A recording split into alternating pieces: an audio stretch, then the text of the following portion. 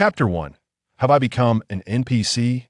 Name: Char, level 30, class Undead, Archmage status. Lord of the Outer Realm of the Western Continent. Time: July 15th, 322 of the Era of Enlightenment, 2 p.m. In the realm of the Undead Archmage on the Western Continent, Char gazed at the data displayed on his panel, his expression blank. Last night, the grand fantasy adventure game Oracles, crafted through the combined efforts of numerous game developers, was on the verge of release after extensive beta testing. As a fervent gaming enthusiast, he found it utterly irresistible. Despite enduring the exhaustion of several sleepless nights due to work, Char remained steadfast in his anticipation for the game's launch, hoping to be among the first players. However, the moment he created his character, darkness enveloped him, and he fainted heavily. When he opened his eyes again, he realized he had been forcibly transformed into a novice village boss within the game.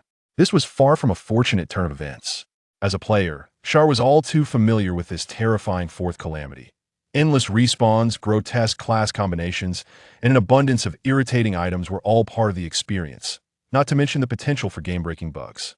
His seemingly impressive stats would likely soon be regarded as mere experience fodder by the progressively developing players. To that point, his head might be claimed by a sorcerer to craft a staff, his torso utilized by a warrior for armor, and his leg bones repurposed by an assassin for daggers. No way. I refuse to become material for the players. Imagining the grim potential of his fate, Char took a deep breath to steady himself. He vaguely recalled that during character creation, the date displayed was July 13th, 322 of the Era of Enlightenment. In other words, only 2 days had passed since the server opened. While players advanced rapidly, this was still the initial exploration phase, with many players involved. As a lord with numerous undead soldiers at his command, he had ample opportunity to gather the treasures of his domain and make a swift escape. Fleeing was imperative. With his thoughts clarified, Char hesitated no longer. He rose from his chair and entered his bedroom, commencing the search for valuable assets. Moaning magic phonograph. Damaged bat doll. Undead transformation manual. What a hodgepodge of useless items. Where's the money? Surveying the unsightly heap in his bedroom, Char's face darkened. After stowing the book in his bag, he promptly decided to scour a different location for valuables. As he pushed open the bedroom door, he was met by the sight of a tall young woman who had seemingly been waiting for him at the threshold. With fair skin and delicate features. Wait, why did she have a tiny moving tail behind her?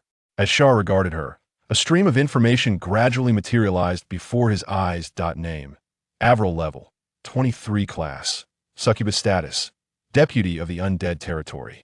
Lord Char, Avril initiated, breaking the silence. A substantial wave of adventurers is invading our territory. They arrived so swiftly? He had hoped for at least a bit more time, underestimating the player's rapid progression. Char inquired, what is the specific number? Approximately 50. Zaire. 50 individuals? Is it truly necessary to confront such a novice village boss? You all should venture into the world. The flicker of combat fervor that had ignited within Zaire was swiftly extinguished. Perhaps I should just dabble in oil. Observing the disarray of the bedroom, along with a bundle possessed by the Lord, Aver seemed to surmise something. My Lord Zaire, are you contemplating an escape? That is not the case. Zaire cast his gaze toward the castle exterior, a hint of longing in his expression. I have merely grown weary of the confines of the castle and wish to take a stroll. I have heard whispers of a place in the eastern continent known as Moon Island, renowned for its breathtaking scenery and seclusion. You have a means to smuggle yourself there? Aver inquired. She sighed, her tone tinged with exasperation. My Lord Zaire, have you forgotten the covenant you forged with the witch? Should your territory fall, your very soul shall be extinguished. Upon hearing her words, Zaire wore a perplexed expression. A covenant? Such a stipulation exists? Does this mean I cannot flee? With this realization, Zaire sank back into his chair, a throbbing ache beginning to form in his head. This predicament is troublesome. Caught between a rock and a hard place, he gazed at the desolate castle, suddenly noticing a diminutive icon within his field of vision, aside from the character panel.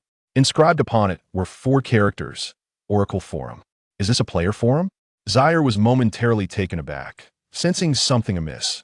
After selecting it with his thoughts, a pale blue ethereal screen soon materialized before him. Welcome to the Oracle Forum. This forum has been meticulously crafted by the studio for players, integrating numerous functions such as trading, bounties, team formation, and strategies, allowing for synchronous reference within the game that we welcome all players to utilize it. As the introductory information concluded, a dazzling array of posts appeared before Zaire's eyes. Official insights on the current exposable worldview, recommendations for skill allocation during the exploration phase, along with personal insights on various professions. Friends aspiring to become mages, look here. I shall teach you how to swiftly acquire the pure soul required for your vocation. The third post on the homepage swiftly captured Zaire's attention, and he clicked on it. After 2 days of exploration, I believe many friends have reached level 10 and stand on the brink of their professions. A gaming blogger. I have been fortunate enough to be invited as a beta tester, and here I shall clarify which locations yield the necessary magical souls for mage vocation. The first is the swamp frog nest in the dark forest, and the second, the specters in the mine. However, due to these being initial zones, the drop rates are particularly low. In contrast, I highly recommend the undead territory in the western continent as a destination. Posted by Evil Little Mage. After perusing the post, Zaire could not help but twitch his lips. Ah, I see. That's why there's so many players flocking here. This post must account for at least 80% of the traffic. Evil Little Mage, is it? Very well, I shall remember you. Silently noting the user's ID, Zaire scanned the post once more, suddenly realizing something was amiss that in the Oracle. Upon reaching level 10, players must choose from 4 initial professions: warrior, mage, assassin, and healer. Each profession presents unique job tasks that must be completed to successfully embark on that career path. The pure soul is, in fact, a requirement for the mage's job quest. Thus, these individuals are merely unclassed novices, the Kalami. With this clarity, Char felt a sudden enlightenment. Initially, he had assumed they were all well-equipped veterans, which had startled him. However, it appears the situation is not as dire as he once thought. Char instructed Avril, summon the other 3 aides as well. Chapter 2. The slaughter begins. After receiving the command, Avril swiftly departed from the castle. During this interval, Char needed to gather more information, particularly regarding the witch's contract. Ascending to the forum, after some searching, a post from the official studio caught his attention. Background story of the Western continent. Following the conclusion of the Divine War, the era of enlightenment commenced. The malevolent thoughts of the original sin transformed into 7 witches, who spread across the Western continent. They lured the lords with power and signed soul contracts, plunging the entire Western continent into a realm of darkness, continually encroaching upon the last bastion of hope for humanity. The post was concise, accompanied by a map. After perusing it, Char began to grasp his circumstances. The entirety of the Western continent had been divided among the 7 witches, and his location fell within the territory of the prideful witch, presumably bound by contract with her. However, he found no information regarding how to dissolve such a contract, and searching relevant keywords yielded no pertinent posts. Clearly, players showed little concern for the lives of NPCs. Their sole desire was for the NPCs to perish. Closing the forum, Char gazed outside the castle, where one aide had already arrived. The individual, known as Iron Slave, was a towering figure reminiscent of the Hulk, with muscles exposed and veins prominent. He bore a massive iron hammer upon his shoulder, exuding an imposing presence, albeit with a somewhat pointed head. Following closely behind were 2 more aides, 1 male and 1 female. The male appeared exceedingly gaunt, with skin taut against bone and sunken eyes, bearing the ID of Edward. The female was a small girl, sporting white hair and pale skin, with dark red pupils, identified as Little Ghost. 1 Arnold, 1 Invalid, and 1 Little Brat, Char mused. Is this the esteemed selection of generals for my vast territory? After surveying the group, Char understood the general strength level of his domain. The aides' levels were uniformly around 20, and with himself being a level 30 boss, the overall assessment reflected that of a mere novice village. My Lord Char. Iron Slave broke the silence, his voice resonating. Char replied, Our territory has been besieged by a considerable number of adventurers, approximately 50 in total. What? Upon hearing this statement, the Iron Slave appeared somewhat taken aback. Is there really such a thing? Lord Char, please wait here for a moment. I shall swiftly go and dispatch these adventurers. Char. Truly, the village's novice chief is rather lacking in sophistication. Although the players have not yet leveled up significantly, even in their current state, a dozen determined individuals could easily handle you, a muscle-bound brute with a simple mind. They could outmaneuver you effortlessly. Char raised his hand, halting his counterpart. This group of adventurers is somewhat different from those we have encountered before. We cannot afford to treat them lightly. I shall accompany you. At this remark, all three of his aides simultaneously displayed expressions of astonishment, especially Avril, the aide closest to him. Avril was intimately familiar with this lord. The most troublesome individual in the entire territory was undoubtedly him. Ever since he forged a pact with the witch and ascended to lordship, he had been immersed in indulgence, always preferring to delegate tasks to his subordinates rather than take action himself. He showed no interest in the development of the territory, which had remained stagnant for years. Why the sudden change in character today? Of course, as a subordinate, witnessing one superior improving was a most welcome sight. Amid the astonished gazes of his aides, Char was the first to rise and step out of the ancient castle, exuding a decisive and resolute demeanor. Moments later, he returned slowly, clearing his throat twice. Ahem. That person, please guide the lord down the path. Avril. Meanwhile, in the western region of the necropolis, a multitude of players preparing for employment had gathered due to a particular post, continuously clearing out the undead. Soldiers in the territory, swish. A player with the ID Li Shun suddenly swung his great sword, a faint crimson aura manifesting along the blade. With a twist, he sliced through 3 necromancers in an instant. Wow, impressive, Li Shun. Being a warrior is exhilarating. Had I known, I wouldn't have chosen to play a mage. By the way, was that just now a battle technique? The team channel erupted with exclamations, and Li Shun nodded. Indeed, it was the warrior skill, charge slash, quite effective against such fragile foes. Unlike the vast majority of players in this area, Li Shun, as a beta tester, had progressed rapidly and had already completed his warrior class. Logically, he shouldn't be here, as this was a location for mages to farm items, offering him no benefits and potentially hindering his progress. However, who could resist the allure of a wealthy patron willing to fund his expedition? Li Shun, how far are we from our destination? A cool voice reached his ears, and Li Shun quickly turned to see a female player with the ID Qiu Shui. The affluent lady had arrived. Besides her well-off background, her beauty was undeniable. With an oval face, a prominent nose, and delicate features. She donned an oversized wizard's robe that did little to conceal her impressive figure. After a moment of distraction, Li Shun coughed twice and remarked, "It won't be long. I've previously explored this area with friends during the internal testing phase. I specifically chose the western region. While gathering players, this area falls under the jurisdiction of the Deputy Little Ghost. Strangely enough, her drop rate for pure souls is a staggering 100%. Deputy, huh? That means she's at least level 20. Can we prevail?" Li Shun exuded confidence in his own abilities. The boss is uncertain, but dealing with a minor leader should pose no challenge. No sooner had he spoken than a petite figure gradually approached from a distance. "Speak of the devil, and he shall appear." Upon noticing the opponent's health bar, which was markedly larger than that of the common minions, Li Shun tensed immediately. This creature is a vampire. Remember to evade its skills while dealing damage. With that, the players understood the gravity of the situation and swiftly dispersed, launching a barrage of varied colored attacks towards the foe. Individually, the players' damage output was modest, yet with a squad of over a dozen, the cumulative damage became significant. Within mere seconds, the opponent's health bar diminished noticeably, causing it to falter momentarily. One opportunity. Li Shun recognized the enemy's vulnerable state. It had been staggered. He swiftly seized his great sword, invoking a technique that enveloped the blade in a radiant white glow.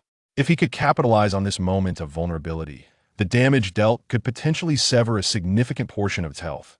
Without hesitation, he sprinted forward, swinging the great sword in a powerful horizontal strike aimed at its neck. Just as the attack was about to connect, an enormous figure suddenly rushed in at an unimaginable speed, swinging a colossal hammer with ferocity towards Li Shun. Thud!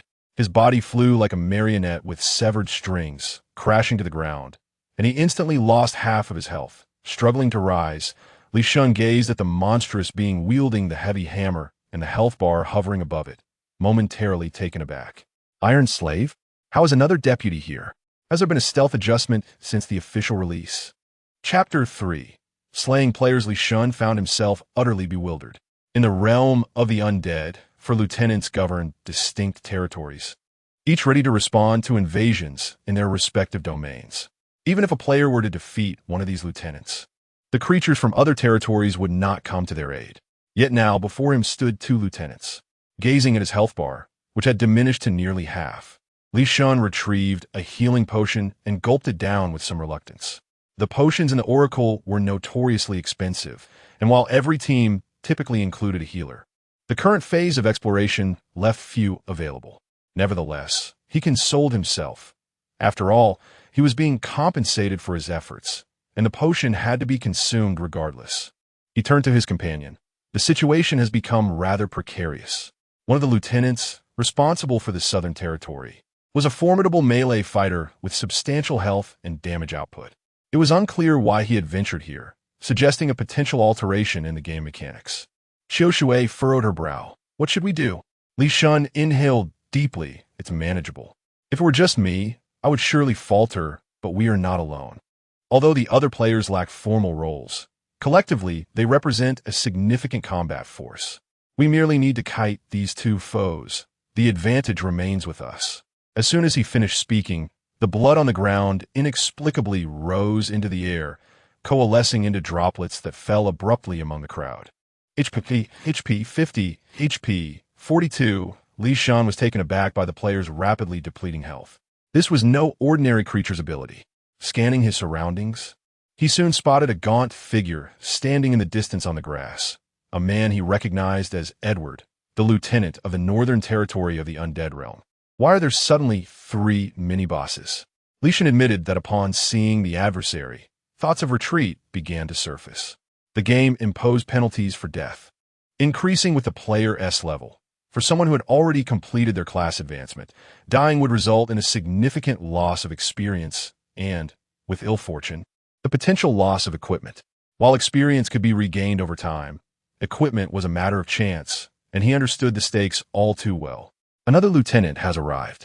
Qiu Jia, we must withdraw to mitigate the threat. After a brief contemplation, Li Shun signaled for retreat. Not only he but other players also sensed that something was amiss. Why are there so few regular monsters and so many mini-bosses? Bro, can we still fight this? Hey, where did you go? Whoa, why are you running so fast? Take me with you. Once a single player sensed the impending doom and fled, more quickly joined the exodus. Unfortunately, it was already too late to escape. A dense black mist began to emanate from the entrance of the territory, enveloping the players like a noxious fog. Within mere seconds, several corpses littered the ground. Are there more experts? Li Shun was utterly bewildered as he gazed into the gray mist. A health bar, towering several times higher than that of his subordinate, materialized in the air, accompanied by a scarlet title, Undead Archmage, Zyre. Damn, isn't this a boss? Why is it out here too? This scene left Li Shun feeling a tingling unease. The narrative was veering off course. For Zyre, however, he paid no heed to the unfolding plot. Remaining in the castle, watching the players continually evolve, would undoubtedly lead to his demise. He had to seize the opportunity during these players' novice phase to strike hard and gather resources. Taking a deep breath, Zyre raised his hand, and a series of white circles coalesced beneath the player's feet. With a thunderous boom, pillars of fire erupted skyward. Player Tian Yu Fei Shuang has died. Player Fat Tiger has died. Player Jiang He has died. Experience gained. 600 what? As more players perished in the flames. A flurry of system notifications appeared in Zyre's line of sight, leaving him somewhat astonished. Can NPCs actually gain experience? Logically, as a preordained program, his stats should remain fixed at this stage. How could they fluctuate? This defied logic. No, Weichi. I have already traversed into this realm, so who cares about logic? Sensing the sweetness of power, Zyre's eyes gleamed with fervor. The once detestable players now appeared as walking experience bags, all fodder for his ascension. Not a single one shall escape. To ensure the kills credited to him, Zyre activated his berserk mode, relentlessly casting spells into the crowd, fearful that his kills might be snatched away by other subordinates. This frenzied spectacle left Li Shun in a daze. Is this correct? He hadn't taken any damage. How could he activate Berserk so readily? He maneuvered around the open area to evade damage, yet the frequency of the opponent's spells was overwhelming. Even a mere graze was more than he could withstand. Sister Chio, this round might blow up. Just as the words left his lips, the consuming flames engulfed his entire being. Player Li Shun has been killed. Experience gained, 1,000. Your level has increased to level 31. Health and energy limits have increased by 5%. You have gained 1 skill point. Hiss. There is a distinct difference with higher levels. The experience gained is substantial. After eliminating this last batch of players, Zaire, pleased by his surging experience, felt elated. Leveling up was the best news he had received since his arrival in this world. Despite the thrill of his current rampage, if his strength remained stagnant, it wouldn't be long before he was dispatched by the hardcore players. The skill points. Recalling the earlier text, Lilei opened his skill panel. As a level 30 undead archmage, he currently possessed 3 skills. LV1, Necromantic Summon Description, consumes 1,000 points of mana to summon a contingent of 25 undead minions. LV1, Black Veil Description, consumes 300 points of mana to conjure a mist imbued with the essence of death, capable of corroding and blinding enemy units. LV1, Ember's Flame Description, consumes 500 points of mana to create a ring of fire beneath the feet of enemy units, erupting flames from the center and affecting up to 3 adversaries at once. All 3 skills are currently at level 1, and skill points can be allocated to enhance their levels. Which skill should be prioritized? Summer found herself momentarily perplexed. Chapter 4. The Loot the skill Black Barrier serves merely as a supportive ability, revealing little significance, and is thus temporarily set aside. The remaining skills, Necromantic Summoning and Ember of Fire, are both active abilities. The latter, in particular, boasts substantial damage and is reasonably user-friendly. After a moment of contemplation, Zyle ultimately resolved to allocate his skill points to the latter skill. Skill points expended. Skill: Ember of Fire LV1, LV2. Detailed description: mana consumption increases by 100. The maximum number of locked targets rises from 3 to 5. Damage sees a slight enhancement. Indeed, this is quite favorable. Zyle finds himself in dire need of augmenting his area damage. Players are not foolish. They typically form parties to tackle dungeons, with the front line serving as meat shields to draw aggro while the back line delivers damage. Enhancing the area of effective skills is advantageous in circumventing such scenarios. Closing the interface, Zyle addressed the 4 subordinates before him. Although this batch of adventurers has been vanquished, more will undoubtedly arrive in due course. You must remain vigilant and inform me at the earliest opportunity. Understood, Lord Zyle. Avery was the first to respond, slightly bowing as she presented a ring and a piece of plate armor. These are items left behind by the adventurers we just defeated. Loot indeed, Zyle murmured inwardly as his gaze swept over the 2 items. Platinum plate armor, blue, craftsmanship, excellent. Description: a plate armor refined from platinum, boasting high defense. Its drawback is its considerable weight, making it suitable for warriors. A warrior's adaptable gear. Upon absorbing this information, Zyle's gaze fell upon Iron Mountain, whose muscular form was entirely exposed. Silently, he tossed the plate armor in his direction. Iron Slave, this piece suits you well. Wear it. Iron Slave did not hesitate, donning the armor immediately, his delight unmistakable. Observing the other's exuberant reaction left Zyle momentarily speechless. The game developers truly lacked consideration for the players. After all, he was a minor boss, yet not even granted decent equipment. After a few internal complaints, he shifted his attention to the ring. Arcane Ring. Orange. Craftsmanship. Low. Description: a ring unearthed from an unknown treasure chest, imbued with surging magical power. Special bonus: your magic power will increase by 1,000 points. Note: this is the blessing of the goddess of fortune bestowed upon you novice adventurers. Gasp! There is actually something of value? Zyle was somewhat astonished. In the realm of prophecy, the quality of an item is typically assessed by its quality and craftsmanship. The color denotes the quality, ranked from low to high as white, blue, purple, gold, and orange. Quality establishes the lower limit of an item, while craftsmanship determines its upper limit. Despite the ring's low craftsmanship, the orange quality still grants a remarkably substantial bonus. Regrettably, as a lord, Zyle possessed no orange items, nor even a single piece of gold equipment. This novice boss role felt exceedingly meager. After receiving the ring, Charles returned to the ancient castle, contemplating his next course of action. Remaining in this territory indefinitely was certainly not a viable option.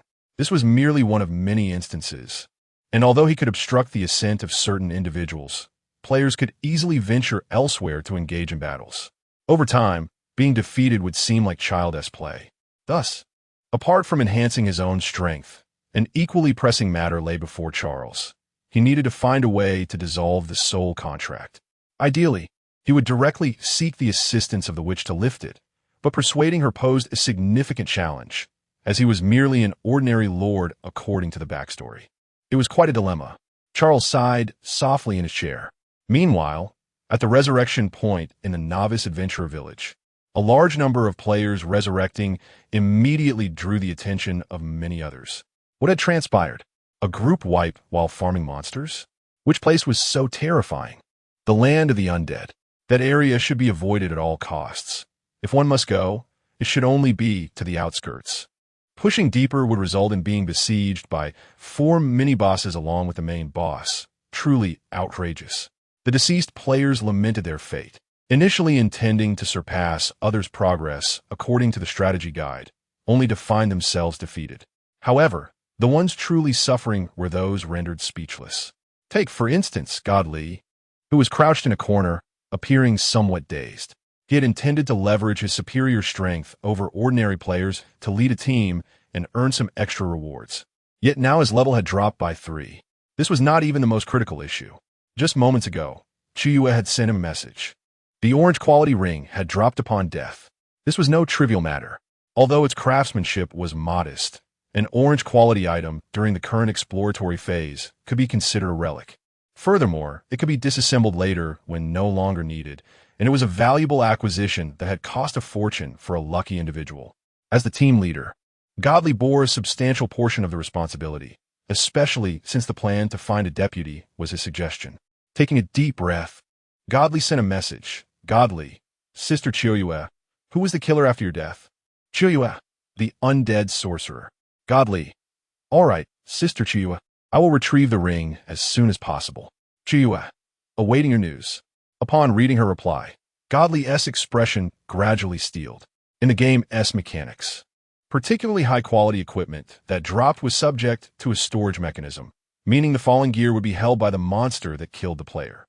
As long as he could defeat the undead sorcerer before other players, the issue could be resolved. After pondering for a moment, Godly opened the forum and quietly entered a voice channel, which contained 4 individuals. The 4 individuals were players who had originally met during the beta testing phase and were quite familiar with the game, Oracles. Once the official server launched, they decided to band together to form a pioneering team. Having accomplished their tasks, they swiftly progressed to level 30. Brothers, we just had an encounter. What happened? Upon being questioned, Lee revealed everything that had transpired. The undead Archmage. I remember now, that novice boss who drops the pure soul. No worries, my friends. Just wait for us. When the time comes, we'll come over and take him down together. Chapter 5. The letter within the dimly lit castle. Charles sat in his study, diligently composing a letter. Grasping a quill with utmost seriousness, he began to write. Dear Lady Sorceress, recently, there's been a significant surge in the number of adventurers. The realm of the undead, which you entrusted to my stewardship, has come under siege by over 50 intrepid souls, all of whom have been dealt with accordingly.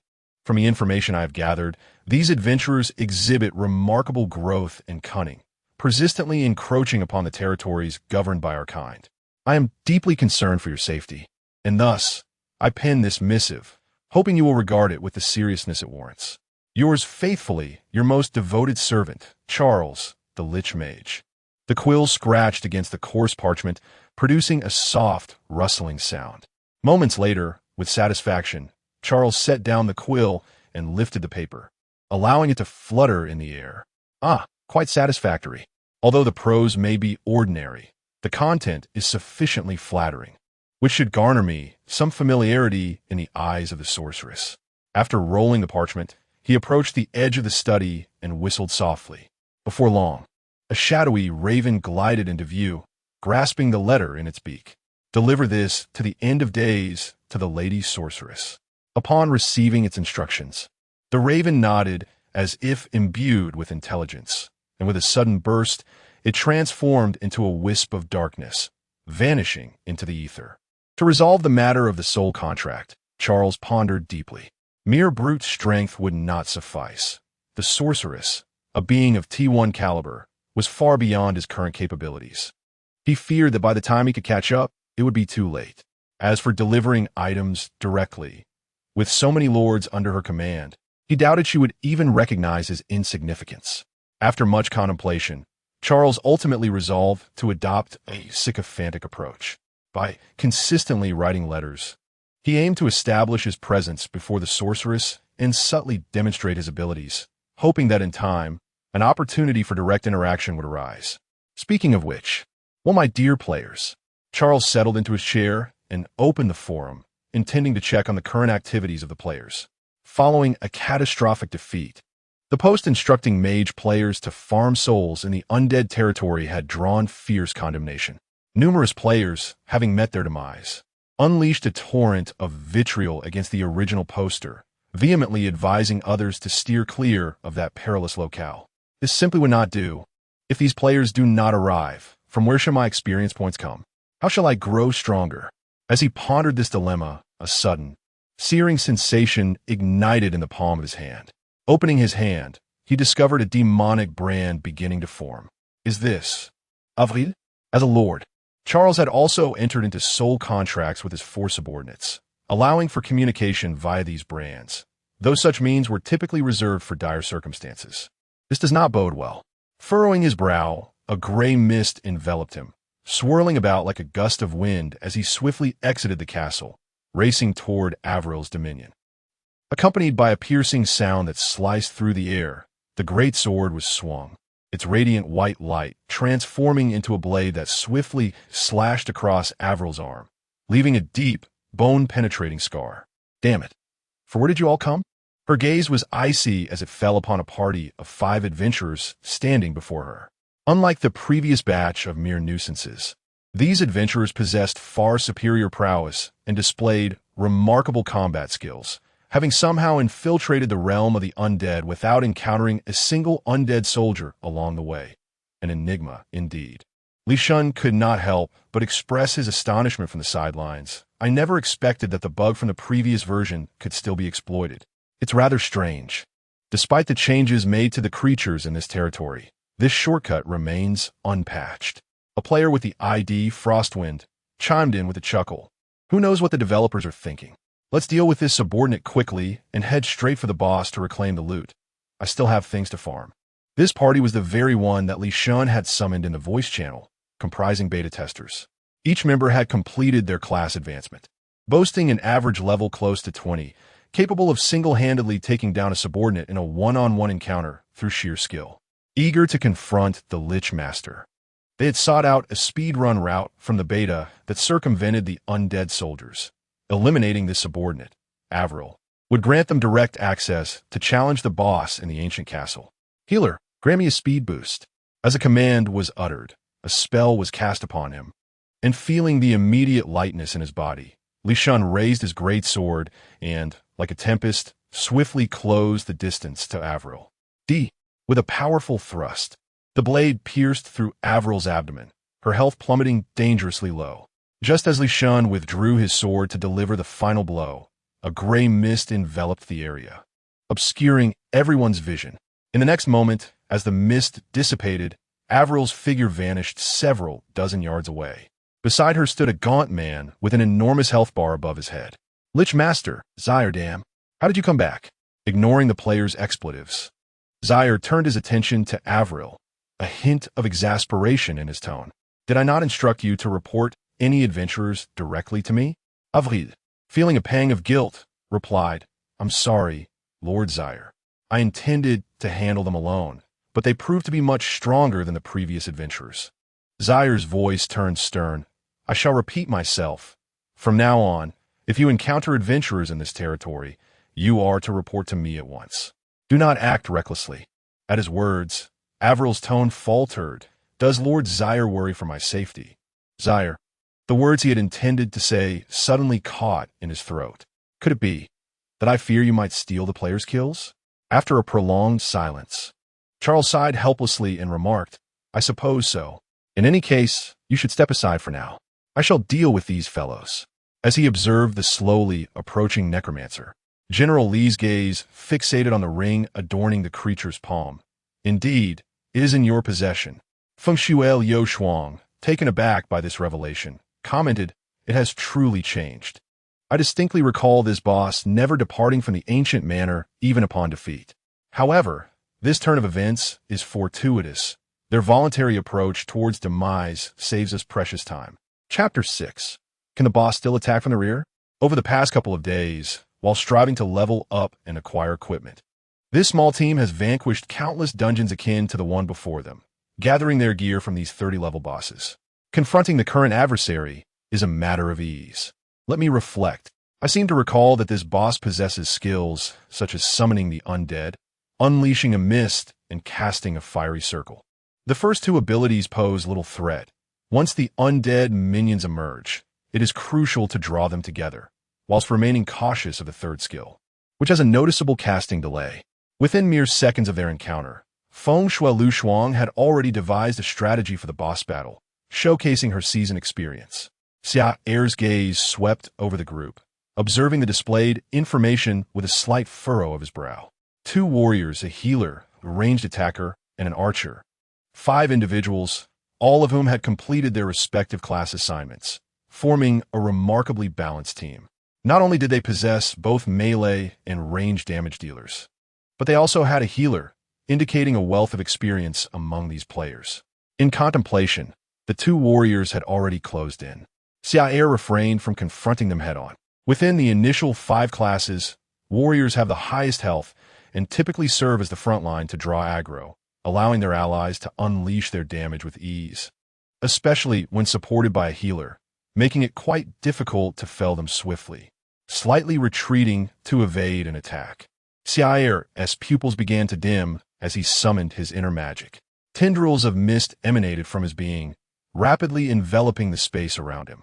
The dense fog obscured vision to the point where even a meter was barely discernible, accompanied by an eroding effect. Creaking. With a peculiar sound, a decayed, skeletal hand suddenly emerged from the ground. Undead soldiers clawed their way from the earth, clad in tattered armor, wielding rusted swords, their eyes flickering with fire. As the undead soldiers charged forward, Feng Shuelu Shuang raised her sword to block, deflecting the blade. But just as she aimed to exploit the opening, another strike came slicing through the unseen mist. HP 20 damn. Did this boss just learn to execute combo techniques with the black mist and undead summoning?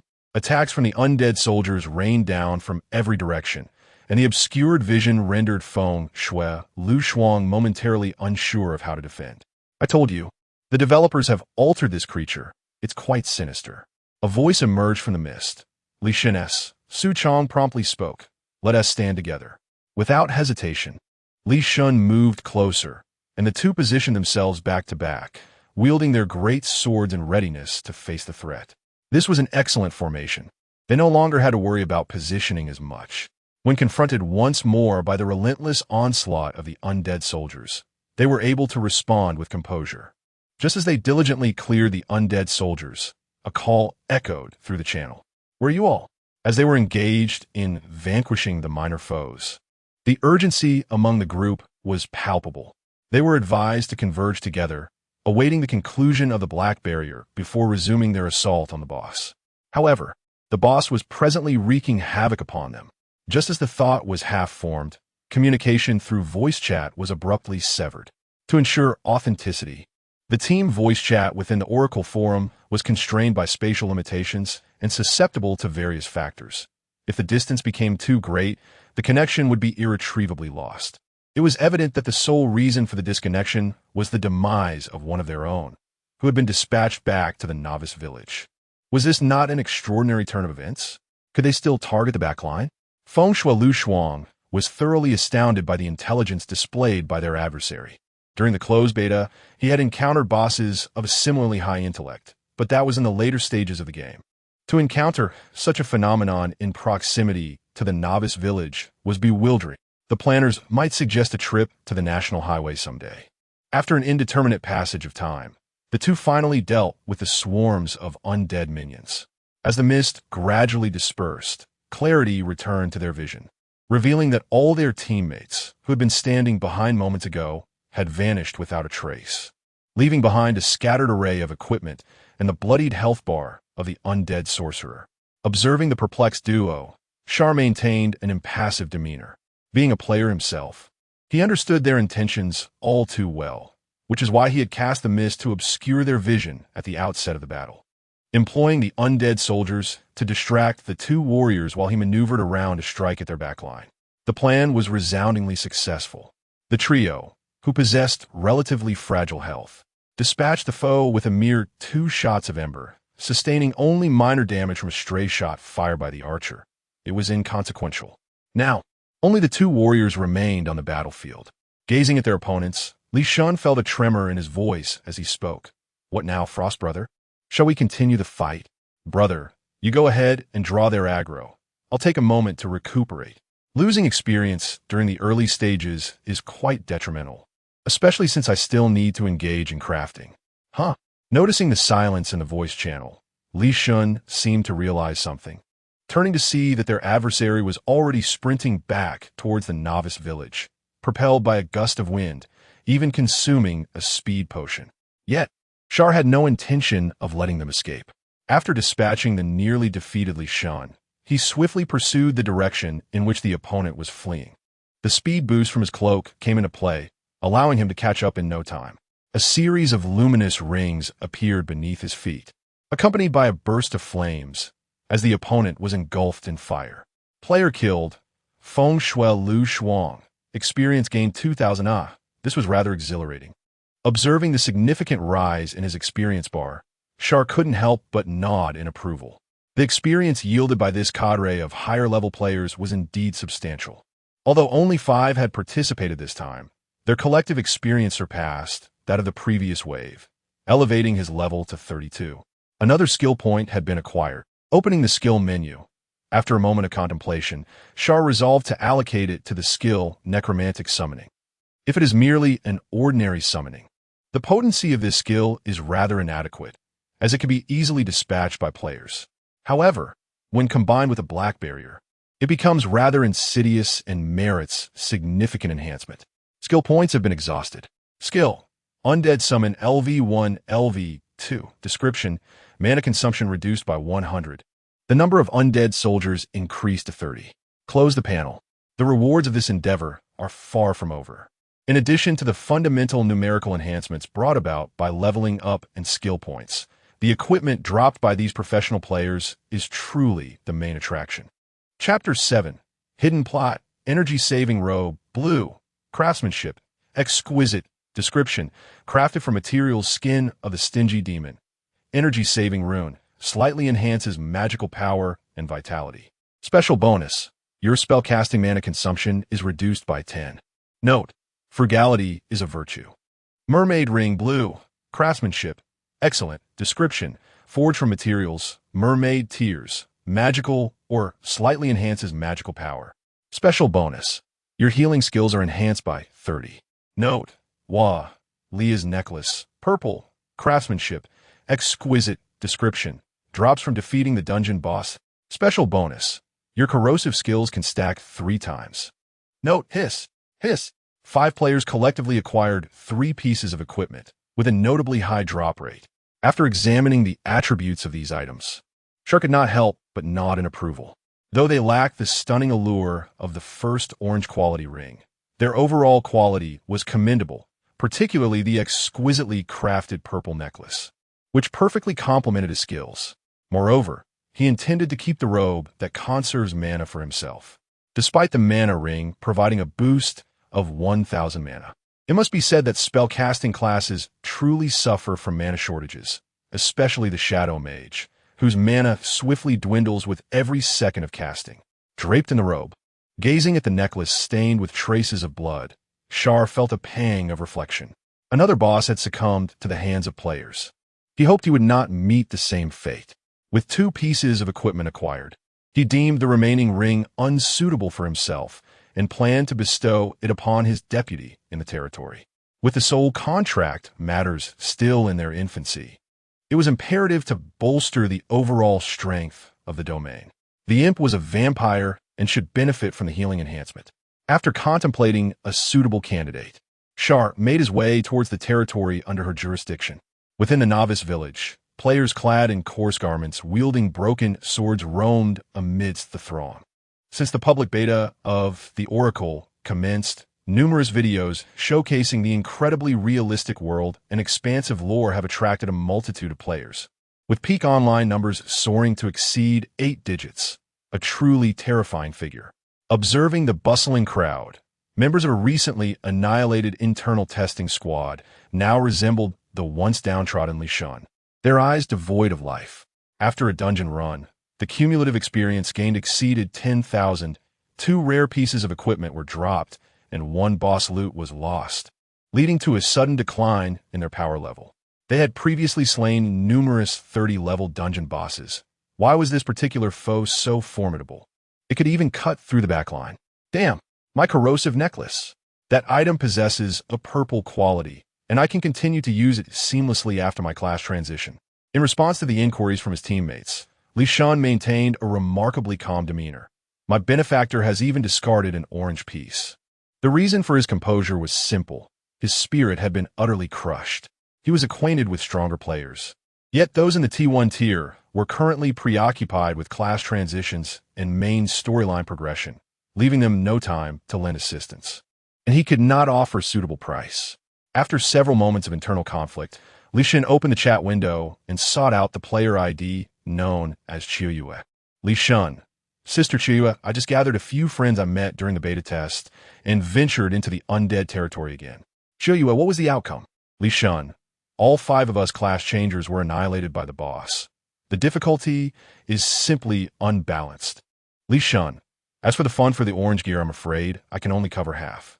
After a brief silence, a single word finally appeared in response. All right, Li Shun hastily replied. Thank you, Sister Chiyue. Feel free to call on me for anything in the future, no charge. Chiyue, if there's no charge, I won't dare to call on you again. Closing the chat interface, Chiyue felt a twinge of frustration. Had 5 fully transitioned beta testers failed to clear this dungeon?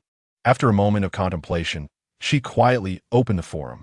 Aside from group strategies and other such topics, there was a particularly popular feature: online trading. Players could post in the free market to barter items or exchange for currency, and there was also a unique transaction method: bounties. In the eastern region of the undead territory, a domain governed by the Little Ghosts, one of the 4 major subordinates, though she bore the title of subordinate. She hardly fulfilled any managerial duties, spending at least 20 hours a day lying in a coffin. After a brief search, Char approached the coffin and knocked on its lid. Thud, thud, thud. There was no response from within. Char then lifted the coffin lid with a swift motion. Inside lay a little ghost, hands resting on her abdomen, peacefully asleep. Seemingly stirred by the noise, she opened her bleary eyes and, upon seeing Char, looked somewhat puzzled. Lord Char, what brings you here? The little ghost shifted aside, offering a space. Would you like to come in and rest for a while? Char, still sleeping. You'll be a fool if you keep this up. He shook his head and silently retrieved a ring. This ring has healing properties. You should find it useful. Thank you. Lord Char, the little ghost slowly climbed out of the coffin, accepting the ring with a look of genuine appreciation. Char, feeling no further inclination to comment, prepared to depart, but his gaze unexpectedly landed on a bright red tooth protruding from the edge of the pillow. A line of information materialized before his eyes. Item name: Lilia's token. Description: an artifact left behind by the progenitor vampire Lilia, seemingly possessing some special function. Note: this is a past that should remain undiscovered. What is this? In response to Lord Charles' inquiry, the young one fell into a reverie. This is a token bestowed upon me by my father. Prior to seeking refuge in your domain, my father entrusted this tooth to me and instructed me to conceal it. Charles furrowed his brow. I seem to have forgotten the details from before. Which territory did you hail from?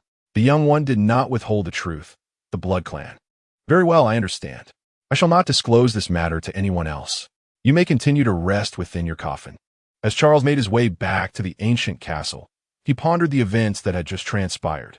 If I am not mistaken, I may have inadvertently stumbled upon a hidden narrative. Chapter 8. Accepting orders in order to ensure the game is sufficiently rich. The Oracle Studio will incorporate various side quests and hidden narratives. From the words of the little spirit and the artifact recently discovered, it is evident that the counterpart's lineage is anything but ordinary. Lilia. Charles opened a forum and searched for information, but found only a limited amount. This progenitor of the vampire clan does not belong to the era of enlightenment, but rather hails from the previous age of monsters. Thus, the remaining clue pertains solely to the vampire clan. This is a vast family residing within the territory of the greedy sorceress, benefiting from the inherently noble bloodline of vampires, which grants them an advantage over many magical beings from birth, far beyond the reach of an ordinary border lord. Nevertheless, this is fortuitous. The little spirit clearly has some unsavory connections with the vampire clan and must keep this matter concealed for now. With time on his hands, Charles began to explore the other functionalities of the Oracle Forum. Team live streaming. Trading? His gaze quickly focused on this option. The first two functionalities were of no use to him as an NPC. At best, he could observe the live streams to understand the current pinnacle of player development. However, trading, if he could engage in this, it would be a significant boon for him. For sale, Claw of the Earth Bear Spirit.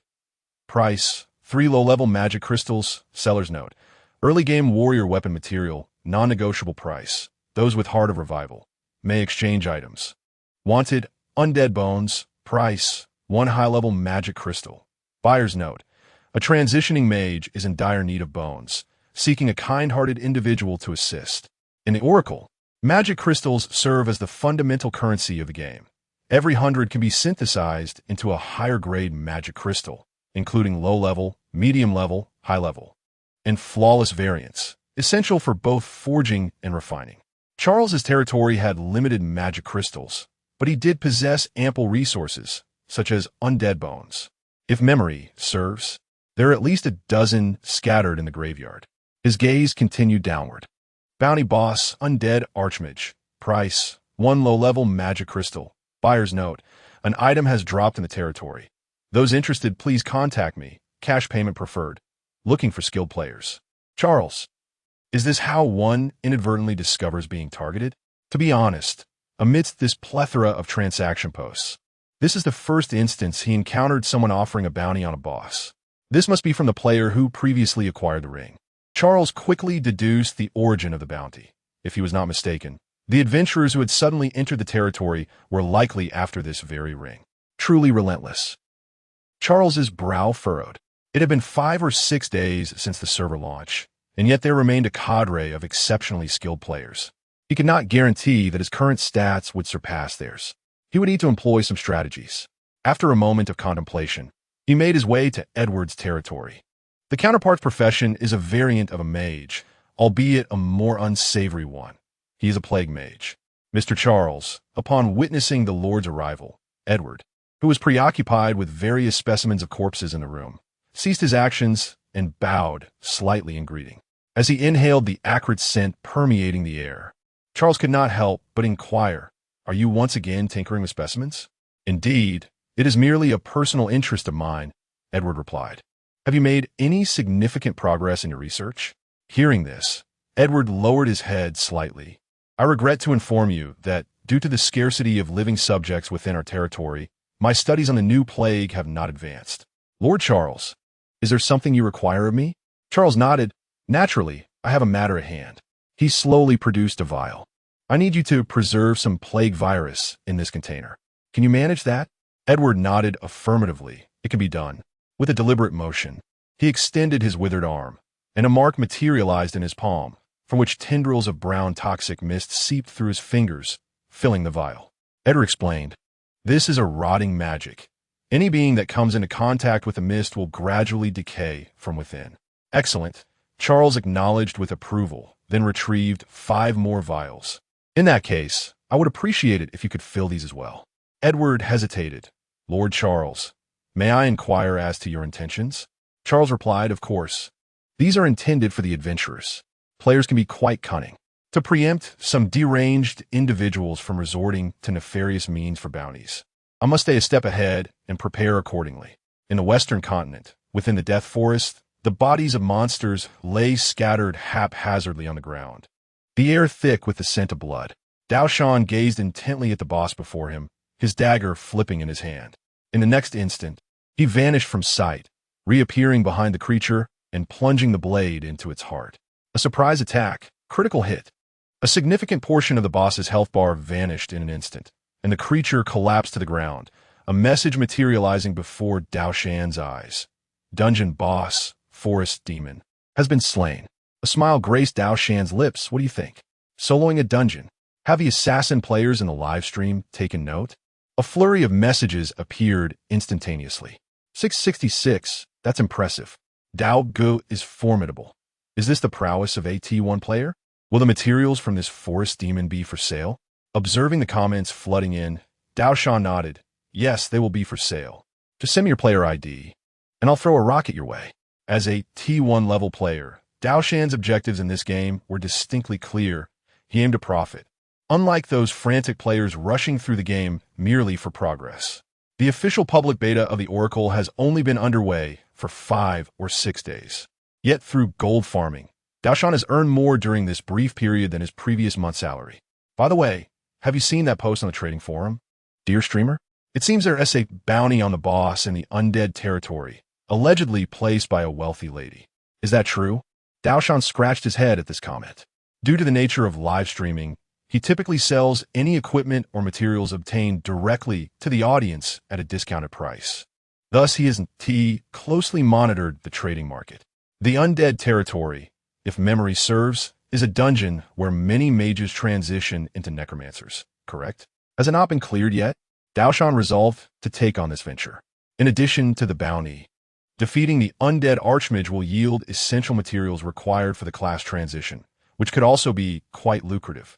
It's a win-win situation, a profitable endeavor indeed. Chapter 9. The Witch's Correspondence nestled amidst a labyrinthine mountain range. A dwelling constructed of black wood and stone rises majestically at its pinnacle. Atop this lofty peak, a towering spire pierces the heavens, nearly grazing the clouds. A sense of decay and desolation permeates the air, casting a somber pall over this realm. The abode of the proud, which, the city of the end.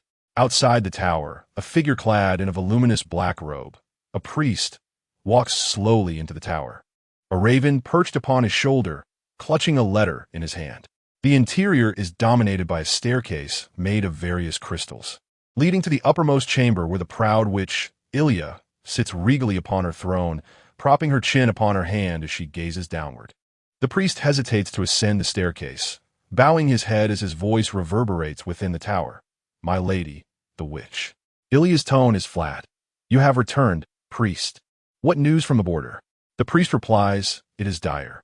Those adventurers are as mad as they come, recklessly invading the territories of the monsters, their strength escalating at a terrifying pace. Most of the lords stationed at the border have already perished." Upon hearing this, Ilya furrows her brow slightly. "What are the borders of the other witches?" The priest nods. "The same. Some have even begun encroaching into the central regions." "Humph. A pitiful lot." Ilya dismisses with a wave of her hand. "I understand. You may leave." However, the priest does not move, but instead holds the letter aloft. "My lady." This is a correspondence from the necromancer, Char. His domain is the only one at the border that remains unfallen. Oh, Ilya's interest is piqued as she extends her hand, summoning the letter with her magic. She swiftly unseals it and reads its contents. Ilya finds herself amused by the title of servant appended at the end. Few things please her more than witnessing others submit to her will. Interesting, yet I find the flattery rather distasteful. Too much ambition displayed, she scoffs. At the sound of her disdainful huff, the priest breaks into a cold sweat, acutely aware of her dissatisfaction with the letter's contents. To avoid incurring her wrath, he decides it prudent to depart swiftly. As he turns to leave, he is abruptly halted. Wait, I have yet to respond. The priest stammers. Did you not express your distaste for the content of this letter? He cautiously raises his gaze to find her expression one of apparent satisfaction. Indeed, even when pleased, she maintains an air of indifference. This is the consistent demeanor of the Lady Witch. Soon, the response is prepared. The priest dares not linger, hastily sealing the letter and allowing the raven to grasp it. Deliver it back to the necromancer's domain with haste. Not long after the bounty notice was issued, Chiyue received numerous messages from players, all expressing their intent to venture into the necromancer's territory to vanquish the boss. However, after a brief assessment of the capabilities of these individuals, Chiyue opted not to entrust the bounty to them. She understood that the necromancer was no ordinary level 30 boss. Its intellect was exceedingly high, necessitating the intervention of T1 tier players. Shortly thereafter, she received a message. Greetings, employer. I am a streamer, player ID Daoshan, level 36. Having completed my class transition task, now a rogue capable of soloing level 30 dungeons effortlessly. The class transition serves as a significant indicator of a player's combat prowess. Upon reaching level 30, the initial class unlocks various branches, such as the Necromancer and Lightning Mage, resulting in a qualitative leap in strength, albeit with challenging material requirements for the transition. Chiyue held a high regard for the value of this transition. However, the subsequent message made her hesitate. Chiyue, are you certain about soloing? Daoshan. Indeed, such mage-oriented dungeons pose little challenge. I just completed a level 30 dungeon. Chiyue, to be candid, this boss is quite different. The developers have made cover adjustments, and a previous T2 adventurer team was completely annihilated. Daoshan, if you're inexperienced, practice more. Trust me, I'll stream the entire process live and will solo it. Chiyue. Very well. After her response, she entrusted the bounty to him, forwarding a portion of the payment and tuned into his live stream. All right, brothers, the bounty has been accepted. Preparing to solo, Daoshan appeared confident about this task. As an assassin who had completed the class transition, he was well-versed in dealing with these frail adversaries. With the high agility characteristic of his profession, he could easily dispatch them with a mere pull. Previously, he had even cleared the forest demon without sustaining any damage. Utilizing a portal, he swiftly arrived at the novice adventurer village, and after some travel, he soon reached the vicinity of the necromancer's domain.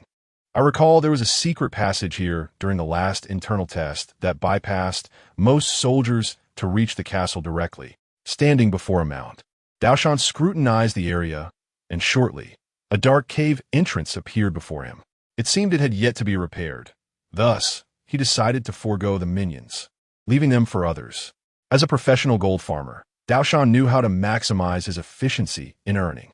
His task was simple, merely to slay the boss. While defeating these minions would be easy, the time invested would not yield proportional returns, so Daoshan planned to bypass them entirely. He lit a torch, its light dispelling some darkness, rendering the environment barely visible. As he walked, he engaged the live stream audience. The rogue's passive ability is night vision. Even in the darkest places, it appears as bright as day to me. This torch is specifically lit for your viewing pleasure. Impressive, the streamer excels in details. Is the rogue this formidable? Regrettably, the game does not permit the creation of alternate accounts.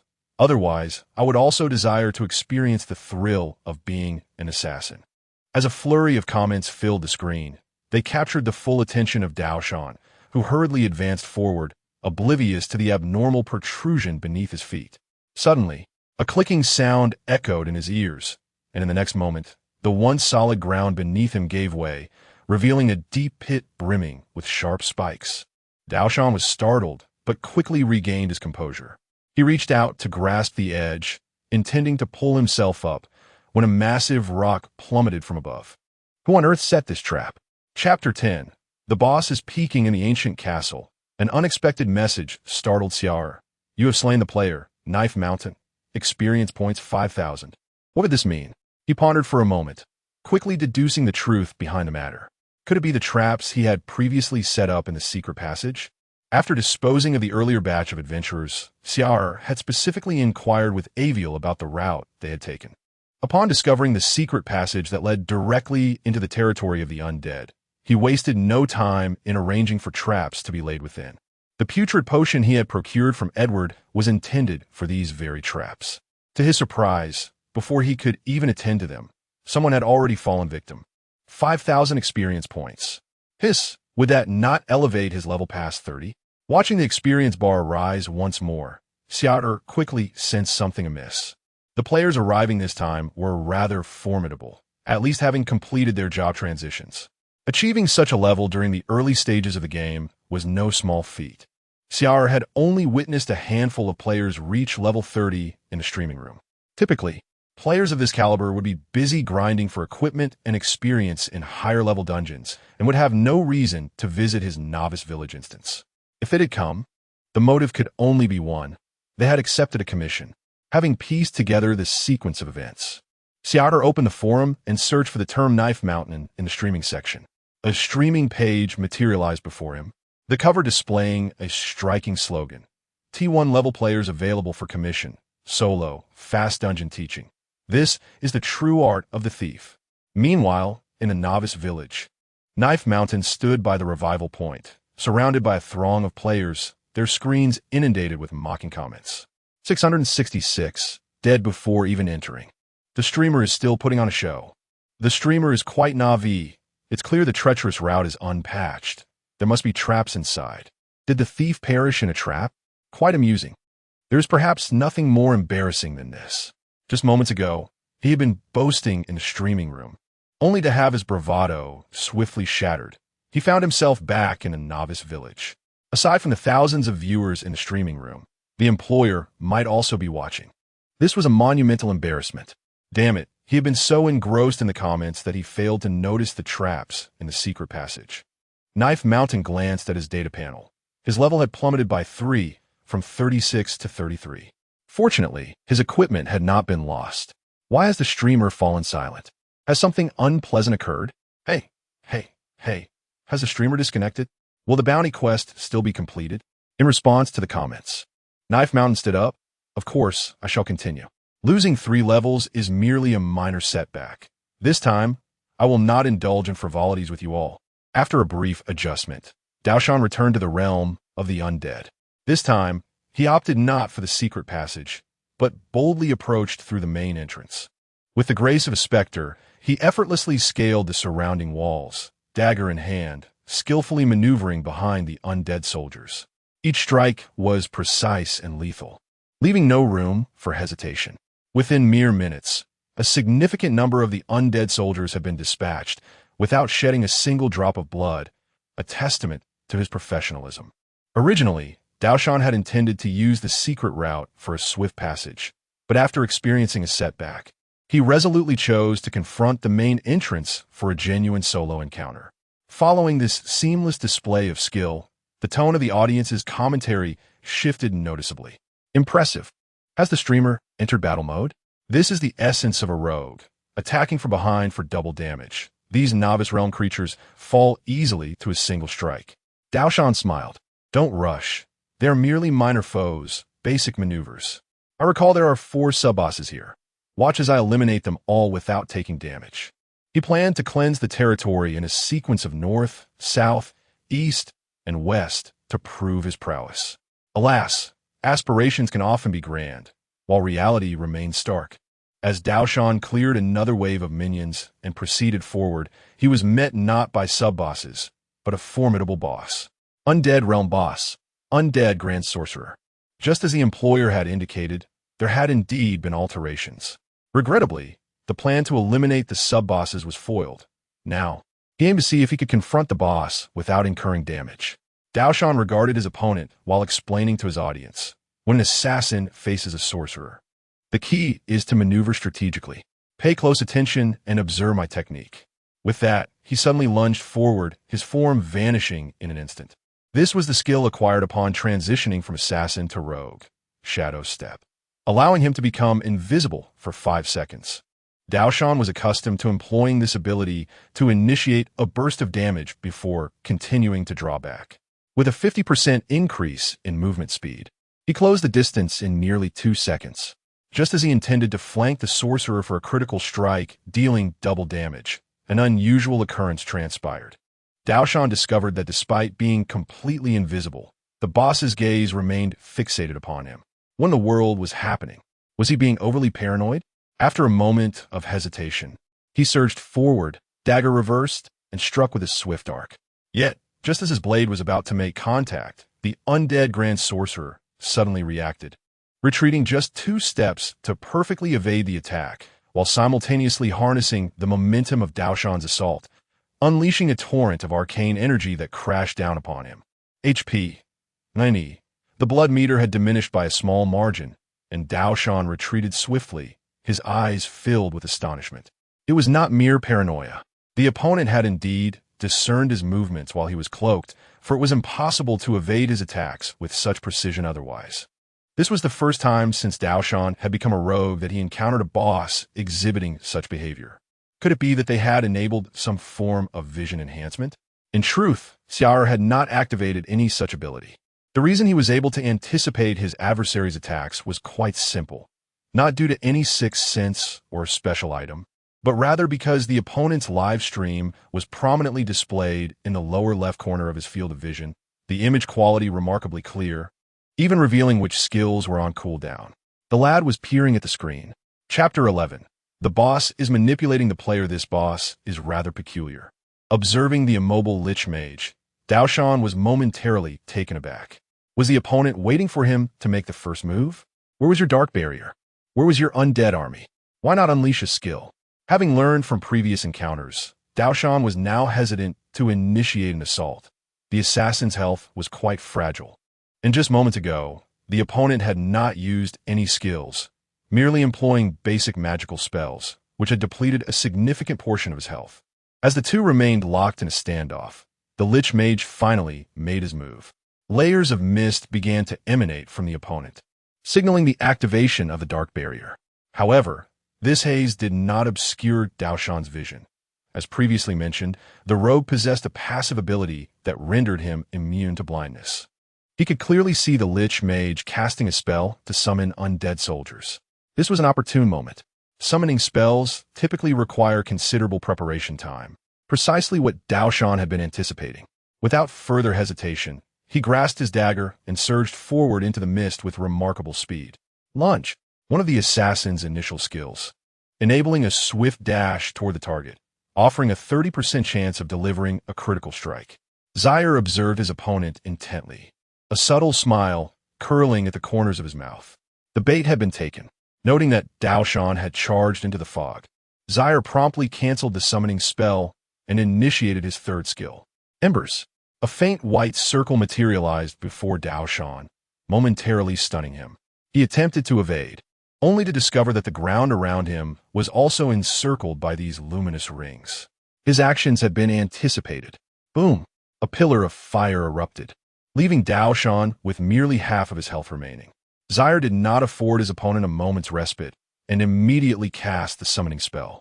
Pale hands emerged from the earth, grasping at Daoshan's ankles. What on earth is this boss?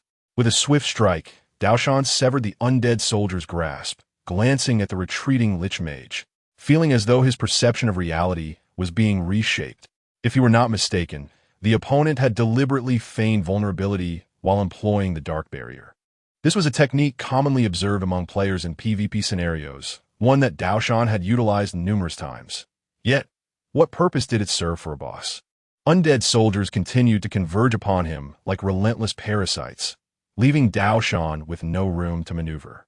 The Lich Mage stood at the edge of the mist, incessantly unleashing the Ember skill, constricting Daoshan's survival space. Oh no, it seems the streamer might be in over his head. Are you telling me this is a beginner village boss? If I'm not mistaken, it appears the streamer is being manipulated by the boss. A flurry of comments streamed by, laced with mockery. Although he was loath to admit it, the comments were accurate according to the current circumstances. As a player, Daoshan found himself ensnared by a boss The only two instances of close combat were mere feints orchestrated by the opponent.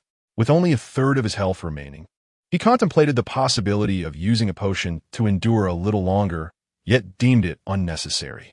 As the white aura once again emerged from beneath his feet, the body of Daoshan completely vanished amidst the flames. You have been slain by the undead sorcerer, Char, upon returning to the novice village. He did not immediately check the equipment he had lost or the experience he had forfeited.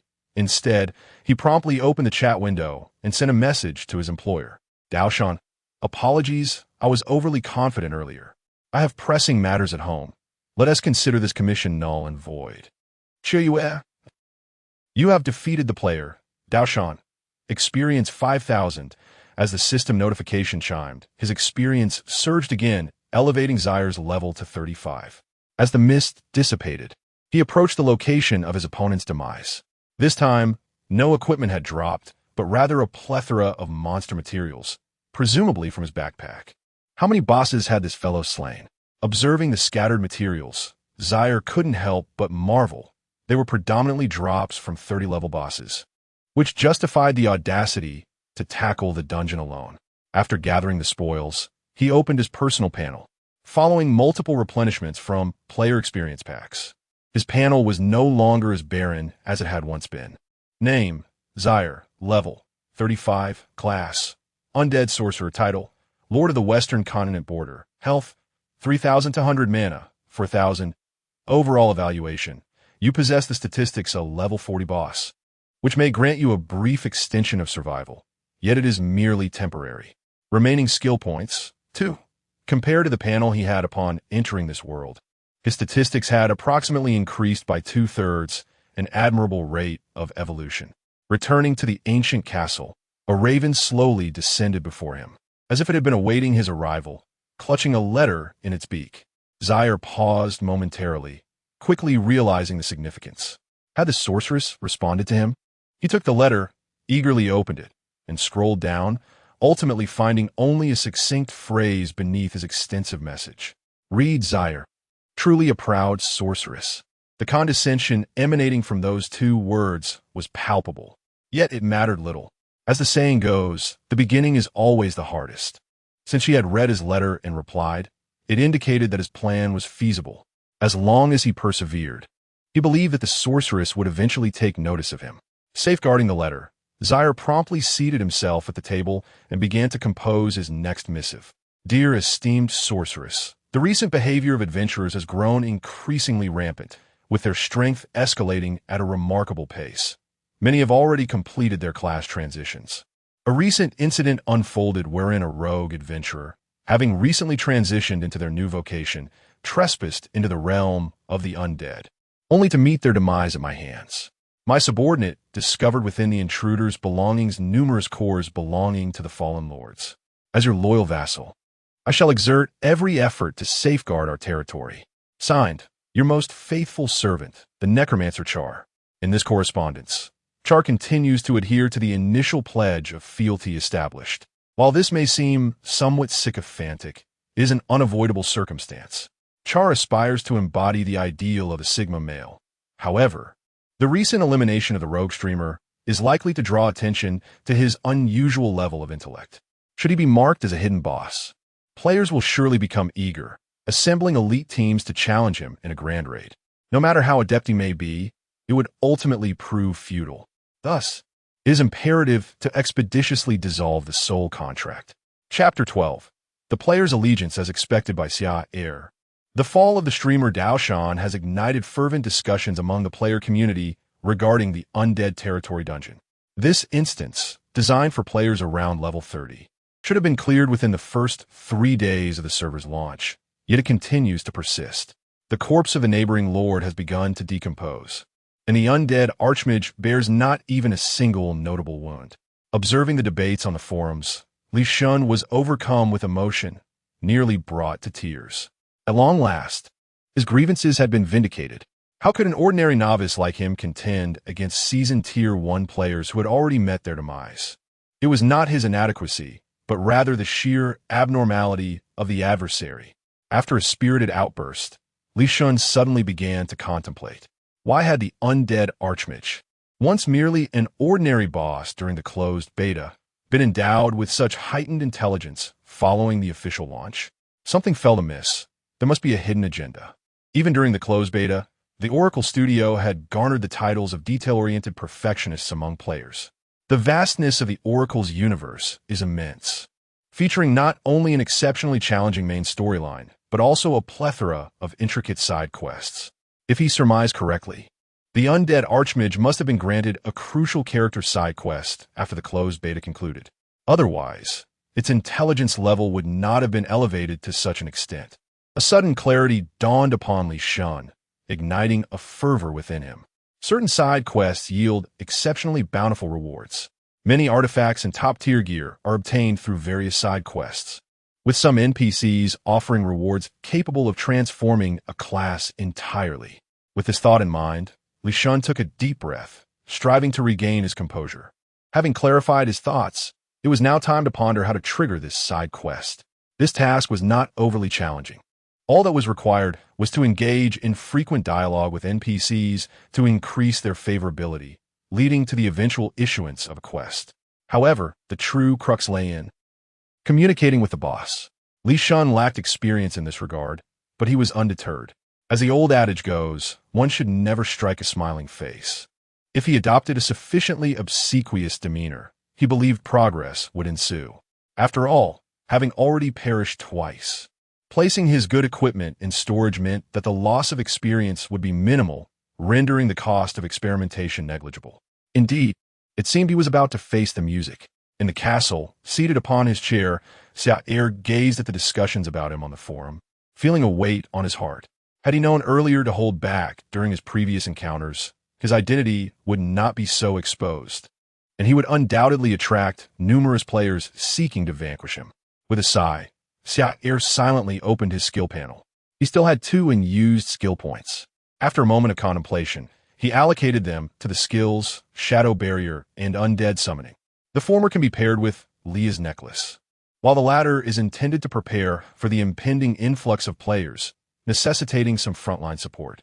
Skill points have been exhausted. Skill, Dark Veil, LV1, LV2. Description, blue mana consumption reduced by 50 per second. Mist coverage increased by 10 meters. Corrosion effect enhanced. Skill, Necromancy, LV2, LV3. Description, blue mana consumption reduced by 100. The number of summoned undead soldiers increased to 40. Necromancy level has reached LV3. Necromancy specialization unlocked. Upon seeing the system's notification, Charles was momentarily taken aback. Specialization? What is this? Following the prompt, he clicked to explore, revealing a vast skill tree rooted in necromancy. Branching outward, looking upward, he noted that 2 specializations could currently be unlocked. Specialization, Undead Control. Description, unlocking this specialization allows you to control the summoned undead soldiers with your mind. Unlock condition, obtain materials, Undead Bones, Spirit of Enchantment. Note, these materials are sourced respectively from the domain of the Proud Witch, Undead Domain, and the domain of the Lustful Witch, Enchantment Dungeon. Specialization, Path of Balance. Description, the undead you summon will not be limited to just the category of undead soldiers. Unlock condition, Craft Equipment, Yuliel's Grudge. Note, this equipment consists of Yuliel's Skull, 100 high-level mana crystals. After browsing the effects of the 2 specializations, Charles couldn't help but draw a sharp breath. They were quite formidable. Each seemed to represent a qualitative leap. Yet the unlocking conditions appeared rather daunting. The first crafting material for undead control was available within the territory, but the Spirit of Enchantment was not easily obtained. If memory served, that particular item resided within the jurisdiction of the Lustful Witch, and as a subordinate of the Proud Witch, Charles certainly could not venture into that area. Moreover, Yuliel's Skull belonged to a formidable boss around level 35 to 40. Collecting these 2 items solely by his own efforts would be impossible. The only viable option seemed to be posting a bounty in the trading market. As Charles pondered this, suddenly, Avril burst through the door. Lord Charles, an adventurer has arrived in our territory. Charles furrowed his brow. Is he powerful? Avril shook her head. Not particularly strong, but he is quite peculiar. arriving without any weapons and even stripped of his armor, leaving only a pair of shorts. Charles replied, "Are you sure he is an adventurer and not a pervert? Never mind, I shall take a look." With that, Charles cautiously made his way to the territory in question. Every movement deliberate. It was a precarious time. Who knew what new tricks those players had devised? He had to remain vigilant, for as a player himself, he understood his kind all too well. After a cautious exploration, Charles finally spotted the player, who was ceremoniously saluting with both hands raised, not far from the entrance. "You again, Li Shun?" Charles recognized this ID quite well. Initially, this individual had provided him with a considerable amount of experience points, and later summoned his friends to deliver equipment, which deeply touched the impoverished Lord Charles at that time. Lord Charles, upon noticing the lurking shadow in the distance, Li Shun immediately reacted, waving his hands fervently. "Please, do not harm me. I mean no ill will."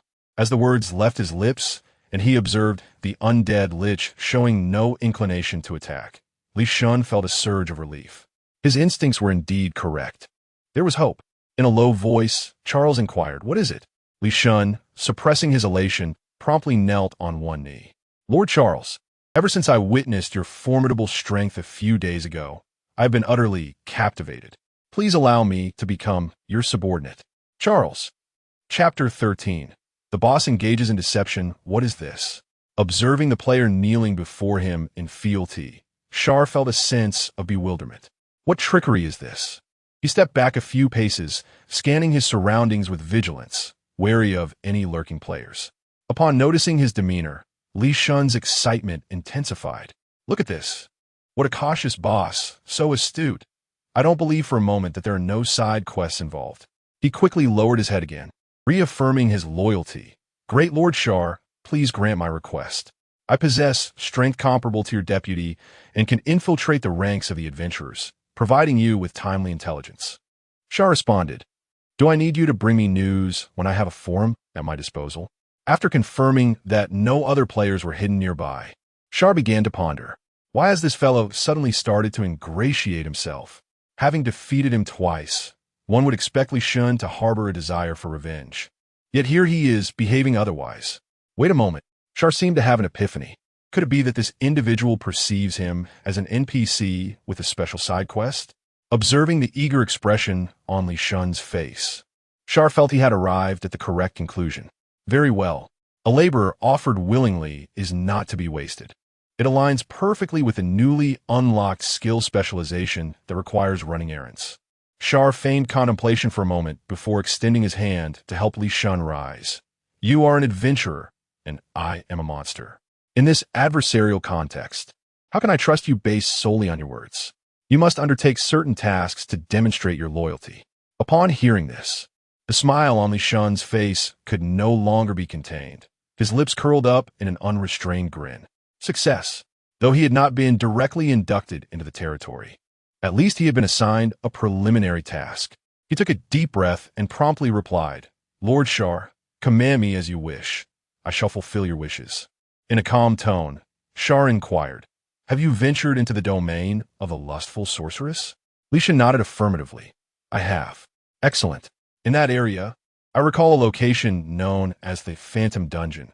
I require an alluring soul. The undead Overlord Char has assigned you a task. Will you accept?" "Accept." As the text appeared, Li Shun raised his head, thumping his chest. "Understood. Lord Char, I will procure this item with utmost haste." With that, he departed the realm of the undead without a backward glance. After Li Shun left, Avril, who had been observing from the sidelines, stepped forward, her face a mask of curiosity. "Lord Char, what is the meaning of this?" Char replied, "Nothing of consequence. I have merely acquired a loyal hound." Avril hesitated. "Lord Char, the sorceress forbids monsters from engaging with adventurers, and they are exceedingly cunning. Might this lead to trouble?" Char shook his head. "No need for concern. I have my own measures. Now, gather all the worthless trinkets from the territory. I have use for them." Emerging from the realm of the dead, Li Shun was overwhelmed with exhilaration. The cataclysmic plan for an unexpected resurgence had successfully commenced its first phase. His deductions were indeed correct.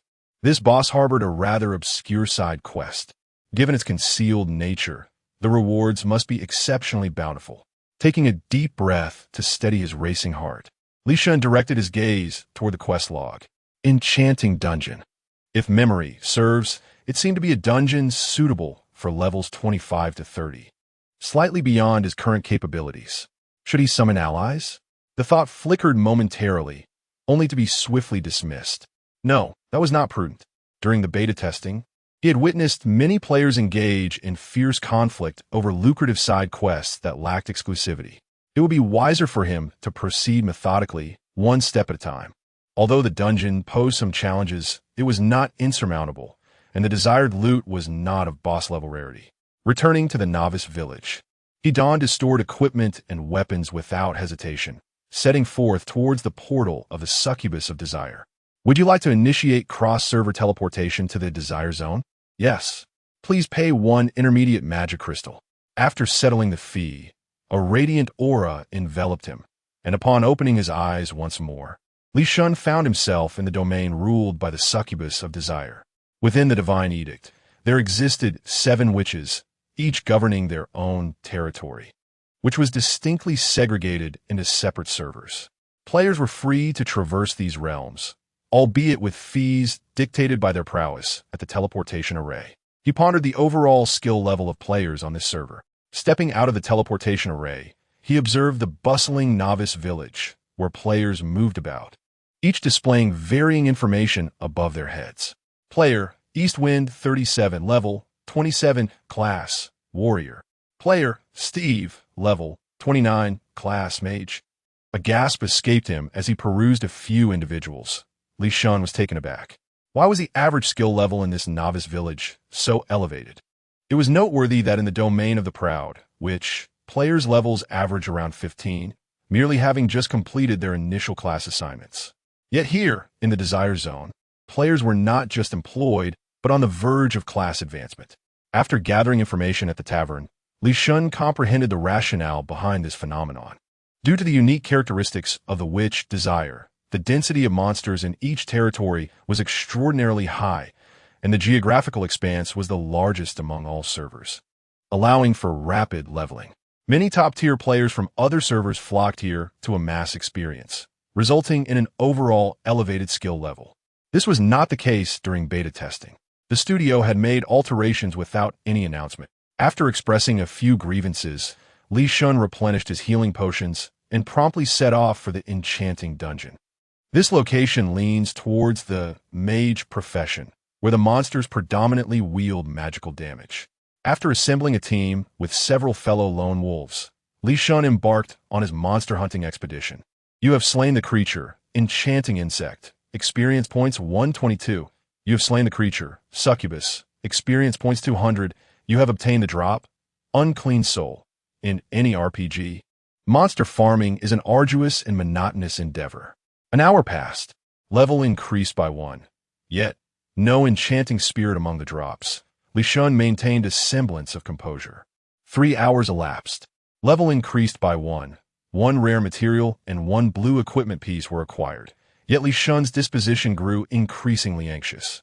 7 hours drifted by. Gazing at his inventory, brimming with equipment and materials, Li Shun could no longer contain himself. His hands ached. Why were the drops so elusive? Was his luck truly so dismal?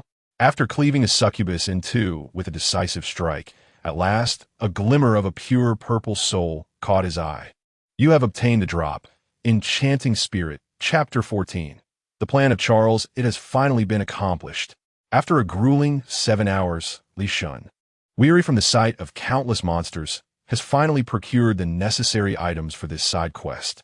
His level has now ascended to 26, and it must be acknowledged that the monsters associated with lustful desires are indeed abundant.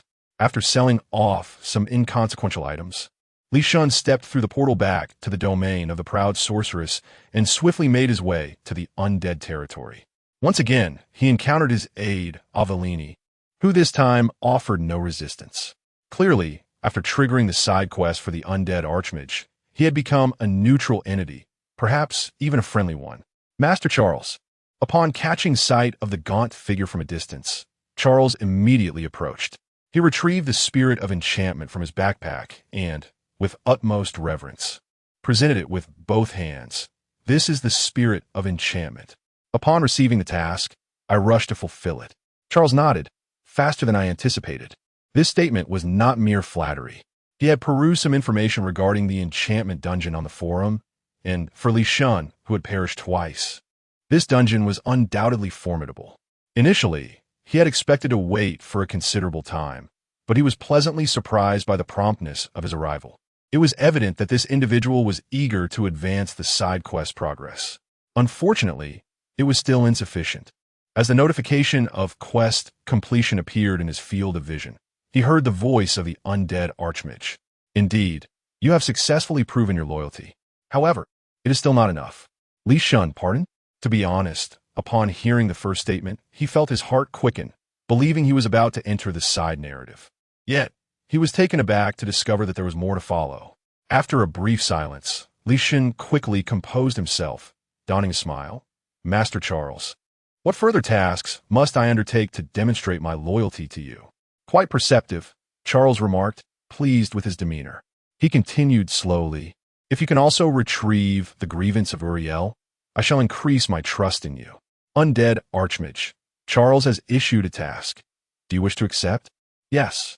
Having gritted his teeth to accept the task, Li Shun was about to depart when he was suddenly called back. Wait. At this, Li Shun turned back. Master Charles, is there anything else you require? Charles stepped forward and patted his shoulder. Next time, feel free to come directly to the castle to find me. At your command. Upon hearing this, Li Shun's spirit soared. Although he had not received any tangible rewards, it mattered little. Initially, he had to communicate through the aide, but after this task, he could now enter the castle directly. What did this signify? The undead Archmage's trust in him was gradually increasing. The preliminary tasks may seem excessive, yet the greater the number of tasks at hand, the more they attest to the value of this side quest, which far exceeds one's initial expectations. Yuliel, damn it, onward we toil. Only through an effort that surpasses the ordinary can one reap substantial rewards. After a brief mental pep talk, Li swiftly departed the territory, entirely oblivious to the slight smile gracing the lips of a certain lord. Players are truly gullible. No substantial rewards are necessary. Mere verbal trust is enough to stir their excitement. Observing the effortless acquisition of the enchantment spirit, Zaire felt he had finally grasped the essence of being an NPC. Opening his skill panel, he navigated to Undead Specialization. The material, Undead Bones, was already prepared, and now that the enchantment spirit was in his possession, it could be activated immediately. Would you like to use the material's Undead Bones, enchantment spirit, to unlock this specialization? Yes. Specialization unlocked. Undead control. With the specialization illuminated, Zaire promptly summoned his undead army. Hand after hand emerged from the earth, and he could distinctly feel the bond between himself and the undead strengthening. In the past, he could only issue the most basic command of attacking a target, but now Zaire could even position these undead into formations. If he fully concentrated, he could control the movements of up to 8 undead simultaneously. This transformation could certainly be deemed a qualitative leap. The distinction between uncommandable and commandable undead is entirely profound. The enhancement complete, Zaire sought out Aviel, addressing her. Gather the other deputies in the territory. I shall await you at the castle for a meeting.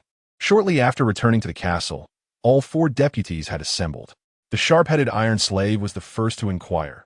Lord Zaire, what is it? Are those adventurers causing trouble again? Zaire shook his head. No. The reason for summoning you all is quite simple. Compile a list of the equipment you lack and the items necessary for enhancing your power, and present it to me. In the realm of divine prophecy, monsters too can grow stronger, though the requirements for each vary. As for Zaire himself, being a necromancer, aside from slaying players, consuming particularly potent souls can also bolster his strength. Merely enhancing his own abilities would not suffice. Not to mention the necessity of having capable companions should they ever break the witch's contract and venture elsewhere. Upon hearing this, Aviel paused. Lord Zaire, what do you mean? Are you intending to assist us in gathering these items?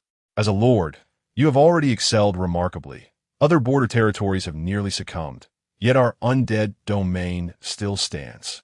Collecting these items is indeed a tremendous drain of energy. Frankly speaking, Aviel was already quite satisfied with Lord Zaire's current performance. In the past, the other party merely occupied themselves in the castle's study, engaged in an unremarkable routine. In stark contrast to the present, the difference is indeed profound. Charles waved his hand dismissively, countering Avril's assertion. Simply adhere to my instructions. Each individual must compile and submit a list. As for concerns regarding energy expenditure, Charles paused momentarily, a smile gracing his lips. There will be those who willingly assist us. Following his observations of Li Shun's performance, Charles had fundamentally redefined his own role. What purpose does it serve for a boss to engage in relentless combat with players, fraught with both risk and exhaustion? Instead, seizing the opportunity presented by his own exposure, he resolved to undergo a transformation, becoming a hidden NPC with side quests, enticing more players to come and work for him. Chapter 15. Entrapment Before Long. The four assistants compiled a comprehensive list of necessities and presented it to Char. Upon glancing at the document, a sense of surprise washed over him. It was indeed quite audacious. The sheer volume of items was overwhelming. Relying solely on Li Shun, a mere laborer, to gather such an extensive collection was utterly impractical. Judging by the demeanor of his counterparts, it seemed they had no intention of revealing this matter. However, Char possessed ample means to disseminate the fact that he was merely a side character in this unfolding drama. He opened the forum and opted for an anonymous post. After a moment of contemplation, Char commenced his favorite pastime of crafting a brief essay. Recently, I have observed a fervent debate in the forum regarding the undead Archmage boss, with many criticizing the studio for unreasonable adjustments. However, I believe your perspective is misguided. What is the Oracle Studio? A detail-oriented entity. Do you truly think they would design such a formidable boss without reason in the vicinity of the novice village? Clearly, there is more to this story. Based on my experience, this undead Archmage likely has a related side quest, and it is certainly not a simple one. I wonder if any brave warriors will attempt to engage in friendly interaction. Additionally, this is purely a casual observer's opinion. Please refrain from harsh criticism. After finalizing his thoughts, he promptly hit send. Given the high level of discourse surrounding this topic, it did not take long for the post to draw attention. As players scrutinized the content, those who had previously derided the designer's intellect suddenly had an epiphany. Of course, a side quest. How had they not considered this? Replies began to flood the comments section. Wow, that makes sense. The Oracle Studio is unlikely to make such a fundamental error. Are side quests not typically associated with NPCs? I don't think I've ever heard of a boss having a side quest. Wait, why choose to post anonymously? Could it be that the studio faced severe backlash and has now created a secondary account to provide hints to the players? Noticing the anonymous avatar of the poster, players began to sense something amiss. The tone, the phrasing, it seemed dubious that one could be a mere bystander. Brothers, hold on. I'm going to test the waters in the undead territory. Kid, you think you can monopolize the side quest? Not a chance. Thank you for the hint, esteemed one. I'm already on my way.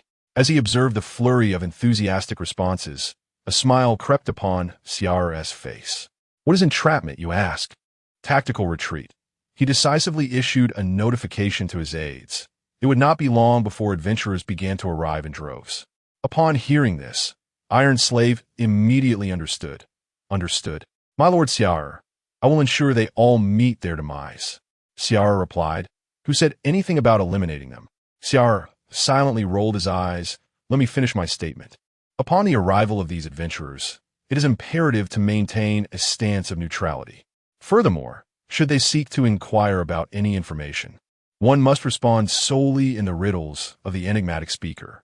The abrupt twist left the aides somewhat bewildered, and after a brief moment, Avril inquired with confusion, what constitutes the speech of the riddle maker? Simply speak in circles and utter vague phrases, such as those who understand will understand. The involvement behind the scenes is considerable, the waters run deep, or this matter is not as simple as it appears. Thus, Charles commenced his training program for the riddle speakers. Outside the realm of the undead, A considerable number of players who had seen the forum post had gathered. Xiaoyu was among them, as the most significant victim under the command of the undead Archmage.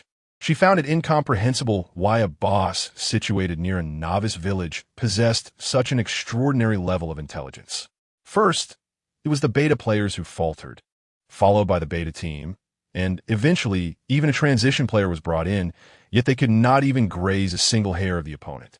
Now, after receiving guidance from an anonymous individual, her perspective regarding the realm of the undead had undergone a complete transformation. Maintain friendliness.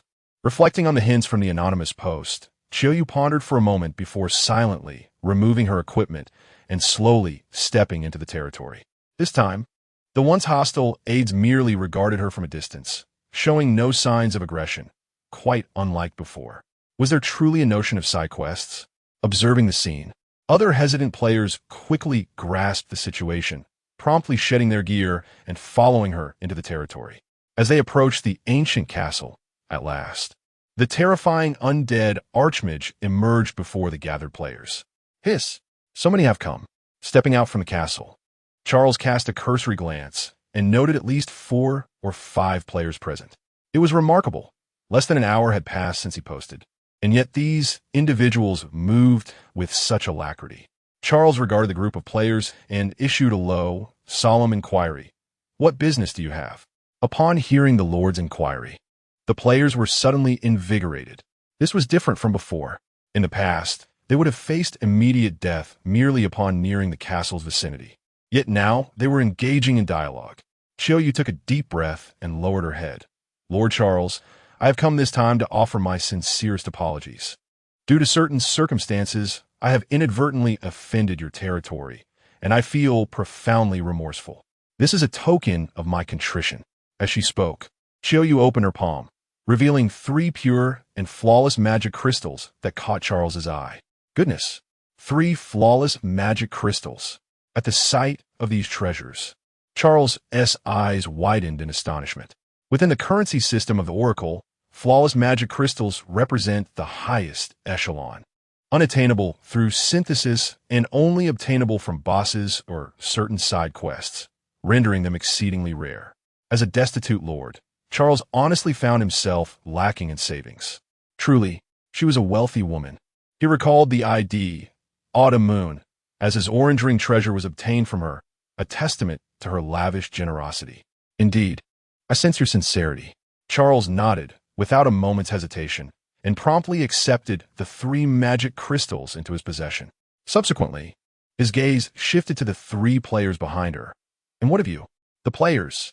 Damn, they had initially hoped to slip by unnoticed, only to find themselves under scrutiny. With rare currencies like the flawless magic crystals, they knew they could not procure anything of value, but with such enticing offerings before them, presenting anything less than impressive might result in their expulsion from the territory. The players, with a pained expression, offered their gifts. "Here are 10 souls of monsters around level 20. Surely they hold value for you, my lord." And I. Chapter 16. The introduction gift. Upon their initial encounter, the bountiful rewards included 3 flawless magic crystals, 10 strands of level 20 monster souls, a piece of purple gear, and a drop from a level 30 boss. The harvest was indeed substantial. After carefully storing the items, Zaire gazed at the assembly before him and spoke slowly. "Excellent. I can sense your remorse. However, it is insufficient. Here is a list. If you can gather the items specified and deliver them to me, I shall divulge certain matters. The undead Archmage, Zaire has issued a quest. Will you accept?" The players, upon receiving this notification, exhibited no hesitation and promptly claimed the task. Indeed, the information in that post was not mere fabrications. It appeared that an insider, unable to tolerate the situation, had provided this hint. Although the prerequisites for the preceding quest were somewhat numerous, it mattered little, for it was evidently a highly significant side quest. One must invest to reap rewards. Meanwhile, in a modest apartment, the recently awakened Li Shan, after preparing a serving of instant noodles, promptly commenced his gaming session. Oracle activate. Ever since discovering the undead Archmage side quest, Li Shan felt a renewed sense of anticipation for each gaming day. The previous day's 7-hour ordeal had become a distant memory, and now he faced an even more daunting task: Ylil's grievance. This was a drop from the boss within the Deep Rift, a level 35 adversary with formidable prowess, and the dungeon's mechanics were exceptionally cruel. In this dungeon, the accumulated deaths of elite teams numbered several, earning a notorious reputation. At merely level 26, attempting to solo this challenge was evidently an unwise decision. He had no choice but to seek assistance. Resolute in his decision, Li Shun opened the chat box and reached out to the team that had previously suffered defeat in the undead territory. Just as he was about to send a message, a new notification caught his eye. Feng Shui Lu Shuang. Li Shun, do you have any pure blood? Li Shun hesitated for a moment before replying. I have a few vials left. Why do you ask? Feng Shui Lu Shuang. Could you spare some for me? I need it for a side quest. Li Shun. Sure. I'm near the novice village. Come find me. Li Shun was not stingy. Having previously summoned these companions to the undead territory, resulting in a total party wipe and substantial losses, he had been carrying a sense of guilt. This was the perfect opportunity for him to make amends. Before long, Feng Shui Lu Shuang arrived. Brother, you're a lifesaver. I've been grinding for this pure blood for ages, and I'm still short. I need 3 vials. Li Shun nodded, suddenly curious. What side quest requires blood? Is it related to the vampire clan? Feng Shui Lu Shuang shook his head. It has nothing to do with the vampire clan. Speaking of which, this side quest has a bit of connection to both of us. Li Shun sensed something amiss in this statement. What do you mean? Feng Shui Lu Shuang replied. The undead territory. Haven't you seen the posts on the forum? It's generating quite a buzz. I pondered why we were annihilated by a level 30 boss. It appears that this character is a hidden side NPC. All one needs to do is unequip their gear to trigger the dialogue. Li Shun? What forum post? Realizing that something was amiss, Li Shun hastily logged onto the Divine Realm forum. He didn't even need to search, as he immediately found the post from the Anonymous on the homepage. Damn! Upon comprehending the content within, Li Shun admitted that his mental state was somewhat shattered. This was something he had painstakingly figured out, to prevent others from discovering it. He had even sought out random passers-by while grinding for quest materials. And now, you tell me the officials have been criticized to the point of retreat, directly posting hints anonymously?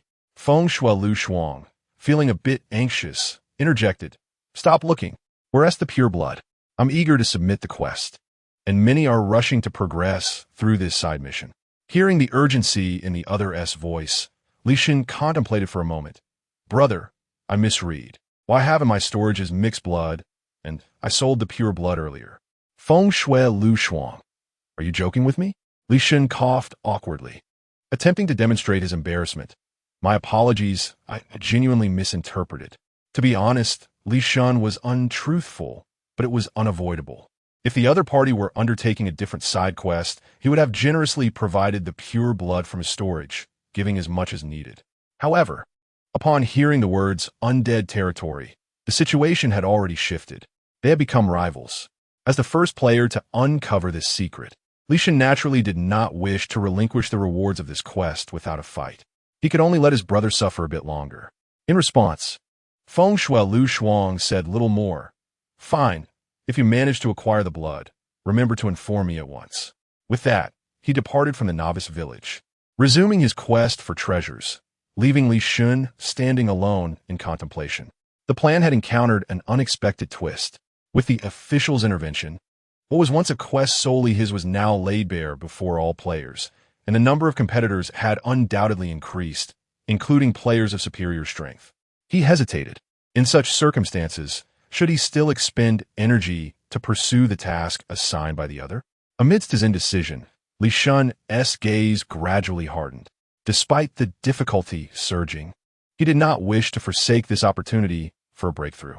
From his friend's words, it was evident that the new competitors were still engaged in the initial prerequisite tasks, while he had already completed them.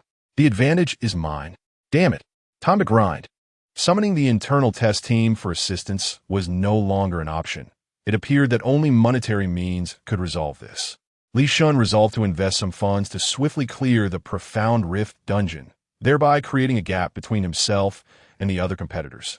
Without hesitation, He employed the player connections he had amassed during the internal testing phase, spending lavishly to hire a team of 2 specialized players. An hour later, within the Profound Rift dungeon, a message popped up before Li Shen's eyes. The copy boss, Yuliel, has been vanquished. My friend, the materials are secured, and I have sent you the card number. Indeed, I must admit that the professionalism displayed by the opposing team significantly surpasses that of my previous internal testing squad. They cleared the notoriously challenging dungeon within merely an hour, with no casualties among the players. However, it is undeniably costly. After completing the payment and acquiring the necessary materials for the quest, Li Shen let out a slow breath. Judging by the tone used by the necromancer during the completion of the last task, it seems that upon finishing this quest, he should be able to truly engage in the so-called side storyline. As long as he puts in sufficient effort, it is entirely possible for him to stand out among the multitude of players. Simultaneously, Li Shen's curiosity piqued.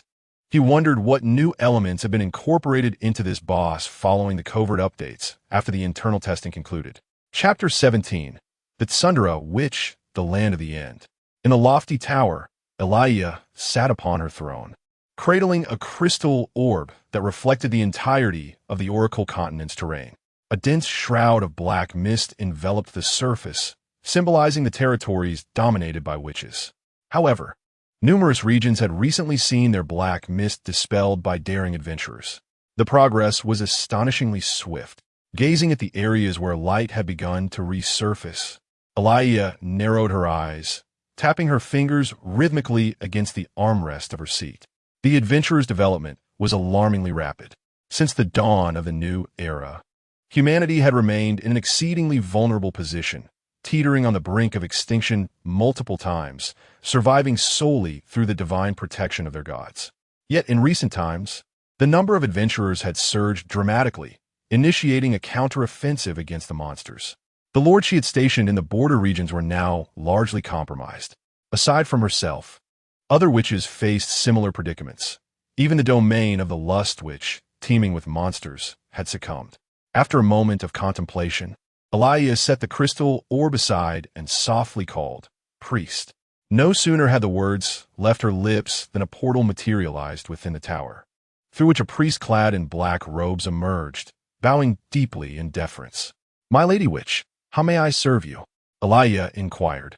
"I observed through the orb that the border region appears to have been seized by adventurers. This cannot be allowed." The priest lowered his gaze, his voice tinged with urgency. "I have made every effort to contact the lords of the border, but—" "Enough," Elia interjected, extending her hand to reveal a deep green eye that materialized within her palm. "Take this eye and make the necessary arrangements. I shall not permit these adventurers to advance further." Due to certain constraints, Elia was unable to leave the tower during this period. Thus she resorted to an alternative method to discipline these adventurers. The eye in her grasp, known as the Eye of the Abyss, could be infused with magical power, creating a rift for the creatures dwelling in the abyss to emerge. The priest reached out to catch the slowly descending eye and spoke. "Ah, my lady witch, I have one matter to report." Elia asked, "What is it?" The priest whistled softly, and a pitch-black raven glided into the chamber, clutching a letter in its beak. The priest appeared somewhat awkward. "The border's undead lord has sent another letter. Would you like to review it?" Elia remained silent, extending her hand to draw the letter toward her with magic and tearing it open. The contents were extensive, yet the information was already familiar to her and held little significance. However, she was taken aback. The territory of that lord had not yet fallen. She was acutely aware of the current strength of the adventurers. For a border lord to endure thus far was indeed no small feat. Raising her head and gazing at the hesitant Ilya, the priest began to speak. "My lady, it is evident that this lord has demonstrated considerable strength and loyalty by enduring amidst the fall of surrounding territories. If he remains stationed on the border, he is bound to be eradicated by adventurers in due time. Perhaps you could send a letter to dissolve his soul contract and summon him here." These words struck a chord deep within Ilya. Such a talent should not be squandered on the fringes of the realm. Ilya nodded in agreement. "You make a valid point. However, it is rather improbable for me to articulate this matter directly in a letter." The priest hesitated, sensing a peculiar sharpness in Ilya's demeanor after her statement. After a brief pause, he inquired, "What then do you suggest?" Ilya replied, "You shall make contact with this lord and subtly convey the message." At this moment, the proud sorceress once again exhibited her capricious nature. In the realm of the undead, within the ancient castle, after dispatching numerous players deceived by forum posts, Charles finally found himself with a modicum of leisure. He sat at his desk, penning and revising entries in a ledger. Charles was in the process of crafting a side quest for himself. It was simply impractical to have these players perpetually engaged in preliminary tasks for long-term development. This step was indispensable. Moreover, to delve deeper, there indeed existed an obscure side quest within the realm of the undead, specifically the tooth from the coffin of the little ghost. A slight rearrangement, coupled with his past experiences of reading novels, along with a bit of research from the forums, rendered this task manageable. A bloodline's friend entrusted his daughter to the realm of the undead before his demise, invoking secrets related to the progenitor of the bloodline, Ilya, and intertwining with the bloodline's legacy. Yes, the general outline of the story was now established. Although minor logical inconsistencies may arise, they were of little consequence. Players would fill in the gaps with their imaginations. After fleshing out some skeletal details, a sudden knock echoed through the room. "Enter." Tidying up the ledger, Charles turned his gaze towards the door, and upon recognizing the visitor, he appeared somewhat taken aback. He had anticipated a subordinate, yet to his surprise, it was once again that rascal Li Shun. "What brings you here?" Upon inquiry, Li Shun took a deep breath. "Lord Charles, the task you assigned to me has been accomplished." As he spoke, he revealed a skull adorned with a line of text. "Yuller's cranium? Such promptness?" Charles was astonished at the sight of the skull. This task was undoubtedly no simple feat. Even for a class changer, it was a daunting endeavor. And Li Shun's level was merely 26. How had he procured it? Had he employed underhanded methods? Charles quickly deduced the circumstances, realizing that upon discovering a competitor, this fellow was willing to exert himself so fervently. Fortunately, he had been well prepared. Upon receiving the item, Char gently patted the shoulder of the individual opposite him, conveying his acknowledgement of their abilities. "Come with me," he instructed. At these words, Li Shun felt a surge of excitement, nearly causing his heart to leap from his chest. Indeed, his investment had not been in vain. With the preliminary task completed, he was now on the cusp of delving fully into the side quest. Following the other's pace, they ambled forward until Char led them to a dimly lit basement. Flickering candlelight illuminated the weathered walls on either side, and on the ground, a complex and obscure magical array was inscribed in blood, exuding an air of profound mystery. Char gradually approached the center of the magical formation, turned to face Li Shun, and spoke with utmost gravity. "Do you know why I've chosen to remain in this territory?" Li Shun paused, momentarily taken aback. Why indeed had he chosen to stay in this land? Was it not due to a soul contract with the witch that bound him here? Yet, despite these thoughts, as an NPC character, the undead sorceress' words undoubtedly hinted at deeper reasons. Shaking his head, Li Shun replied, "I do not know." Char fell silent, instead gesturing towards the magical array as he slowly remarked, "Do you see this magical formation? It will provide you with the answers you seek." Li Shun. Chapter 18. Endless Suffering. What on earth? Is the answer concealed within the magic circle? Upon hearing the words of the necromancer, Li Shun nearly felt his intellect wither. He had anticipated a lengthy exposition followed by the commencement of a side quest, but instead, this perplexing statement emerged. Could the riddle master not vacate Gotham? Suppressing his urge to scoff, Li Shun focused intently on the magic circle. 10 seconds, 1 minute, 3 minutes. As his eyes began to strain, he still discerned nothing, nor could he find relevant information in the forum. This was merely a commonplace magic circle. After further scrutiny, Li Shun could endure no more and lowered his head, stating, "I apologize, Lord Charles. I am too dull-witted to perceive anything." Charles remained non-committal. This magic circle had only recently been drawn by him. If one could comprehend it, that would be quite extraordinary, for it bore no meaning. He spoke. "Drip a drop of blood into the center of the circle." Ah, so that is the way of it. Li Shun understood and promptly followed his instructions, pricking his finger to allow a drop of blood to fall into the magic circle. A faint crimson aura materialized, casting the entire basement in a sanguine glow. Yet it remained still. Li Shun was once again taken aback and turned to Charles. Lord Charles, what does this signify? Charles leaned forward, furrowing his brow. This magic circle possesses a venerable history, traceable to the previous era. Initially, it could operate with merely a drop of blood, but now, to fully activate it, 5 souls of level 30 magical creatures are required. Li Shun, very well, very well. So this is the game, is it? You were merely waiting for me here. Hearing this, he nearly lost his composure and exploded in frustration. Yet, recalling the time and money he had already invested, he managed to suppress his ire. The dungeon of enchantment was cleared, and he had procured Yuliel's resentment.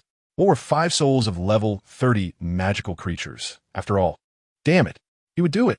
Li Shun took a deep breath. I shall go forth to collect them.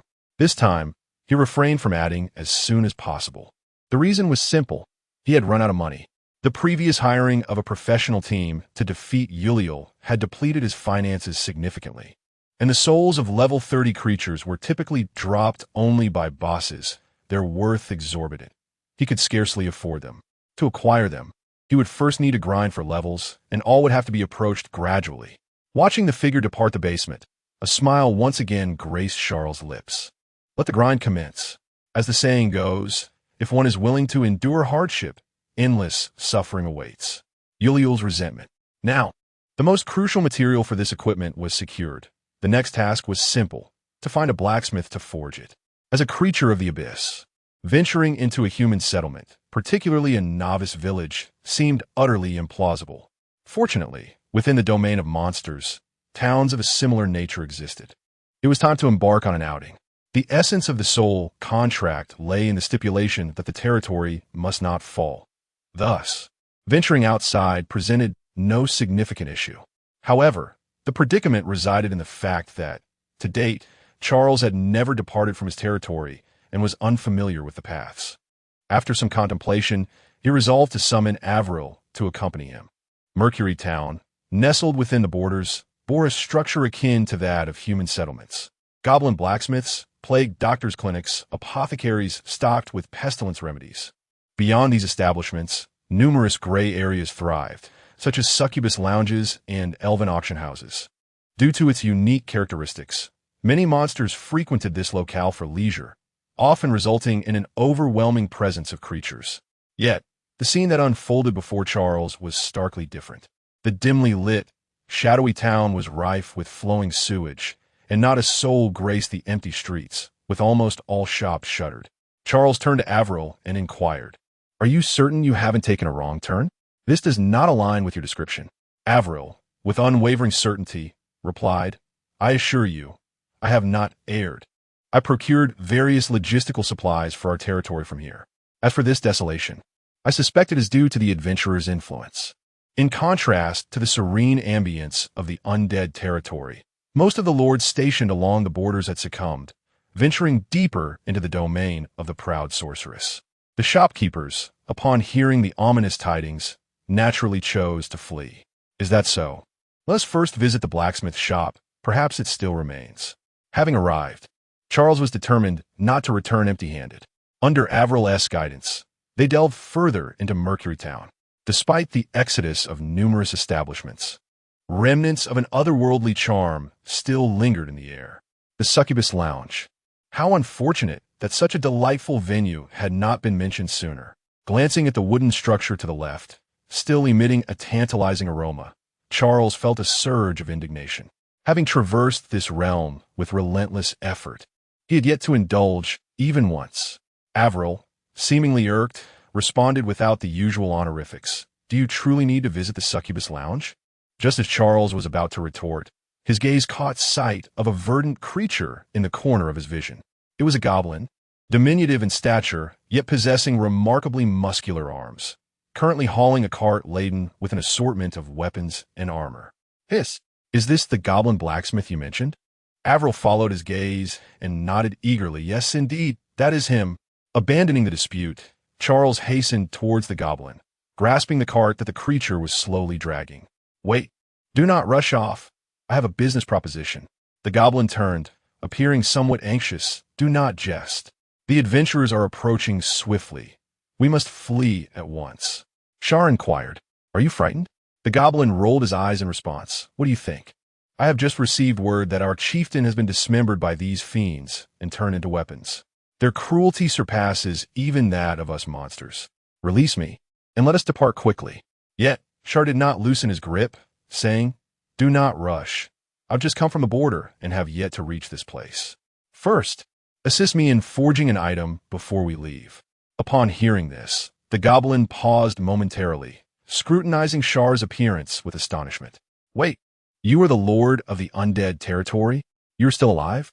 Char replied. Chapter 19. Something is amiss in this territory. "What do you mean by that? Are you so eager for my demise?"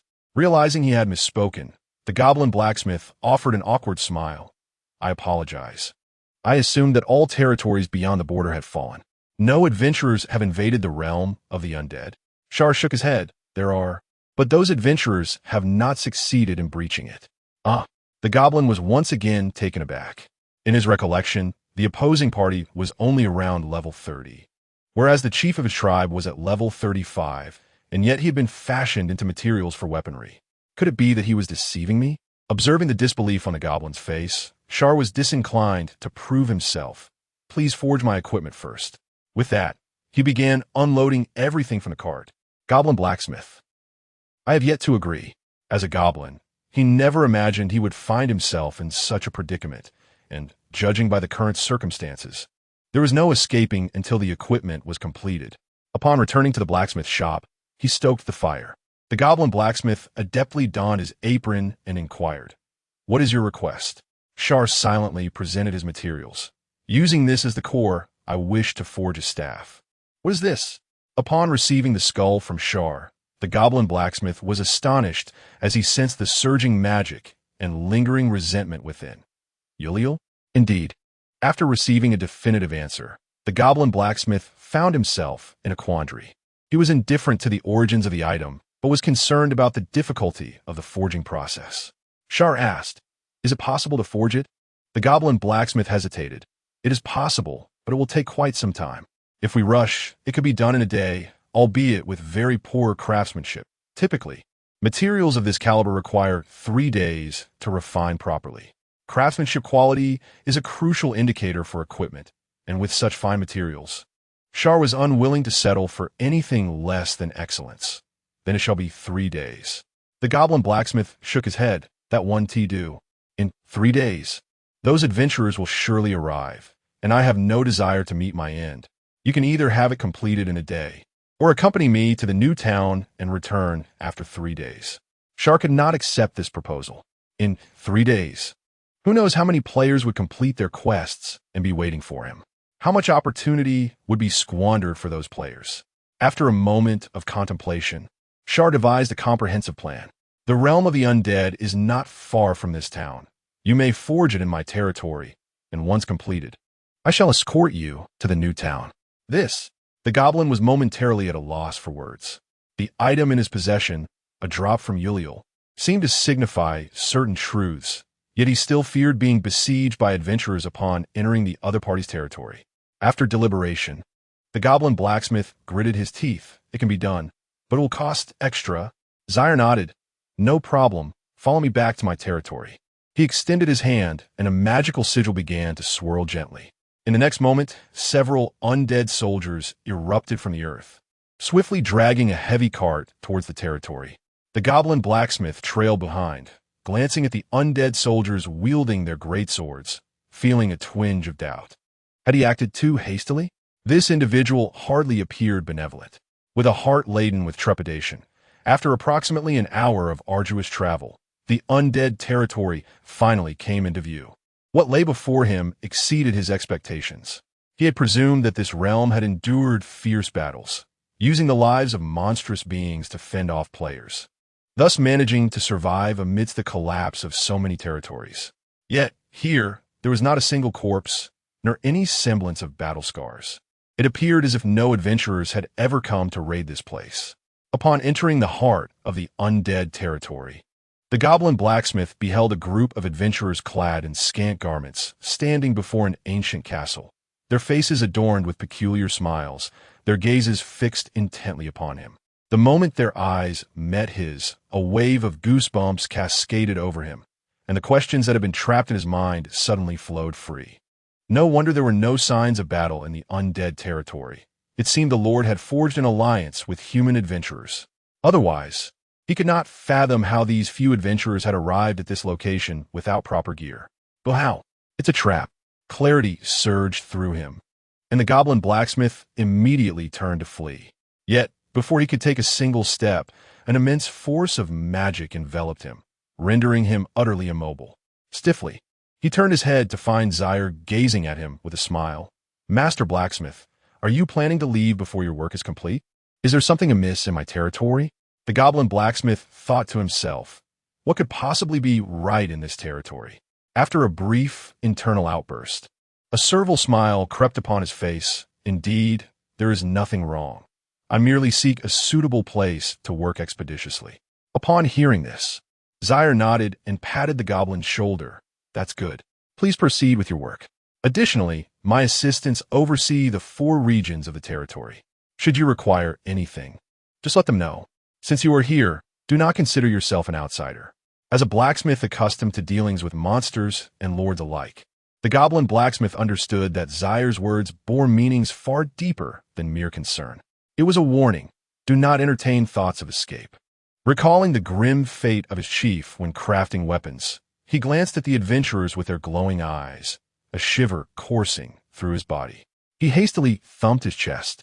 "Rest assured, Lord Zaire, I will not consider myself an outsider."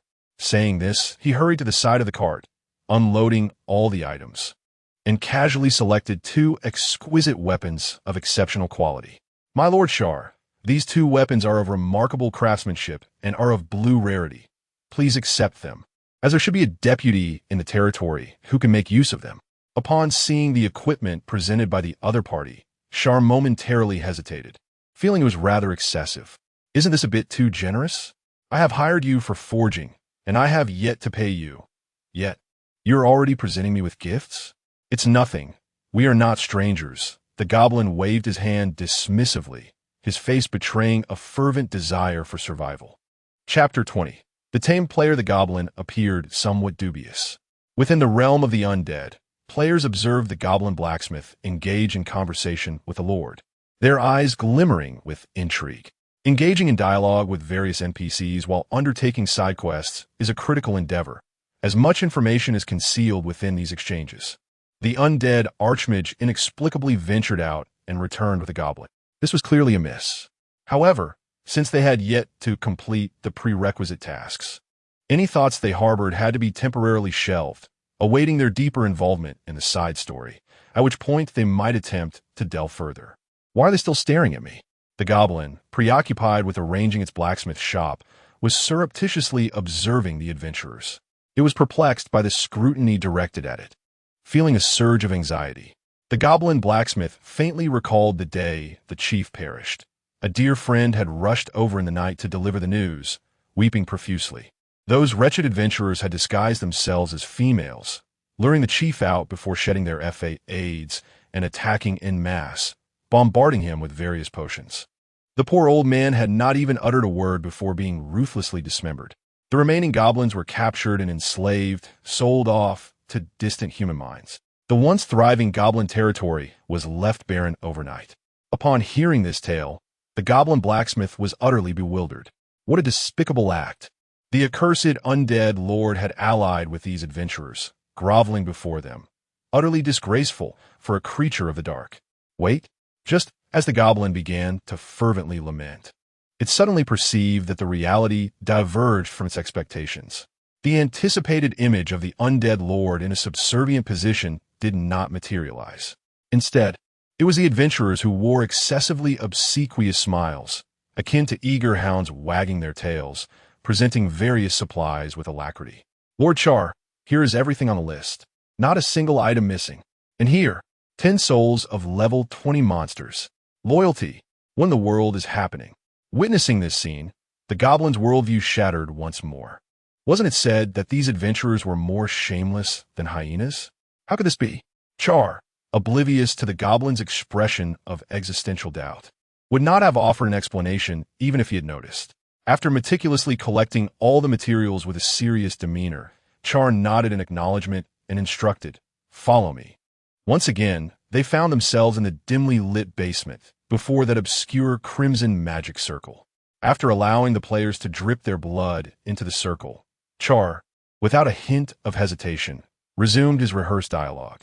This ancient magic circle has been damaged and requires the souls of 10 level 30 monsters for restoration. Once repaired, it shall provide guidance to you. As the adventurers exited the territory with expressions of exhilaration, Ivy quietly observed the scene before retreating to the basement. She gazed at the magical array, her expression grave. "Lord Charles, what is this? Does our territory truly harbor some tales?" Charles regarded Ivy with a look of incredulity, akin to that one might reserve for a fool. "Of course, it is a fabrication. I sketched this magical array in a mere 3 minutes. Without concocting some tales, how could I convince these fools that they have stumbled upon a great fortune?" Ivy, upon witnessing the enthusiasm of the adventurers, had momentarily believed in the authenticity of it all, only to discover it was a mere ruse. "Have you memorized the script I entrusted to you during our meeting?" In response to the inquiry, Ivy nodded. "This matter is too intricate to elaborate on. It requires personal insight. Those who understand will know. Indeed, maintain this demeanor. Infuse a modicum of superfluous information amidst the plethora of meaningless chatter. The key is to preserve the enigmatic allure of our territory." The conditions set by Charles for activating the magical array were quite stringent and could not be fulfilled in haste. Once this task was concluded, he would formally usher the players into the narrative he had devised. At that juncture, these crafty individuals would undoubtedly scour the territory for information. It was imperative to sustain an air of mystery. "Here is the list of items you requested. Some may not have arrived yet. Take these to distribute amongst the other subordinates to bolster their strength." After handing over the magical pouch, Charles returned to his study and opened his personal panel. He was currently at level 35. Following his last encounter, where he eliminated a class-changing player to complete his character transformation, he had refrained from engaging with players seeking to trigger hidden quests, resulting in stagnation of his level. To alleviate this predicament, he decisively issued a request for the collection of monster souls from these players. After accepting a wave of labor from the adventurers, Charles now possessed 10 strands of souls from level 20 monsters. Extracting them from the magical pouch, he infused a modicum of magical energy. The previously listless souls, sensing his presence, began to wail, exuding dark mist that embodied their resentment from before death. Evidently, in the possession of those unworthy players, these souls had met a gruesome end and were filled with indignation. "Oh, my unfortunate kin! Fear not, I shall avenge you. Lend me your strength." With that, Charles closed his eyes and consumed all the souls in one swift motion, instantly refining them. Experience 900, experience 600, experience 600, as the system notifications echoed. His previously stagnant experience bar began to surge, inching closer to level 36. Your level has risen to 36, skill point 1, after absorbing all 10 souls. His level had finally, albeit marginally, increased by 1. Gazing at the slightly protruding yellow bar, Char could not help but murmur, the higher the level, the lesser the benefits derived from lower-tier souls. However, it matters not. Securing skill points is all that counts. In his previous allocation of points, Char had discovered that elevating a skill to level 3 would unlock a specialization option. Each specialization could induce a transformative change in the skill. Currently, his remaining skills, Black Barrier and Ember of Fire, were both at level 2, each merely a skill point away from advancement. After a moment of contemplation, Char resolved to allocate the point to Ember, for it was his sole high damage skill at present. Skill points exhausted. Skill: Ember of Fire level 2, level 3. Specific description: mana consumption increased by 300, maximum targeted enemies raised from 5 to 10, minor increase in damage. Unlocked: Magical Flame, Specialization. Chapter 21. The Lord of Justice before him loomed a colossal world tree, akin to the specialization of necromancy, with 2 specializations currently available for unlocking. Specialization name: Flame of Convergence. Description: as you concentrate, a luminous halo will manifest in your palm, and the casting delay of Ember Fire will be negated. Unlock condition: collect materials, Ghostly Flame, Residual Ancient Verse. Note: these materials can be obtained from the domain of the Sloth, which Phantom Realm, and the special dungeon, Ancient Ruins. Specialization name: Arcane Convergence. Description: you may freely control the size of the halo according to your maximum magical energy, even consolidating it to inflict cumulative damage. Unlock condition: acquire the equipment, Crown of Thorns. Note: this equipment consists of Thorns of the Hatred Treant Brain Matter of the Siren. Both specializations promise a transformative enhancement to skills, albeit with a formidable collection challenge. Among other matters, the mention of Ancient Ruins piqued his interest. What exactly is this special dungeon? In moments of uncertainty, Char decisively accessed the Oracle Forum, inputting the term Ancient Ruins into the search bar. The results were scant. The official post merely provided a brief explanation.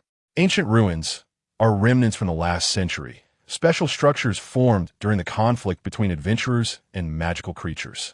There was no information on how to activate them, either. It appears I must seek an opportunity to learn more. The effects of this specialization are formidable, capable of transforming skills into instantaneous single-target actions, an essential shift that Char currently requires. He must acquire it. While he pondered, a raven silently alighted upon the window of his study. It seems the witch has replied once more. Eagerly, Char opened the message, his gaze immediately descending upon the brief response. 2 simple words. Read as coolly aloof as ever. Yet this time the proud, which has added an additional word compared to her previous one-word responses. It is evident that his efforts as an admirer have borne fruit. If this continues, perhaps the witch will even compose a small essay for me. After drafting another letter for the raven, Char enjoyed a rare moment of leisure. Due to the daunting nature of the magical array quest, the frequency with which players ventured into the undead realm had significantly diminished, leaving only 2 tasks for each day, urging the goblin blacksmith to hasten his equipment crafting and occasionally welcoming new players lured by the posts. Speaking of posts, Char was quite surprised by the players referring to themselves as the behind-the-scenes personnel. His intention was merely to conceal his identity by opting for anonymous postings. Yet this inadvertently led to a misunderstanding among the players. The Oracle Studio remained silent, merely issuing posts about the world's lore according to player progress, akin to a machine. However, this is indeed a positive development.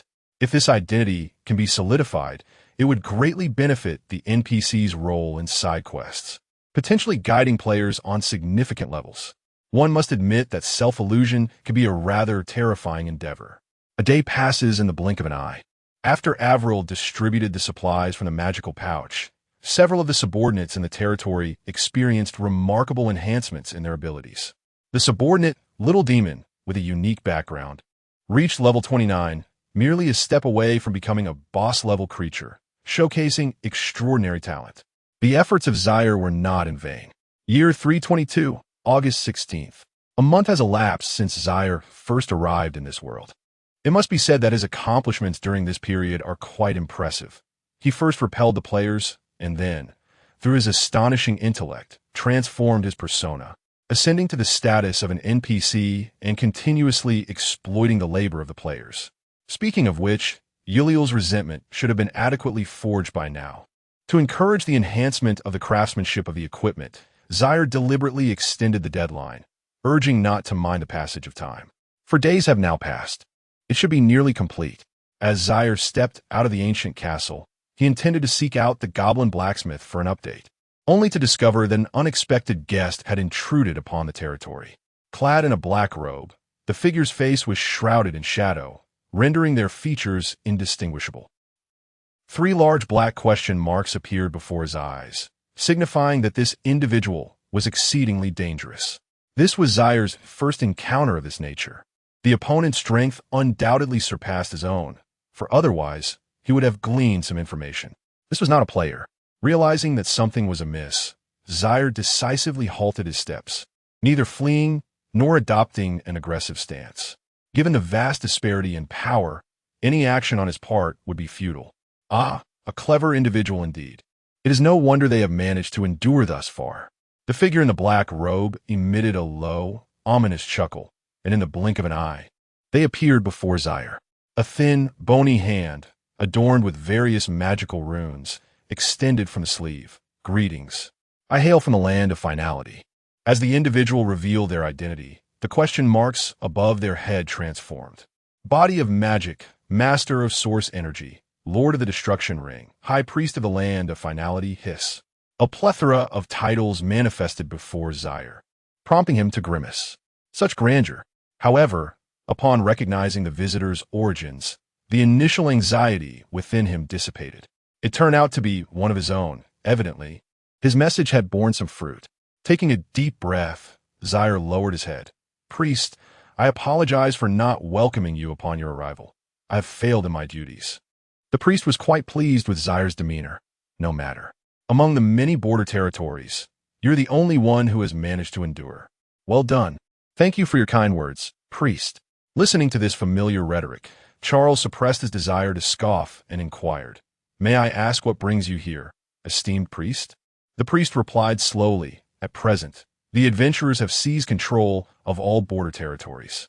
Although you have managed to hold out until now, given their terrifying rate of development, it is unlikely you will endure much longer.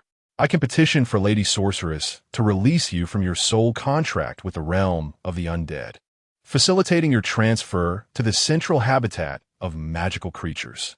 Upon finishing, the priest looked at him with hopeful eyes.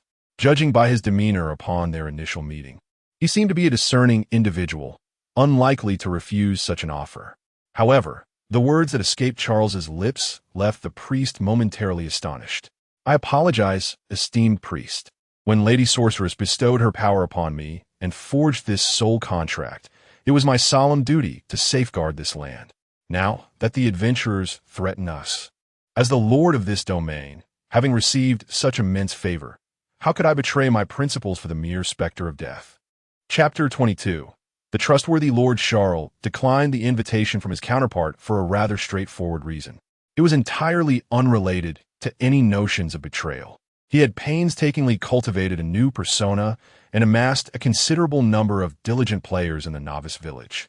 At present, these players had yet to develop to a stage where they could cause turmoil in the central region. If he ventured there now, who would heed his call for labor? Char could not acquiesce to such a proposition.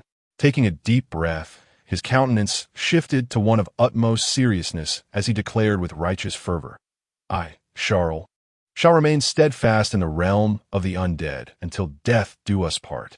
The priest, taken aback, had indeed envisioned a dialogue between them, yet he never anticipated such a response.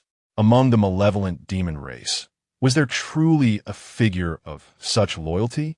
The priest felt a profound shock. Could it be that the adventurers had ensnared him with some form of mind-controlling artifact? After a thorough inspection that revealed no traces of magic upon Char, the priest offered his respect. To think Lord Char possesses such resolve. To be candid, the Lady Sorceress has prepared for the impending arrival of these adventurers. Soon, a wave of abyssal frenzy shall descend, compressing the adventurer's space for survival even further. Should you remain in the realm of the undead, it is only a matter of time before you are eradicated. Char shook his head in defiance. Fear not, I shall find a way to cope. If necessary, I will petition the Lady Sorceress for passage to the central region. Regarding the priest's mention of the abyssal frenzy, Char remained unfazed. What a jest! If they were mere ordinary adventurers, he might have been concerned, but the individuals before him were players. Was this not a grand event in itself? It would be absurd to think they could be halted. Once the abyssal frenzy was treated as an event and subsequently cleared, the players would have amassed sufficient strength to invade the central region, at which point he would dissolve the soul contract and transition. Perfect. Seeing Charles' resolve, the priest refrained from further objections. Very well. I hope we may cross paths again in the future. With that, the priest turned to leave, but was halted by Charles' voice. Wait, Mr. Priest, I have one more inquiry. Charles asked. Do you possess any knowledge regarding the ancient ruins? Clearly, this was the opportune moment to unravel the mysteries of this particular instance. From the impressive array of titles above the priest's head, it was evident that he was extraordinarily formidable, akin to a late-game boss, and likely privy to some insights. The priest paused. Ancient ruins? Was your interest in such matters? Charles replied earnestly, I seek a specific material to enhance my strength, and, according to the information I have gathered, it is said to exist solely within the ancient ruins. The priest did not inquire about the source of this information and responded, the so-called ancient ruins are remnants of a bygone era, somewhat akin to a territory but existing as an independent space. Every ancient relic harbors bounteous rewards, encompassing both the legacy of magical creatures and that of adventurers. However, the means to unlock such treasures is rather peculiar, often relying on fortune. And certain ancient sites are bound by restrictions. The priest pondered for a moment. If I receive any news, I shall come to inform you. Thank you, came the response as the priest was bid farewell. With a sudden exhale, Char felt a wave of relief wash over him. Fortunately, during that brief exchange, no players had approached. Otherwise, he would have been in a precarious situation. The proud sorceress had strictly forbidden any transactions between magical beings and adventurers. Encountering lowly goblins could be dealt with through forceful intimidation, but if he were to confront higher-level entities, discovery would likely lead to a severe penalty, such as account termination. It was imperative to refine his approach to meetings with players. The current method lacked rigor. Committing this matter to memory, Char proceeded, as per his original plan, towards the location of the goblin blacksmith. Thud, thud, thud. From afar, the rhythmic sound of iron striking iron resonated in his ears. The formidable hammer descended relentlessly under the strain of the goblin blacksmith's bulging forearm, sending sparks flying. Crafting materials of level 35 proved to be quite the challenge. After a vigorous bout of hammering, the goblin blacksmith wiped the sweat from his brow and lifted the newly forged staff for inspection. Utilizing the skull of Uriel as the core, he had melded together high-grade magic crystals to form the shaft, intricately inscribing runes for magical conduction along its length. The goblin had exerted every ounce of skill to successfully create this piece of equipment. Item: Uriel's Wrath, purple, craftsmanship, exquisite. Description: forged from Uriel's skull, 500 high-grade crystals. Significantly enhances mental capacity. Special bonus: when equipped, summoning undead will empower one spectral entity to elite status due to the lingering malice within the staff. Note: vengeance. Without a doubt, this represented the pinnacle of the goblin blacksmith's forging prowess, under the conviction that failure to perform would lead to dire consequences. He had indeed created an item of exquisite craftsmanship, living up to his title of exceptional blacksmith. Just as the goblin reveled in his accomplishment, a familiar voice, unexpectedly cold, sent a shiver down his spine. A certain lord, colluding with human adventurers, had approached the vicinity of the blacksmith's shop, a smug smile adorning his face. Lord Char. The goblin quickly regained his composure, promptly presenting the staff. The equipment you requested has been completed. Please take a look. I have already seen it, and it is evident that you have poured your heart into this. Having examined the data, Char accepted the staff, feeling the peculiar energy emanating from it, quite pleased. His initial expectation was merely for it to be commendable, at least reflecting the quality of the purple materials.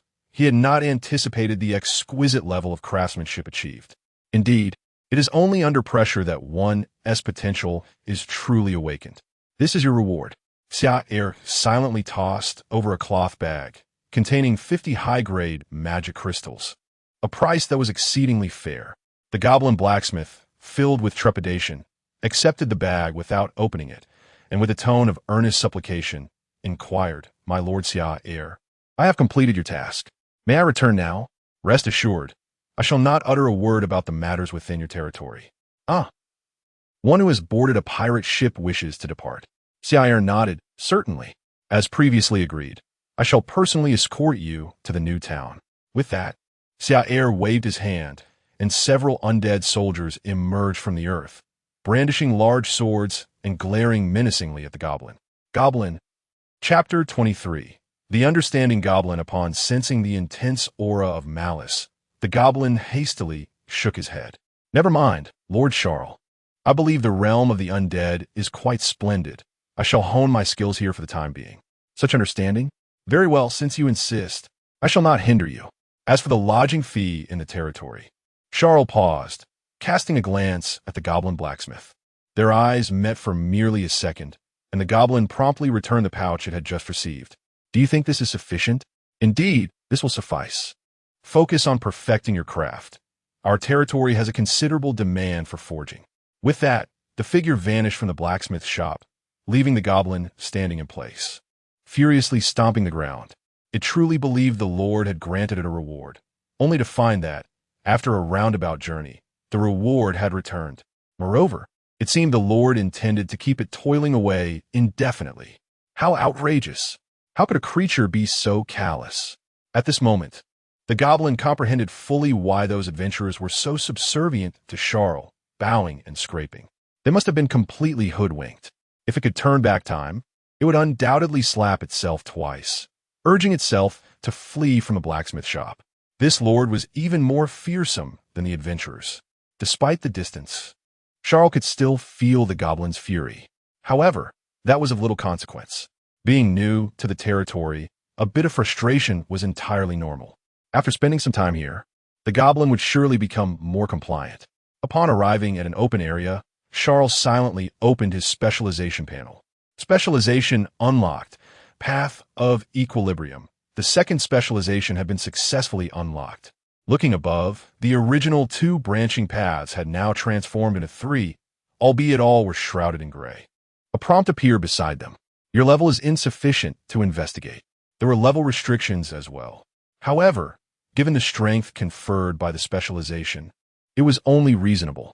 Before raising his level, he could take the opportunity to enhance the other 2 skill specializations. Closing the skill panel, he entered the experimental phase.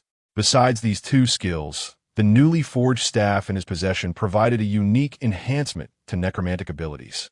It was of elite quality, likely around level 20. Let me see how this unfolds. Taking a deep breath, Charles channeled his mana into the staff and invoked the necromantic summoning skill. This time, the undead did not burst forth from the earth.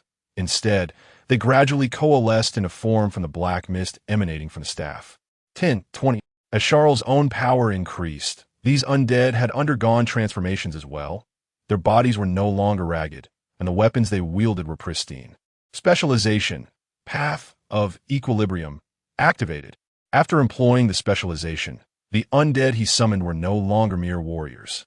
The shield warrior, wielding a shield forged from skeletal remains. The necromancer, cradling a luminous skull. What was once a monotonous array of troops has now transformed into 3 distinct entities.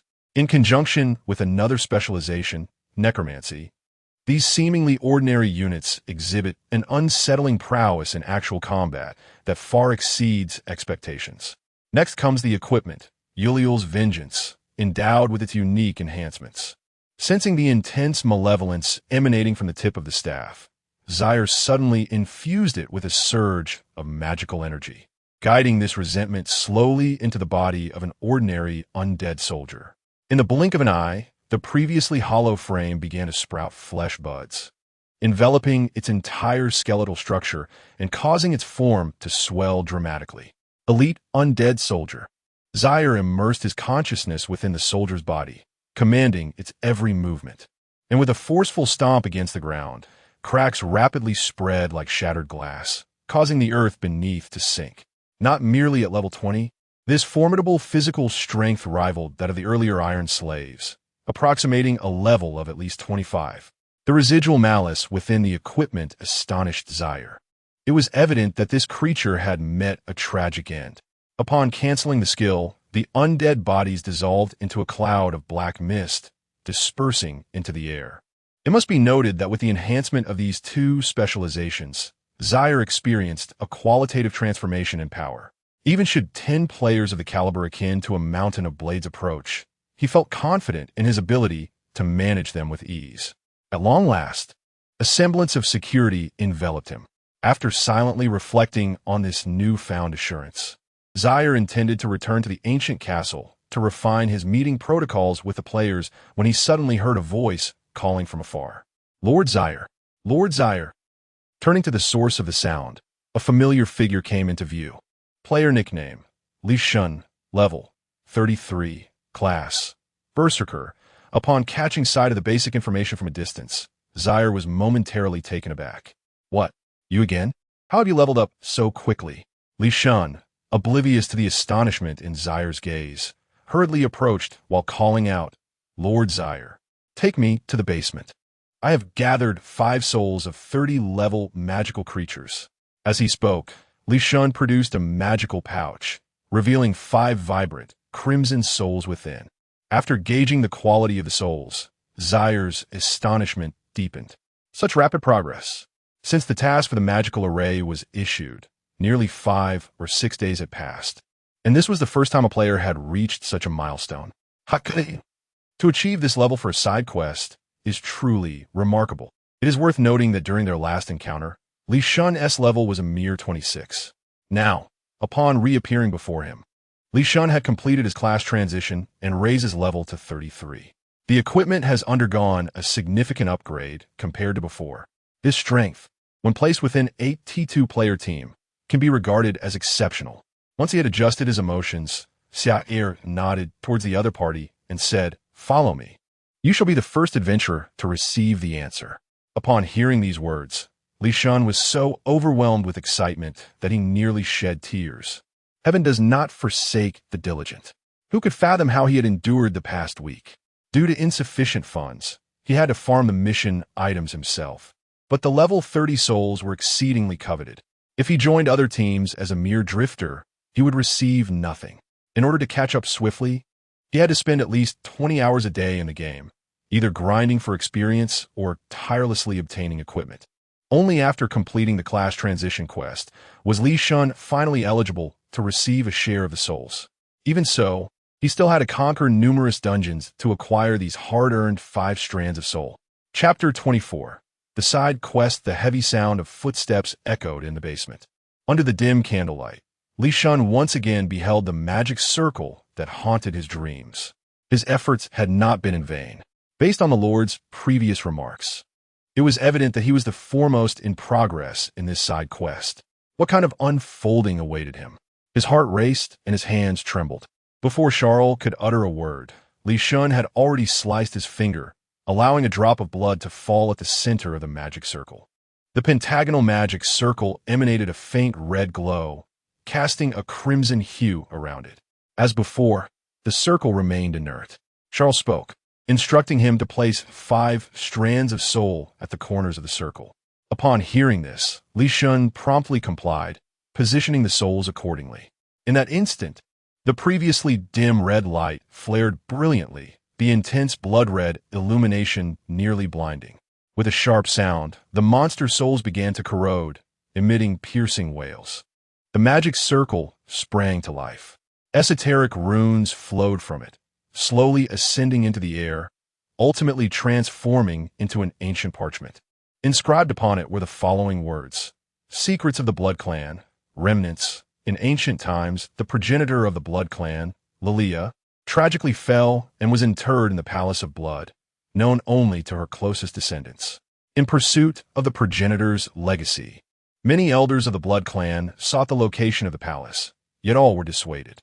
As time passed, the lineage closest to the progenitor dwindled under oppression, and eventually, her descendants perished mysteriously, leaving their successors lost to history. You are tasked with journeying to the Blood Clan, uncovering the truth of this matter, and relaying it to Lord Char. Note, during this quest, you must not disclose any information by any means, or it will be deemed a failure. Taking the parchment into his hands, Li Shun inhaled deeply, suppressing the shock that stirred within him. The ancient era. This side quest could trace back to such a distant age. To be frank, the difficulty of the task far exceeded Li Shun's expectations. What was the Blood Clan? During the beta testing phase, he had barely encountered any members of the Blood Clan when venturing into the central region with other players. Yet here he was, delving into such profound depths right at the onset of the storyline. He would have to wait for the main quest to advance further. However, considering the current pace of T0 players, the major storyline would likely unfold soon. Li Shun did not feel disheartened by the challenge. Rather, he was exhilarated. Such formidable difficulty only indicated that the ultimate reward for this side quest would far surpass his imagination. I understand, Lord Charles. After gleaning the narrative, Li Shun did not linger, promptly departing from the ancient castle. To engage with the Blood Clan, once the main quest reached the central region, he must prepare in advance. Strengthening his abilities was imperative. Upon departing from the realm of the undead, the priest wandered along the border, observing the desolation of other territories. As reported, aside from the domain of the undead, the entire border region under the dominion of the proud sorceress had succumbed to ruin. The ground bore no corpses, only the remnants of empty treasure chests and an overwhelming stench of blood. Truly valiant, the priest murmured to himself. Since the dawn of the era of awakening, under the oppression of the 7 great sorceresses, humanity had been utterly exhausted, unable even to contemplate reclaiming the lands of the monsters. It was astonishing that these adventurers could cleanse the border region so swiftly. Should they succeed in reaching the central territories, it would indeed be a cataclysmic turn of events. Contemplating this, the priest quietly retrieved the abyssal I bestowed upon him by the sorceress. Even after severing ties with its original host, this organ retained its vitality, its upright pupil swaying from side to side as it surveyed its surroundings. Frowning, the priest tightened his grip, channeling a surge of potent magical energy into it. Under the influence of this power, the abyssal eye soon lost its vitality, and its pupil gradually separated, forming a rift that led directly to the abyss, manifesting within the beleaguered territory. Abyssal rift. Description: a fissure opened by the abyssal eye, through which demons from the first 4 layers of the abyss will traverse into the mortal realm. The first rift was successfully established. Deformed hands emerged from within, as grotesque demons, amalgamations of various creatures, squinted their eyes and slowly stepped forth from the rift, enveloped in a dense aura of darkness. The abyss is a most peculiar realm, inherited from the bygone era, perpetually sealed. Unlike the creatures possessing a semblance of humanity, these demons retained only 2 thoughts: slaughter and destruction, and their strength was extraordinarily formidable. A demon from the abyss, of approximately level 20, possessed power comparable to that of a level 30 lord. The potential of this demonic eye was at layer 4, capable of summoning demons up to level 40, sufficient to confront these human adventurers. After completing the setup, the priest did not linger. According to his plan, he needed to establish 4 additional rifts along the outer regions of the central territory. Time flowed slowly, and before long, darkness enveloped the sky. Outside the central territory, known as the Obscure Forest, the priest completed the final rift. Thus, all 5 principal territories of the central region were fortified with a layer of defense. Those adventurers wishing to invade further would first have to eliminate these abyssal demons. It was time to return. He also needed to inform the sorceress about the situation with the Lord of the Undead. The thought gave the priest a slight headache. Releasing the sole contract to bring the individual to the central region was, in fact, the sorceress's decree. However, due to the individual's excessively proud nature, he was compelled to execute it himself. The priest had initially believed this task to be nearly certain, but he had not anticipated the stubbornness of this individual, leaving him momentarily at a loss for how to proceed. As he prepared to return to the place of the finality, an extraordinary transformation suddenly transpired. The previously tranquil space began to contort, as though something was striving to break free from the constraints of its realm. Following a dazzling burst of sacred light, a sight emanating divine purity materialized before the priest, adorned with an inscription. Ancient Sanctuary of Sacred Light. Description: in the bygone era, the master-level adventurer, Holy Alice, led a party to assault the domain of Spirit of Death. During the course of the battle, they perished together with the Lord, thus giving rise to this site. Note: entry to this relic is forbidden for adventurers above level 40. Each adventurer is granted only 2 chances. Note 2: the site will open in 3 days and remain accessible for 7 days. Note 3: this sanctuary contains 5 legacies of adventurers.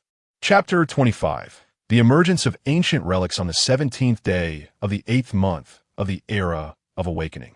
Players were greeted with two significant announcements upon logging in. The first, a grand event was imminent.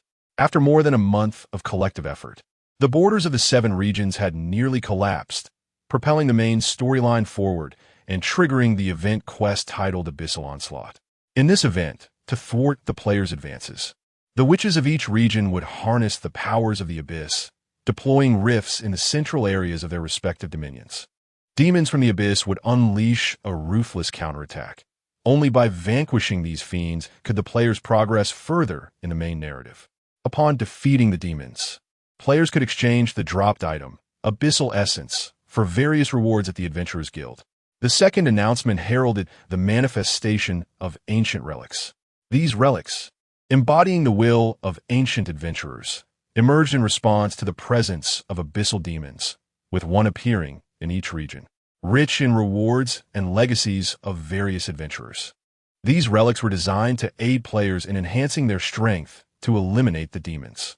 Their significance surpassed that of the first event, as the resources obtained from each relic were non-renewable, providing a transformative effect on one's profession. However, acquiring these treasures was no simple task. The witches would not allow adventurers to freely access the relics for their resources. Thus, upon the emergence of the relics, they typically employed certain measures, dispatching qualified lords to serve as guardians within. In the afternoon, as a destitute lord enjoyed a leisurely nap, he awoke to find a cloaked priest standing before him. Recognizing the familiar figure, Char stood abruptly, exclaiming, "Priest, when did you arrive?" The priest raised a hand. "I just arrived. Fortuitously, you have awoken. You previously mentioned the ancient relics. Do you have news regarding them?" Char inquired. The priest nodded. "Just now, influenced by the abyssal essence, ancient relics have appeared. Those human adventurers will undoubtedly flock to them. To prevent them from easily obtaining the legacies, I shall preemptively breach the relic space and send 5 qualified lords inside to impede the players." "What are the requirements?" Char asked. "The criteria are quite simple. One must be below level 40, the priest explained, then shifted his tone to a serious note to ensure the successful safeguarding of the legacies. "I usually select subordinate lords from major territories in the central region. Your strength is commendable, yet the overall power of the undead territory pales in comparison to that of the central lords, placing you at significant risk of perishing." Upon hearing this, Char's expression grew solemn. He took a deep breath. "I must enhance my strength to defend this territory. Even death holds no fear for me. I have faith in the other subordinates within the territory." The priest exclaimed, "Excellent." The counterpart did not disappoint. According to the rules, the priest's choice should have been someone else, but the words uttered by the necromancer warranted an exception. "The demon race requires such talent. Given your determination, I shall grant you a position in this selection. In 3 days, when the ruins are unveiled, I will seek you out." With that, a portal gradually materialized, and the priest stepped through, disappearing from sight. Observing the departure, Char could not help but inhale deeply. He had not anticipated receiving news of the ancient ruins so swiftly. This time, he intended to directly engage in the ensuing battle, to seamlessly integrate into the central region and lay the groundwork for side quests. Char must exhibit formidable strength to garner attention. This was an opportune stage for him. While he could not boast of being above level 40, he was confident in his abilities below that threshold. Relying on the slow method of players delivering souls was far too sluggish. He required a more efficient approach. Within the dungeon castle, a sharp beam of sword light sliced through the air, and the level 40 boss, 5-headed mage, abruptly collapsed to the ground, blood gushing like a fountain. A female player clad in heavy armor, wielding a longsword, stepped forward and with a swift motion severed the head that bore a striking resemblance to a human hand from the boss's shoulder. The castle boss had been vanquished. A system notification echoed. A player named Birchbark, brandishing a large bow, cast his gaze towards Shan-Exan. "How many levels did you gain?" Shan-Exan glanced at the fluctuating experience bar and sighed in relief. 6,000, just on the verge of leveling up to 40. "Nice. With everyone at level 39 entering the ruins, I refuse to believe we cannot secure a legacy." Shan-Exan replied nonchalantly, Those bosses within the ruins are inconsequential. The primary adversaries are other players of the same T1 level. Currently, players in the T1 tier across various servers were intentionally remaining under level 40. Not for any other reason, but to facilitate their entry into the ruins to compete for resources. For them, the real threat was not the so-called monsters, but rather the scheming players of their own kind. Xian continued, I've heard that our server's third guild, Night Watchman, has gathered a number of experts, including a T0 player who is also stalling their level. This situation is not as simple as we might think. It sounds intense. What did you expect? Xian retorted, this is the ancient legacy, one of the most crucial activities in the early stages. During the beta, numerous individuals ascended to the ranks of top-tier combatants because of it. Now that it is open to the public and the news has spread, it is bound to attract a frenzy. Birchbark furrowed his brow. What shall we do then? Competing against these seasoned players could prove troublesome. As he spoke, a spark of inspiration seemed to illuminate his expression. I have a splendid idea. What is your idea? Birchbark coughed twice. A few days ago, I came across a post compiled by a player, indicating that among the current 7 servers, the players in the Pride server exhibit the weakest average strength. Rather than engaging in head-on confrontations with the local strong, it would be more prudent to venture elsewhere in pursuit of relic resources. However, this approach is likely to attract criticism. Within the player community, there exists an unwritten rule stipulating that when certain rare resource points appear, players from other servers should refrain from indiscriminately seizing them, lest they provoke a collective backlash. Yet, rules are rigid, while individuals are dynamic, and the authorities have not provided a definitive stance on this matter. After a period of contemplation, Xian nodded. Let it be so. Chapter 26. Forging Equipment. Meanwhile, players clad in proud attire were eager to participate. In their quest to acquire resources within the ruins, they formed numerous teams, and even the self-proclaimed lone wolf assassin, a streamer known as Daoshan, joined a group at the generous invitation of a guild. The forums buzzed with various posts seeking teammates and conducting trades, as everyone aspired to enhance their strength as much as possible within the 3-day time frame. Truly, a vibrant scene, brimming with life and competition. At this moment, Char was engaged in an intense session of posting. Among the items bestowed upon him by fellow players, many were of no use, presenting a perfect opportunity to anonymously sell them in a trading post and reap a bountiful profit. A lucrative endeavor indeed. However, the team recruitment posts were rather lackluster. The true experts had likely already established private contacts, rendering the forum unnecessary for them. After perusing the posts thoroughly, Char decided to close the forum. It was time for him to elevate his capabilities.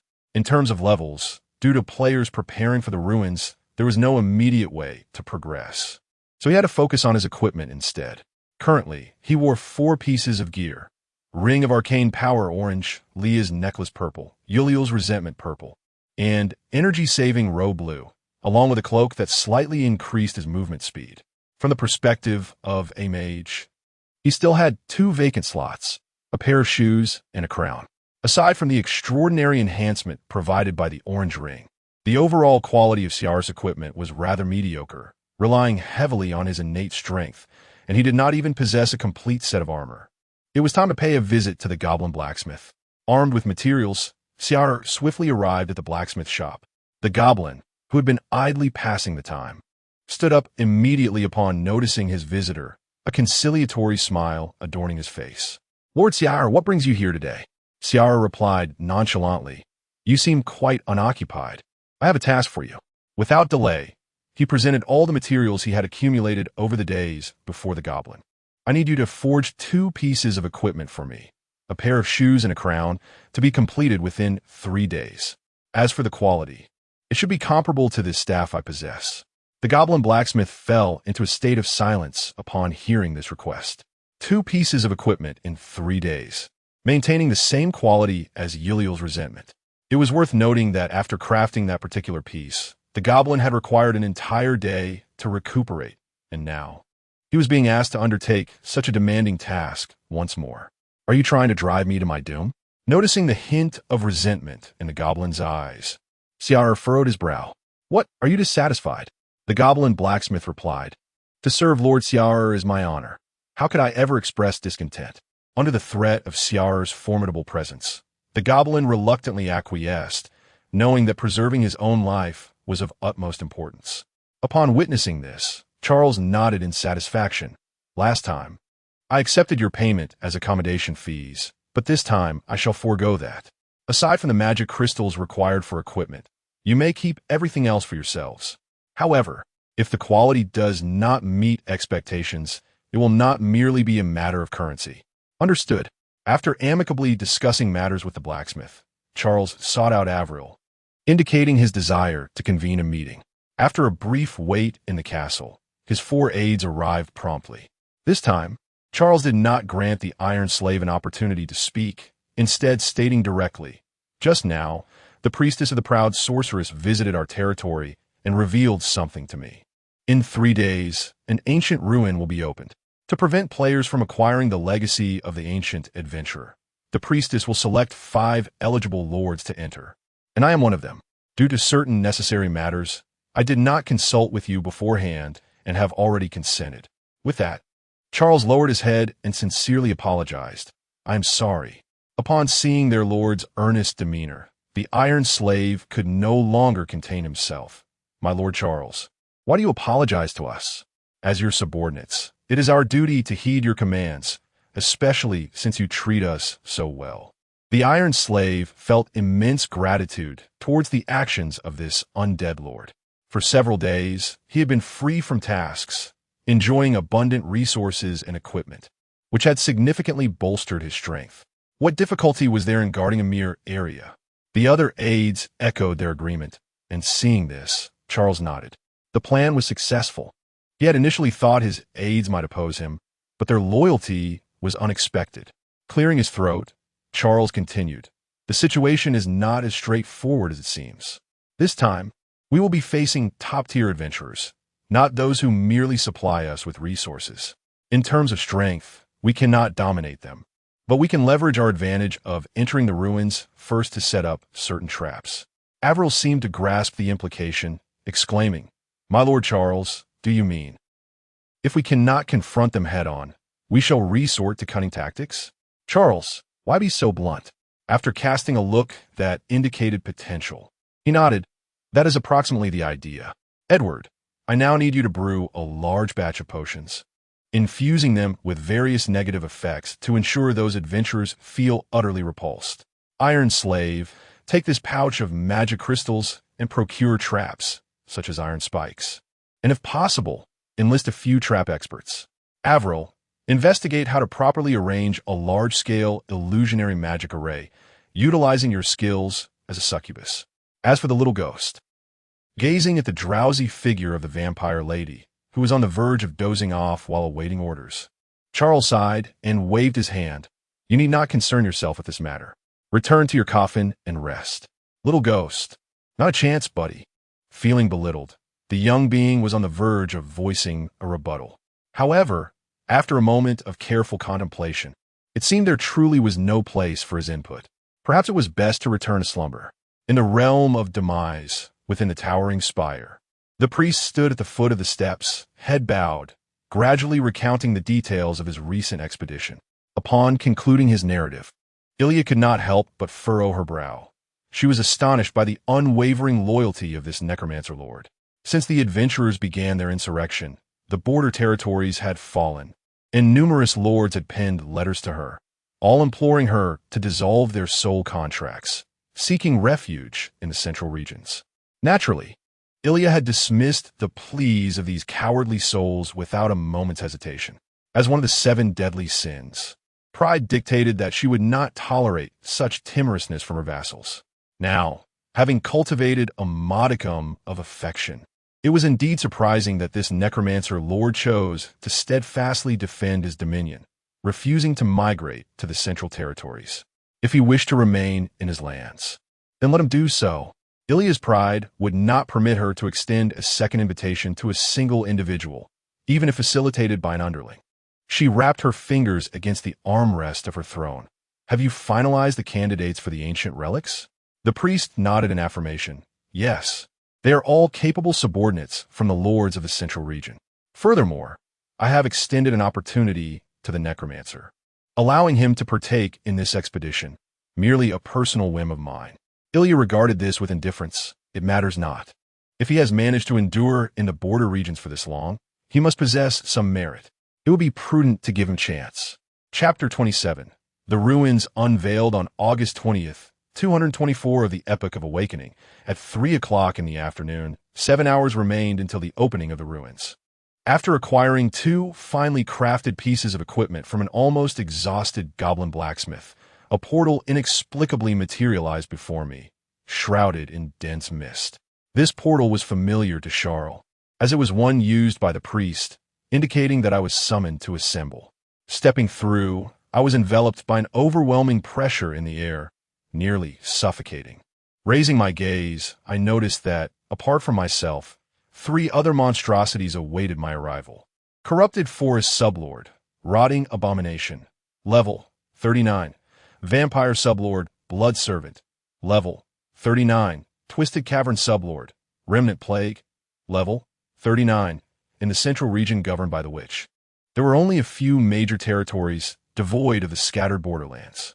To survive in this realm, many lords who had ascended from the borderlands chose to align themselves with these great territories, becoming their sublords to gain strength and resources. These 3 monstrosities exemplified this trend, each possessing formidable power and keenly aware that this was an opportunity to prove themselves to their superiors. As I emerged from the portal, the Blood Servant furrowed his brow. What is a level 36 being doing here? Where did this lord come from? Clearly, he did not regard the strength of this necromancer with any respect. The priest spoke slowly. This is the only lord who has managed to endure in the borderlands until now. I have specifically granted him this opportunity. Upon hearing this, the Blood Servant lowered his head. Since it is the priest's intention, I beg your pardon for my earlier indiscretion. The first priest under the witch commanded considerable respect, and the others ceased their chatter, though their gazes still betrayed a hint of disdain toward Char. Such blatant displays of the survival of the fittest were disheartening. As a monstrosity, Char had not harbored any illusions about the qualities of these beings prior to his arrival, yet he had not anticipated such straightforwardness. However, it mattered little. Once he fully entered the ruins, Char would demonstrate to them the true essence of power. With 4 hours remaining until the ruins unveiling, the 5th selected lord finally made an entrance. Dressed in a deep crimson gown, her pale skin revealed ethereal blue veins, and her crystalline ears spoke of her transformation.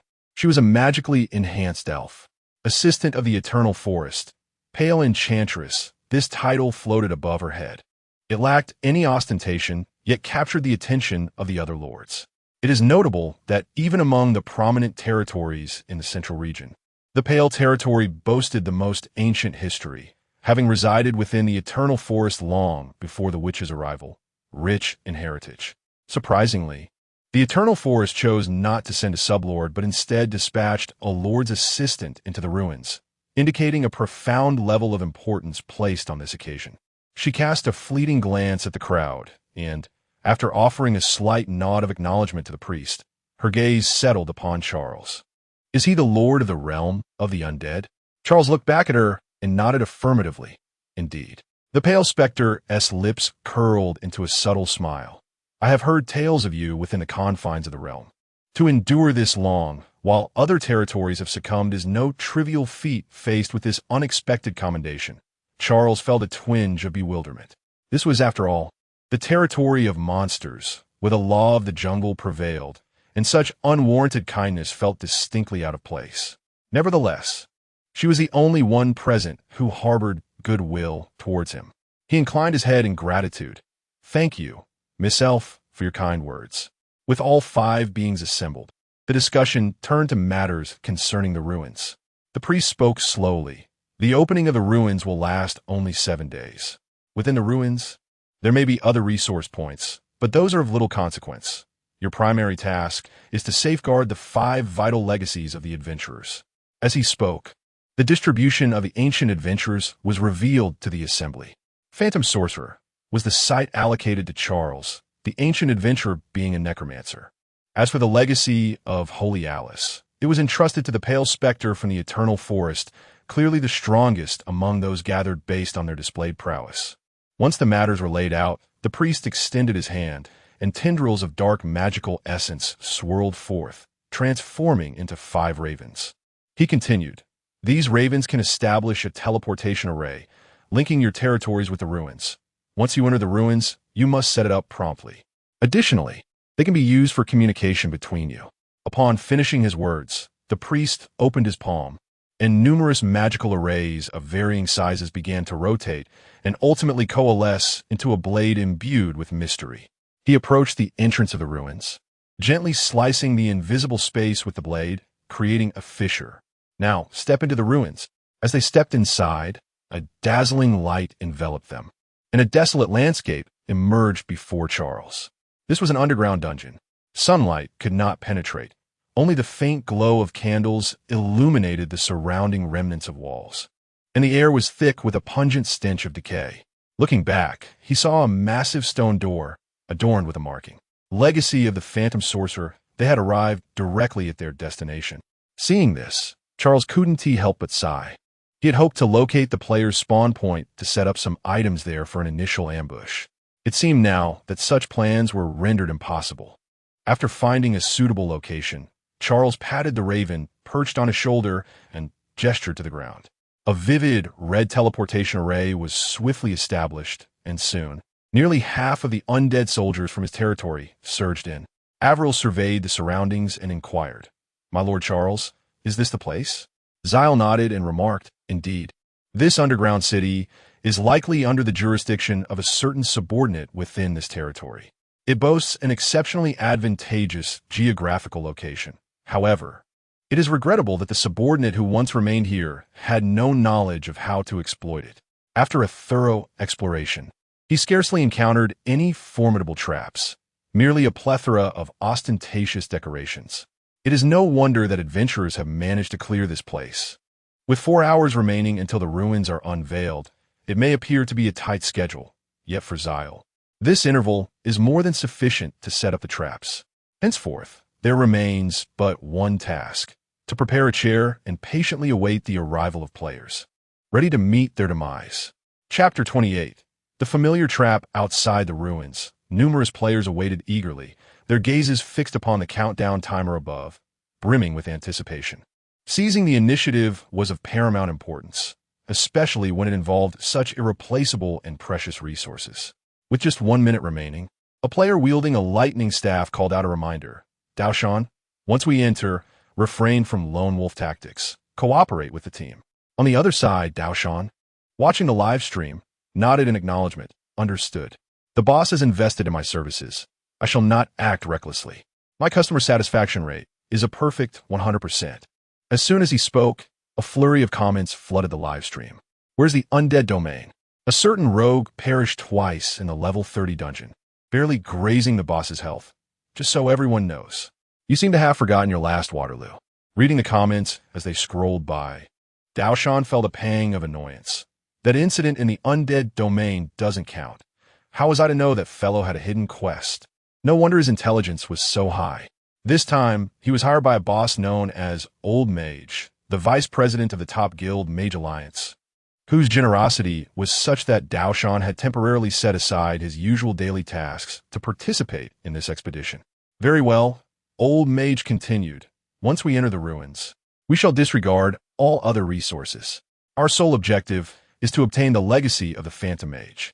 As the guild's vice president, Old Mage's level was rather low, stagnating at 39, even falling behind several of his more capable subordinates. His intent was to secure the legacy before continuing his advancement, which would significantly enhance his class's strength. Time slipped away, and soon the countdown transitioned to a vivid crimson. Countdown, 3, 2, 1. As the countdown reached 0, a dazzling white light erupted suddenly, forming a swirling portal before the ruins. The ruins had opened. According to plan, we must assemble at once. Following Old Mage's instructions, Daoshan took the lead, activating his assassin's ambush skill, transforming into a shadow, and swiftly plunged into the portal. One entry opportunity consumed. Ignoring the system's notification, Daoshan began to survey his surroundings. He found himself in an exceedingly desolate area, the ground cracked and strewn with the remains of various monstrous beings. The entire ruin comprised a vast territory once dominated by demons. The area he occupied was likely the domain of a certain lieutenant. Judging by the environment, the adventurer's legacy here was unlikely to belong to the Phantom Mage. Others should be entering shortly. With this thought, Daoshan quietly retrieved a scented candle from his backpack and lit it. Wisps of smoke began to rise, coalescing into a line that drifted in a particular direction. This was a special item exchanged by the captain at the Adventurers Association. Once lit, it could guide him to the location of his teammates based on the direction of the smoke. After a brief search, he soon reunited with several others. This small team consists of 7 members, 3 mages, 2 warriors, 1 assassin, and 1 healer. All 7 have completed their class transitions, boasting levels above 35. Adorned in predominantly purple quality gear, a configuration that can be deemed quite extravagant within the realm of proud guilds. The Elder Mage inquired slowly. I have acquired valuable information at the Adventurers Association regarding the legacy of the Spectral Mage, which should be located within a certain dungeon. Have any of you noticed anything near the spawn point? A warrior player known by the moniker Heart of Steel stepped forward. I recall that there seems to be a cave near my spawn point, leading downward, though I cannot be certain if it is indeed a dungeon. The Elder's eyes brightened. Where is it? Let us there now. As long as there remained even a glimmer of possibility, he would not forego the opportunity to explore. After all, fortune might favor him unexpectedly. The entire ruin was vast. Having a clue was certainly better than aimlessly searching without direction. Heart of Steel nodded and promptly guided his companions to his spawn location. Along the way, they encountered numerous remnants left by ancient adventurers in battle with creatures of darkness. The remnants included black stone pillars still resonating with a hint of magical essence, broken weaponry, and the carcasses of magical beasts. The scene was strikingly vivid. Had they not known this was merely a game, they might have mistaken it for a tangible reality. After approximately half an hour, Heart of Steel arrived at his spawn point and gestured toward the specific location. This is it. Following his indication, a dark cavern materialized before them, and through the dim light, a downward passage seemed to beckon. The assassin, known as Blade Mountain, declared, as a rogue, I possess the passive skill of night vision. Allow me to scout ahead. With that, he stepped forward and ventured into the cave. As he squeezed through the narrow entrance, the space gradually opened up. The air was tinged with a faint metallic scent of blood, littered with the remains of magical creatures, each step crunching the brittle bones beneath. This is the mark of necromantic spells. The Elder Mage observed the gaping holes in the walls, his excitement palpable. It appeared he had indeed stumbled upon a stroke of luck. These unmistakably belonged to the ancient adventurer known as the Spectral Mage. Drawing a deep breath, he cautioned his companions, let us not act rashly. If this is indeed the dungeon, we must be wary of traps. Blade Mountain shook his head. The traps here were likely rendered ineffective when that ancient adventurer passed through. However, we must remain vigilant against any lords the demon race may have placed here. With that, he delved deeper into the shadows, and soon a long corridor emerged, culminating in a massive stone door. This door undoubtedly represented the true entrance to the dungeon. The Elder Mage, unable to contain his burgeoning excitement, yearned to rush forth into the depths of the dungeon. Yet, before he could take more than a couple of steps, Blade Mountain's voice rang out sharply, wait. Do not move. The mountain of blades swiftly approached the adversary, gradually bending down to pick up a small stone, which he gently hurled toward the bricks ahead. At the moment of impact, a vast chasm abruptly manifested in the previously level ground, teeming with menacing spikes, seemingly coated with venom.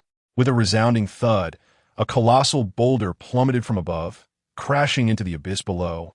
It is difficult to fathom the fate that would have befallen anyone unfortunate enough to have stepped into it moments before.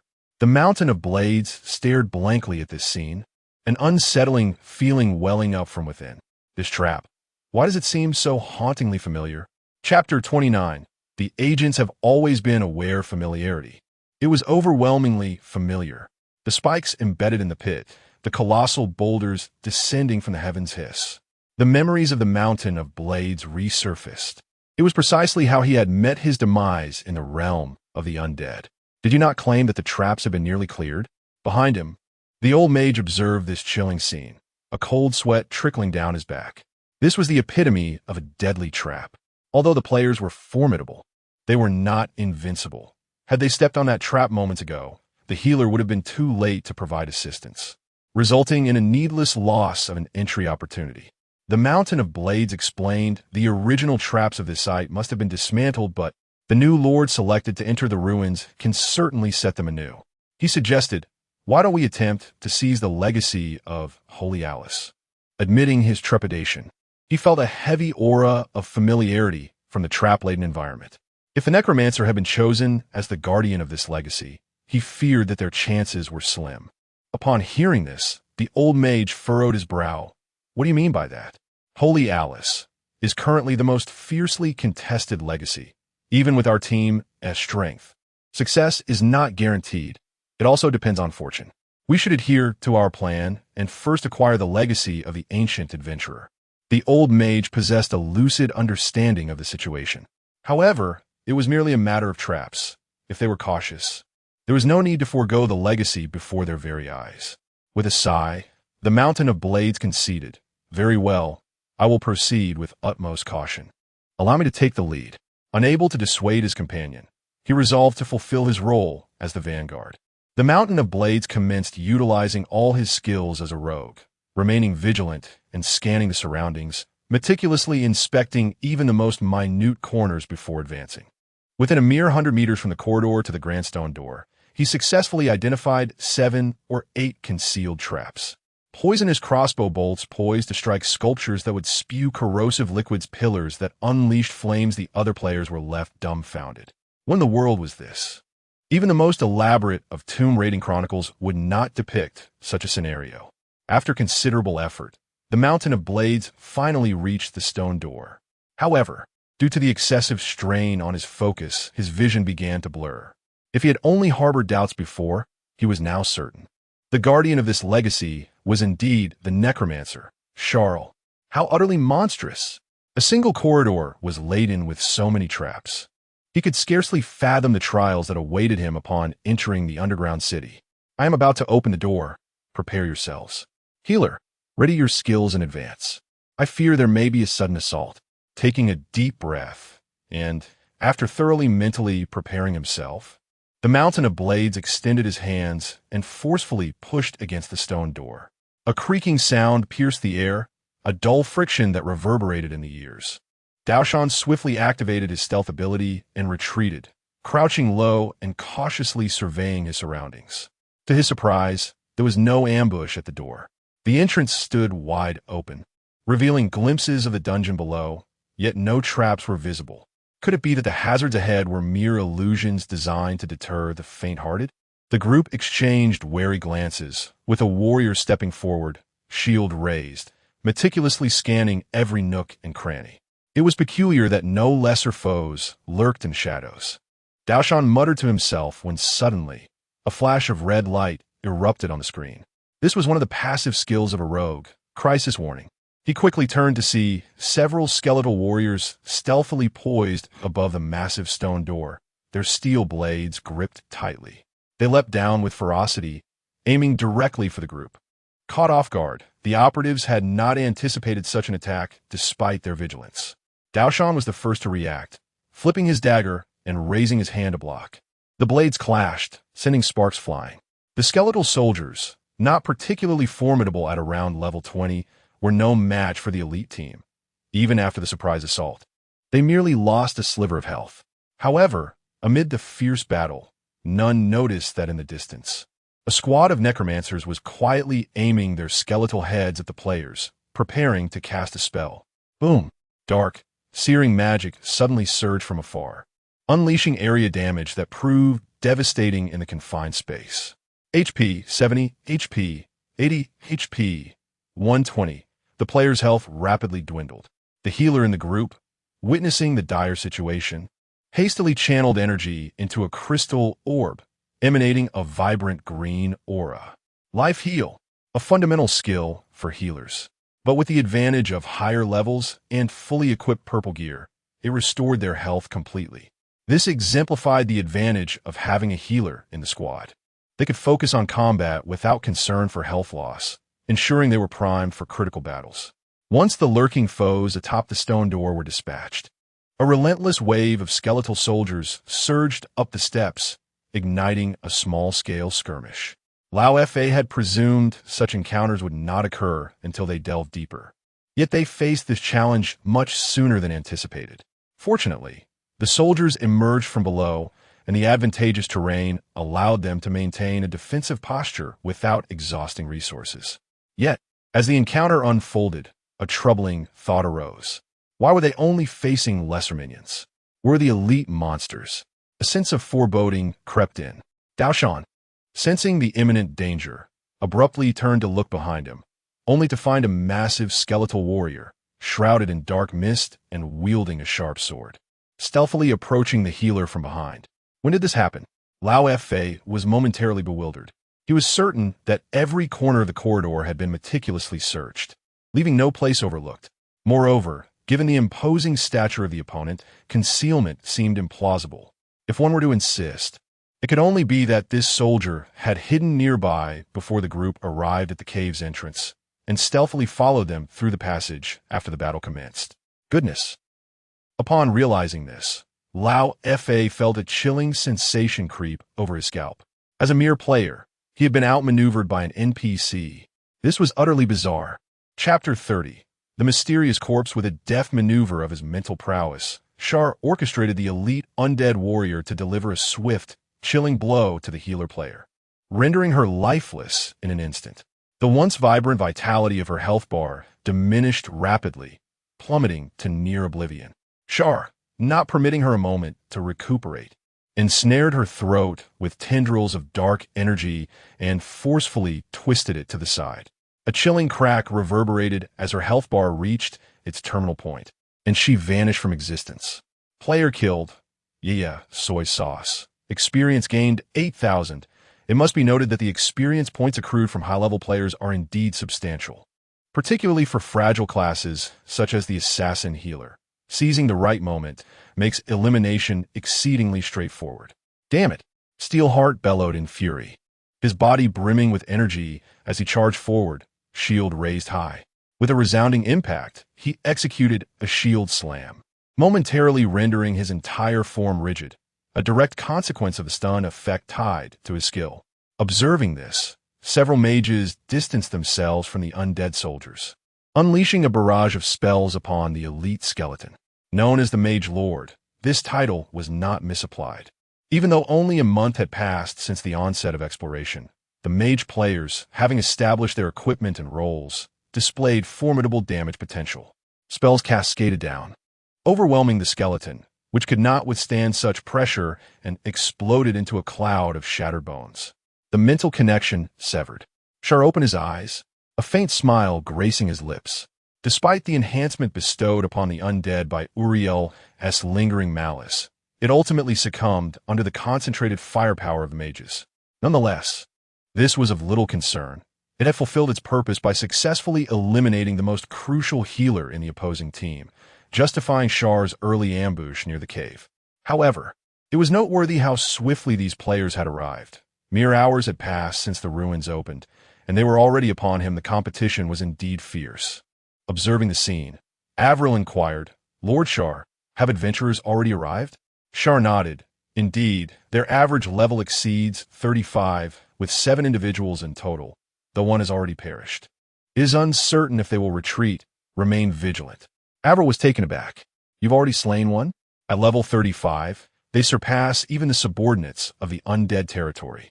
Why does it seem so trivial in your account, Lord Char? Taking a deep breath, she continued, "Understood, Lord Char.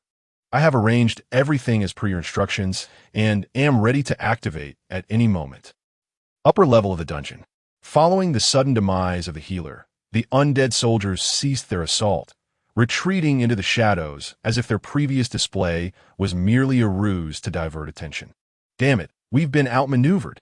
The old mage picked up the equipment left behind by his fallen comrade and vented his frustrations by stamping on the corpse of the elite skeleton, wishing he could reduce its bones to mere dust.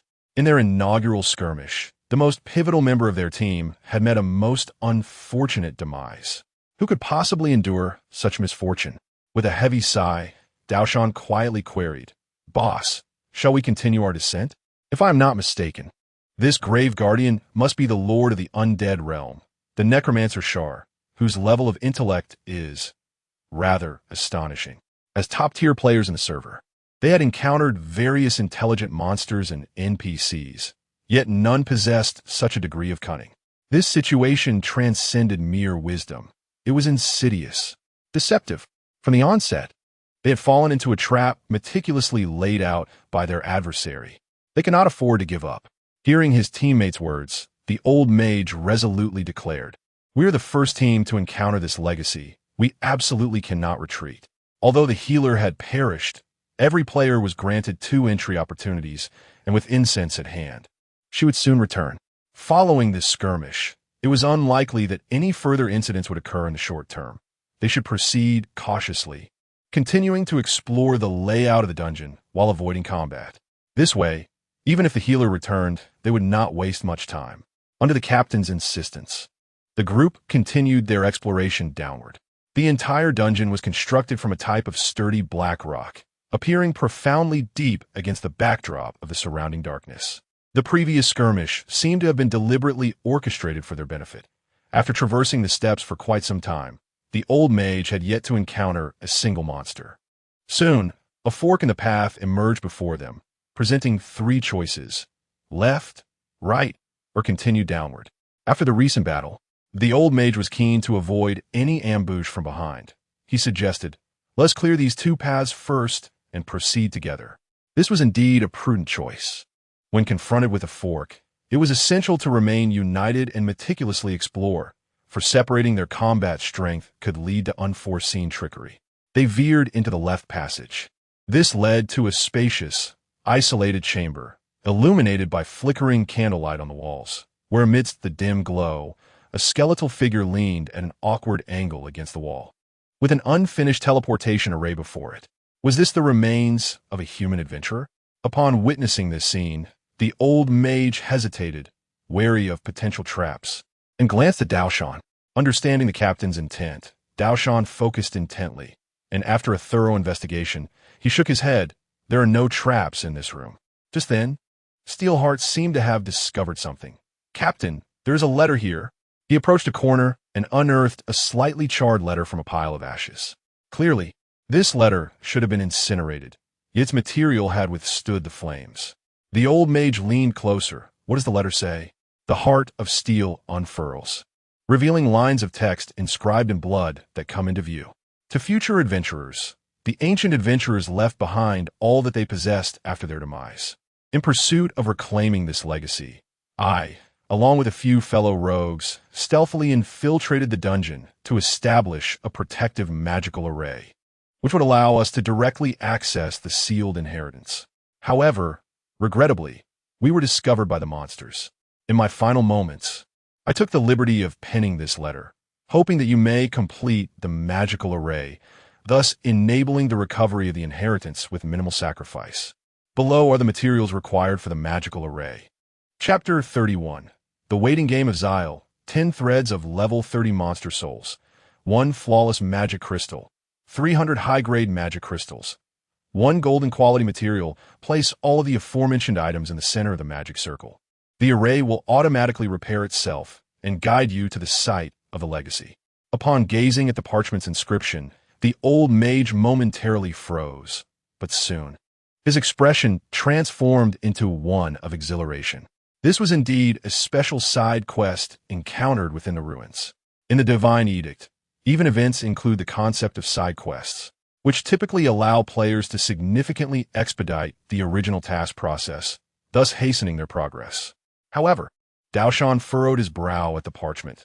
The conditions outlined here are somewhat stringent. The other items are manageable, but the flawless magic essence and the golden quality material are exceedingly rare and elusive. Even within the ruins, acquiring them would require considerable time. Hearing this, the old mage hesitated for a long while before slowly declaring, I can provide the magic crystals and the golden quality material. I only desire the legacy. The rest of the items can be distributed among you. Originally, these 3 items were intended for crafting equipment after reaching level 40, but now they were indispensable. In comparison to the ancient adventurer's legacy, the latter is evidently of greater value. Thus, only 1 item remains to complete the requirements for the teleportation array, 10 threads of level 30 monster souls. This task is not particularly challenging. Every player present is at least level 35. Unfortunately, monster souls are a necessity, and players typically consume them immediately upon acquisition, resulting in a lack of stored supplies. What shall we do about the souls, Captain? Should we collect them in the dungeon? One of the players inquired. The old mage shook his head. No. We shall gather these souls outside. It shouldn't take too long. I wish to avoid drawing unnecessary attention. All right, we noticed several small treasure spots on our way here. We can investigate those. The other teammates concurred with the old mage's suggestion, but Daoshan remained slightly uneasy as he gazed at the teleportation array.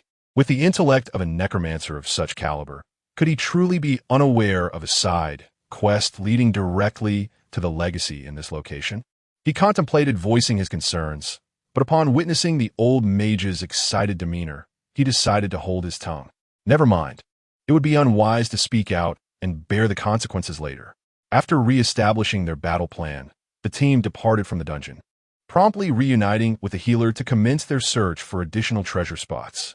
Such locations are not as perilous as dungeons, typically inhabited only by the corporeal resentments of monsters, fluctuating around level 30, thus easily vanquished. In contrast, the competition among players can be far more daunting. Within the ruins, all players enter a red name state, allowing them to attack one another at will, transforming the area into a vast PvP battleground. A select few particularly ruthless players do not even seek the resources here. They simply lurk in hiding, seizing opportunities to ambush others, snatch their loot, and flee, which is quite infuriating. However, within the Old Laws team, there exists a rogue, thus rendering such considerations unnecessary. This was also the reason for hiring the Knife Mountain. Apart from a certain T0 level player, the opposing rogue is arguably the most skilled in the current Proud server. Once they departed from the dungeon, this elite team showcased their true prowess. They effortlessly located 3 or 4 minor treasure spots along the way and even managed to eliminate a squad of players inadvertently. With 10 threads of soul collected, they could now return. With the items secured, the Old Law felt an urgent desire to act, promptly leading the group back to the entrance of the underground passage. Were there any other players here? To prevent any theft, the Old Law had strategically stationed a teammate on guard. The response was a shake of the head. No. Excellent. It seemed fortune was still on their side. After a careful search, they soon laid eyes upon the corpse once more. Everything appeared unchanged. Taking a deep breath, the Old Law suppressed the pain of parting, placing all the items in the center of the magical array. The dark, intricate patterns began to emit a radiant glow, engulfing the items, and, subsequently, lines of energy emanated forth, completely mending the array. Obscure magical symbols materialized before his eyes, and without further hesitation, the Old Law stepped to the center. This array could only accommodate 1 individual to the place of inheritance, but that was sufficient. With the system's backpack, what concern was there for space? A flash of crimson light, and upon reopening his eyes, the once small room vanished, transforming into a grand stone door. Accompanied by an inscription, Inheritance of the Phantom Mage, the Old Law slowly extended his hand, placing it upon the center of the stone door. Seemingly attuned to the essence of his adventurous spirit, a series of clicks resonated, and the stone door began to open, revealing an opened coffin within. Inside lay 2 pieces of equipment and a skill book, appearing unremarkable yet stirring a tempest within the Old Law's heart. Success. The allure of the ancient adventurer's inheritance lay precisely here. The equipment bore not only high quality, but also exceptional craftsmanship, with each piece capable of synergizing with the mage's skills, potentially amplifying combat prowess several-fold.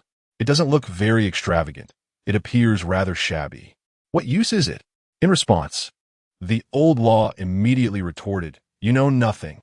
The skill book of the Shadow Mage is one of the in-game skills. Do you realize its potency? If you don't understand."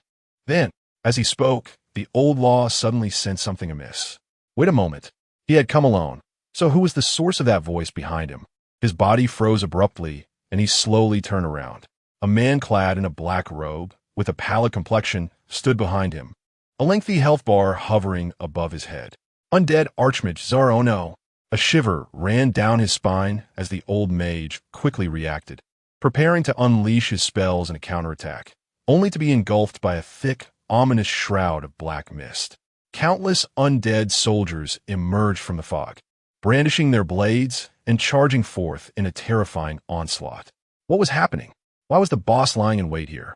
Confusion and fury clouded his mind as the old mage struggled against the overwhelming tide, but the sheer number of foes, compounded by the mist obscuring his vision, made it nearly impossible for him to cast a single spell successfully.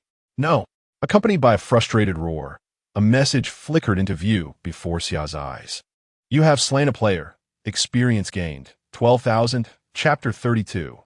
Side quests are deceptions. Your level has increased." The notification chimed in his ears. Charles gazed at the rapidly filling experience bar, unable to suppress a nod of approval. This was indeed invigorating, far more substantial than the previous rewards, likely due to the constraints of level 39, which yielded such an abundant experience. His efforts in crafting a side story were not in vain. Indeed, the side quest within that bifurcated house was a fabrication of Charles himself. As an exceedingly meticulous individual, he had inspected the entire region upon his arrival, finding no secrets unbeknownst to him. Initially, he merely intended to design a small diversion to see if these players would fall for it. To his surprise, they could not resist the temptation.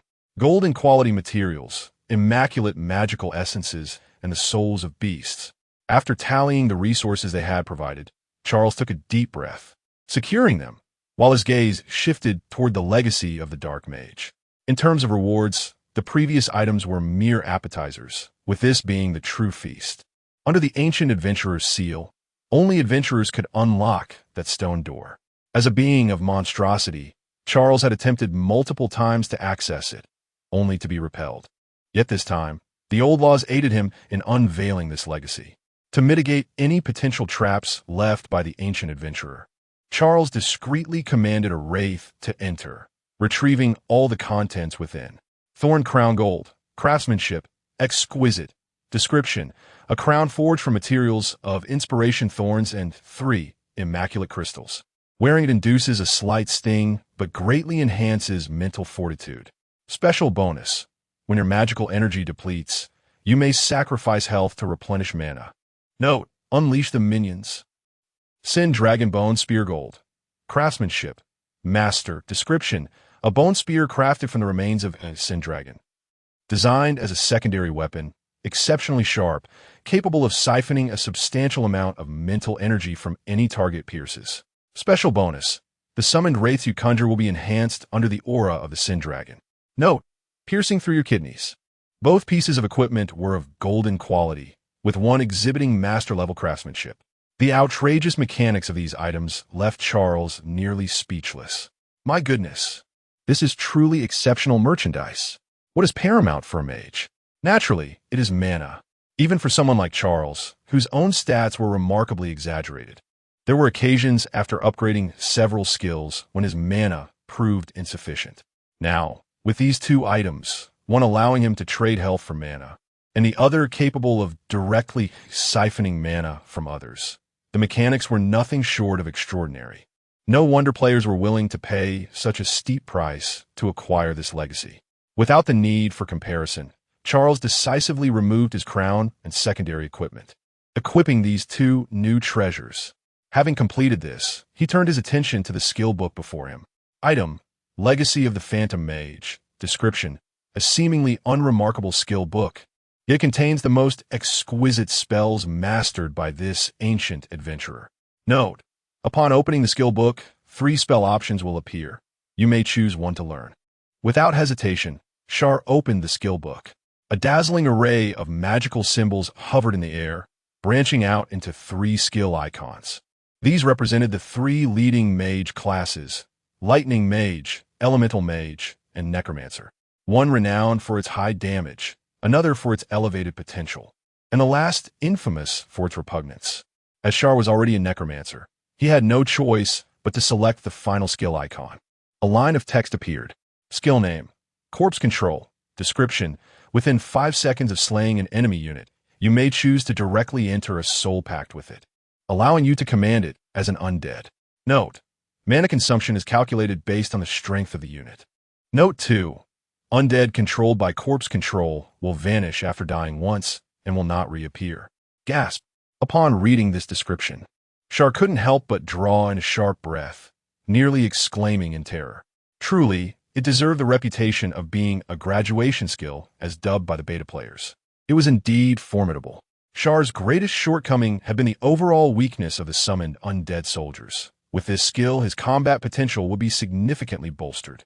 However, one must ponder, can a player slain be directly transformed into an undead, given that the old mage had already surpassed the 5-second mark?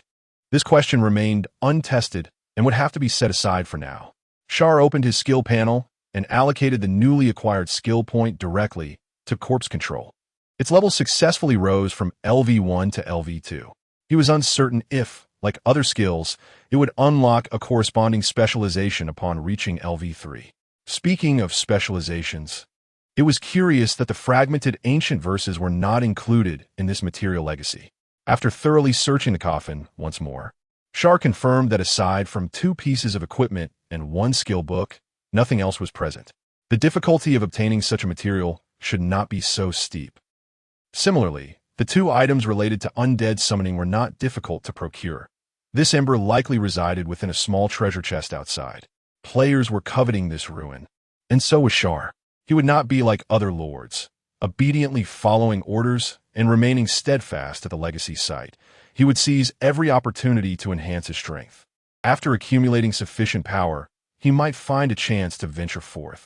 Meanwhile, in a secluded chamber within the dungeon, several of the old mage's teammates were still waiting. What was taking so long? A warrior player gazed anxiously at the dimming teleportation array and asked, "Why has it been so long without any sign of return?" The mountain of blades shook its head, expressing uncertainty. Who knows what the situation is with the legacy? Perhaps there's a lengthy cutscene to endure before acquiring the skill book. Steelheart frowned slightly. I sense something amiss. The captain's voice channel has also been disconnected. Let me send a message and inquire. Steelheart opened the chat window, swiftly locating the old mage, and sent a message. Steelheart, Captain, what's the situation down there? Do you need assistance? A prompt reply arrived from the old mage. Old mage, do not descend. The undead sorcerer is waiting by the magic circle. It's a trap. I'm already dead. Chapter 33. The NPC is discarding corrosive potions at the novice village. The old mage gazed in despair at his plummeted level, now reduced to 37. Wasn't this a side quest related to the ruins? Why was the lich waiting there as soon as he teleported? He had been but a step away from inheritance. Now, not only had he lost his level, but the materials and magic crystals he had painstakingly gathered were all rendered useless. This was utterly disheartening. Sigh, it's all right. There's still one more chance.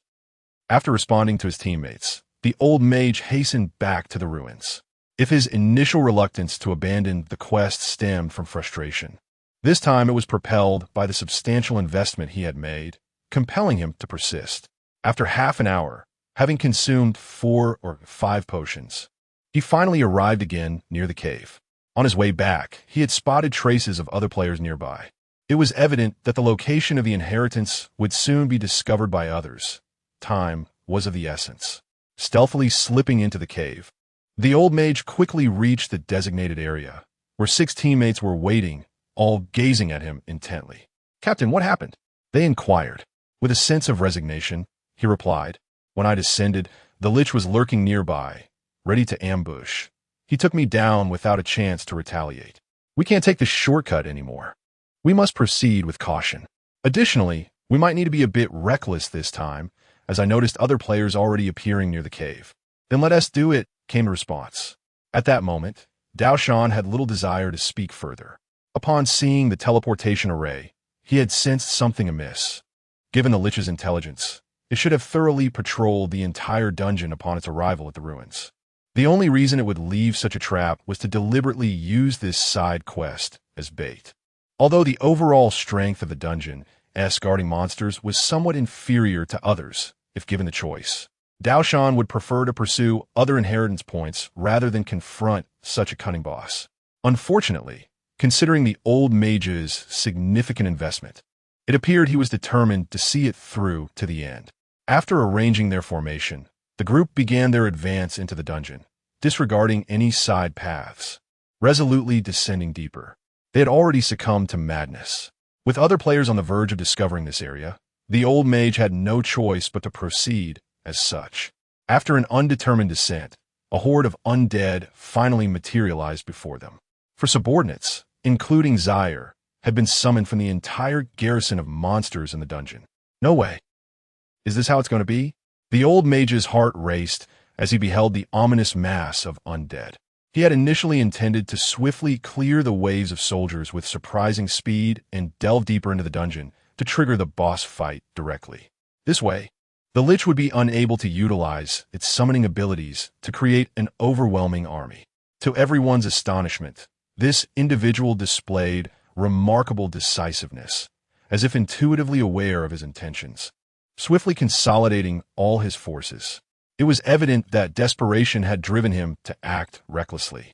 In the distance, Zaire observed a party of adventurers, each boasting an average level exceeding 35, a faint smile gracing his lips.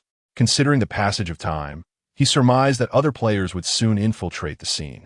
The involvement of additional players would significantly heighten the difficulty of acquiring the legacy, and were he in their position, he too would seize the opportunity to gamble while the window remained open. Without uttering a word, a thick black mist swiftly enveloped the entire arena. Dao Shan was well acquainted with this maneuver and promptly instructed, "Maintain formation, do not panic. My vision remains unobstructed. I shall direct our actions."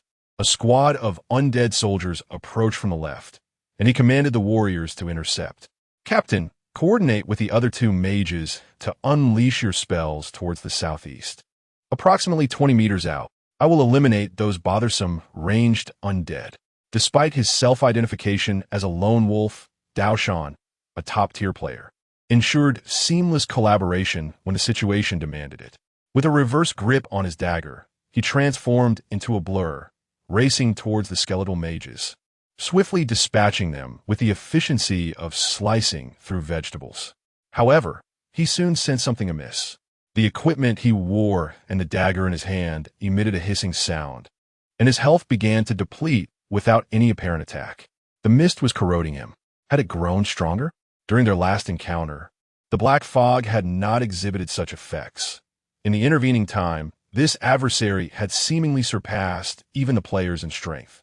"Healer, apply a continuous healing buff." Dao Shan began to call out, but in the next instant, smack. A vial filled with noxious fumes struck him squarely. Negative buff, healing diminished. Negative buff, corrosion enhanced. Negative buff, exhaustion. A myriad of detrimental effects manifested before his eyes, slowing his movements considerably. What was this? A potion hurled at him? Dao Shan was taken aback. As a player, he had yet to employ such a tactic. How could the opposition preempt his move? Was there no sense of honor in combat? Prior to their expedition into the ruins, Edward, having received instructions from Zaire, had meticulously brewed a substantial supply of potions, ensuring they were well prepared. Iron Slave, Edward, Little Ghost, engage the undead soldiers and prevent other adventurers from offering assistance, Zaire commanded. After a prolonged period of recuperation, several subordinates finally had the opportunity to rejoin the fray. Their equipment had been fully upgraded, and their levels had reached 30. Amidst the throng of minions and the negative effects of the potions, leveraging their monstrous attributes to entangle the enemy would pose no challenge. Next came the most delightful phase of cutting through the competition. Zaire fixed his gaze on Dao Shan at the edge of the mist, gradually lifting a bone spike, and appeared directly beside him. Zaire, as Dao Shan beheld the sudden apparition, a chill coursed through him. He had no intention of engaging in combat. Activating his stealth ability, he swiftly turned to flee. In times past, he could rely on his superior level and equipment to hold his ground, but now, his adversary's level matched his own, leaving him with no semblance of victory. His only chance lay in returning to his team, where other mage players could concentrate their fire, potentially offering a glimmer of hope. Yet, Zaire would not allow him to escape. He brandished his staff, conjuring a series of white circles before him, effectively sealing off Daoshan's retreat. In the next heartbeat, Zaire gripped the bone spike tightly and plunged it mercilessly into his opponent's heart. A critical hit, a special skill activated, and Zaire ravenously siphoned Daoshan's mental energy, an invisible force rendering him utterly immobile. Following this, an enhanced undead soldier swung its blade with ferocity. You have slain the player, Daoshan. Experience points 10,000. Will you utilize the necromancy skill? Chapter 34. Defeat can be used on players as well. Staring at the message that the system had just displayed, Zaire was momentarily taken aback. He had initially presumed that he could merely enslave other monsters. Yet he had not anticipated that players were also included. Without the slightest hesitation, Zaire activated the skill and forged a soul contract with the target. Contract signed successfully. Enslavement successful. His mental power diminished abruptly by half as the corpse of the slain figure began to twitch violently, transforming into a sickly blue hue at a visible rate, its flesh starting to decay. Zaire began to assess the condition of this corpse. It was at level 35, post-experience drop, devoid of any equipment or items. It appeared that he could only enslave this body and utilize its skills, though the energy would be drawn from his own reserves. Despite the numerous limitations, the terrifying potential of this skill remained undiminished. Zaire maneuvered the corpse of the fallen figure, swiftly vacating the combat zone and converging towards his team. Damn it! In the depths of the fog, Lao Fa observed his assistant, who continued to attack and harass. His brow furrowed in concern. Why had the fog not yet dispersed? Was there that much energy left? After clearing the distant undead, the fallen figure had yet to return. Lacking the night vision skill of his companion, and without command, even with their martial prowess, it was exceedingly difficult to operate in this pitch-black environment, forcing them into a defensive posture while relying on area of effect skills.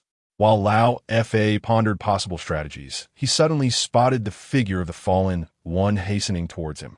Finally, he has arrived. Quickly, inform me of the positions of the assistants. Let us gather our strength and take one down first. Upon witnessing this, Lao Fa felt a surge of excitement, but it was short-lived as he noted something amiss. Why had his skin turned such a ghastly blue, like that of a corpse? And he was silent. Hey, have you lost your tongue? What buff have you consumed? As the figure approached, Lao Fa remained blissfully unaware of the impending danger until... Thud! Without any warning, as he drew near, the fallen figure thrust his hand, enhanced by skill, suddenly piercing through Lao Fa's heart. HP 500. His health plummeted, the screen darkening ominously, a harbinger of imminent death. What the hell are you doing? His expression shifted to one of panic as he retreated, hastily gulping down a health potion to stabilize his life force. Wait a moment. Although players were marked as red in the ruins, they couldn't harm one another in team mode. This individual had transformed into an adversary. Be cautious, this fallen one is a fake. Lao Fa urgently warned his teammates, but it was already too late. Controlled by Zaire, the figure had successfully approached the team, while the players, preoccupied with fending off the soldiers' attacks, were oblivious to the threat. Cast Stealth. Execute Rear Assault. Activate Weak Point Critical Bonus. With the simultaneous activation of 3 Thieves skills, the figure of Daoshan appeared next to the healer player like a specter. Daoshan, you. The words had yet to escape when Daoshan seized a nearby undead soldier's blade and struck directly at the opponent. Although the combination of moves appeared somewhat clumsy, the fragile health of the healer could scarcely withstand such an assault. Player killed. Yeah, soy sauce. Experience 10,000. Would you like to use necromancy? The prompt echoed once more. Char found a comfortable spot to sit, leisurely signing the contract again, reveling in the experience. Truly, as a necromancer, he possessed a knack for inflicting discomfort. After acquiring the legacy of the Phantom Mage, his capacity for annoyance escalated dramatically. Under Char's remarkable mental control, he utilized the corpses of players to combat their own kind, achieving an element of surprise. Thus, the dwindling number of players under Char's dominion became even scarcer. Faced not only with the onslaught of monsters, but also the treachery of allies, the operational complexity had surpassed what an ordinary individual could manage. Observing that Steelheart had also been transformed, the old mage felt utterly despondent. This was utterly unwinnable. Unlike others, the old mage had but this singular chance. Should he perish after expending a substantial amount of resources, he would gain nothing. After much contemplation, he reluctantly opted for the final recourse, retreat. He instructed his teammates to serve as a diversion while he withdrew, abandoning the legacy pursuit to scavenge for minor treasures around the ruins to recoup his losses. At the Novice Village, the Night Watchman Guild, once brimming with confidence mere hours ago, had been utterly decimated. Daoshan, Soy Sauce, Steelheart, and 3 additional players lay slain, returned to their starting point. Among them, the healer had exhausted her opportunity to re-enter, forever severing her ties with the ruins. What on earth happened? Why did I see you come over and kill me? At that moment, Soy Sauce remained in a state of bewilderment, questioning Daoshan with a perplexed expression. In response, Daoshan silently rolled his eyes. Clearly, it was not he. He was the first to fall to the undead Archmage, who had likely acquired one of the graduation skills of the Necromancer class, Necromancy. Upon slaying an enemy unit, one could forcibly bind a soul contract, transforming its corpse into a minion. If they were to return to the dungeon now, they would likely find themselves battling their own remains. Soy Sauce. Steelheart interjected from the side. Do we really have to go back? Frankly, he was thoroughly impressed by this undead Archmage. Previously, he had heard on the forums that this individual possessed some hidden quests and exhibited a high degree of intelligence, but he had not paid it much heed. An NPC? How intelligent could it actually be? Now, he admitted he was gravely mistaken, and the extent of his error was quite ridiculous, setting traps and employing tasks to hurl putrid potions at the players. Such cunning. Why not take the place of the devious in Warhammer? After all, the Iron Heart has no desire to return. Presently, he is left with one final opportunity to enter the ruins, and it must not be squandered. For human nature is inherently selfish. At this moment, Daoshan spoke slowly. As of now, the captain has yet to arrive. If I am not mistaken, he has likely fled. Let us abandon the inheritance of the Phantom Mage for now, and instead scour the shallower layers of the ruins for some treasures to offset our losses. This necromancer, no matter how formidable, surely cannot burst forth from the dungeon to pursue us directly. Can he? Chapter 35. The bewildered Li Shun, the conjecture of the Blade Mountain, was astutely accurate. As the saying goes, one should not pursue a desperate foe. Even though the player, suspected to be the core of the team, had fled, Char had no intention of chasing after him. The spoils of this encounter were already ample. With a trove of equipment strewn about and an accumulated experience exceeding 40,000, his level surged directly to 38, not far off from those chosen sublords of the priest. He examined the equipment to see what was usable, donned what he could, and took a moment to recuperate, anticipating that more would arrive shortly. After such a fierce battle, it was unlikely that this small team would return to the dungeon, having paid a hefty price. However, the ruins had barely been open for a day, and much time remained before they concluded. Undoubtedly, other players would soon arrive. Yet, for Char, who had mastered the art of necromancy, this was a fortuitous development. As long as a massive horde of players did not storm in, he possessed sufficient mental energy to convert them into obedient undead.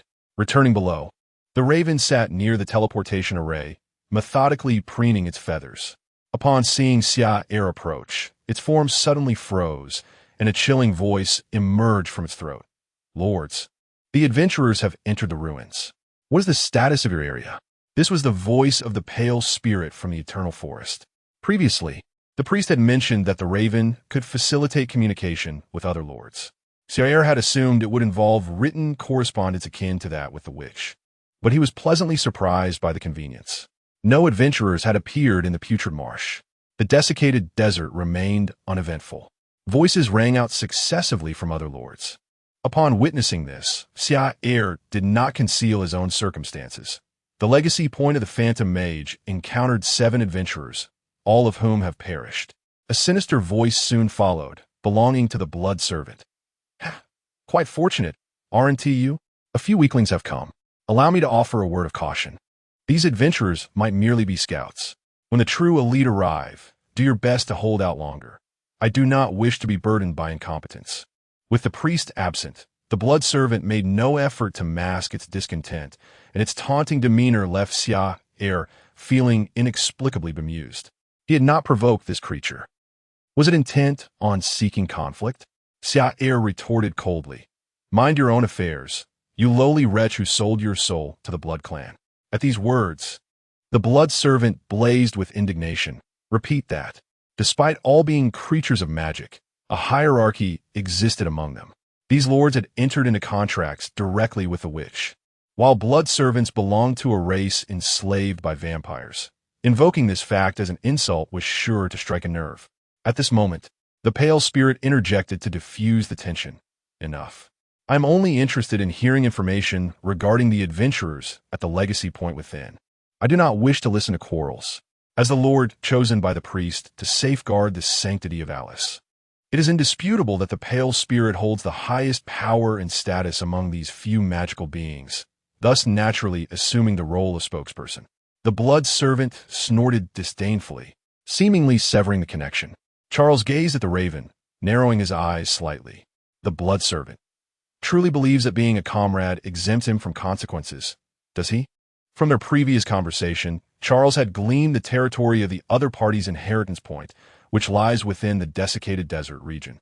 If he so desired, he could immediately access the forum and publish a post, luring all players to converge, executing a cunning stratagem of leveraging others' blades. However, that time has not yet come. As the saying goes, when the lips are gone, the teeth are cold. Regardless of the circumstances, they are still on the same front. And this Blood Servant serves a vital role in attracting the vitality of other players to himself. Should the adversary perish too soon, the original 5 ancient adventurers' lineage would diminish by 1, thereby significantly escalating the competition's intensity and amplifying the defensive pressure faced by the lords. This is likely the reason the other party urged him not to meet his demise prematurely. Nonetheless, just because the opportunity does not present itself now does not imply that it will not arise within these 7 days. Charles is not one to feign pretense. With evident hostility directed towards him, he naturally would not allow his adversary to survive. In the ancient sanctum of light, Li Shun wielded a colossal sword, clad in resplendent black armor, traversing the vicinity of a cavern, accompanied by a team. In pursuit of the Lich's side quest, he tirelessly farmed experience and equipment, and over time, his strength gradually caught up, leading to an invitation from a guild named Barbarians to become one of its members. Although he had yet to derive tangible benefits from Charles, he couldn't shake the peculiar sensation that he was slowly improving from an unusual perspective. How strange it was! To this day, he had not uncovered a single treasure point. Could he truly be this unfortunate? A player muttered behind him, feeling quite disheartened. Their team's overall strength was not particularly formidable, so from the outset, they had no intention of competing with other grand guilds for inheritance, but rather focused on these smaller treasure points, aiming to gather as many resources as possible. Yet, as they journeyed along, they had not encountered even one, reaching an unprecedented level of misfortune, just as several members dispersed to search in different directions. Someone quietly entered the cavern, and soon an excited shout echoed. There's a passage leading down. It must be a treasure point. Upon hearing this, the group quickly gathered. Li Shun ignited a torch, the flames dispelling the darkness and illuminating the dim passage within. Cautiously, he descended step by step, only to find that the vista was becoming increasingly expansive. Wait, something feels amiss. Can a treasure point truly possess such magnitude? The deeper they went, the more astonished they became. The walls adorned with eerie murals, the flickering candle flames on either side, and the imposing stone door. This clearly exceeds the scale of what one would expect from a mere treasure site. It resembles the legacy of an ancient adventurer. Li Shan advanced cautiously, soon noticing traces indicating the presence of traps. Someone had indeed been here. He quickly formed his assessment. Upon hearing his words, the group huddled together, exchanging glances. If they were not mistaken, this should be the site of an ancient adventurer's legacy. Although they were unaware of the specific individual, the value of any such legacy would be exceedingly high, stirring the players' greed. Perhaps it would be wise to follow this pair discreetly and see if there was an opportunity to seize the prize. In response to the suggestion from the cunning strategist, Li Shan contemplated for a moment. There was no rush.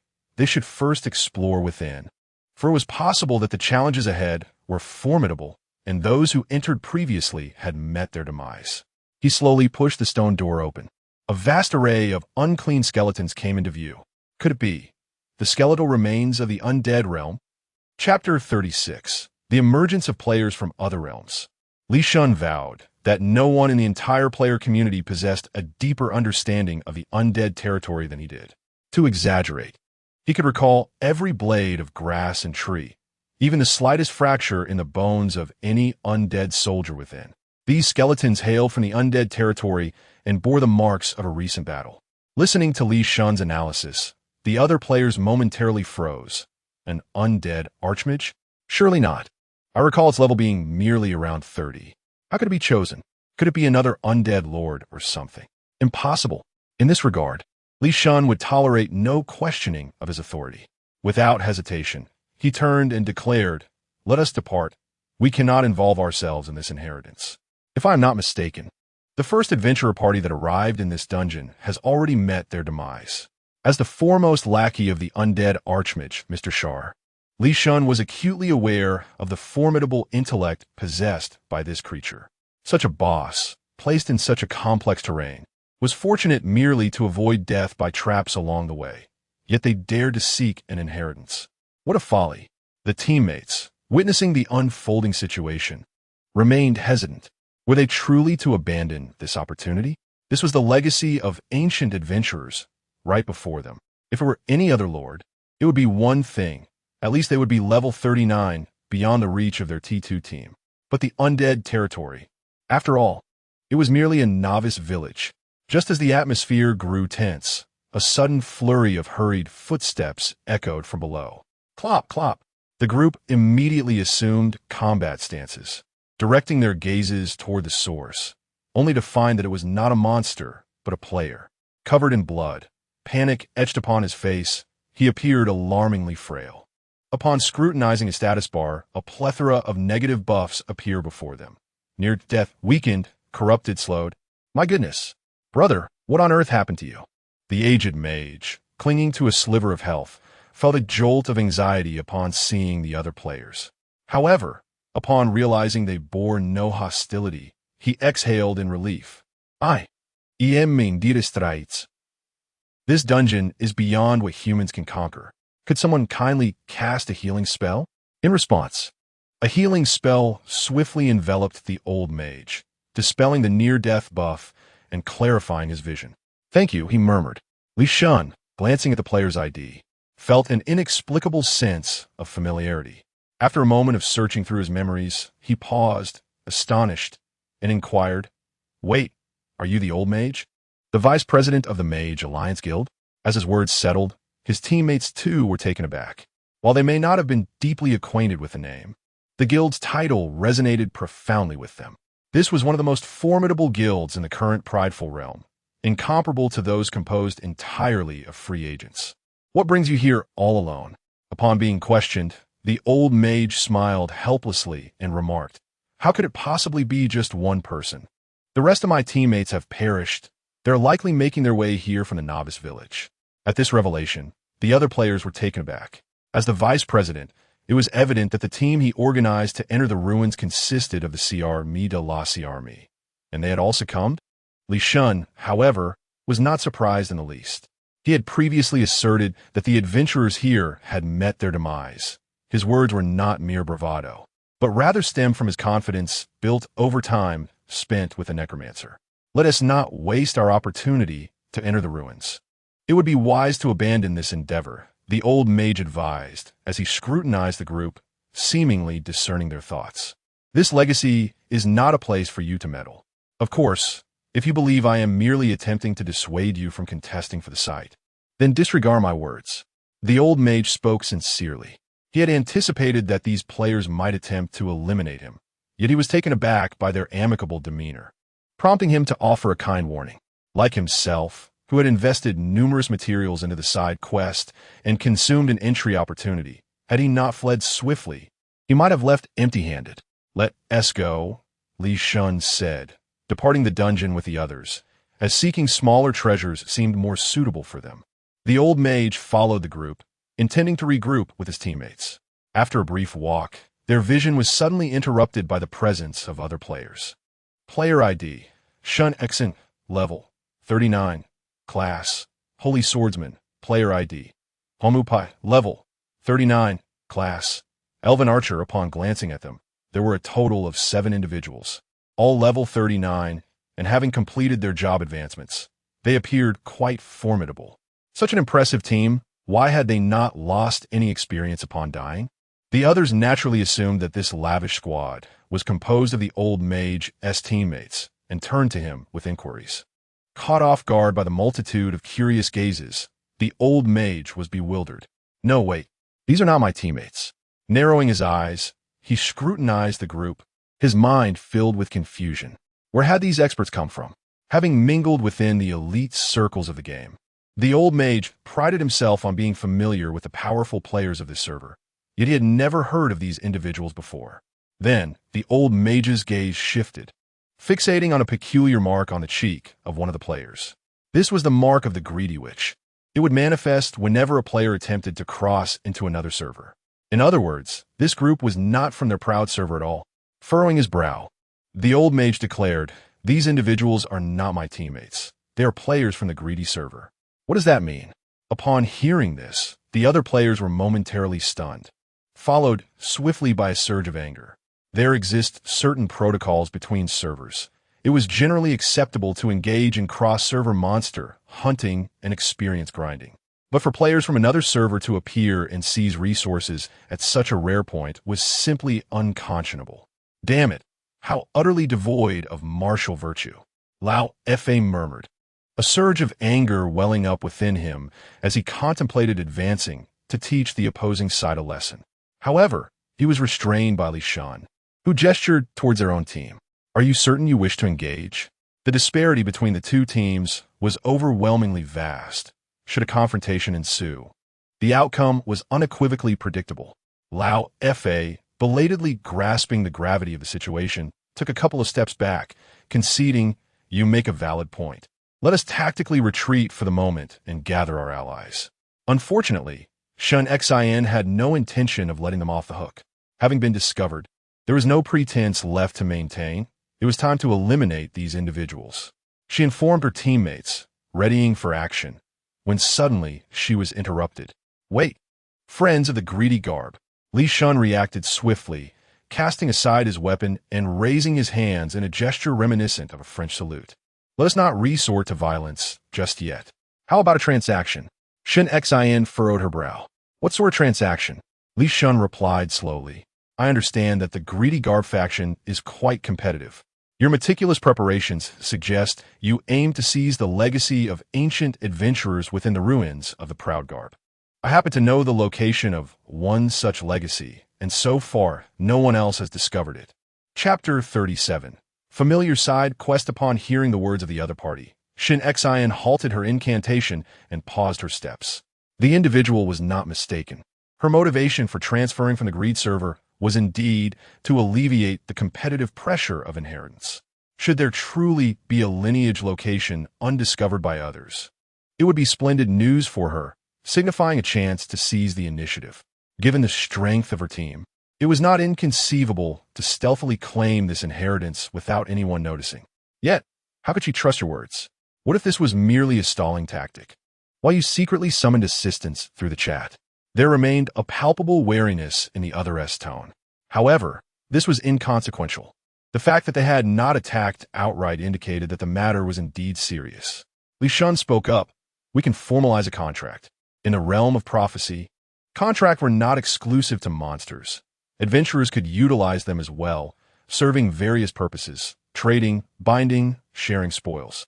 When players acquired particularly powerful weapons or items, these often came with automatic contracts, ensuring that even upon death, they would not be lost.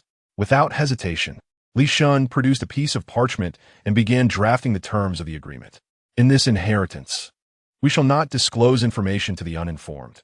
Once an alliance is formed, harm shall not befall one another. Should we successfully capture the inheritance point, it shall belong to Shun X Cyan, while other resource points shall be split 50-50 with us. Furthermore, we shall not engage in combat. Having completed the draft, Li Shun tossed the parchment towards her. Shun X Cyan received it and meticulously reviewed the contents, her brow slightly furrowing. There were indeed no significant issues. The only point of contention was that half of the resource points within the inheritance site would go to the other party. However, the presence of greed might enhance the credibility of this arrangement. Had nothing been requested, Shun X Cyan would have certainly declined this cooperation. Very well, let it be so. You may affix your handprints. With that, the contract was established. Li Shun, adhering to his prior assertions, led his group directly toward the cave without a moment's hesitation. He pointed towards a narrow passage. This leads to the dungeon, the inheritance point of the Phantom Mage. Best of luck to you. With that, Li Shun departed the area without a trace of reluctance. The Lord of Greed seemed to enjoy flaunting his prowess here. Let him witness why the players in this realm struggle to thrive. With such an intelligent boss residing in the novice village, it would be miraculous if they could keep pace with the developmental timeline of other servers. As for the division of spoils, those were merely terms Li Shun had whimsically included to gain the trust of these individuals. Achieving inheritance, merely emerging alive, would be a noteworthy feat. Within the dungeon, Shun X Cyan cautiously led her team through the passageway, pushing open the stone door and fully entering the depths of the dungeon. A multitude of skeletal remains came into view, causing her to come to an abrupt halt. In this region, the Lord is a necromancer, and a battle has recently taken place. Birchbark nodded in agreement. Indeed, these must be the remnants of the skirmish left by that group. I have observed the levels of those individuals. Apart from one called the Old Mage, the rest are rather mediocre. It seems they ventured too deep only to realize they were ill-equipped to handle the situation and thus chose to retreat. The group unanimously concurred with this assessment. As they pressed onward, a fork in the path soon came into view. Left or right, their thoughts mirrored those of the Old Mage from earlier. They had no intention of plunging directly into the depths. Rather, they aimed to clear the surrounding unknown areas first, wary of leaving any potential traps behind. After some contemplation, Shun X Cyan quietly suggested, "Let's take the right path." Having arranged themselves in formation, the team proceeded towards the right side of the fork. A long, straight corridor unfolded before them, culminating in a small chamber. Upon pushing the door open, a corpse slumped against the wall came into view, accompanied by a fragmented magical array. "What is this?" Shun X Cyan hesitated, refraining from rushing forward, and instead began to observe the surroundings. Soon, they discovered a piece of charred parchment amidst a pile of ashes. Upon reading its contents, Shun X Cyan realized what it was: a side quest. Birchbark exclaimed in astonishment. "Can we truly encounter this?" A piece of golden material, a flawless magic crystal. Not bad. All these items are present. Birchbark appeared quite exhilarated. As top-tier players, they understood the significance of a side quest appearing during an event. As long as they completed it, they could retrieve the items without engaging in combat with any monsters. Without further hesitation, the team swiftly began to gather the required materials listed in the quest, casting them into the magical array. A surge of crimson light enveloped the room, casting a blood-red hue. Observing the operational magical array, Birchbark couldn't help but reflect. Had those players encountered earlier decided to delay their retreat, they might have been able to seize this inheritance directly. One could only say 4 words: "Fate is on my side." In the depths of the dungeon, Zaire reclined comfortably in a chair, leisurely browsing the forum. It had been a day since the ruins were opened, and numerous players had entered, vying fiercely for various treasure spots and inheritances, even resorting to direct combat. Some had escalated to the point of posting bounties on the trading forum for certain players, employing despicable tactics. Moreover, he discovered information regarding other lords on the forum. The inheritance point of Holy Alice has been located, yet the entrance has been seized by members of the Demon Hunters Guild, who would eliminate any approaching players and send them back to the novice village. This behavior could be deemed quite unreasonable. Zaire had heard that this guild was the most successful in the Proud server so far, comprised entirely of internal testers and top-tier fighters. It is uncertain whether the Spirit of Pallor can withstand this. In the midst of contemplation, a nearby teleportation array suddenly began to emit a radiant glow, revealing an array of materials at its center. What could this be? Charles felt a twinge of surprise. Hadn't the counterfeit side quest already been triggered once? Why was it reappearing? Observing the teleportation array as it gradually took form, Charles's mind raced with thoughts. No, that is not right. To prevent players from falling into the same trap, he had deliberately set up a similar mechanism in the adjacent chambers. The previous group would surely not be foolish enough to repeat the same mistake. So, could it be a new team arriving? This is intriguing. He decided to gather all the offerings made by the players. Charles quietly stepped back a few paces, summoning the corpses of the players he had enslaved through necromancy. Chapter 38. Shun Xian, the End. The crimson light dissipated. As Shun Xian opened her eyes, a colossal stone door came into view. Had she truly acquired the legacy of the ghost mage? She surveyed her surroundings, her mind slightly befuddled. To be honest, Shun Xian's luck was not particularly poor, but encountering such a fortuitous scenario, a perfectly prepared opportunity, was unprecedented. Without enduring any fierce battles, evading death, or even having her health bar touched, she could exchange merely a few materials for the legacy of ancient adventurers.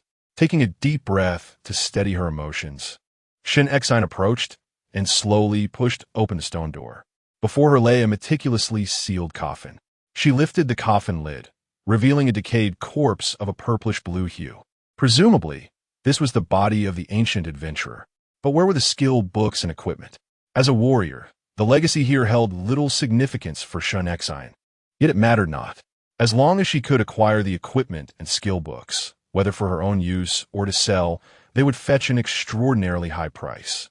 Feeling a sense of urgency, Shun Xian extended her hand, intending to flip the corpse to see if the treasures lay beneath. However, the moment her fingers brushed against the lifeless body, its eyes flew open. Shun Xian was taken aback. What was happening? The sudden turn of events left her momentarily stunned. As a top-tier player, Shun Xian was adept at adapting, capable of engaging even the most grotesque of creatures in combat.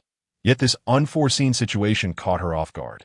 In that instant, the previously still corpse sprang to life, brandishing a dagger that plunged violently into Shun Xian's neck. Activating Thief skill, Ambush, critical hit, HP minus 500. Her health plummeted drastically, and as she regained her senses, Shun Xian swiftly swung her long sword in retaliation. However, the strike missed entirely. After executing its ambush, the corpse deftly retreated, displaying remarkable agility. Was that a thief skill? Shun Xian quickly identified the maneuver. Her curiosity piqued. Even if an ancient adventurer had risen from the dead, it should have been a necromancer-esque doing. Why was it employing thief skills? Her bewilderment deepened. Upon completing the task of the Knife Mountain, Zaire wasted no time directing the other players to charge forward en masse. Warriors engaged in close combat. Mages provided range support. Healers tended to wounds, and assassins waited for the opportune moment to deliver a fatal blow. Despite being constrained by mental limitations, Zaire's commands were effective enough to ensure that each role played its part. Even so, utilizing both level and equipment advantages, Shun Xian struggled to hold her ground. Gazing at the defiant Shun X, Zaire seemed to notice something. That mark, it resembled the emblem of the greedy sorceress, didn't it? Was this a player from the greedy faction? After a careful observation, Char confirmed his suspicions. No wonder they were so formidable. It turned out they were seasoned players from other servers. Excluding the T0 combat players, Char had a certain understanding of the abilities of other players on his server. And indeed, those from different servers were notably more skilled. In a secluded corner of the dungeon, a similar scene unfolded. Wamupi and his teammates anxiously awaited by the teleportation array. How long had it been? Where was the captain? Why was there no news yet? After a moment of contemplation, he opened the chat box, intending to send an inquiry, when unexpectedly, a message arrived from the other party. Shinshin, come save me quickly. These 4 simple words made Wamupi's heart sink heavily. What on earth was happening? Hadn't they been close to obtaining the inheritance? How could the situation suddenly turn so dire? Wamupi, what happened? Shinshin, there seems to be an issue with the side quest. As soon as I entered the inheritance point, I was besieged by a group of powerful corpses. Shinshin, this should be the depths of the dungeon. I used divine blessing. I can hold on for another 10 minutes. Hurry. After the chat ended, Wamupi's expression remained unchanged but was filled with urgency. His earlier anxiety about when the other would obtain the inheritance had now shifted to concern over how to rescue the captain. Without delay, he addressed his companions. To cut a long story short, Shinshin is in danger below. She can still hold on for a while, but we must hurry to save her. His teammates, quick to comprehend, showed no hesitation and immediately rushed into the depths of the dungeon. In the area of the necromancer's inheritance, Char observed Shinshin, enveloped in a radiant, holy light with keen interest. Healing blessing. Description: a blessing from the god of healing that instantly restores you to full health and maintains a continuous healing buff. Note: can be exchanged for 5 flawless magic crystals at the Adventurers Association. Valuable in critical moments. 5 flawless magic crystals. Quite impressive. I wonder how long you can endure. Watching Shinshin struggle for survival, Char couldn't help but marvel at the unexpected capabilities of adventurers, comparable to the legendary beings. However, he was unsure if the magical creatures could utilize such blessings. Though this blessing provided Shinshin with a momentary respite, it did little to alter the course of battle for Char.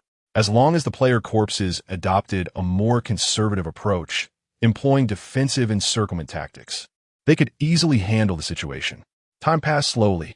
As the buff duration dwindled, Shinshin grew increasingly fatigued. Where were her teammates? Please come and save me. She activated her defense and quietly opened the chat box. Shinshin, Wamupi, where are you? The buff is about to expire. I can't hold on much longer. Birchbark, Captain, we are making every effort to reach you, but these traps are utterly repulsive. Shinshin, Birchbark, that damned lord has placed an innumerable array of infernal traps along the path to the depths of the dungeon, and occasionally, a few spectral soldiers emerge to hurl putrid potions. It's truly nauseating. Birchbark, Captain, just hold on a little longer. We'll be there shortly. Shen Xian. It was already beyond endurance. The moment the buff faded, Char swiftly commanded the Iron Heart to activate its skill. Shield Strike. The body surged forward abruptly, colliding with Shen Xian, causing a momentary stun.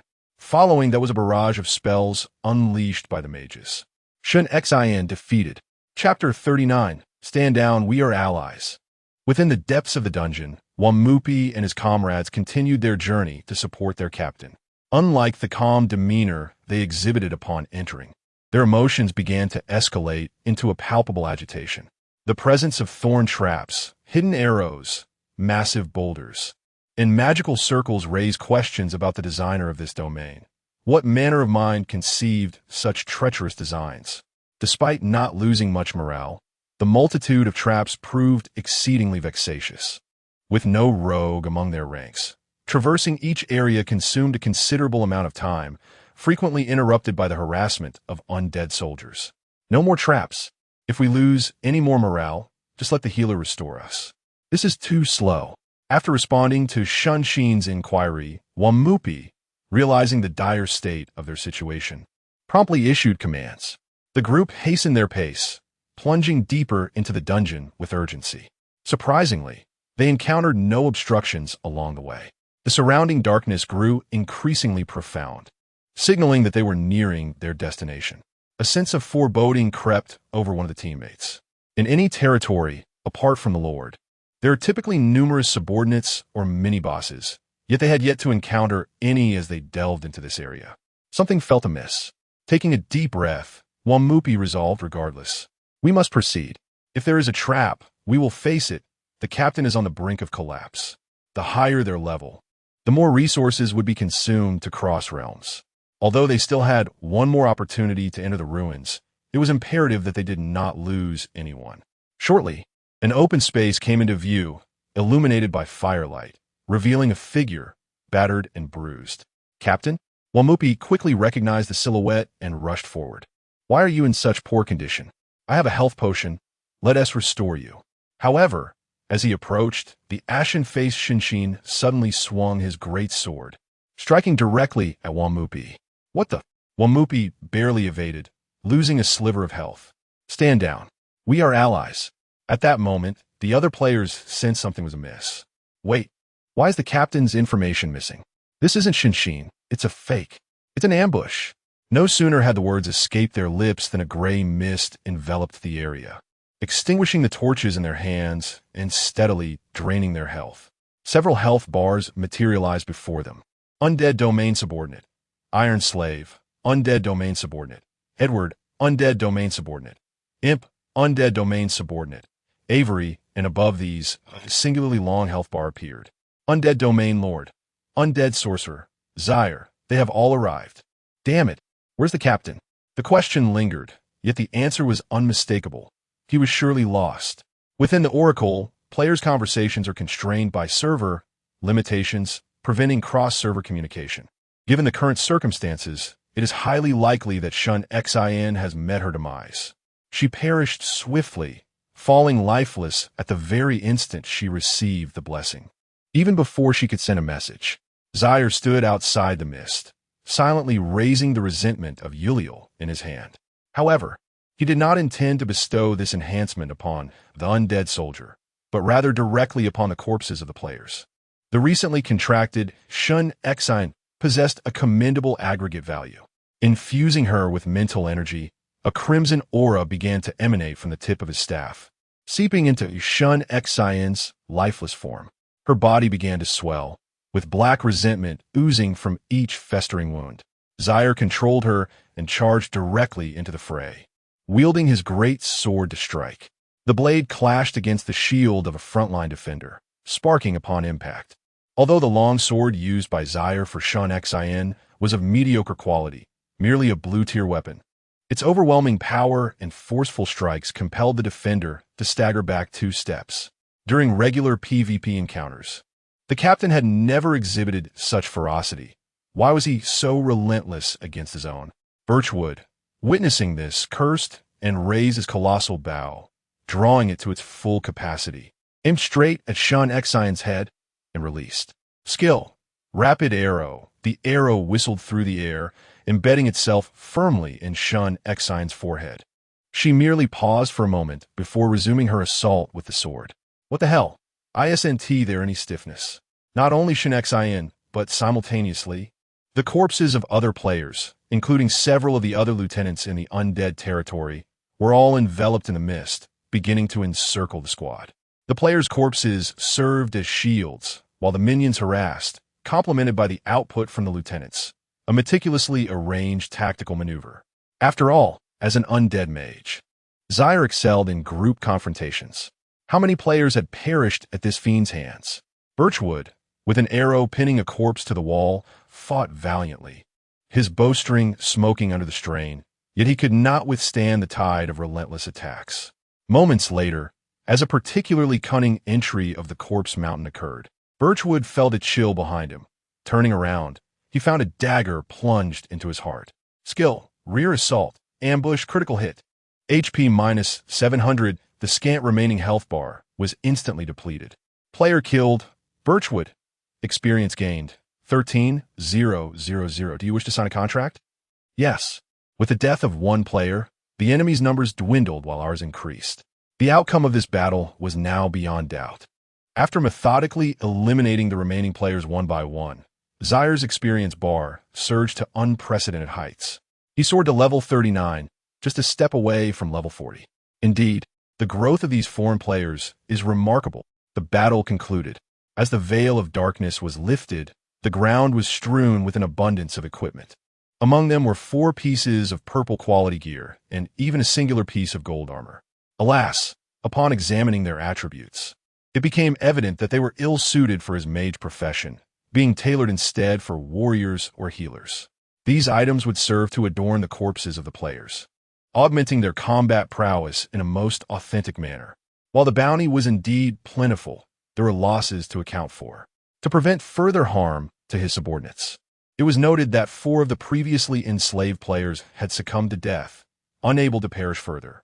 Nonetheless, this posed little concern for players as a species, are a renewable resource, and more will inevitably emerge in due course. Chapter 40. Mastery of Necromancy. In the village of Greed, Shun Xian stood silently to one side. Beside her, several fallen teammates had also returned to the novice village. Huamu Pai was now in a state of utter disarray. In a recent death, he had lost a finely crafted golden weapon in the domain of the undead. At present, he lacked even a suitable bow. Turning towards Shun Xian, a smile crept onto his lips. Haha, you died too, Captain. What a coincidence. Shin Xian replied.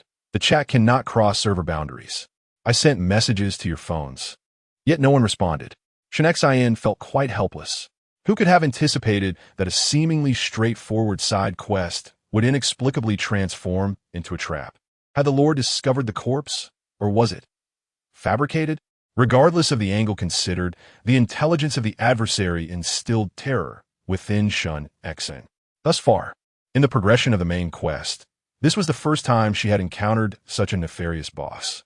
Captain, my golden weapon is lost within, Huamu Pai lamented, his demeanor resembling that of a dazed individual.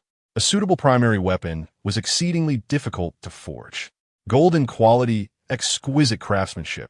Moreover, he had inscribed numerous enhancement runes into that bow, each requiring a significant cost. Losing it was tantamount to sacrificing half of his fortune and life. Shen Xian responded, I mentioned earlier that you should bind it with a contract. Why skimp on that little money? With a sigh, she added, let's first procure a barely usable bow from the market, and then make a trip to the proud server. Huamu Pai paused for a moment. Are we going back to the dungeon for revenge? Shun Xian retorted. What revenge is there to speak of? Shaking her head, she continued, if I am not mistaken, before us, another player team entered the dungeon. That undead lord lured them into opening the gate to the inheritance point, thus directly acquiring the legacy of the necromancer, which should be necromancy, and those player corpses are now under its control. Our own corpses are likely enslaved as well. Returning now would be akin to courting death. Upon hearing the captain's analysis, Huamu Pai was overcome with goosebumps. Was this truly an NPC? How could it be more sinister than a player? Realizing this, Huamu Pai suddenly understood why the previous player team had so readily divulged the dungeon's location to him. They had evidently suffered greatly. No wonder he had seen someone smirking as they departed. This was the reason. Damn it. Shin Xian closed her eyes and pondered for a moment. The guild here harbors intense animosity. There will certainly be skirmishes at other inheritance points. At that time, we shall lie in wait. First, let us find some treasure spots to recover our losses. Deep within the dungeon, having ascended to level 39, Char is now engaged in the allocation of his skill points. Opening the skill panel, a line of information presents itself. At this moment, both the skills Ember Flame and Necromancy have unlocked their specializations, while the remaining skills, Black Barrier and a newly acquired Control Undead, are at level 2. A total of 3 skill points are available for distribution. Use skill points, Black Barrier LV2 LV3, Control Undead LV2 LV3. Both skills can be fully unlocked for specialization. Moreover, even after unlocking a skill S specialization, skill points can still be utilized to enhance the skill's level for further augmentation. Char decides to invest the remaining point into Control Undead. Next comes the main attraction, the effects of specialization. Char first clicks on Control Undead. Thus far, the effects of this skill can be aptly described as immediate and potent, effectively compensating for the shortcomings of the lesser quality of the undead. Like other specializations, it contains 2 branches. Specialization, self-detonation.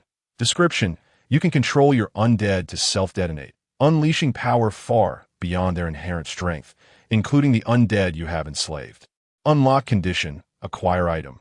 Shivi's Research Manual. Note, Shivi is a necromancer residing in the central region of the Pride District. who enjoys secluding himself to study a series of matters related to the undead. Perhaps you might find him at the Succubus Tavern. Specialization: Undead Curse. Description: upon death, your undead will transform into a curse that attaches itself to the enemy target, increasing damage dealt to the cursed individual during combat. Unlock condition: acquire materials. Mummy Wrappings Curse Echo. Note: these materials can be obtained in the Sloth District's dungeon, Mysterious Pyramid, as well as on the undead ship. After thoroughly examining the details of these two specializations, Char's eyes widened in astonishment. My Vort? Even without currently possessing the skills, the image of the scenario has already manifested in his mind, ensnaring players in an unnamed mist, then unleashing a horde of undead soldiers to self-detonate upon them. The mere thought of it is exhilarating. Aside from self-detonation, the second specialization is equally impressive, essentially providing players with a damage amplification mark. At that moment, a wave of explosive undead could be deployed, followed by players battling with their own corpses, a perfect synergy indeed. One can only describe it in 4 words: utterly sinister. It suits me perfectly. Char revels in skills that can befuddle players. These shadowy individuals must be dealt with using the most devious methods. However, upon reflection, from the description, it appears that the acquisition of self-detonation is unrelated to any materials, resembling more of a side quest reward, and is located in the central region.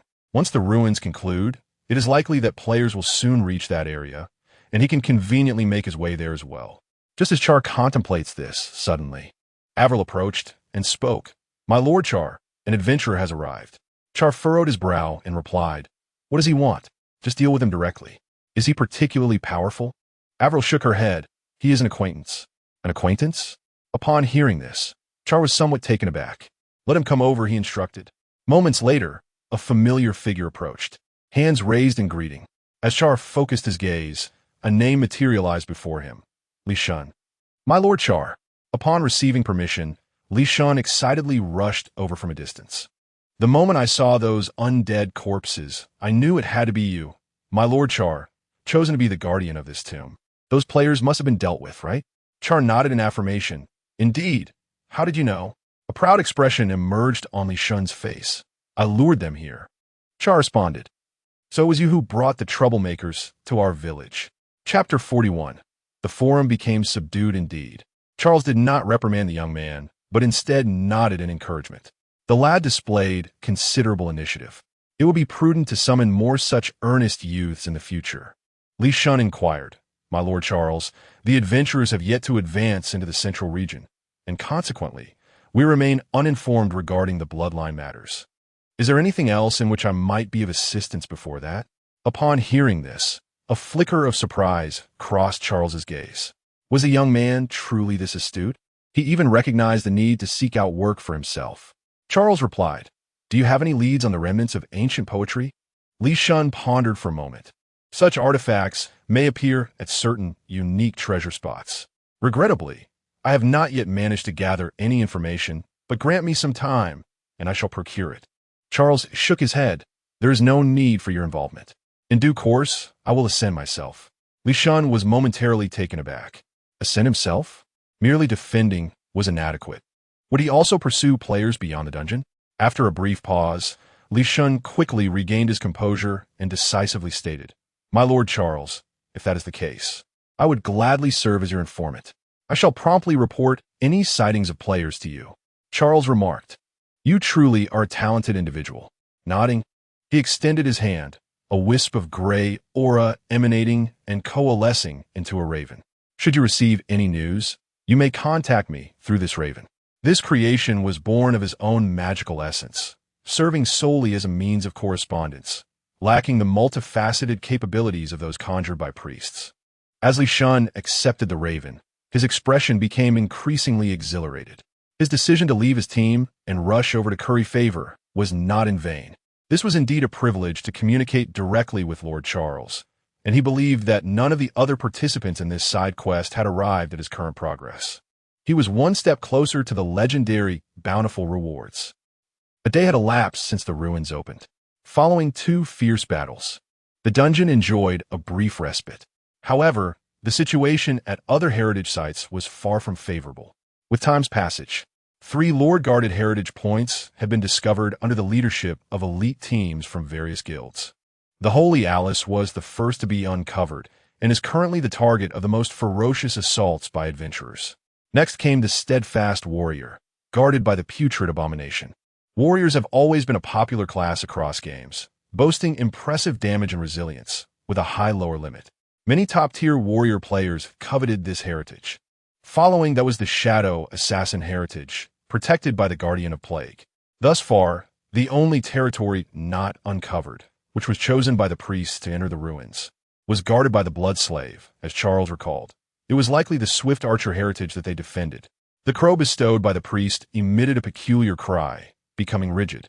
A voice emerged from within, that of a decayed monster speaking. "How fares your territory? I have already encountered numerous adventurers invading my domain." The Blight replied, "The same goes for me.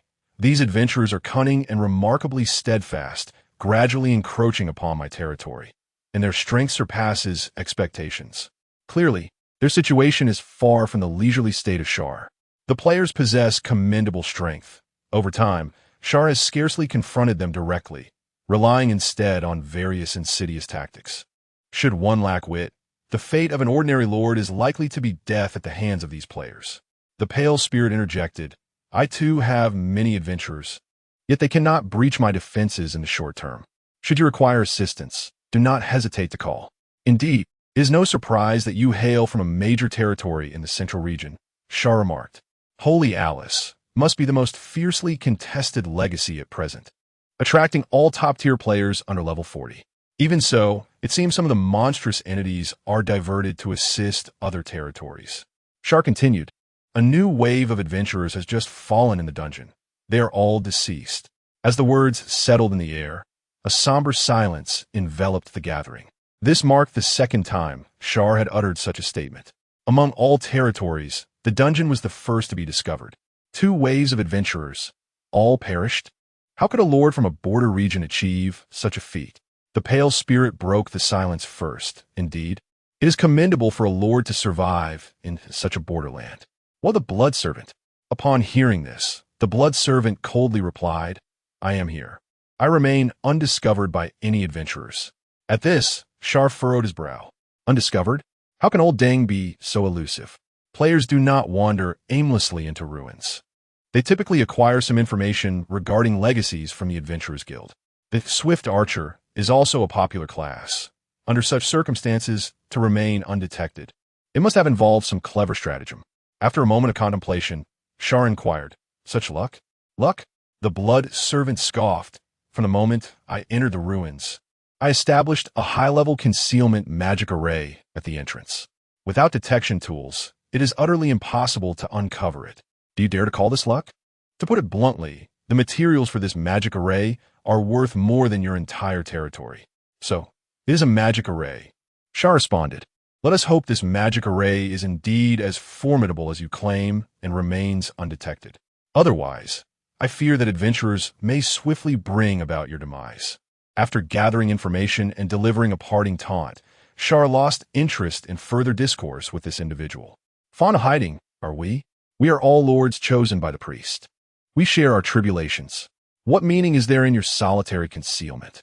This is worthy of posting on the forum. At present, all ancient adventurer legacies have been discovered by players, with the exception of the Blood Servant, which creates a sense of imbalance." Opening the forum, Zaire immediately began to compose a post. A few secrets regarding the legacy points in ancient ruins. The newly appointed Tomb Guardian Lord possesses remarkable wisdom. Having concealed himself with various magical formations, players in possession of divination type items might consider venturing to the parched desert, as they may stumble upon unexpected treasures. Posted by Anonymous. After completing the post in an official tone and publishing it, Zaire let out a sigh of relief. "Excellent. I am confident that it will not be long before I receive good news regarding the Blood Servant." Chapter 42. The Power of Currency. Once the post was published, it garnered considerable attention. This was primarily due to the conspicuous nature of the anonymous poster. Typically, players refrain from sharing information anonymously. Most contributors are bloggers or streamers seeking to attract traffic through their posts, while only certain promotional posts exhibit such anonymity. Aside from this, the only other exception was that individual who had previously divulged details about the side quest in the undead territory. Players quickly began responding to the thread. Are you the one who previously revealed the existence of side quests in the undead territory? Indeed, brother, which player speaks so officially? I was perplexed about why I couldn't find the inheritance point of the Swift Archer. It turns out the Lord concealed himself with a magical array. Players swiftly connected the dots based on the information shared within the post. Eager participants hastened to the dry desert region, equipped with their items, and commenced their fervent exploration. Their efficiency was astonishing. Meanwhile, within a temple nestled in the heart of the dry desert, the blood servant observed the stillness of the raven with a contemplative gaze, quietly raising a goblet filled with blood, his eyes narrowing slightly. Char, the two, as unacquainted lords, one in the central region and the other at the borders, should logically have no entanglements. The blood servant's intense hostility stemmed from a straightforward reason. This was a task assigned by the lord of the blood clan. This individual, or perhaps something within their territory, was linked to the blood clan. Prior to entering the ruins, the blood servant had intended to find an opportunity to infiltrate the undead territory directly and eliminate him. But unexpectedly, they both ended up entering the ruins together. The priest seemed to show favoritism towards the other party. This was troubling news. However, on the bright side, he had prepared a magical array with potent concealment effects before entering the ruins. For the time being, adventurers should remain oblivious to this matter, granting him ample time to devise a strategy against the undead sorcerer. While lost in thought, a creature bearing bat-like features hurried into the hall, its expression marked by urgency. It possessed a human form, yet its organs had undergone a complete transformation. Behind it loomed a pair of enormous, jet-black wings. Its ears were pointed, its eyes of vivid crimson, and its nose resembled that of a canine, creating an unsettling appearance. Above its head was a title, Deputy of the Blood Territory, Batman. Noticing the creature's anxious demeanor, the blood servant frowned slightly and inquired, "What is the matter that has you so distressed?" The Batman lowered its head and replied, "My lord, the magical array has been discovered. At least 20 adventurers have already breached the entrance of the temple and are currently engaging with the bat creatures within." Upon hearing this, the blood servant abruptly shattered the goblet in his hand. What? How could they have discovered it so swiftly?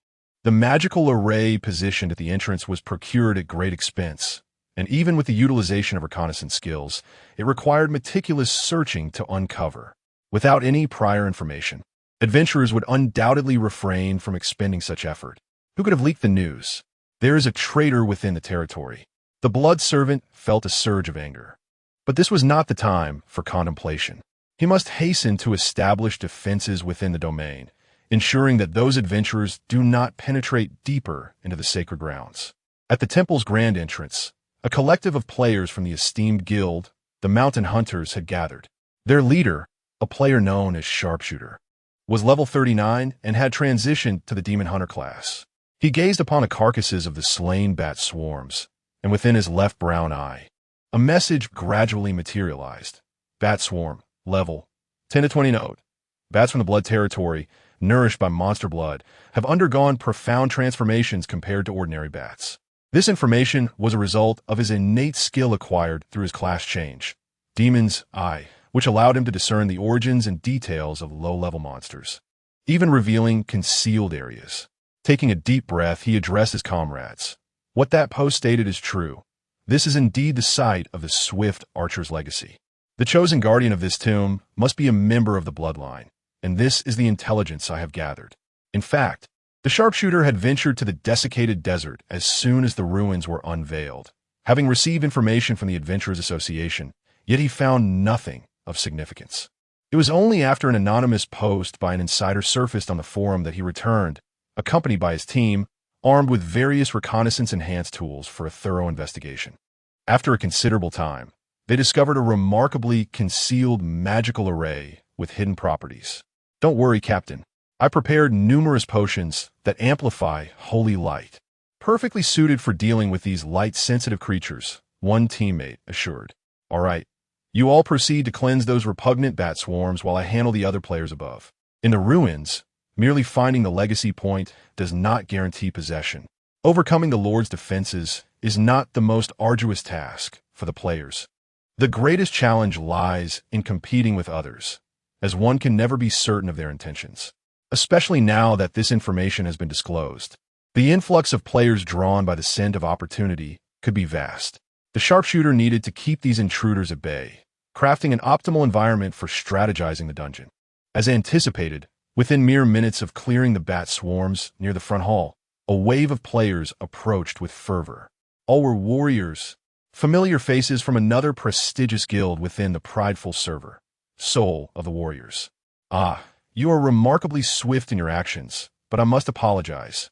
Let us engage in competition instead. With that, the leader known as Lion's Roar attempted to step forward with his team, only to be abruptly halted by the marksman. Brother, this is where you are mistaken, Lion's Roar said, his expression darkening as he drew his blade. This is a public resource. One cannot simply claim it as their own upon discovery. Shall we engage in a PvP battle? The marksman shook his head and coolly responded with 4 words. Send me your account number. Lion's Roar. Within the circle, Soul of the Warrior is also known by another moniker, Gathering Place of the Penniless. Its members are, without exception, impoverished souls, relying entirely on grinding for equipment and materials, burdened with the weight of 8 lifetimes of effort. The means to deter these individuals is remarkably simple, encapsulated in 3 words. Financial prowess. After a swift transfer of funds, the previously aggressive Lion's Roar instantly transformed his demeanor. I must say, boss, you are quite generous. Receiving so much makes me feel somewhat embarrassed. How about this? Since your marksman team lacks frontliners, we shall assist you in swiftly clearing this dungeon together. Chapter 43. The Extreme Player Community. As the bank's collection notification rang out, 2 elite guilds had completed their epic collaboration. There was no problem that money could not resolve. The sharpshooter did not decline the proposal. He merely nodded, stating, "You go ahead. I still have to deal with other players." Upon hearing this, Lion's Roar frowned. What else do you need to handle? With us 2 top guilds here, who cares about public resources? We can simply seize control. I doubt anyone would dare to stir up trouble. The sharpshooter replied, "You didn't say that when you first arrived." "Fine, let's do it."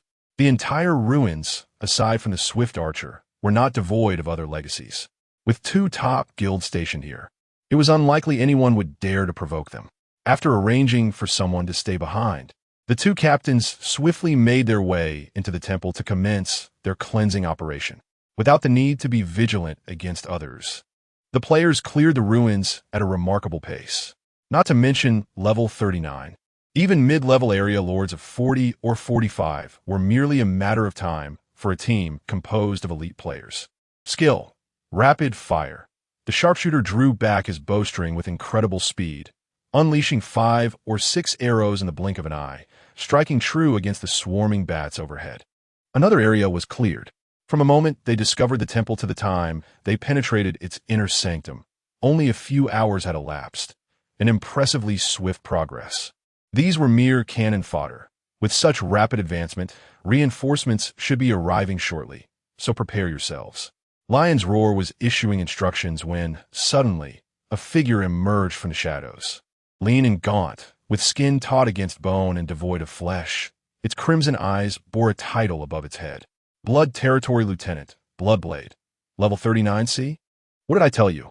Prepare for battle. With no hesitation, Lion's Roar seized his colossal sword and swung it fiercely forward. The sword's energy surged, creating a reverberating shockwave that missed the foe and struck the wall, leaving a deep indentation.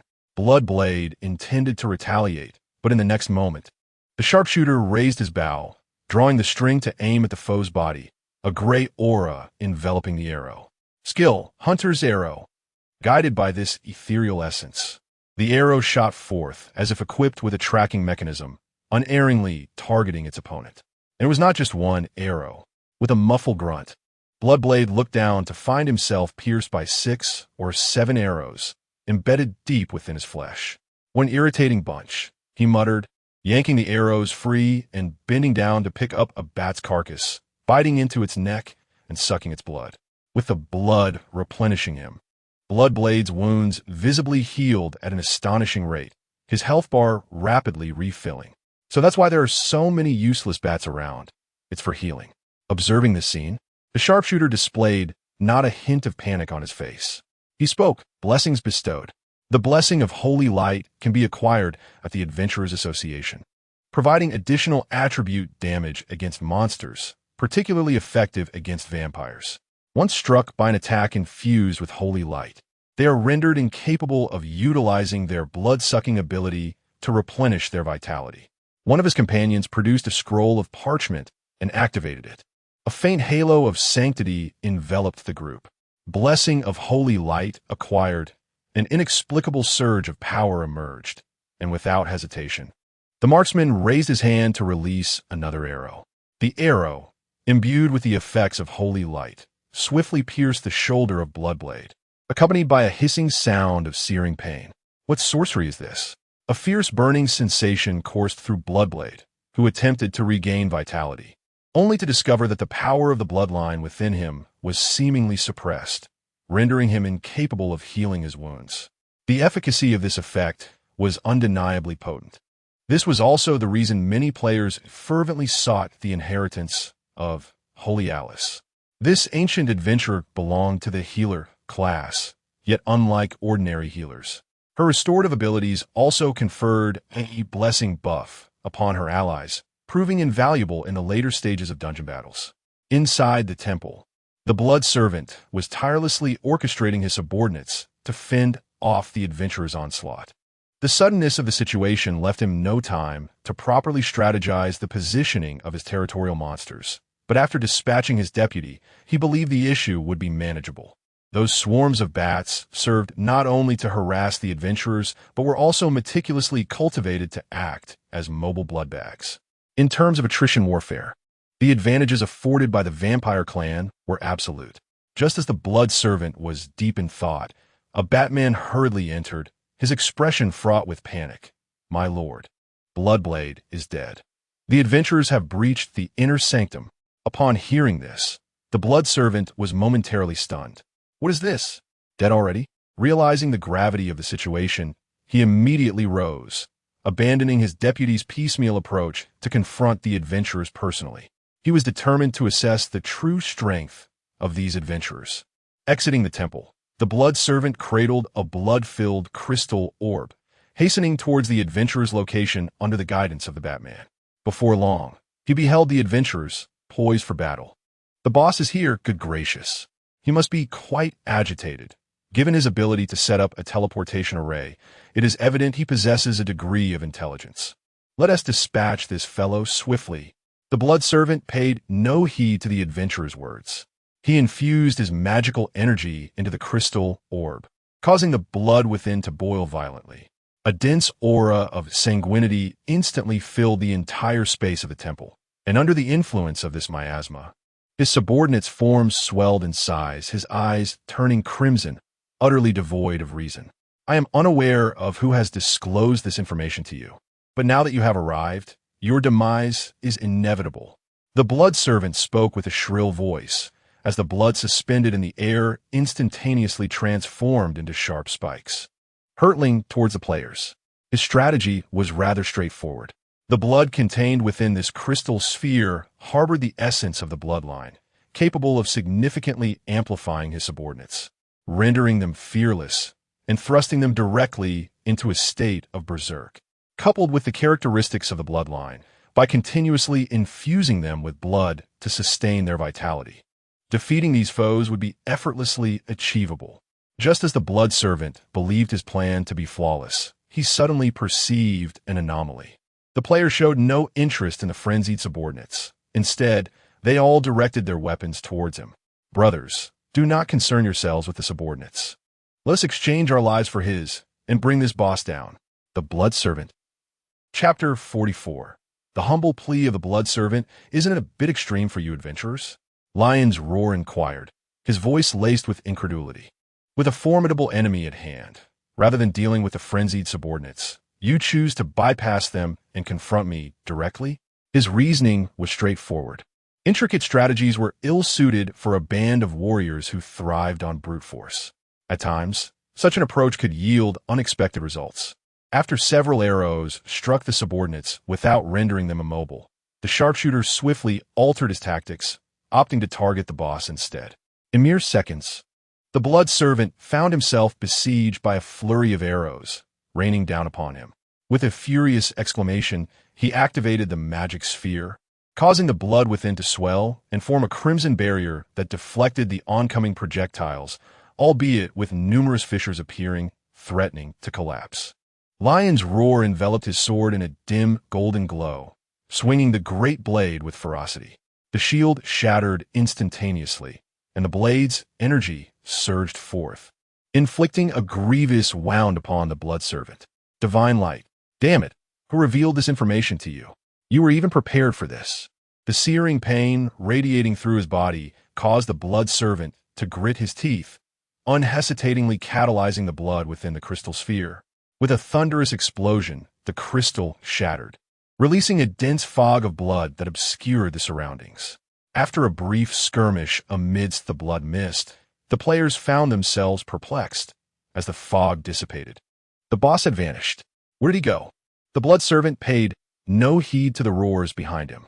The moment the blood mist erupted, he chose to flee, desperate to return to the vicinity of the teleportation array. What had become of the adventurers? The enraged subordinates pursued him relentlessly, their eyes ablaze with fury. Yet he remained silent, seeking only to extricate himself from the situation. In his past, when he ascended to the position of a subordinate lord at the behest of the Bloodmaster, he had slain numerous adventurers, but he had never encountered such a predicament. His territory, while not impregnable, had once seemed capable of withstanding a lengthy siege. Yet now, the imminent threat of an assault loomed large. This was unacceptable. Exhausted from his desperate sprint, the blood servant finally reached the temple and grasped the raven bestowed upon him by the priest. He required the support of other lords. In the depths of the dungeon, Charles was languidly engrossed in his study of the specialization in dark barriers, contemplating how to enlist players to serve his interests when, from a distance, the raven emitted a frantic voice. The arid desert's legacy point is besieged by a horde of adventurers. They are numerous and of high level. I require assistance. The voice, slightly shrill, caught Charles's attention, causing his brow to arch in surprise.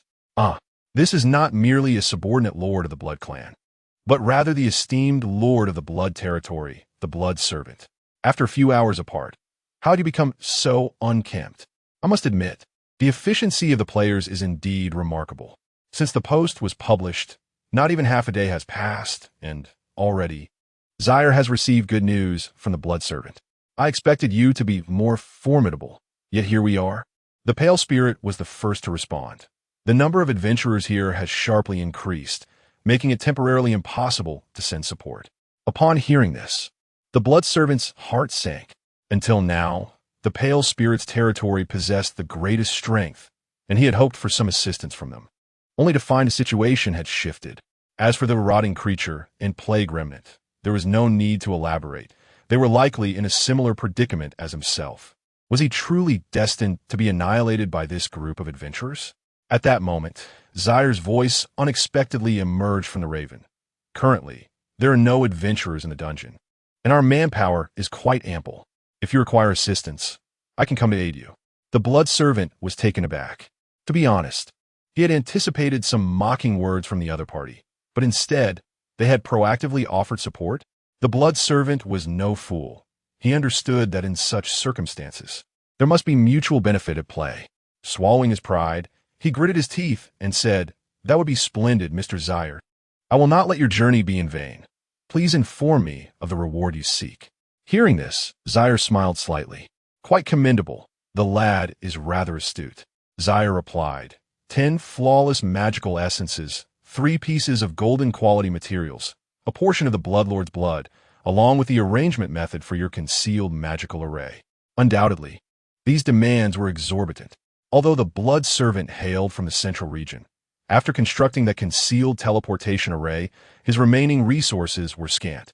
These conditions were tantamount to stripping himself bare. Yet, no matter how exorbitant the demands, The blood servant had no choice but to acquiesce.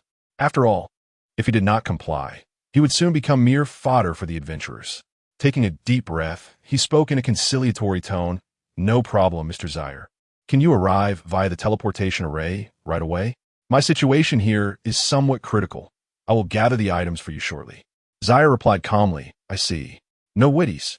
I shall wait for you to gather the reward before I come over." The blood servant thought, "That damned creature. No rabbit, no hawk." Realizing this, the blood servant ceased the dialogue, hastily retrieved his resources, packed them into a storage bag, and sent them to the other party via the teleportation array. "All right, Mr. Zaire, I have sent the items. Please verify them, and if all is in order, hurry over." After meticulously counting the items, Zaire nodded and said, "All is well. Connect our teleportation arrays with the Raven, and I shall bring my subordinates to assist you." If Char so desired, he could effortlessly seize the items and disregard his adversary, for this individual could do nothing to him at present. However, Char felt compelled to pay a visit. The rationale was quite simple. Despite having no connection with him, he found himself the target of such hostility, an evident directive from the Blood Clan. Within the ranks of the Blood Clan, there were those who were aware of the little ghost residing in the realm of the undead. After eliminating the players, Char aimed to engage in a heartfelt and sincere dialogue with this blood servant, seeking to uncover the identity of the mastermind behind these orchestrations. To this end, he had meticulously prepared over a dozen methods of exquisite torment specifically tailored for the Blood Clan. Chapter 45. The boss can execute skill combos. The teleportation arrays of the two territories began to interconnect. Char did not hasten to enter. Instead, he allowed the corpses of the enslaved players to step into the teleportation array first. As crimson light swirled, the blood servants eagerly awaited the arrival of reinforcements, only to find a group of ashen-faced humans staggering out of the portal. "Aren't they adventurers?" The blood servants felt a surge of fear and instinctively took a few steps back, asking the Raven, "What is the meaning of this?" Char's voice floated back lazily. "Do not be anxious. These are the adventurers I previously vanquished in my territory, whom I have enslaved as my undead minions. I must investigate thoroughly. What if you harbor ill intentions?" The blood servant replied. "How cautious you are." Acknowledging this, the blood servant had little to say. He conceded that the opponent's ability to survive at the border territory spoke volumes of their prowess. They were indeed quite formidable. After surveying the surroundings with the players' corpses to ensure no danger lurked, Char stepped through the teleportation array into the opposing territory. Upon beholding the gaunt figure adorned with a crown of thorns and wielding a bone spear, the blood servant was taken aback. In the time since their last encounter, the equipment had undergone a remarkable transformation, now entirely of golden quality. Not only that, but the original level of 36 had now ascended to 39. Damn, what benefits has this fellow procured from the ruins? Though begrudgingly, the blood servant recognized that, in a certain sense, the opponent's newfound strength was beneficial for himself, as it would help stave off the player's onslaught.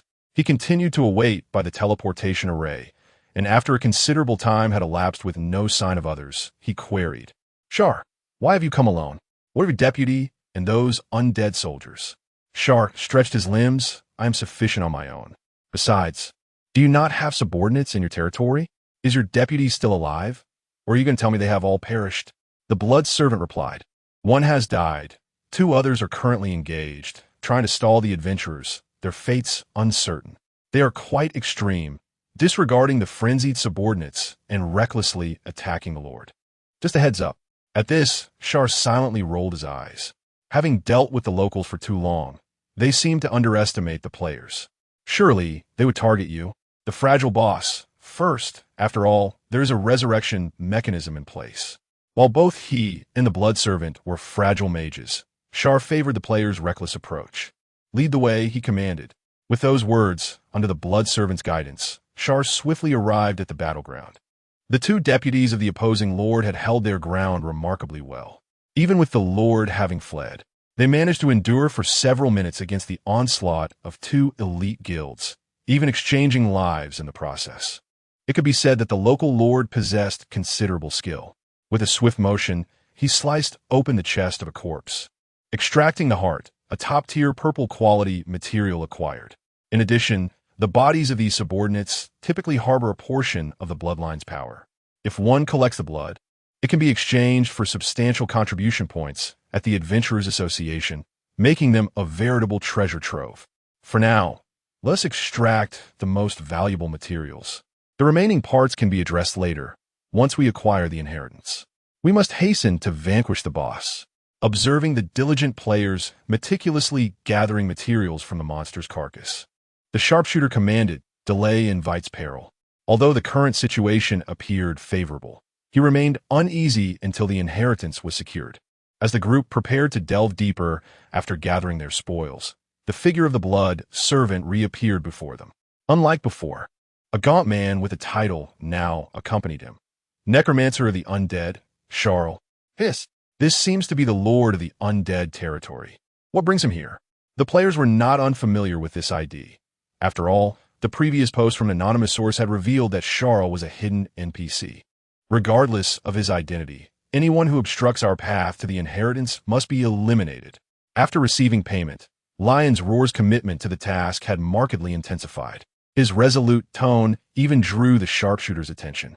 "Brother, do you possess such professional integrity? You truly act upon receiving payment?" As the players assessed Char, he too scrutinized them. Their numbers exceed my expectations. After careful observation, he discerned why the territory of the Blood Servant had been so swiftly advanced. Unbeknownst to him, these two elite teams exhibited an unexpected unity, devoid of any internal strife. Given this, it was no wonder. Never underestimating these players, Char promptly unleashed his skills to seize the initiative. Black Veil. A dense shroud of black mist enveloped the area, rapidly obscuring the battlefield. Having engaged in numerous skirmishes with players, Char had developed an understanding of this skill.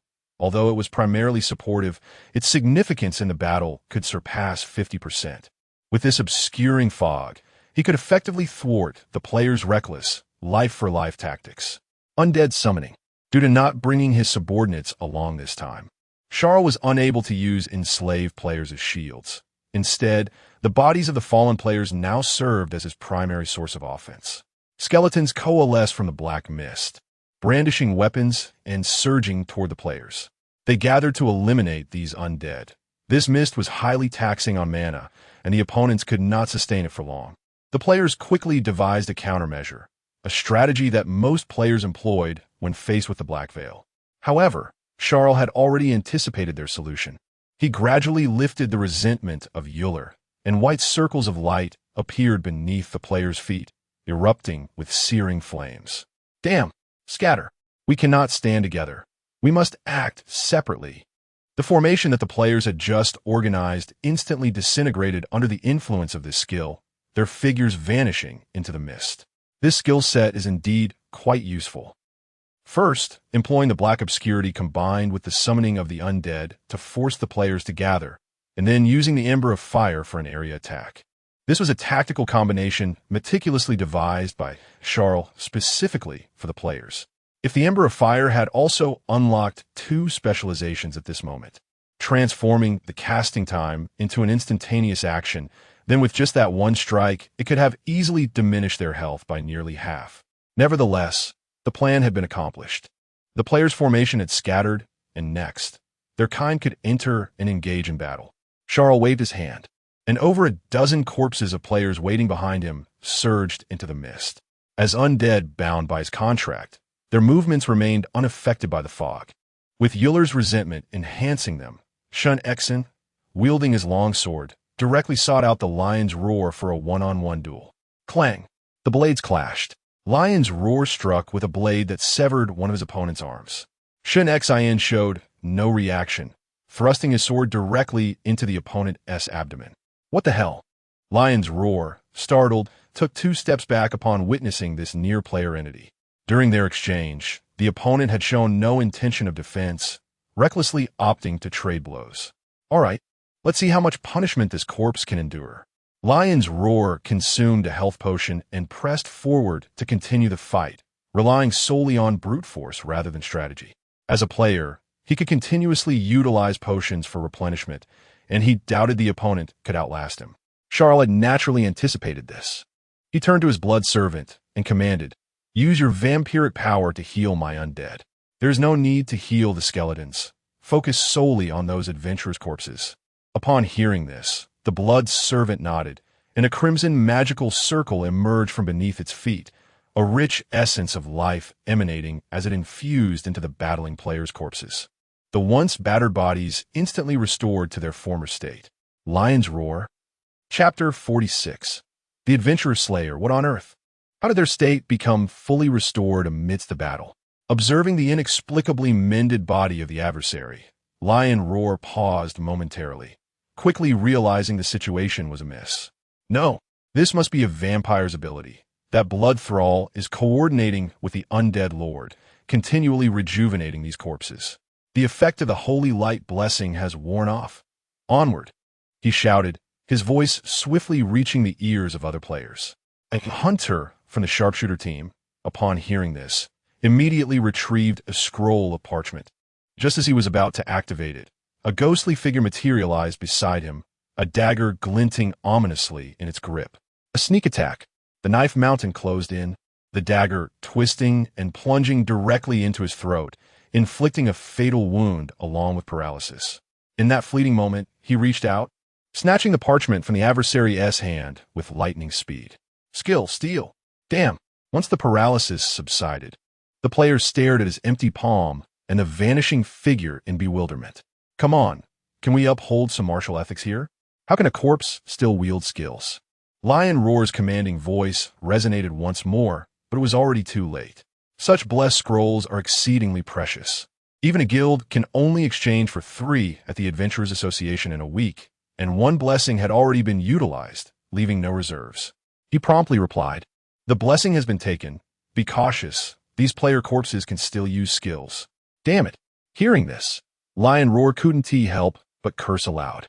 Unable to suppress the opponent's recovery with the holy light blessing, it inadvertently placed his team at a disadvantage in this war of attrition.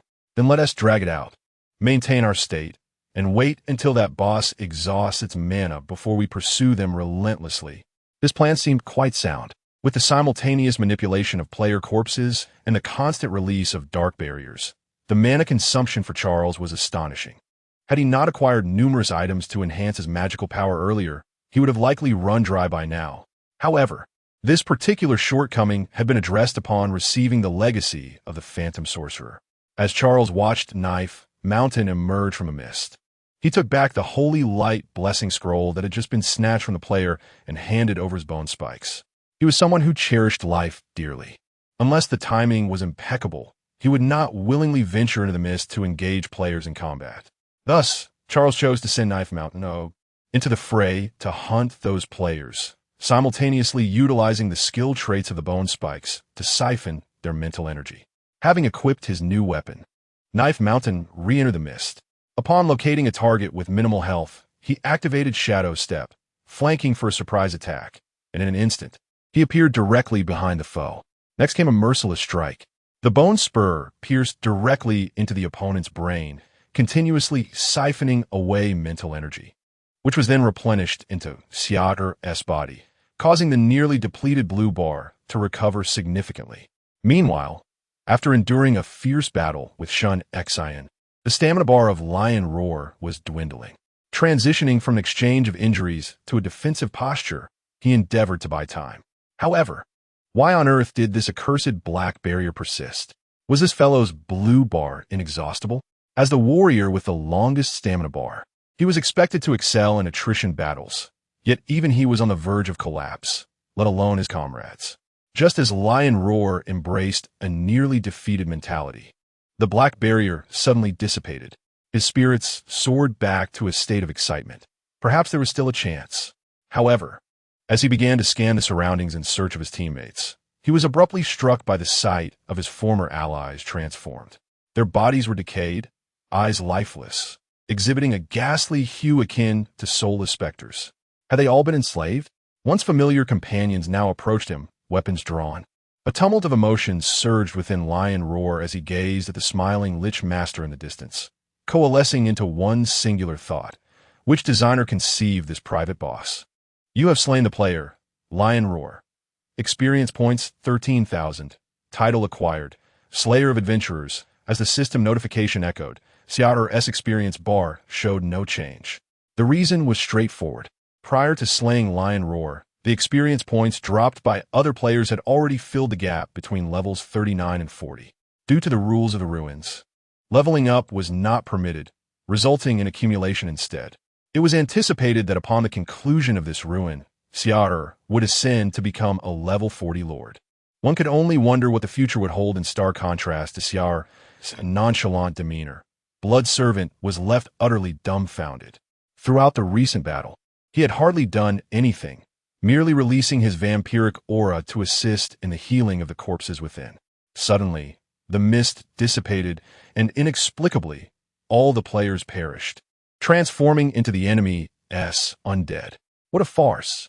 Upon noticing the newly acquired title of Slayer of Adventurers above his opponent's head, Blood Servant realized that the reason this individual had managed to survive in the border region was far from trivial. This was nothing short of a meat grinder. Retrieving the bone spear, Char began to examine the effects of his new title. Title: Slayer of Adventurers. Description: damage increased by 30 when battling adventurers. Not bad at all. A 30% boost is quite substantial, especially for a mage like him. This unexpected title felt like a fortunate acquisition. However, the title appeared somewhat unfriendly, necessitating its removal when undertaking side quests. Having completed his examination, Char cast a glance at the Blood Servant, a smile gracing his lips.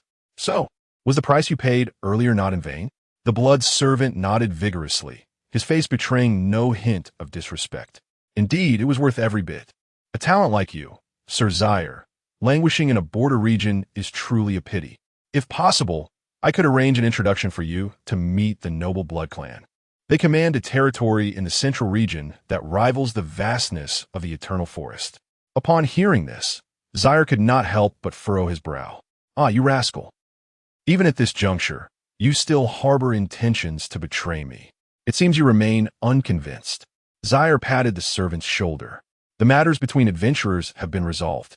Now it is time to address the entanglement between us. Speak. What is the Blood Clan's true purpose in sending you to approach me? The Blood Servant, frightened, immediately bent forward. There is no ulterior motive. I admit I was once disrespectful towards you, and I am willing to make amends. Refusing to speak, are we? No matter. Char anticipated this very scenario. He waved his hand, and dozens of recently enslaved players, under his command, approached the Blood Servant with weapons in hand, advancing slowly. I shall ensure that you divulge the truth. Chapter 47. Assuming the role of the Gravekeeper, the Blood Servant exhibited remarkable resilience. As a loyal hound to the master of the Blood Clan, he believed that no matter the punishment he endured, he would never betray his kind. However, he soon realized the folly of his conviction and how gravely mistaken he was.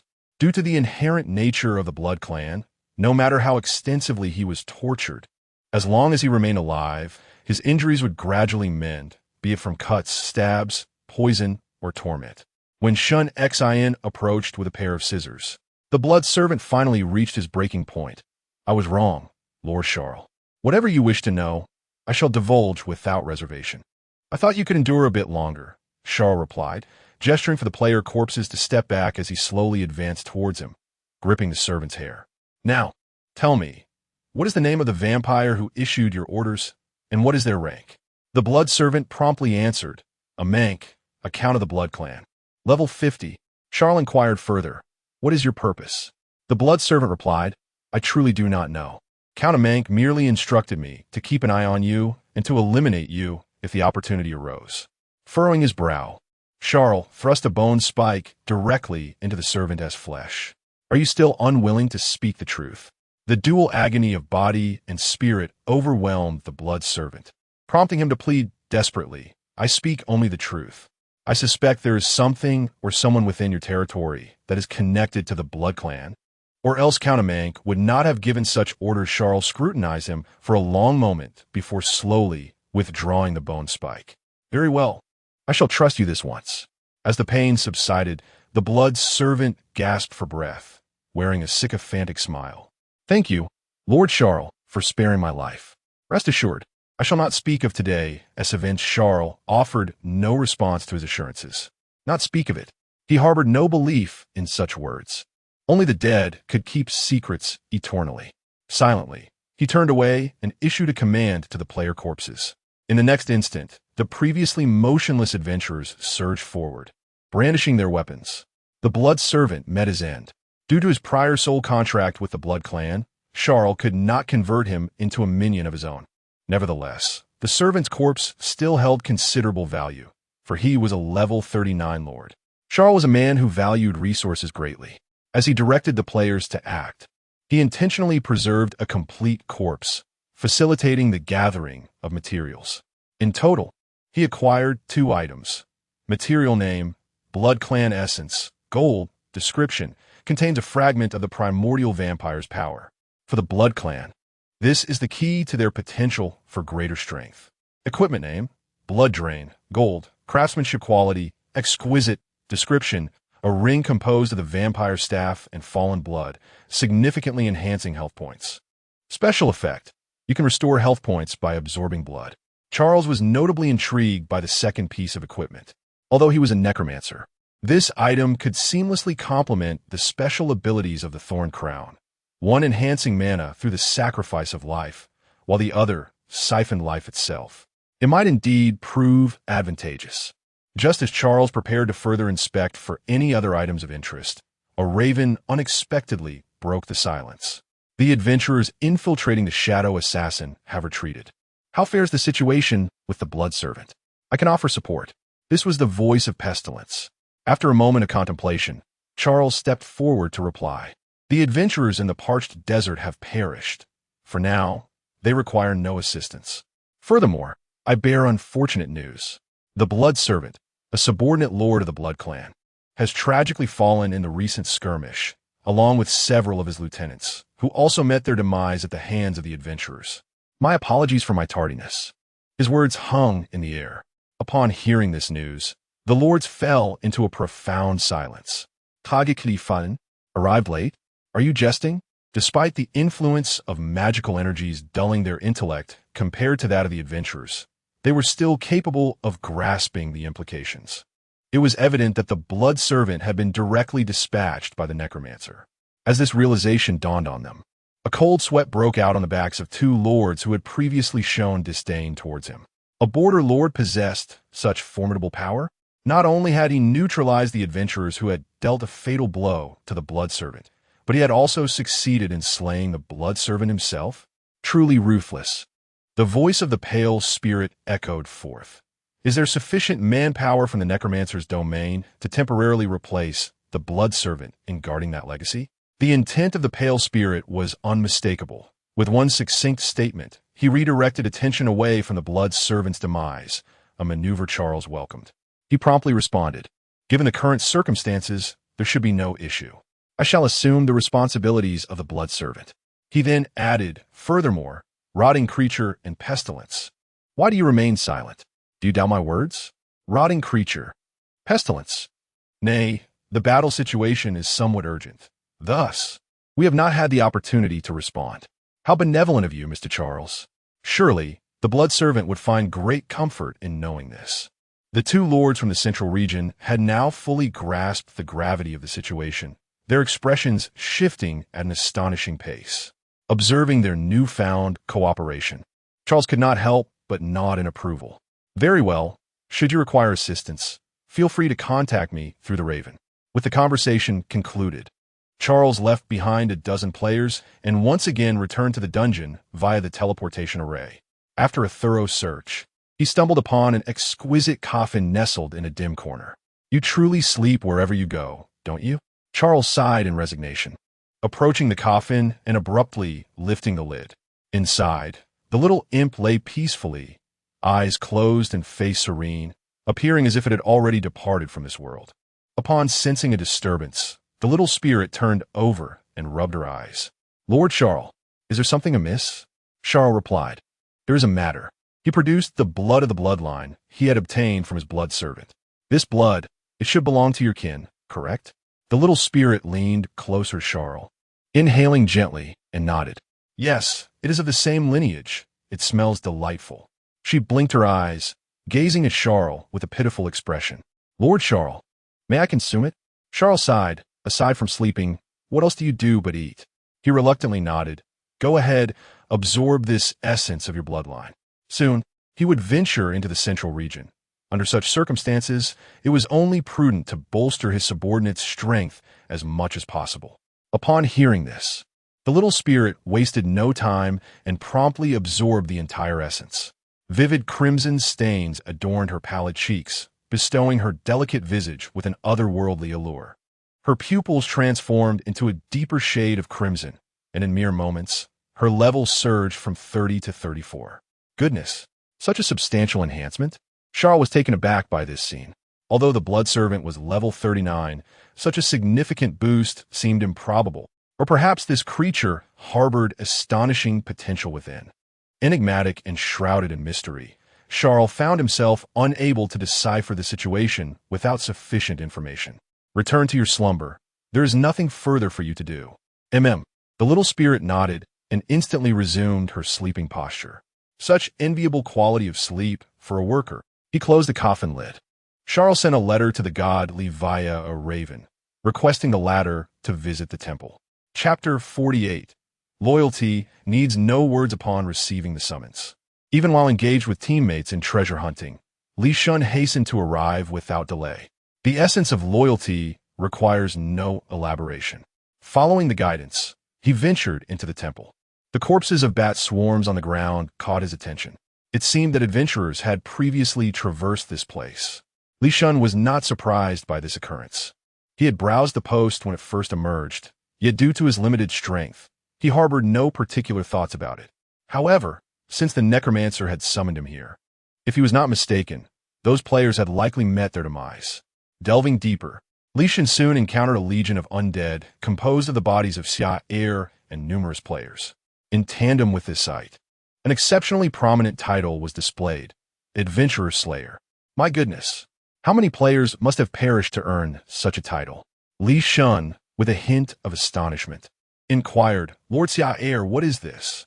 Char elucidated, this heritage point is guarded by a subordinate lord of the Blood Clan, who called for my assistance. I inadvertently eliminated both the adventurers and the lord. Li Shun responda. So it was merely a casual act? He quickly added, well done. To deal with the vile Blood Clan, such measures are indeed necessary.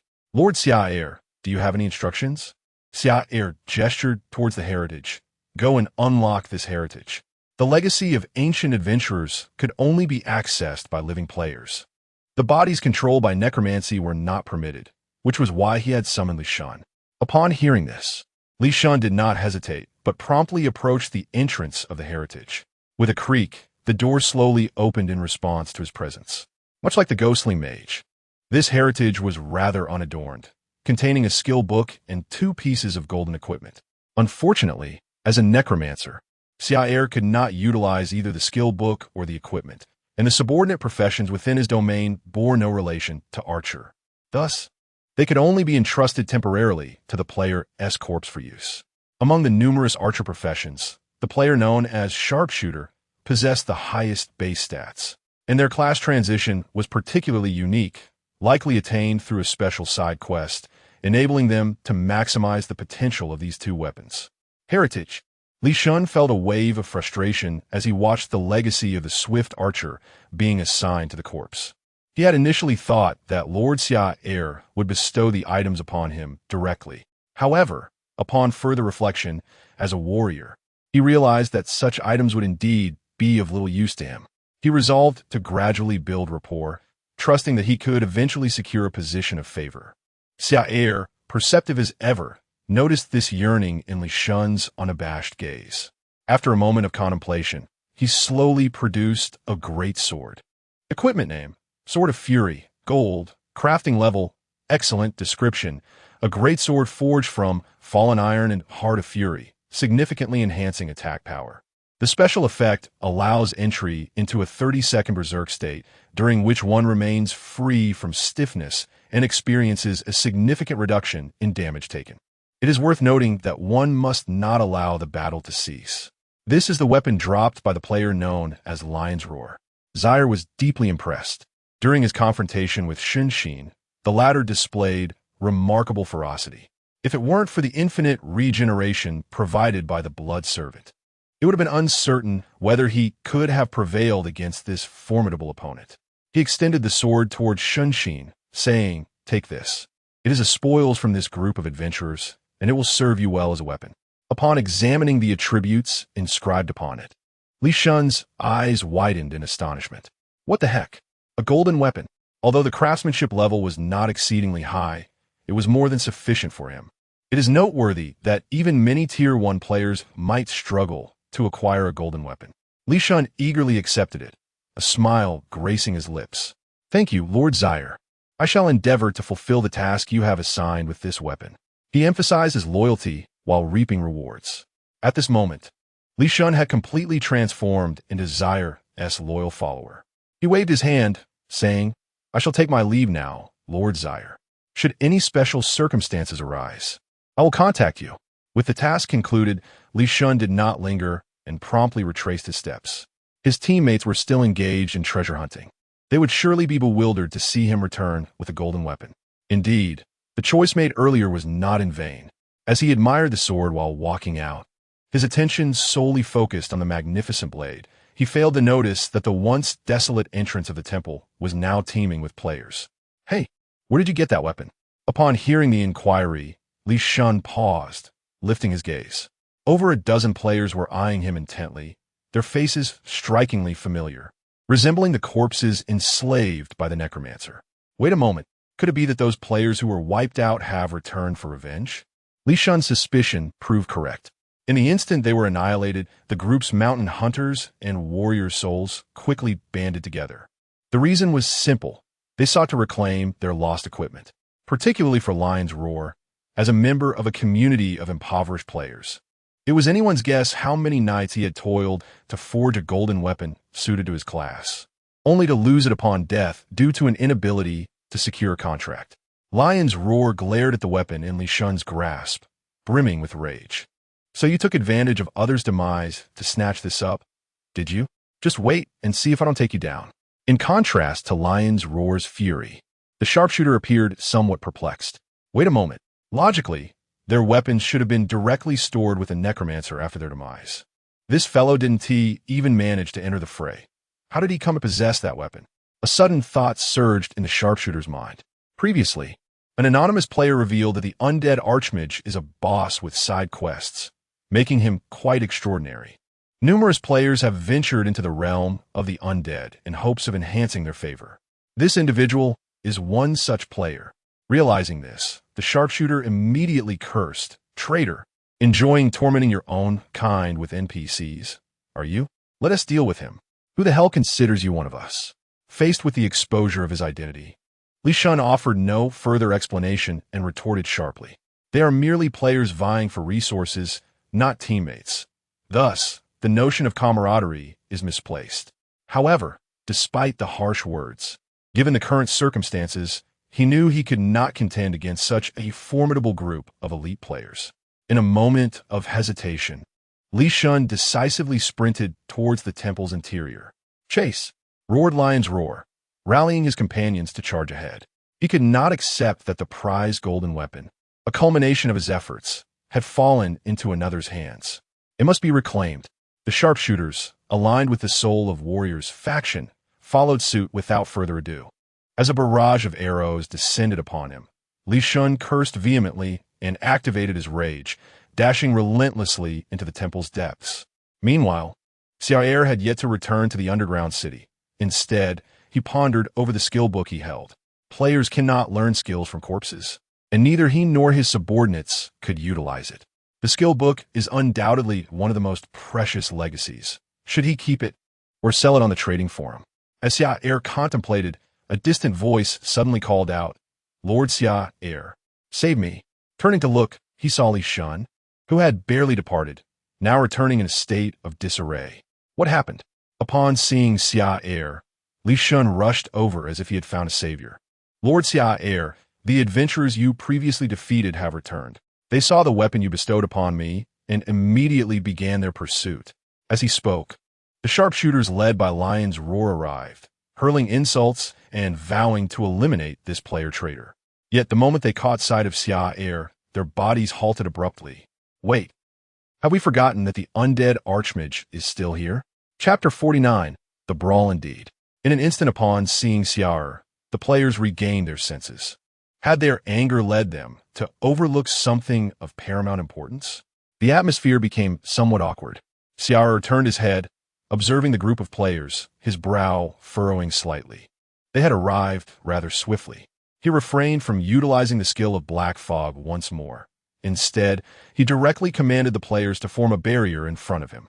Damn it, what should the captain do? Naturally, the answer was to press on. Having reached this point, there was no turning back. Did they not notice their equipment? It was all now in the hands of the necromancer. With matters having escalated to this extent, retreat was simply not an option. Char found a certain satisfaction in this. While he was still present, it would be prudent to eliminate these resentful players, thus avoiding the tedious back and forth between the dungeon and the desolate desert later on. The last encounter had resulted in the demise of these players, and given that their current equipment and levels were inferior to before, Char felt no fear. In fact, this was a perfect opportunity to test the strength of the players' corpses. Char infused his mental energy into the corpse of the sharpshooter. Skill: Charged Arrow. The sharpshooter's corpse slowly drew back the golden bow, an exceptionally pure power coursing through it. As the bowstring was released, the arrow, propelled by a fierce gust of wind, surged forward with astonishing speed. Bang! The rapid trajectory of the arrow was nearly impossible to evade, and one unfortunate player, also an archer, was struck, his body impaled against the wall, creating a massive crack. HP minus 700. What the hell? What kind of damage is this? With a single shot, his health bar dwindled to almost nothing, and the accompanying gust nearly knocked him off his feet. Witnessing this scene, the sharpshooter appeared utterly bewildered. This was not right. He was the genuine article. How could this counterfeit version appear so much stronger? TSK. With two perfectly matched golden weapons, the damage was indeed formidable. Upon seeing this, Char could not help but express his admiration. Unfortunately, thus far, only this enslaved player was equipped with decent gear. The other undead were quite ordinary. If this deficiency could be rectified, perhaps the enslaved corpse could even slay living players in one-on-one situations. Li Shun, standing nearby, inquired, "My lord Char, do you require my assistance in battle?" Char shook his head. "To stay back. Since these adventurers had already succeeded in killing once, they could certainly do it again." Release the Black Fog. The players found themselves once more ensnared in a similar predicament. They clung to the mist, utterly at a loss. Damn it, let me get close. The Lion's Roar, attempting to break through the fog and engage Char in combat, was once again thwarted by Shun Exine, who seemed to be under some enhancement, as indicated by the swirling black energy surrounding him. Unlike the last encounter, this time he wielded a hastily assembled purple weapon, his level significantly diminished, and his combat prowess greatly reduced. However, this blood servant seems to be absent. With a judicious use of potions, perhaps one could wear down the opponent.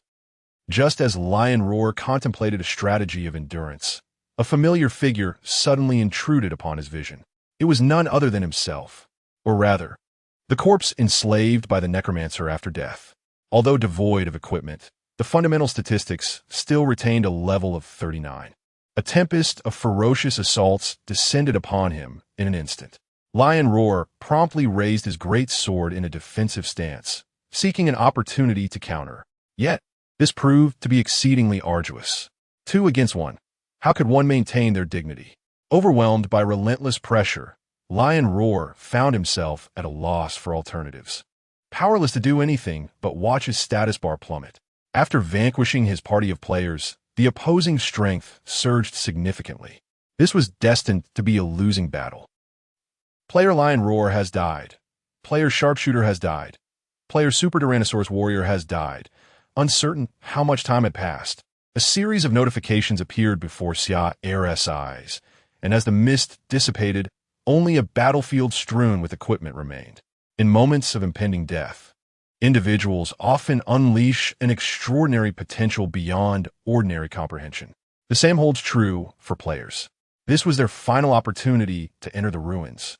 And in a desperate bid for survival, they exerted every ounce of strength, employing every last trick up their sleeves, thus prolonging the battle significantly. They fought valiantly, yet ultimately succumbed to the inevitability of total annihilation. Silently collecting the scattered equipment, Char sighed. Such a pity. Players who had already been enslaved could not be re-enslaved. Otherwise, it seemed inevitable that the number of necromancer players would one day surpass that of the undead soldiers. In stark contrast to Char's composure, Li Shun was utterly dumbfounded. What? 2 elite guilds have been wiped out, just like that? Despite the ruins having a strict level cap of 40. Neither group could be classified as T0 players, yet their prowess undoubtedly positioned them within the T1 ranks. To achieve such a feat, one could only imagine the terrifying power of this necromancer. The more Li Shun pondered, the more exhilarated he became. This is what it means to possess true vision. Aligning oneself with such a boss ensures one can grasp the coattails of success. While those NPCs who merely demand players to gather this, and that offer no promising future whatsoever, having already reaped some benefits, Li Shun had completely forgotten the days when he toiled like a beast. Char suddenly inquired, "Are you aware of the situation at the other heritage points?" Li Shun nodded and replied, "Yes, these heritage points are primarily contested by the top guilds of the Proud server. The tenacious warriors are engaged in a struggle for dominance against a multitude of passers-by. The shadow assassins are embroiled in a rivalry between the Night Walkers and the despicable scoundrels guilds. As for the Sacred Alice, the situation is rather intricate." Li Shun took a deep breath. The Proud Guild, thus far the only T0 level guild, Libra, along with 3 premier guilds and an innumerable array of casual players, all aspire to partake in the spoils. To date, this has become the most chaotic inheritance point, with no one willing to yield an inch. I have heard that a rule has seemingly been established there. Whoever slays the boss claims the inheritance as their own, and now the major players are eagerly anticipating their chance. Upon hearing these words, Char began to grasp the circumstances surrounding the other inheritance points. Given that the top players have now congregated at the inheritance site, what are the treasure points? A bold idea surged through Char's mind. Chapter 50. Re-encounter with an old friend. Firstly, the lords summoned by these priests are undoubtedly incapable of resisting the invasion of players, although the current situation appears relatively stable. In a few days, they are bound to deliver news as grim as that brought by the blood servants. This applies equally to the decayed monstrosities and the remnants of the plague. Even the pallid spirits emerging from the eternal forest evoke the same sentiment in Char. When the players launch a multifaceted incursion, it will be impossible for him to provide simultaneous support to so many territories. In fact, even if both the dungeon and the desiccated desert are invaded at the same time, Char would be forced to choose only one to defend. Thus, he must enhance his own strength as much as possible. In terms of equipment and levels, significant improvement cannot be achieved within these ruins. He can only focus on necromancy. During this interval, he can hunt down those players who lack formidable strength. With this thought, Char came to a realization. He turned to Li Shun and slowly said, "I have an idea to venture above, to seek traces of ancient poetry while hunting down some adventurers. Do you understand my intent?" Upon hearing this, Li Shun could not help but shudder. Merely eliminating players within the territory was insufficient. Now, they were to actively hunt them down? Lord Char truly possessed a robust sense of martial virtue. Fully aware of his role as a lackey, Li Shun immediately replied, "No problem. I can inform you of the movements of other players." "Excellent," Char nodded. "Go ahead. I await your good news." 2 days had passed since the ruins were opened. At this moment, Shun Xian and her companions from the Greedy Guild were still wandering among various treasure points, continuously battling monsters to recover from their earlier losses. "Captain," Humu Pai complained, "what is the point of constantly dealing with these trifles? They hardly amount to even a fraction of my golden weapon. When will we strike it big?" His expression reflected a sense of dejection as he collected the spoils from the treasures. He had crossed servers, not expecting to encounter such a predicament. With weapons lost and scant rewards from these treasure points, he felt despondent. In response, Shin Xian fell silent. Continuing to grind like this was indeed unsustainable. The morale of the team was on the verge of collapse. She slowly spoke. Have you all seen the recent post by that anonymous individual? Upon hearing this, Humu Pai nodded. The one about the desiccated desert? I saw it. Shin Xin continued. It's been nearly a day since the message was released. If I'm not mistaken, the players who acted on it should have already entered the premises. Perhaps we could attempt to catch them off guard. That place is the legacy site of the Swift Archers. If a weapon is dropped, you can take it and make use of it. Upon hearing this, Humu Pai's spirit lifted instantly. Let us go.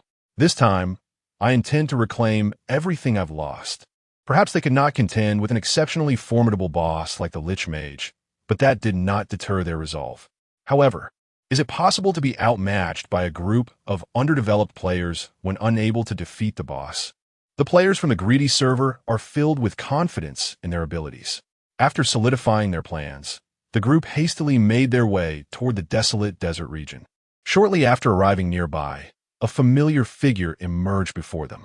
Hiss! Is that Li Shun? Birchbark was the first to recognize him. And the reason was simple. His hatred ran deep. Initially, Birchbark had thought he had stumbled upon an opportunity, only to discover it was a monumental trap. What a coincidence! Upon encountering this group of players from the greedy server, Li Shun forced a sheepish smile. What is going on? Why do I keep running into familiar faces? Especially those I have previously deceived. This is quite awkward. Nevertheless, it was of little concern. Since they had previously signed a pact, as long as they remained within the ruins, these individuals were unable to harm him. What a twist of fate. I wondered why you were so willing to relinquish the inheritance points. It turns out you were laying a trap for me, Birchbark remarked, longing to shoot him back to the novice village, but knowing he could not. Li Shun shrugged helplessly and said, In this world, such good fortune is rare. You can only blame yourselves for not being cautious enough. Birchbark was infuriated by this remark. He declared, Fine, after this ruin concludes. Do not let me see you in the greedy server again. Upon hearing this, Li Shun immediately took offense. So, you're trying to play the threat game, are you? Do you think I am merely an ordinary T2 player? I have connections. Without hesitation, Li Shun discreetly sent a message through the Raven to Xia Air. Players are present near the inheritance points in the desolate desert. After completing this, he waved his hand and said, I will definitely reach out to you when the time comes. Until we meet again. With that, Li Shun made a swift exit. This group surely wasn't enough to face the undead Archmage. He needed to quickly seek out a new target. TSK. Wild dogs, he muttered angrily.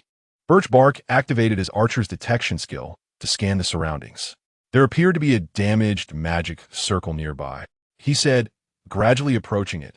There's another player keeping watch here, sneaky, just wait until I take him out with one arrow. As he spoke, Birchbark drew his bow, focusing intently on his aim.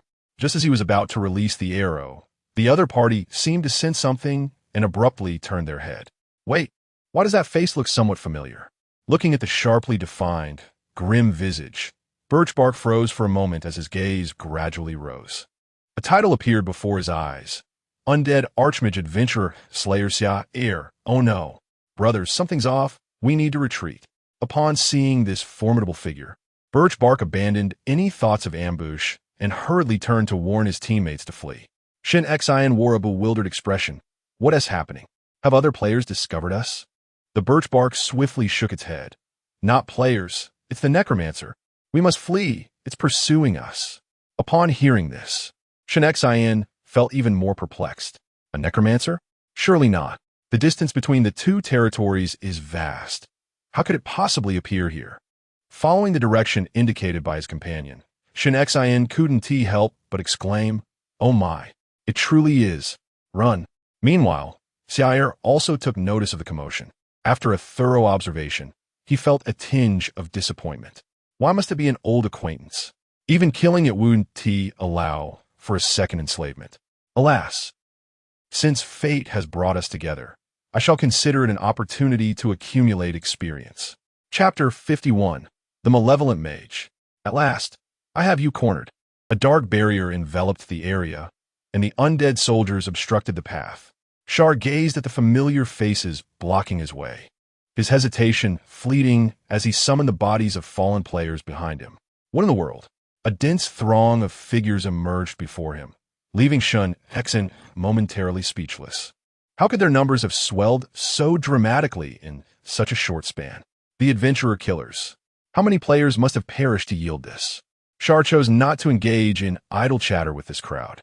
The players who had already been enslaved held no value for him to waste time on. Drawing forth Yuliel's resentment, Char unleashed his embers. Circles of white light materialized beneath the feet of the throng. Flames erupted, and the damage inflicted was incomparably greater than before. In an instant, 2 players were obliterated. "Captain, it really followed us out. What do we do now?" After several evasive rolls to dodge attacks, the birchwood skin now appeared exceedingly flustered. This is truly maddening. A perfectly planned endeavor, only to encounter this perverse lord again? Why can't it just remain in the dungeon? Who provoked it to chase after players? Faced with this question, Shun Xin could only shake his head in helplessness. What now? We can only resign ourselves to our fate. We couldn't prevail before, and now, with the opponent's power having escalated so significantly, there was no chance of turning the tide. Escape was out of the question. No wonder players in the Pride server developed so slowly. With such a creature around, it's a miracle any progress could be made. Before long, this batch of players was dispatched. The equipment was directly appropriated for the fallen players, enhancing their strength in a manner that was not entirely a loss. Next, the true hunting moment awaited. Lightning. With the activation of the skill, a brilliant light surged forth from the malevolent mage's staff, cleaving into a grisly beast, shattering its defenses in a moment of explosive power, leaving a horrific wound upon its chest. Boom! The massive form of the grisly beast collapsed slowly, revealing behind it a grand treasure chest radiating light. Well done, the mage. The damage output of a damage-dealing mage is indeed formidable, reducing it to half health before delivering the final blow. What a pity, though, this grisly beast was merely a specter. Otherwise, its materials would have been quite valuable. In response, the malevolent mage shook his head. The materials from this creature are hardly worth anything. With that, he turned his gaze toward the treasure chest, his eyes glimmering with excitement. A level 35 treasure guarded by the resentment of creatures, and it shines brightly. We should be in for a bountiful haul. As a beta player frequently pinning strategies on forums, the malevolent mage now possessed T1 level strength. Numerous guilds attempted to recruit him, yet he remained unmoved. He chose a different path, gathering a cadre of players specifically to seek out treasure points. The reason was simple. There are riches to be found within the ruins. Aside from the legacies of ancient adventurers, the only 2 resource points are these treasure troves. Many players mistakenly believe these are mere compensations for ordinary players to gather some resources. However, within the treasures lie rare resources that, akin to the legacies of ancient adventurers, cannot be respawned. These resources hold immense value in the mid to late game. With this thought in mind, Evil Mage abruptly uncovered the treasure. A plethora of magical crystals and materials were piled within, and even a flawless magical crystal was present. Yet, these were of little significance to him. His gaze fell upon a piece of parchment radiating a faint glow, and his heart soared. At last, the remnants of ancient poetry, an essential material for enhancing specialization in the mid-game. Evil Mage quietly tossed the flawless magical crystal into his warehouse and pointed at the parchment, addressing the others. I shall take the magical crystals in this parchment. You may divide the rest. The other players hesitated upon witnessing this. Although the treasure contained a considerable amount of items, it was evident that the most valuable ones were these 2, now claimed by him. Yet, this was unavoidable. After all, this individual possessed the highest strength within their party, making such an outcome reasonable. Just as Evil Mage prepared to stow his belongings into his backpack, a shadowy figure surged forth like a wraith. Thief skill. Snatch. The skill activated, and the ancient poem was instantly seized from Evil Mage's grasp. He was momentarily stunned before exclaiming, "Who the hell snatched my belongings? Can't you see who is in charge here?" Turning to confront the figure, he noticed something was amiss. The figure's face was ashen, its body in decay. It appeared to be the corpse of a player controlled by necromancy. As a beta tester, Evil Mage possessed substantial knowledge and instantly recognized the identity of the corpse. Yet the problem was, this should have been the legacy of an ancient adventurer, who had managed to acquire it so early, and with such strength. As he pondered, an exceedingly long health bar appeared in his line of sight. Raising his head, he beheld an extensive title before him. Lich Grand Sorcerer Slayer of Adventurers Char. A Lich Grand Sorcerer? What is he doing here? Evil Mage stood there, bewildered, staring at Char. Char, in turn, was scrutinizing him. Evil Mage hiss. Why does this ID seem so familiar? Char recalled that during his first visit to the Oracle Forum, this very person had posted information that lured numerous players into the domain of the undead. Finally, I caught you. Watching a white circle materialize beneath his feet, Evil Mage instinctively retreated. Something was amiss. How had this individual's level risen to 39? He was aware of the whispers on the forum regarding the Lich Grand Sorcerer's subtle enhancements. Many had come to berate him in the replies of that instructional post. But this was an outrageous enhancement. What on earth was this slayer of adventurers? Realizing the precariousness of the situation, the malevolent sorcerer disregarded any ancient verses and swiftly contemplated an escape. There were only two opportunities to enter the ruins. As long as he remained alive, he would eventually acquire what he sought. With so many players present, he reasoned that the adversary would not pursue him relentlessly. With this thought, the sinister sorcerer cast a buff upon himself and fled from the treasure point. Just when he believed he had achieved safety, he turned around. To his astonishment, the dark figure was still hot on his heels, its crimson eyes brimming with murderous intent. The malevolent sorcerer exclaimed, "What the devil? With so many players around, why is it fixated on pursuing me instead of attacking those within reach? I have done nothing to provoke you." Confounded, he could not fathom why this boss had inexplicably directed its wrath towards him. Glancing at the gaunt figure drawing ever closer, he realized one undeniable truth. It seemed he was destined to meet his demise. Chapter 52. Is it too late to return to being a dog? Meanwhile, within the treasure point, as they gazed at the vanishing evil sorcerer and the necromancer, the crowd was momentarily bewildered. What had transpired? Had a boss suddenly intruded, snatched the items, and then pursued the evil sorcerer? The unexpected turn of events left everyone momentarily at a loss, but soon some began to regain their composure. Regardless, they needed to secure the loot first. When the first person reached into the treasure chest, the others swiftly followed suit, hurriedly gathering their share before making their escape. They couldn't afford to be cautious. What if that boss returned?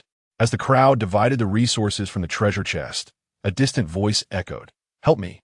Everyone turned to see the fleeing evil sorcerer return, battered and bruised, trailed by a horde of undead. "Damn it, why are you back? Don't lead the monsters over here, you fool." There was no desire to offer aid. They had fled at the first sign of danger, and now, with real trouble at hand, he was back, dragging his companions into the fray. As the undead closed in, chaos erupted among the players. Following closely behind the evil sorcerer, Char couldn't help but furrow his brow. He was surprisingly quick, attempting to distract me with other players, was he? Then I shall eliminate them all. A thick black mist enveloped the entire treasure point. Char focused his mental energy on the corpse of the sharpshooter, raised his golden weapon, and unleashed a tracking arrow aimed directly at the evil sorcerer's body. Boom! A powerful gust propelled the arrow straight into the evil sorcerer's form, pinning him against the wall. In the next moment, Shun XN, wielding a great sword, offered no chance for resistance, striking down with precision. No! Came a desperate cry. The evil sorcerer met his demise. As for the lowly players, reaping them was a simple task. Pride server, Newbie Village. The evil sorcerer emerged from the teleportation array, his expression a canvas of indignation. What is this nonsense? Why would a boss abandon their post at the legacy point, safeguarding the relics of ancient adventurers, only to pursue players? Were those T1 guild teams? No, it dawned on the evil sorcerer. It seemed many corpses of players, controlled by necromancy, were at the side of the adversary. Had all the previous players perished? He glanced around and suddenly noticed an unusually large number of players in the newbie village today, each with a commendable level, around 30. Others began to share his gaze, and in an instant, they came to a realization. Bro, you weren't also sent back by the necromancer from the ruins, were you? The evil sorcerer was taken aback and asked, "You, too?" The other player, tears of frustration welling up, replied, "Yes." As we were engrossed in exploring the treasure spot, an unexpected assailant charged in, indiscriminately unleashing chaos, leaving us no chance to retaliate. This hardly resembled the demeanor of a typical novice village boss. It felt as though a world boss had descended upon us. This remark stirred a wave of curiosity. Upon overhearing the conversation between the two, more players began to gather, and upon inquiry, it turned out that everyone had been sent here by the necromancer. What a remarkable coincidence. The malevolent sorcerer began counting the players, and with each number, his unease grew. There were at least 20 players here who had met their demise at the hands of Char, and the onslaught showed no signs of abating. "Oh, planners, what have you wrought?" However, a sense of confusion crept over the sorcerer. Treasure spots, much like inheritance points, are typically concealed locations only discoverable by players. How could the adversary locate them with such precision? "Wait," the malevolent sorcerer inquired. "While you were clearing the treasure spot, did you notice anything amiss?" A player scratched his head. "Not really, everything seemed normal." "Oh, there was a figure that passed by unexpectedly, but I checked, and it was just another player." Another voice chimed in. "I saw that too." "So did I." The malevolent sorcerer suddenly felt a chill and pressed on. "What was that person's name?" It seemed to be Li Shun. Achoo! Wandering through the ruins, Li Shun inexplicably sneezed. "How odd. I haven't caught a cold in days. Could someone be speaking ill of me?" "Indeed, that is quite possible. After all, considering the deeds I have undertaken recently, being executed would be a mercy." To successfully fulfill Lord Char's entrusted task, Li Shun had completely forsaken his humanity. Passing a treasure spot, he would peep inside, and upon discovering players, immediately inform the necromancer. In just a few hours, he had reported at least 20 to 30 players. If his conjecture was correct, these individuals must have been transported to the novice village. This was hardly his fault. To expedite gaining favor with the necromancer, such actions were imperative. As Li Shun continued his pursuit of the next target, a message suddenly popped up from his friend list. Upon opening it, he saw it was from Frost and Snow. "Frost and Snow, you truly are my dear brother. I wondered why you didn't provide me with pure blood back then. It appears you had already immersed yourself in the necromancer's side quest." He was taken aback. Typically, he communicated with Lord Char through a special, discreet channel. How could other players have discovered this? Li Shun refrained from retorting and instead inquired, "Brother, you figured this out? How did you know?" "Frost and Snow. Just check the forum yourself." The forum? Connecting this to his earlier sneeze, Li Shun suddenly felt a foreboding sense of dread. He clicked open the forum. A popular post has captured attention, exposing a detestable NPC lackey.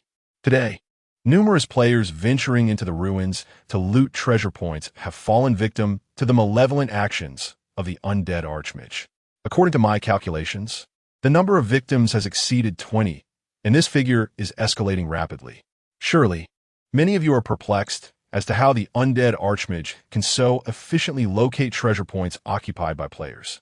The answer is quite simple. There's a traitor among us. A player named Li Shun frequently skulks past treasure points, only for the undead Archmage to appear shortly thereafter. He is the traitor. The post concluded. Li Shun fell into a state of silence. Sigh. I've been exposed. He opened his messaging app and, with a sense of resignation, sent a message to Feng Shui Lu Shuang. Li Shun, with a wry smile, "Brother, I've just been caught. They found me out." Feng Shui Lu Shuang. This side quest in the undead territory is a trap. I nearly lost my mind trying to collect items. I ended up with nothing and decided to abandon it. Take my advice. Do not act as a hound for Zyle. Li Shun. Not at all. Today the undead Archmage even gifted me a weapon. Feng Shui Lu Shuang. What weapon? Li Shun. An exquisitely crafted golden weapon. Feng Shui Lu Shuang. Feng Shui Lu Shuang. Brother, is it too late for me to return and play the lackey? Li Shen. Chapter 53. The astute Lord Charles. As I gazed at the messages sent by Lord Li in the chat box, I found myself utterly bewildered. This was indeed Jinwu. Currently, players' levels were quite comparable, rendering numerical advantages negligible. The disparity between T1 and T2 players primarily resided in their equipment, particularly weapons. Acquiring a weapon that suited one's profession was no simple feat. The reason I, Fengshuo Shuang, refrained from continuing the quest in the undead territory was due to its overwhelming complexity, which significantly hindered my progress. Little did I anticipate that the earlier challenges were merely preparatory trials. There truly was a reward to be had. Most importantly, judging by the formidable demeanor exhibited by the undead archmage, it was evident that he was far from an inconsequential boss. He was likely to reappear in the mid to late game. If that were the case, then the previously abandoned side quest must be revitalized. Fengshuo Shuang, brother, don't be silent, do share some insight. After a prolonged silence, the other end of the dialogue box finally replied, Did you not see that I am now being ridiculed? Do you wish to join the scorn? Fengshuo Shuang, I am willing to endure this suffering alongside you, my brother. Li, very well, gather the materials first. Once you present them to Char, I shall accompany you. Simultaneously, Char remained oblivious to the forum posts. He was currently engrossed in a frenzy of slaughter, unable to extricate himself from the carnage. Player killed, Disciple of the Blade Sect. Player killed, Xiaomi, Su 7. The Astronaut Elder. Player killed, Resurrected Dead. A series of notifications from the system flashed before his eyes. Charles felt as though he were engaged in a grass-cutting game, with bone spikes ensuring he need not worry about his mana consumption. At last, after dispatching yet another group of treasure-seeking players and finalizing contracts, Charles gathered their lifeless bodies and meticulously counted them. 50 individuals. This was the maximum his mental prowess could command. To increase this limit, he would have to await the emergence of relics and subsequent leveling up. The average level of these undead players hovered around 30, with 20 exceeding level 35. These higher-level players were among those he had previously vanquished at the legacy points.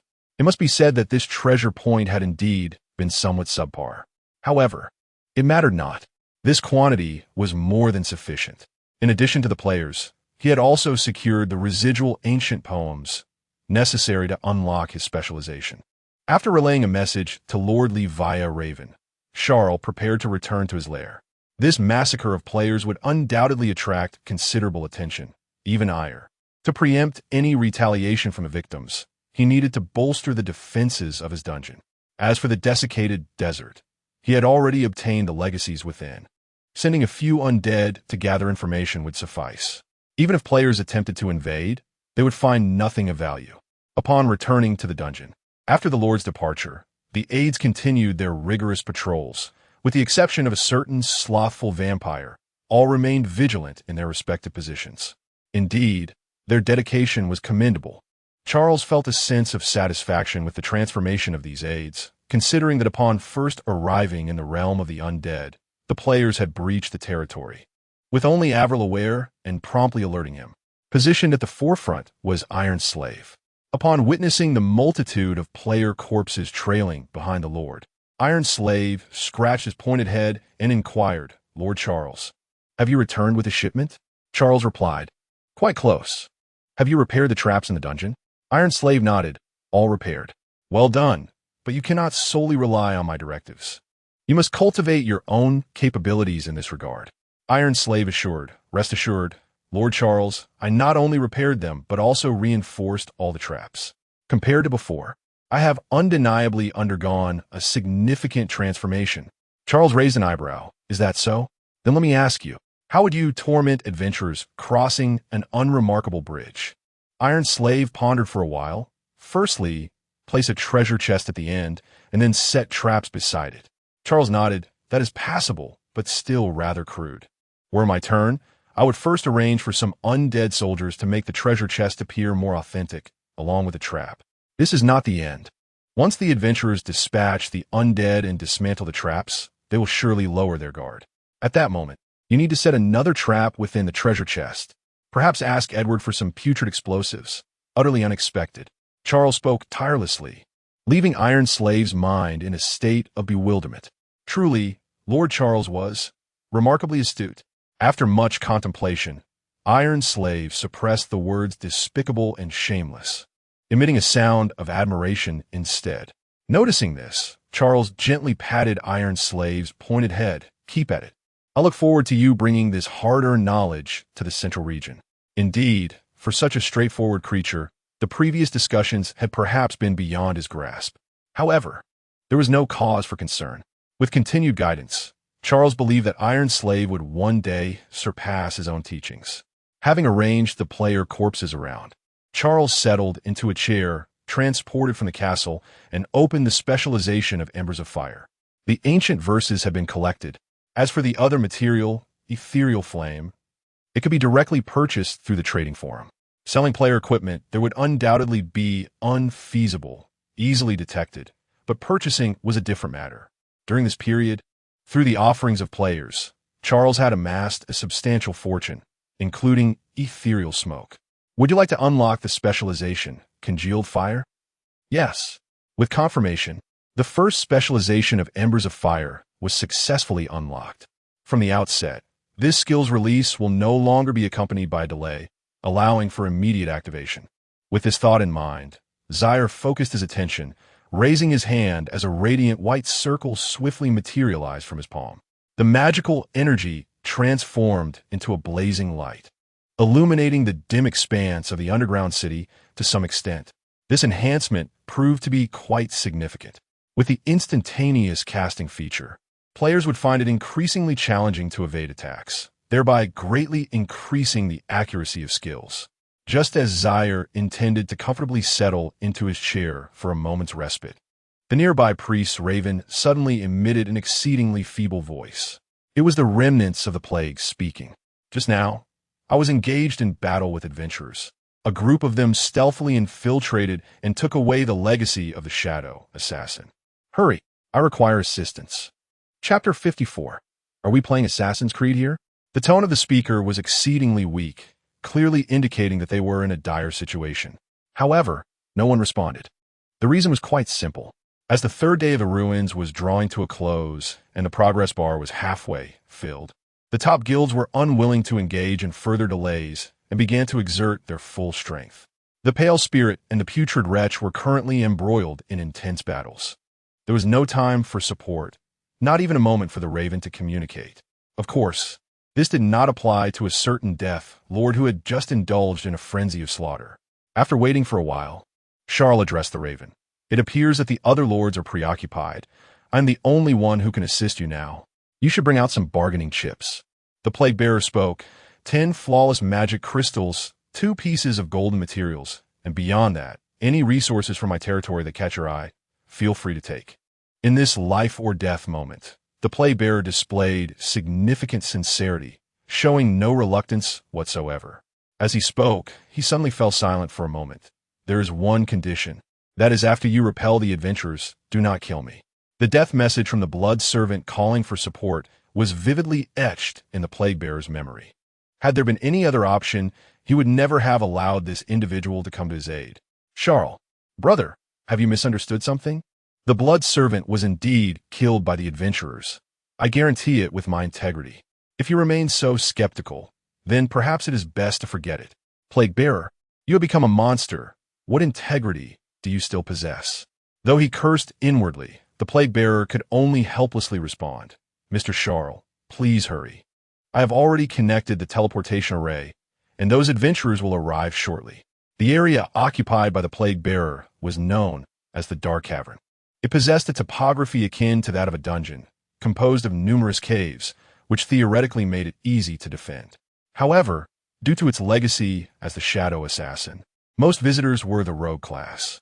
The originally dark terrain, under the player's occupational characteristics, transformed from a disadvantage into an advantage, making it remarkably easy to conquer. Members of the Night Stalker Guild had already ventured deep into the caverns, mere steps away from the ancient adventurer's legacy. Logically, one would expect the group to be brimming with excitement. However, they exhibited an unusually restrained demeanor.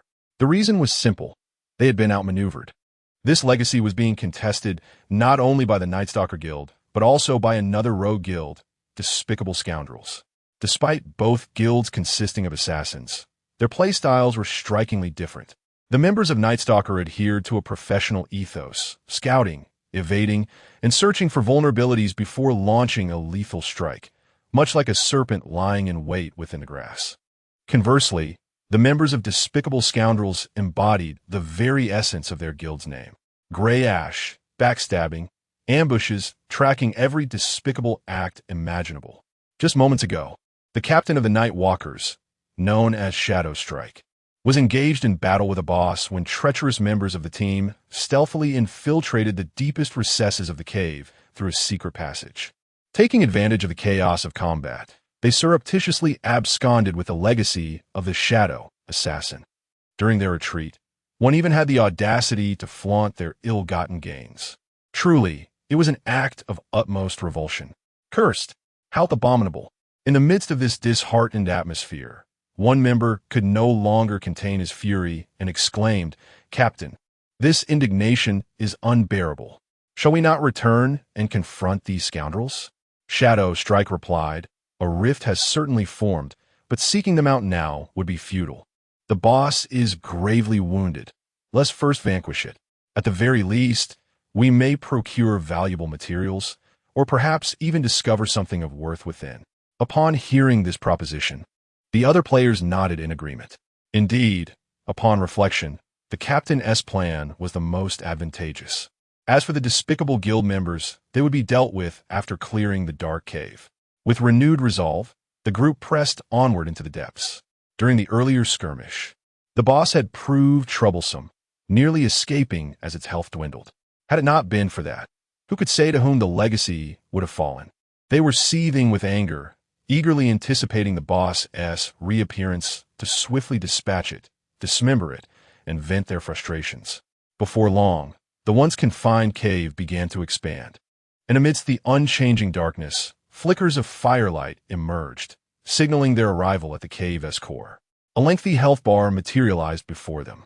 "If something feels amiss. Wasn't he the boss nearly defeated? I distinctly remember it being left with a sliver of health. How has it regained strength so swiftly?" Confusion rippled through the group as they cautiously exited the cave. A title emerged above the health bar: Undead Grand Sorcerer Slayer of Adventurers Char. How did this fiend arrive here? Shadow Strike pondered, perplexed.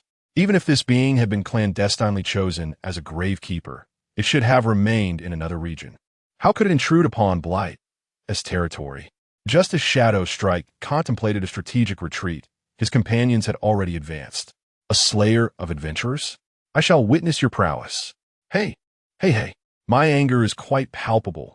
A fresh boss has appeared to serve as an outlet for my rage. A clandestine modification, you say? Intriguing. It seems I must extend my apologies to those players engaged in the Undead Lord side quest. After their hard-earned spoils were stolen, this group of players was wholly consumed by fury. Regardless of which boss stood in their way, it was destined to meet its demise. Observing a group of individuals boldly charging forward, Charles couldn't help but be taken aback. "Are you serious? Aren't you all supposed to be assassins? Why is it that none of you are conducting reconnaissance, nor are you utilizing any tools, but instead, you simply march forward with such confidence? Is this a game of Assassin's Creed?" Witnessing the utter disregard these players had for him, Charles found himself both amused and infuriated. "Very well. If you all wish to play the part of the arrogant, then I shall not be restrained by the code of honor." With a subtle wave of his hand, a mist began to envelop the area, gradually forming the appearance of players' corpses under his necromantic control. The number surpassed 50, vastly outnumbering his adversaries. Members of the Night Walkers. Bayo, the situation has changed. Chapter 55. The unfortunate Nightwalker as a legion of iron-colored, lifeless bodies appeared before the crowd. The expressions of the Nightwalkers transformed from anger to confusion and bewilderment. What transpired? What manner of entities stood before them? Although they bore the semblance of players, they emanated no information, appearing more like corpses. While they did not immediately recognize the true nature of the necromancy at play, it did not hinder them from sensing that something was amiss. This necromancer, Charles, was indeed suspicious. "We must retreat," having long maintained a sense of vigilance. The shadowy figure promptly issued the order to withdraw. As assassins, their speed was unmatched. Scarcely had the command been uttered when the entire scene was left devoid of all but themselves. Shadowy figure. Damn, why are they fleeing so swiftly? After a fleeting second of eye contact with Charles, A chill spread across the shadowy figure's skin, prompting an urgent turn towards the cavern's depths. Observing this, Char could not allow these intruders to escape so easily. After all, having been compensated for his services, it was imperative to deliver some results. With his formidable mental acuity focused, Charles swiftly assessed the situation within the cave, promptly releasing embers along the player's inevitable path of retreat. Boom!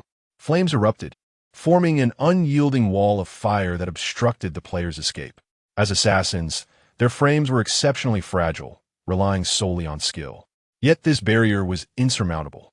Merely brushing against it would diminish their HP by more than half. Could it be that fortune had turned so cruelly against them? Despair enveloped the shadowy figure.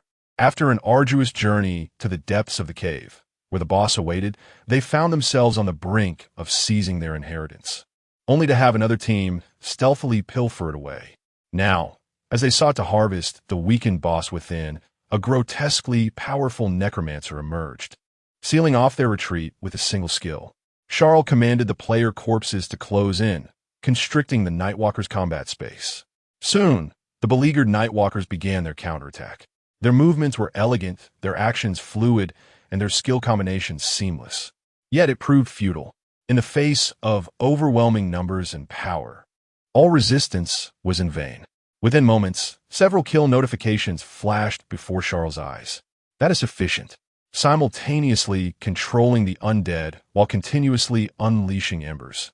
His mana was depleting at a visibly alarming rate, rendering even his bone spikes ineffective for recovery. As the embers dissipated, a few assassins swiftly executed their skills to make their escape. It was indeed challenging to pursue these elusive assassins. Lifting the slain bodies and casting them before the remnants of the plague, Char remarked, "The adventurers have been dealt with. A few managed to flee. The assassin class cannot be caught, but I suspect they will not dare return." In the dim light by the wall, the figure of Zaniac nodded and said, "It's nothing. Mr. Charles has already saved my life. Here are the prepared items." A storage bag was tossed out, and upon opening it, a dazzling golden light momentarily blinded Charles' eyes. Indeed, as expected of a lord from the central region, even as a vassal, he possesses considerable strength, and the quality of the materials is quite impressive. Zaniac continued, "I have some additional materials here. Feel free to take what you fancy as long as you spare my life." Charles interjected, "I've already stated that I am not that kind of person. If you continue to wrongfully accuse me, I may very well make you disappear." Initially, Zaniac had been somewhat dissatisfied with this border lord, but following the generous offer from Charles, he had forgiven him. As long as one was not a blood servant with ulterior motives, Charles, who considered himself to possess a higher moral standard, would not harbor thoughts of murder. Seemingly recalling something, Charles spoke up, "By the way, earlier you mentioned that the legacy of the Shadow Assassins was stolen. Could you elaborate on that?" Zaniac replied, "There were 2 teams of adventurers that came here. They are likely not from the same guild. While I was engaged in battle with those you dispatched, another group stealthily entered and took the legacy." At this, Charles could not help but furrow his brow. Based on the information previously acquired from Lishan, the individuals who had stolen the legacy were likely members of the despicable and shameless guild. Their actions were indeed underhanded. This was troubling news. Charles had initially hoped to fully collect the ancient adventurer legacy from the Holy Light ruins, and now he would have to remain vigilant against this guild's members. Recollecting his thoughts, Charles began to wander through Zaniac's territory, searching for any intriguing items he could acquire. The vassal lord of the central region appeared to be quite affluent. Even after the generous reward previously bestowed upon him, there were still plenty of fine treasures to be found. After some exploration, Charles' gaze settled upon a dark green vial. Special item, source of pathogens. Description, a unique pathogen that, when affecting living beings, will not be influenced by resistance. Charles exclaimed, "What?" Upon reading the description that indicated it would not be affected by resistance, he instantly became invigorated. What a fascinating item. As players' levels increase, their resistances also rise, rendering Edward's concocted deadly poisons increasingly ineffective. However, with this new pathogen in hand, Charles believed that with Edward's expertise, he could surely upgrade all manner of potions. "I will take this," he declared, and after notifying Zaniac, he secured the pathogen in his storage bag. Just as he was about to return to the dungeon, he suddenly recalled something. Zaniac, say a few words to the rooks to prove that you are not dead. In the realm of the remnants of the plague. He slowly approached the raven and spoke. Ahem. With the assistance of Lord Char, the adventurers of the dark cavern have retreated, granting us a temporary reprieve. The voice of the pale spirit echoed. Is the dark cavern unable to withstand the onslaught? I too have recently been besieged by adventurers. The situation is dire. This group of adventurers has indeed undergone a significant transformation, exhibiting considerable strength. What the decayed abomination? What is the status of the legacy on your end? Upon hearing the inquiry from the pale spirit, Char recalled that it had been quite some time since this lord had divulged any information within the confines of the Raven. Could it be that he had perished at the hands of the players? The pale spirit seemed to entertain this very notion and responded, I possess a means to ascertain whether the decayed abomination has met its demise. After a brief pause, the voice returned, bearing ill tidings. The decayed lord had fallen, and a legacy of the ancient adventurers had been seized. Chapter 56. The Lord's soul nourishment. The unfolding events aligned precisely with Charles's expectations. The putrid abomination had been vanquished by the players. During the skirmish, it had scarcely been afforded the opportunity to flee and summon reinforcements, meeting a most gruesome demise. Those wretched adventurers. Upon hearing this news, Zania could not help but utter an expletive. Their strength had escalated at an alarming rate, far surpassing their former capabilities. Had it not been for Charles's presence, he feared he too would have succumbed today, likely to be torn asunder on the spot. Thus far, only the pale spirit and Charles possessed the prowess to contend with such adventurers. Contemplating this, Zaniac felt a profound sense of astonishment. High-level monstrosities from the Everfrost forest struggled to withstand the adventurers, and yet this border necromancer not only eliminated the intruding adventurers, but also found the leisure to provide support. Truly, heroes abound in this world like fish crossing a river. Well then, with matters resolved, should any further adventurers approach, they may contact me, as a form of complimentary after-sales service. Having said this, Charles activated the teleportation array and returned to the underground city. His first destination was Edward. To avoid delaying his research, Edward had even relocated the laboratory from the undead domain directly into the underground city. Attired in a beaked mask, he meticulously prepared new potions. Carefully, he extracted a drop of violet liquid and placed it into a cup. The moment the two substances made contact, boom, a deafening explosion reverberated, nearly destroying the entire laboratory. Another failure. Edward gazed at the charred, amalgamated mass, shaking his head in dismay. During this period, thanks to the Lord's unexpected transformation, he had ample time to devote to his potion research. As the adventurer's strength steadily grew, assisting the Lord necessitated continual enhancement of his potions. Yet due to limitations in raw materials, Edward had been unable to achieve this. The Lord had already done so much. He felt quite embarrassed to request additional materials from him. Just as he hesitated, Charles unexpectedly appeared at his side. Upon seeing him, Edward hastily removed his mask and spoke, My Lord Charles, I apologize, but my research on the new potions has yet to yield results. My aptitude is simply lacking. Upon hearing this, Charles immediately felt displeased. He patted Edward's shoulder, using his magical energy to silently sweep away the failed experimental products. There's a saying that resonates profoundly. Failure is the mother of success. Whether in the underground city or the necromancer's domain, the materials available for potion research are woefully scarce. Achieving this level is already commendable. Charles's praise was not mere flattery. A potion crafted by a level 25 creature could induce revulsion, even in players exceeding level 30. To describe this assistant as akin to a master of toxicology would not be an exaggeration. He retrieved a bottle containing a peculiar dark green pathogen, stating, This is the pathogen I acquired from other lords. It can bypass the toxin resistance of adventurers and inflict genuine harm. See if you can incorporate it into a potion. Upon hearing this, Edward's hollow eyes widened in astonishment. This, he exclaimed, pressing his eyes against the glass with fervor. This is fantastic, Lord Charles. I need this material immediately. 3 days. No, just 1 day. I can certainly develop a new potion. Charles nodded, handing over the bottle. There is no need for haste. Take your time. Soon, our territory of the undead will relocate to the central region. I look forward to you bringing your remarkable talent there.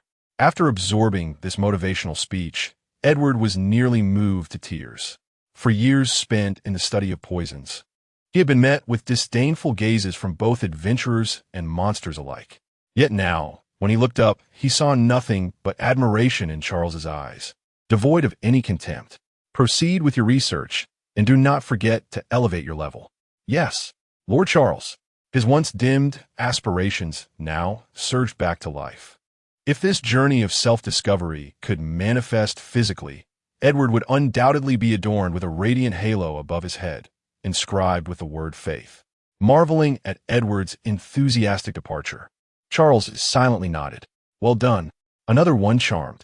This motivational rhetoric is indeed effective, especially with these monsters. A few words can thoroughly awaken their potential. If I ever return, perhaps I should consider a career as a success coach. After indulging in such daydreams, Charles returned to his mundane routine and began browsing the forum. Experience 3. Upon entering, he encountered a thread where players were denouncing the deity, Li. The situation was dire. However, in response to the backlash, Li remained resolute, directly countering in the thread and showcasing the golden weapon he had bestowed upon the recipient. This incited a flurry of responses from players. One exclaimed, "Wait, he just gave a golden weapon? Is this undead lord really so generous?" Another remarked, "No wonder he's willing to serve. I'd do the same." A third player shouted, "Damn, that's my weapon. Give it back." Ignoring the outcry of a certain poor soul, players were astounded by the reward displayed by Li. In the realm of the divine oracle, NPCs with side quests were typically miserly, only offering rewards upon task completion. Yet now, during the very process of the quest, Li had been granted such a weapon by the undead archmage. One could only imagine the magnificent reward awaiting upon the ultimate completion of the side quest. Most importantly, as a T2 player, Li Shun's actions hold little significance. He merely betrays other players. In such a situation, I would do the same. Consequently, a group of players, disregarding the undead territory's side quests, could no longer contain their restlessness and turned their attention towards him, even urging Li Shun to lead them. In anticipation of this, Charles had already prepared. He is no longer the destitute lord he once was. He no longer needs to entice players with grandiose promises to earn their efforts. By offering tangible rewards and allowing Li Shun to subtly showcase them, he would attract more players willing to follow him. This is a straightforward process. Invite to feast, then behead and accept loyalty.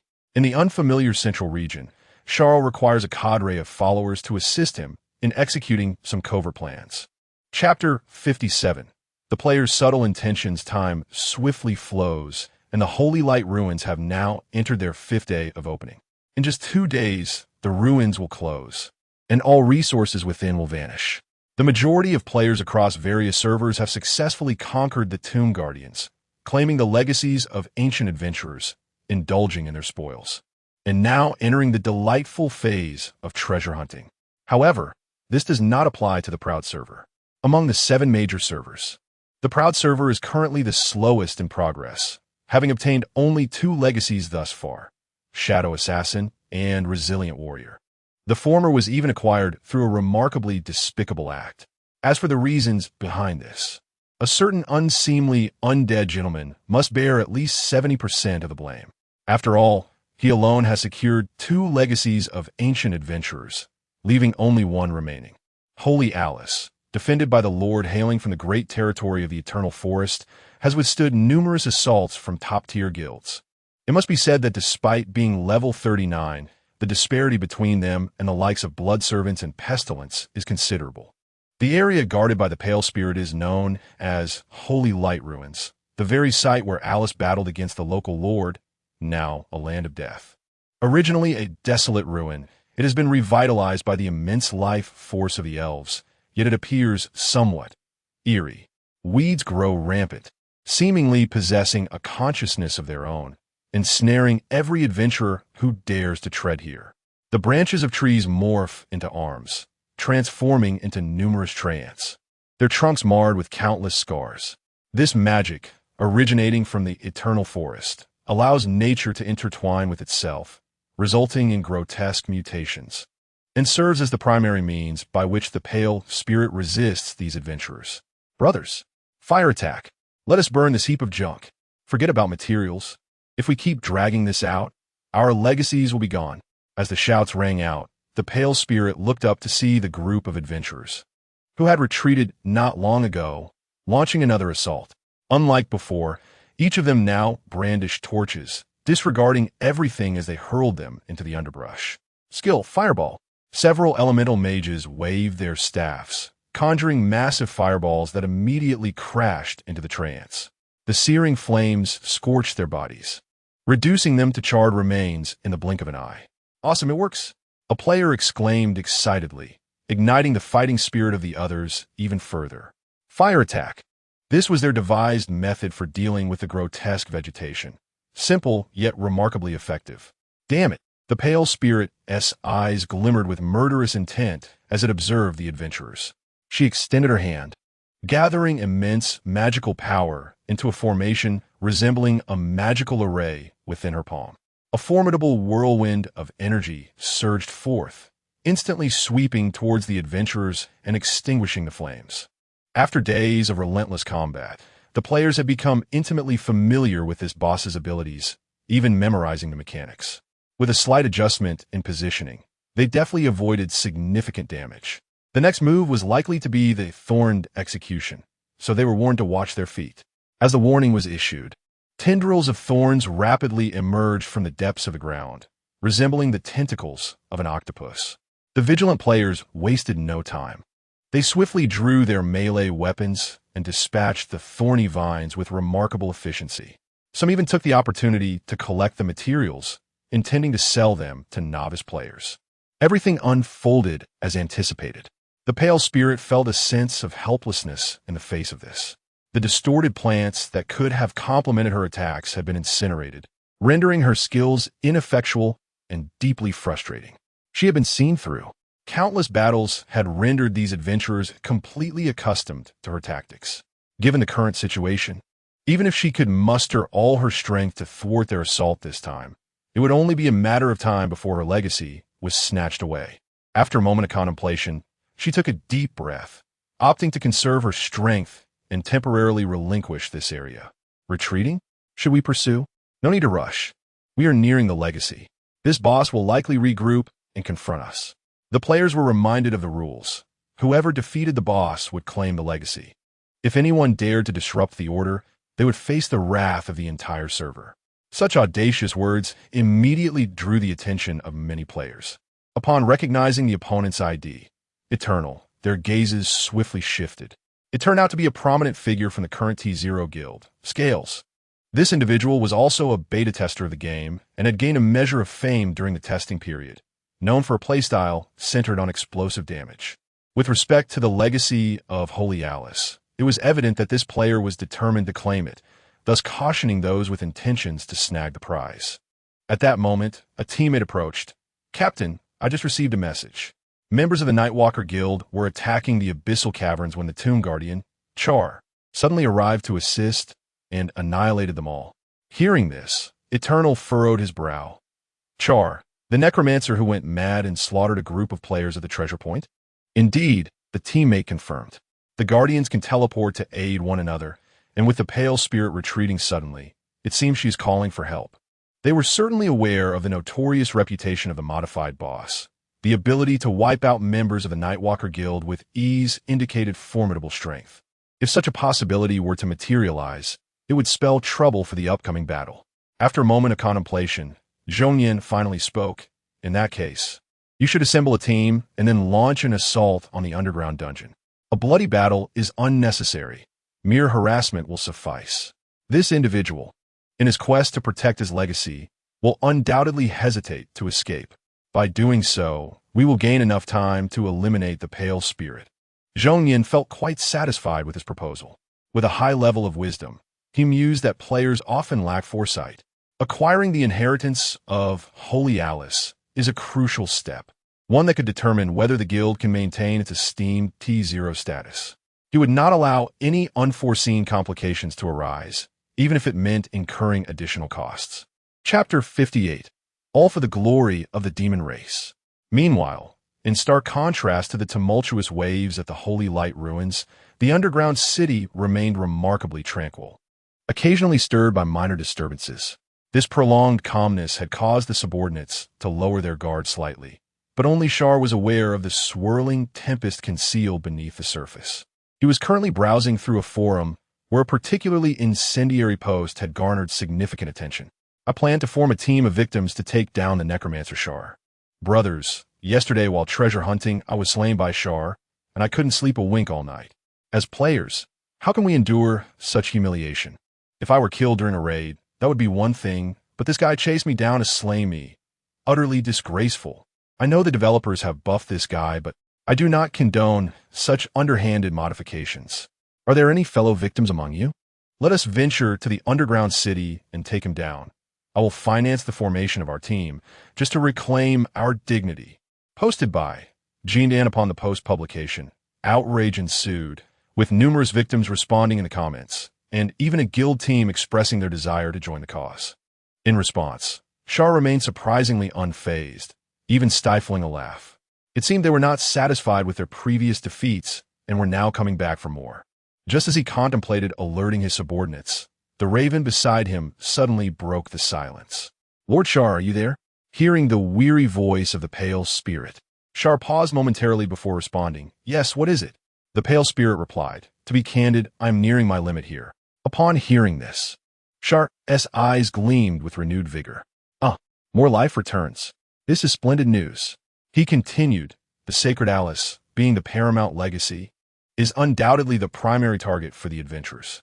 It is remarkable that it has withstood thus far. I have ample manpower ready to provide support." This time, Char refrained from discussing compensation. After all, the pale spirit was a creature of a great lord, far surpassing the blood servants of the subordinate lords. It was a significant task. Even if he did not covet any reward, it would be advantageous for Char to have the pale spirit owe him a favor, especially considering the chaotic environment in the central region. He needed to lay the groundwork for future endeavors. Char then stated, "Activate the teleportation array. Only 2 days remain until the conclusion of the ruins. Following that, these players will undoubtedly launch an all-out assault. I will transport everyone from my domain to guard the ancient adventurer's legacy." The resolute tone emanating from the raven left the pale spirit momentarily stunned. She quickly interjected, "But what about the legacy of the ghost mage?" Char replied, "Forget it. In comparison to the legacy of the ancient adventurers, the sacred Alice is undeniably more significant. As long as we can safeguard this legacy, this mission cannot be deemed a failure. As for whether the esteemed priest will cast blame, it matters not. Everything is for the glory of the demon race." The pale spirit remains oblivious to the fact that the legacy has already been seized by the one called Zaire. She is now in a state of bewilderment. Why? Why has such an enlightened lord emerged among the demon race? And why has this lord been relegated to the border regions? Though it may be an audacious assertion, the pale spirit must declare that this is a failure on the part of the proud sorceress. Taking a deep breath, the pale spirit spoke. "You are indeed correct. All is for the glory of our kind. Mr. Zaire, should we succeed in maintaining our position this time, I shall ensure that the Elven Queen sends a letter to the sorceress, recommending you to the central region. When that time comes, feel free to bring forth any requests. I shall do my utmost to fulfill them." Upon hearing this, a faint smile graced Zaire's lips. Everything is secure. It is all under control. That immersive performance nearly drew Zaire into its depths. With the vast territory of the Eternal Forest as a stronghold, there would be ample room for error in future endeavors. The plan is a resounding success. As for the players on the forum who wish to assemble a group to assault the dungeon, they may come as they please. After all, the legacy has been taken. A tactical shift will allow for the relocation of elite forces to the Pale Spirit, leaving only empty coffins and an abundance of repugnant traps for these players. The teleportation array has successfully connected. Zaire did not rush in, but called for San E to join. Since the decision was made to concentrate all forces on the crucial legacy, this individual, a level 39 subordinate lord, must be included.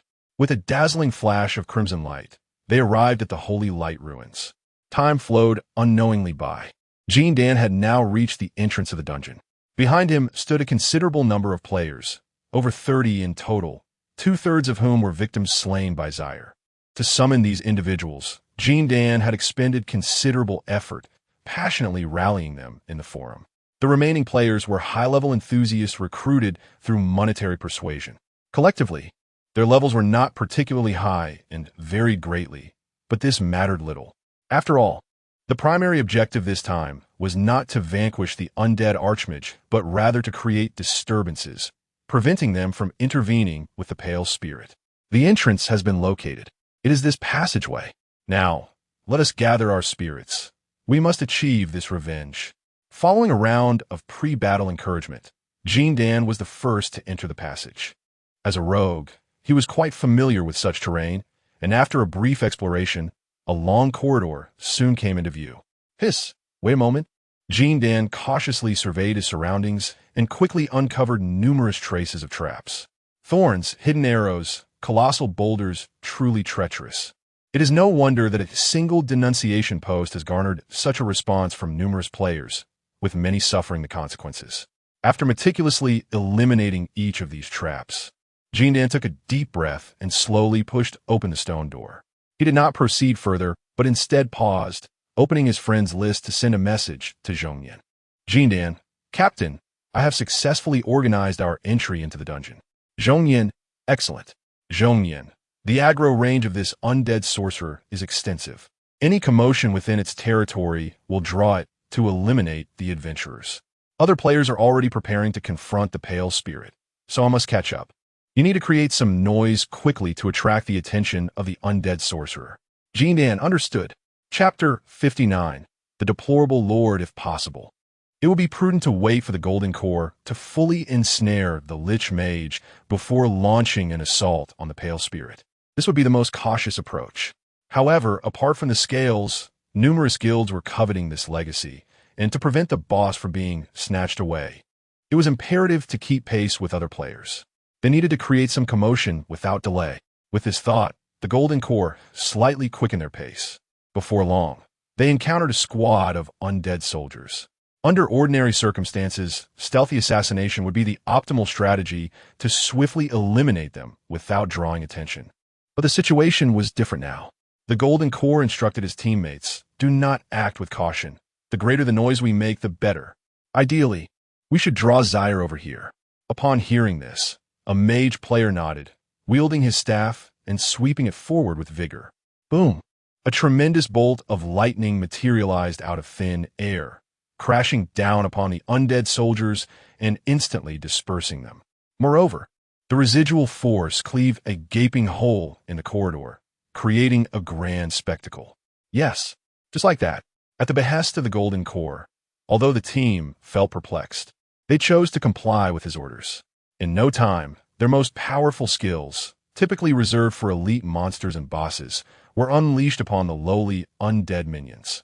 The brilliant flashes of light and the incessant explosions resonated throughout the dungeon, continually attracting more undead soldiers. This was their first experience of using artillery to swat mosquitoes. As time passed, the players' mana reserves rapidly dwindled due to such extravagant usage. One player voiced his frustration. Captain, what on earth are we doing? My mana is nearly depleted. How will we deal with Zaire then? Just basic attacks? The Golden Core was equally perplexed. How strange.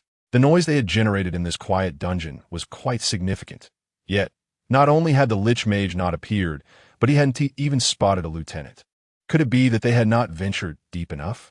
He spoke. Let us pause for a moment. We shall delve deeper and then unleash our skills to see if we can lure Zaire out. The group continued deeper into the dungeon. Shortly thereafter, a long bridge constructed of black stone bricks came into view, with an undead soldier stationed in the middle, and at the end, a radiant treasure chest awaited. This was promising news for the Golden Core. In dungeons, treasure chests typically resided in perilous locations. Spotting one indicated they were nearing the core area. Let us grab it.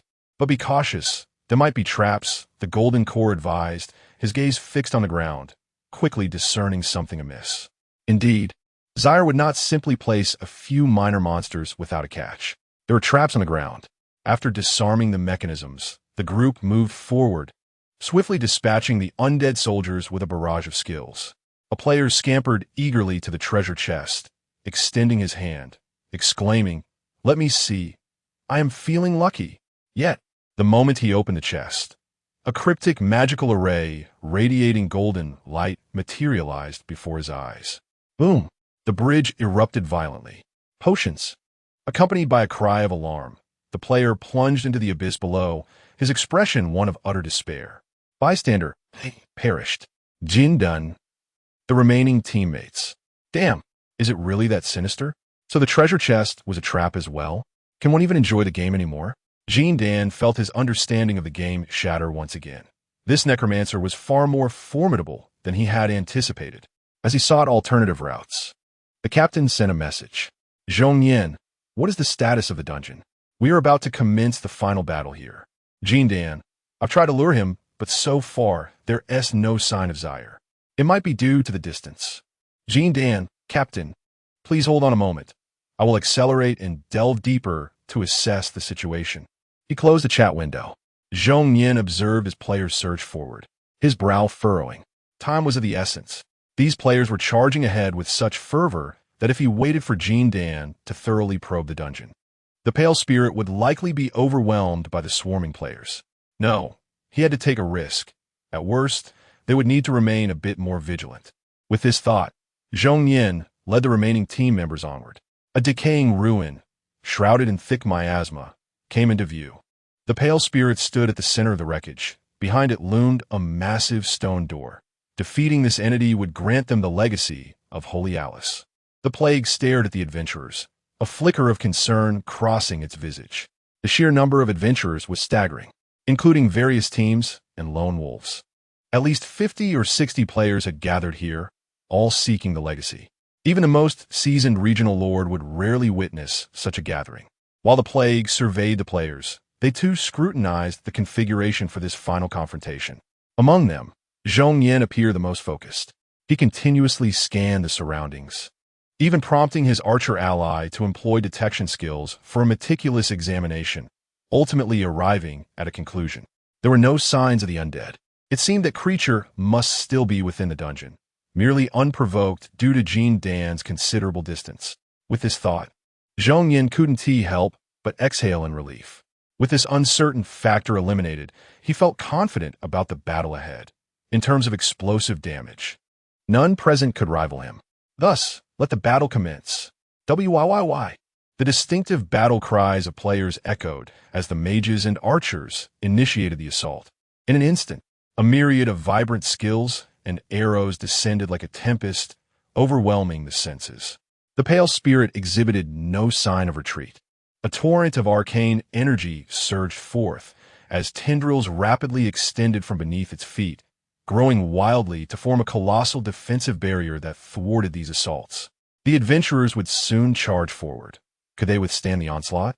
In response to the inquiry, the plague bearer replied, after receiving the restorative breath of life, I have fully regained my strength. I can endure the first wave of combat. The pale spirit nodded in approval. Very well. Remember, feign weakness to lure those players in. It would be ideal if they could gather closely together.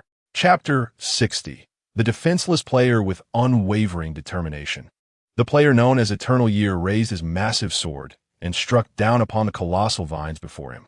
The blade cleaved through the air as if it were slicing through tofu, effortlessly severing a significant portion of the vines and creating a passageway. Observing this, the pale spirit's emerald eyes flickered with a mixture of surprise and fury. Once more it lifted its arm high, channeling the potent magic of the eternal forest into the nearby trees. A cacophony of unsettling wood-on-wood friction erupted as a dozen towering ancient trees sprang to life, their rough bark twisting and cracking to reveal decayed wooden cores within. Gnarled branches transformed into contorted arms, while roots burst forth from the earth, becoming legs to support their movement. The colossal tree demons emerged, their presence signaled by the information displayed above them. Corrupted Tree Demon, level 35. Were it any other player facing these formidable creatures, akin to border lords in their prowess, they might have been intimidated. However, those who ventured into the ruins were seasoned players. Their expressions remained unperturbed as the tree demons charged forward. Whoosh, whoosh, whoosh. A barrage of fireballs and spells rained down upon the tree demons, whose massive forms and minimal intelligence left them devoid of evasion instinct. They could only rely on their health advantage to withstand the onslaught until they were rendered immobile. In the next moment, a lithe figure soared from behind, clutching a dagger. Skill. Instant slash. As the skill activated, the figure materialized before a stunned, corrupted tree demon, deftly reversing the dagger and plunging it directly into its core. The demon howled in agony, its body rapidly decaying until it transformed into mere driftwood. This core represented their greatest vulnerability. Seizing the opportunity could lead to a swift demise for these creatures. White Eternal Year gazed at the ID of the player, his brows furrowing. Although she was a female player, her capabilities were not to be underestimated. He recalled their prior PvP encounter during the closed beta. Her skills had been impressive. He had assumed she had been leveling up to pursue side quests, but it seemed she had been biding her time for this final assault. Returning his attention to the tree demons, which charged forth with their massive, lumber-like arms, he gripped his sword tightly. Skill, spinning slash. Eternal Year did not falter. Instead, he inhaled deeply and spun his body with ferocity. The heavy sword in his hands felt weightless, transforming into a furious silver tornado. The blade tore through the air with a piercing whistle, unleashing unmatched cutting power as it surged toward the tree demon. In an instant, the sword sliced through the thick bark and the core, cleaving it in two. Not to be outdone, the other players launched their own assaults against the tree demons. A chorus of anguished cries echoing as the withered forms collapsed. The dozen level 35 tree demons could not withstand even 10 minutes against the onslaught. This was the true strength of the elite players. The looming tide of players closed in, the oppressive presence of the fourth calamity becoming unmistakably evident. The pale spirit did not retreat. She bent down, her palm touching the ground, and the surrounding flora surged into her being like mycelium, forming an immensely vast body. Her life force abruptly increasing. This is a unique ability possessed by the lords of the eternal forest, allowing them to transform into spirits of nature and completely merge with it. The transformation has commenced. Brothers, pay attention. This is the final boss battle. As always, the one who defeats the boss claims the legacy. Oh, what's this? There's another lord? Merely a subordinate lord from the central region, just a trivial presence by the roadside. Do not fear. After dispatching the tree demon and approaching the pale spirit, the players discovered another lord named Remnant Pestilence. Remnant Pestilence. On one side stands the pale spirit entering her second phase, and on the other, the players filled with combat fervor. He found himself caught in the middle, indeed feeling a shiver of trepidation. Damn it, do not underestimate the lords. Mocked so brazenly, Remnant Pestilence's pride as a lord erupted like never before. A dense, toxic miasma emanated from him, drifting slowly under his deliberate control. Its potent corrosive nature produced a hissing sound the moment it made contact with the players, as their equipment began to corrode. Indeed, after studying under the undead Archmage, Remnant Pestilence's demeanor had shifted, recognizing that he could not defeat these adventurers through sheer strength. He decided to utilize his skills to thoroughly annoy them instead. Damn, our gear is being corroded. How infuriating. Let us take this guy down first. Charge, brothers. With their beloved weapons compromised, the players' expressions twisted into grotesque masks of rage. Repairing that gear would cost a fortune at the blacksmith. Seeing their fury, Remnant Pestilence immediately turned to flee. Czar, save me. Logically, as the site of the sacred Alice's inheritance, the ruins should have been the scene of the fiercest battle. Yet, within a certain dungeon, the commotion was even more intense. Earth explosion technique. Chanting incantation, explosive arrow, a series of violent sounds echoed from deep within. Witnessing buildings being reduced to rubble by player abilities, Jean Dan could not help but curse. Damn, we're almost at the doorstep. Where is that insufferable undead Archmage? A sense of foreboding began to swell within him. He took a deep breath and waved to his teammates. Let us halt. We should proceed directly to the inheritance point. Thus far, the entire dungeon felt like a desolate city. There were scarcely any monsters to be seen, yet traps designed to ensnare were abundant. This is undoubtedly amiss. Remembering the captain's words, Jean Dan hastened his pace. With an unobstructed path ahead, it wasn't too long before they reached the deepest part of the dungeon. As they surveyed their surroundings, everything lay desolate and empty, devoid of even a single shadow, as if it had been thoroughly ransacked by the most destitute of thieves. I have arrived in the underground city. Where the devil are you? The premonition had come to fruition, leaving the comrades, eager for vengeance, utterly disheartened. After reading the post, they were stirred with emotion and joined the ranks of the Avengers, only to find themselves casting skills for an eternity, only to discover that the boss had vanished. Ah, you relish support, do you? Then don't expect to claim any inheritance from this place, Jean Dan proclaimed. Upon hearing this, the eyes of the crowd lit up. Indeed, seizing this opportunity to obtain the inheritance would surely yield substantial rewards. With hearts racing and hands trembling, they slowly pushed open the grand door, casting eager glances toward the coffin.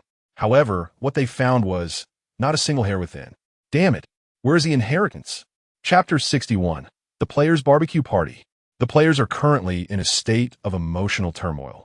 Upon witnessing the revenge post, their blood surged with fervor, and they rushed into the fray, engaging in a futile battle of wits against the air, casting skills for an extended period. However, upon arriving at the inheritance point, not only did they fail to find Char, but the inheritance had also been taken away. What a predicament! At this moment, Jean Dan was not in the mood to lament. He promptly opened the chat box and sent a message to the captain. Char is not in the dungeon. Be cautious. Meanwhile, Zhong Yin stood within the ruins, battling against the pale spirit in its second phase alongside numerous players. Upon reading the received message, he momentarily paused. Char is not in the dungeon? Where could he be? Thus far, the battle had reached a fever pitch, yet there was no trace of the undead. Given the high intelligence of the opponent, it was difficult to predict their next move. It was entirely possible they were concealed somewhere within the ruins. Zhong Yin replied, In that case, retrieve the inheritance from that side. Jean Dan, I have been there. The inheritance has already been taken. Jean Dan, Captain, you must remain vigilant.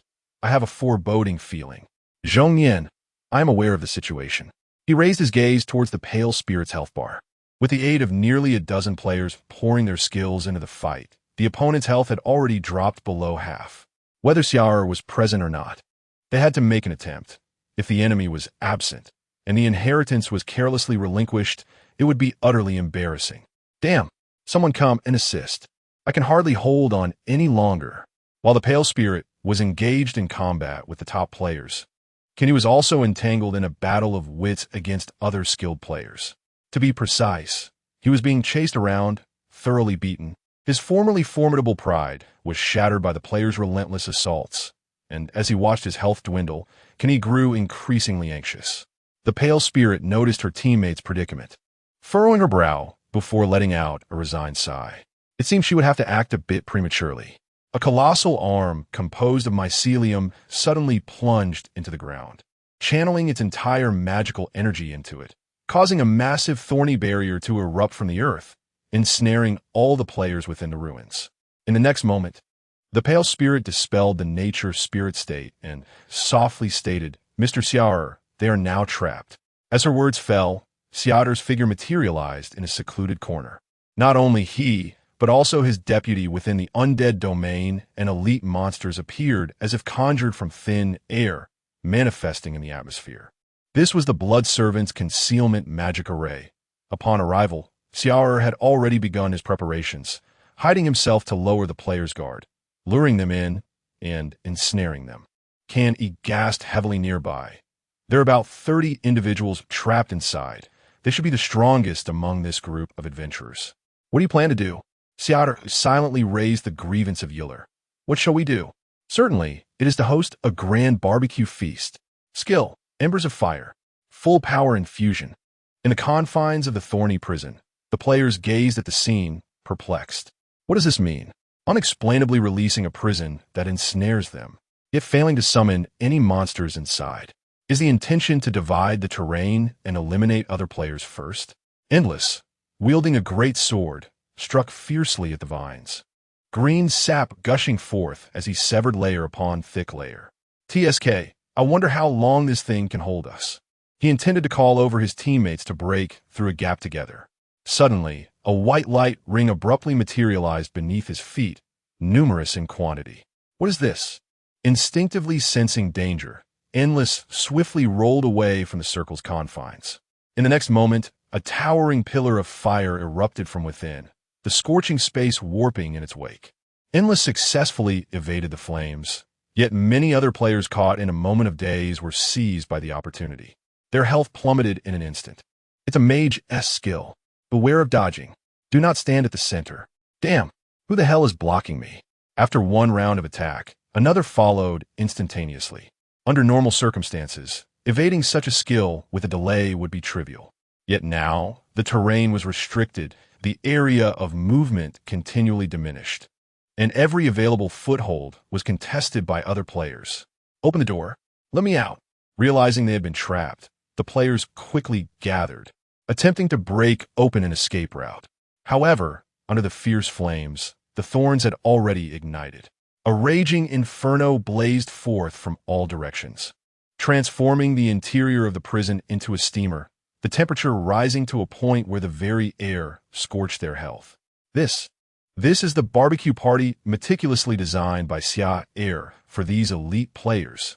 Sizzle. Under the intense heat, the thorns continued to wilt and distort. Turning to Char.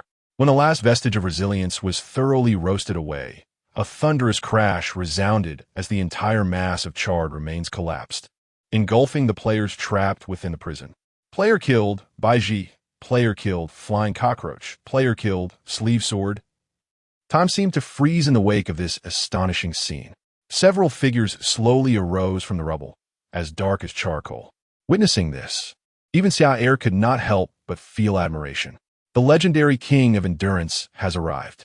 The core attacking players are indeed exceptional, managing to survive so well. Char counted the kill notifications. Amidst that series of actions, merely a dozen players have been taken down, likely all fragile classes such as assassins or mages. In the center of the ashes, Endless cast aside the tightly clutched scroll, taking a deep breath. That was close. Had it not been for the item, he would have surely been sent back to the novice village. As he pondered, he lifted his gaze towards the emaciated figure, his eyes brimming with animosity. Zaire, this scoundrel has indeed concealed himself. Despite having meticulously scrutinized the surroundings earlier, he had still fallen into this wretch's trap. Fortunately, some of his teammates remained untrapped. Turning to look behind him, he noticed Jindan hastily arriving from the underground city, adding to their combat strength. Approaching his companion, he inquired, "Do you have any healing potions left? I have just finished mine." Upon hearing this, Jindan was taken aback. He scrutinized the other's ID several times, and upon confirming it was Zhongyan, he appeared exceedingly astonished. "Captain, how have you turned into a black ghost?" Zhongyan. Chapter 62. The moving spring by all that is sacred. A sense of exasperation had long since consumed my thoughts, leaving only a brief recounting of recent events. Jindan was left utterly flabbergasted. To confine players within a prison and then unleash area attacks. Is such a thing even conceivable? Jindan inquired, "Captain, what shall we do next? Should we retreat?" In the recent barbecue debacle, it was the elite guilds that had charged the most fiercely, with the majority of those trapped being from Libra, suffering a loss of at least half their players. "No, we cannot withdraw," replied Chongyan, shaking his head. "If we abandon our position, this necromancer will undoubtedly seize the opportunity to lay traps.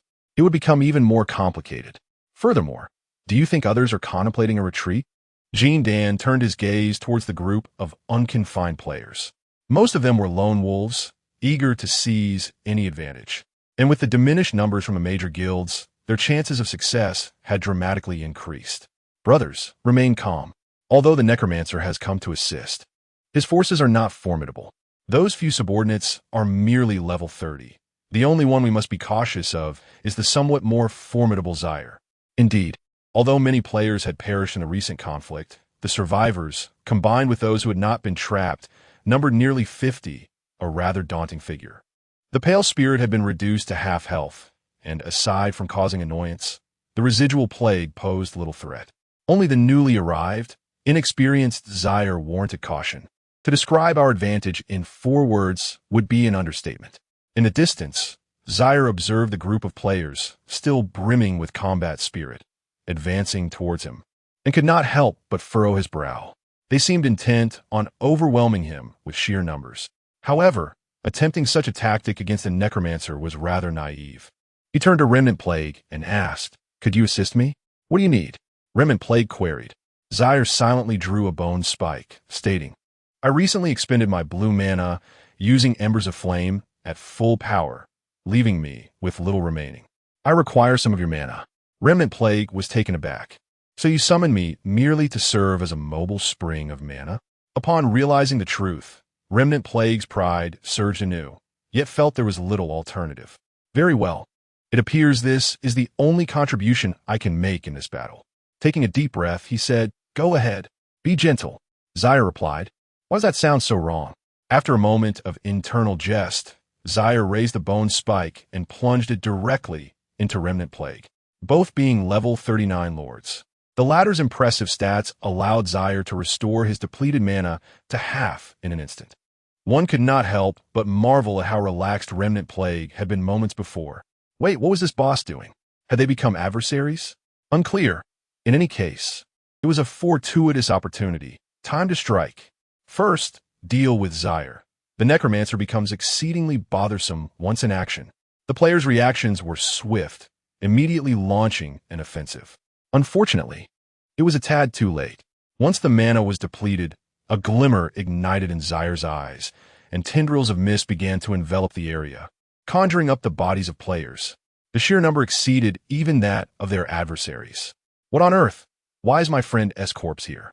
Has he fallen victim? No. No. Brothers, let us focus fire on the pale spirit first. As is well known, the player's bottom line is incredibly flexible, able to shift at will. Upon witnessing Zaire raise his hand to summon dozens of player corpses, they immediately redirected their assault towards the pale spirit. It wasn't a matter of being unable to defeat it. Rather, engaging in battle would undoubtedly consume a significant amount of time. If the pale spirit were to regain its strength during that time, matters would become quite troublesome. Seeing this, Zaire would not allow them to simply change their target. Skill, Black Fog, a nameless gray mist spread forth, swiftly shrouding the entire area, rendering visibility perilously low and disorienting the players. This time, Zaire was generous with his mana. With a wave of his staff, the undead soldiers emerged, their eyes glowing ominously as they fixed their predatory gazes on the players. Now that his level had risen to 39, the attributes of these undead had also been enhanced, far superior to the feeble skeletons in their territory. Ouch, it hurts. I can barely hold on. Is it not over yet? Meanwhile, the unfortunate Remnant Plague, treated as a mere mana reservoir, endured excruciating pain, feeling as though his very essence was being drained. Zaire glanced at his still relatively full mana bar and withdrew the bone spike, saying, "Rest for a moment. Also, do not stray too far. You may be needed again shortly." Remnant Plague. He longed to curse, yet his condition was so weakened that he felt even more fragile than when being pursued by that group of assassin adventurers, leaving him with no strength to speak. Merely nodding in resignation. "Pale Lady," Zaire called, "these adventurers possess formidable strength. I cannot claim that I can defeat them alone. I require your assistance.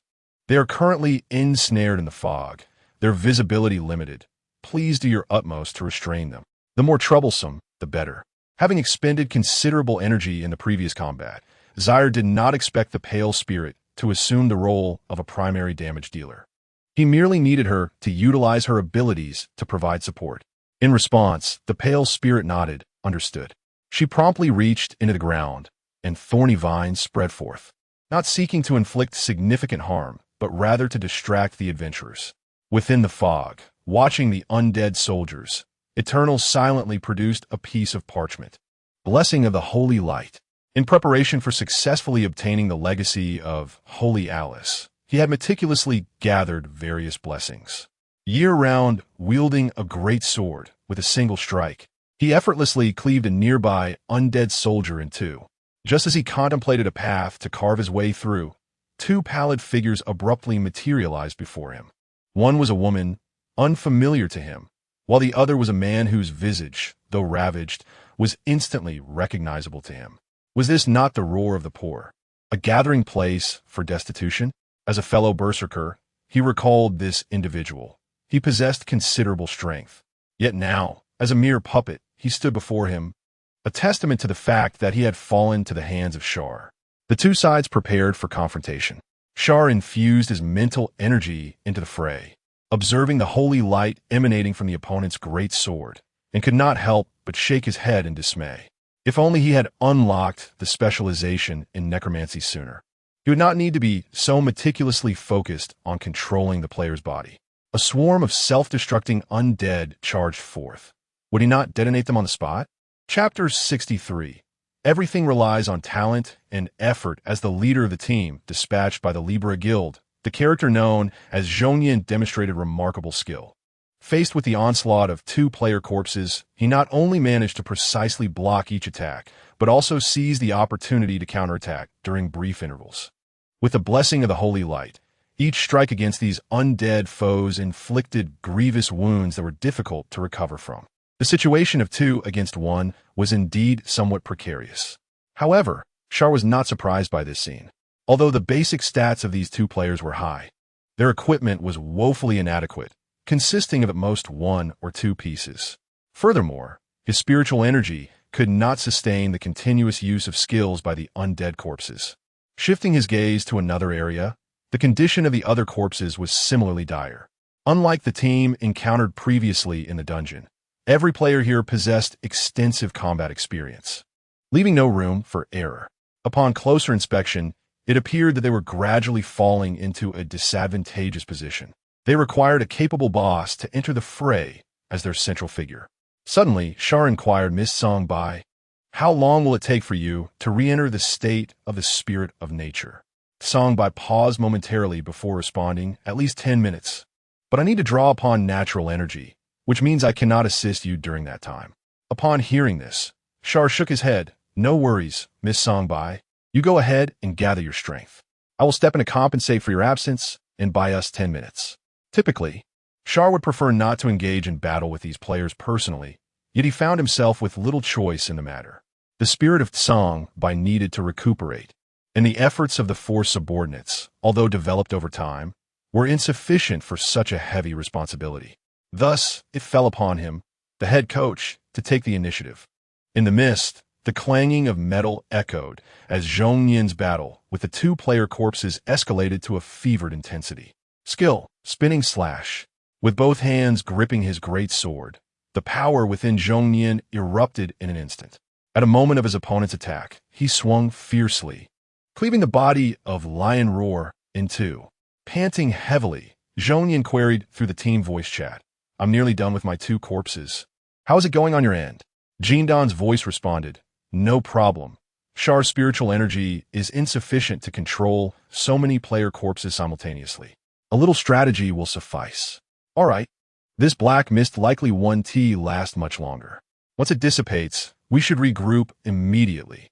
With Song Bai's support methods unavailable, she is likely in recovery. Proceed with caution. After issuing the warning, Zhong Yin drank a stamina potion, his gaze fixed on Shun Xen, preparing to deliver a fatal blow. At that moment, a slender figure clad in a black robe emerged from a mist. Yet another one. For all seasons. The smile on his face was likely a result of that wretched Char realizing his formidable combat prowess, prompting him to dispatch yet another corpse. Alas, it proved futile. As the silhouette gradually approached, an elongated health bar concealed within the mist materialized alongside a title. Undead Archmage Slayer of Adventurers Char. Damn, is it a boss that has arrived? The smile that had just graced Chongyin's face instantly froze. He had anticipated the arrival of a player-S corpse, or perhaps one of his subordinates. But to his astonishment, Char appeared before him directly. He promptly called out, "Char is here with me. Can you come over?" Jindan replied, "Not at the moment, Captain. We are entangled. Please hold on a little longer." Damn it. Seeing this, Chongyin took a deep breath and fixed his gaze firmly on Char. Since his teammates could not arrive in time, he would have to proceed alone. After all, the opponent was not a melee-type boss. No matter how high his intelligence, he was merely an undead mage. A level 39 boss was not beyond his capability to solo.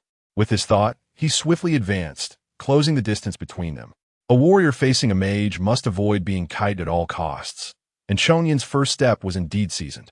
He observed his opponent, and soon enough, Char made a move, raising his staff. Now's the moment. Chongyin narrowed his eyes at the sight and dashed forward in a swift lunge. Mages have casting animations, especially an undead mage. If he could exploit this window, his explosive power would surely inflict considerable damage. The space between them diminished rapidly. Just as Chongyin was about to swing his sword, Char lifted his hand. A white circle of light coalescing in his palm. Specialization convergence of fire. In the next instant, flames coalesced and erupted forth. Damn, what about the casting animation? The fiery tongue drew near. Faced with this instant cast skill at such close range, Chongyin had no time to evade, let alone raise his sword for a block, and could only withstand the inferno that engulfed him. HP 870, his health bar plummeted by a third in an instant. Had it not been for the damage reduction effect of his berserk state, that blow could have halved his health. The situation was dire. Chongyin dared not be reckless any longer and hurriedly retreated, his eyes ablaze with fury. Of course, this wrath was not directed at Char, but rather at the developers. A mage with an instant cast skill at point-blank range. Just how much had they covertly altered? Regrettably, Char could not hear the players' grievances otherwise. He would surely assert that this had nothing to do with hidden adjustments. Every bit of this was the result of his own talents and efforts. He had specifically ventured to the ruins for the ancient versus material within his specialization, precisely to avoid being caught at close range by players. Judging by the effects displayed earlier, the specialization's impact was quite impressive, and Char was satisfied, even managing to exploit a flaw to deal some damage in return. Phew! After being forced back, Chongyin stood his ground, silently raising his great sword and assuming a defensive stance. He gasped for breath, his body gradually heating up, his eyes bloodshot, a clear sign of impending fury. Was the true battle about to commence? Char, clutching a bone spur, met his adversary's gaze. In the next moment, Chongyin turned and fled, not pausing for a second, displaying remarkable decisiveness. The brothers made their escape. Observing this, Char hesitated briefly before pursuing. Seeking to flee? He remembered well how the players of Lion's Roar had been cleaved in two by this very foe, and now he would serve as a fitting substitute. With a flourish of his staff, embers erupted from the circle, instantly sealing off the enemy's retreat. Damn it! Realizing the situation, Chongyin had no choice but to turn back, glaring at Char. So you won't even allow an escape, will you? This is utterly intolerable. Very well. I shall confront you. Moments later, a faint cry for help echoed through the voice channel of the Jindan team. Hurry, come my aid. I'm on the verge of being slain by the necromancer. Chapter 64. The head coach is on a rampage. The voice of the team captain echoed through the voice channel. With a swift motion, Jindan withdrew his dagger from the lifeless body beneath him. At long last, he had vanquished those accursed corpses. As the largest team present, they had been besieged by the numerous fallen players when the black mist enveloped the area, and it was only now that they managed to barely fend them off. Don't rush to rest yet. Chongyin has clashed with the necromancer. We must hasten to provide support.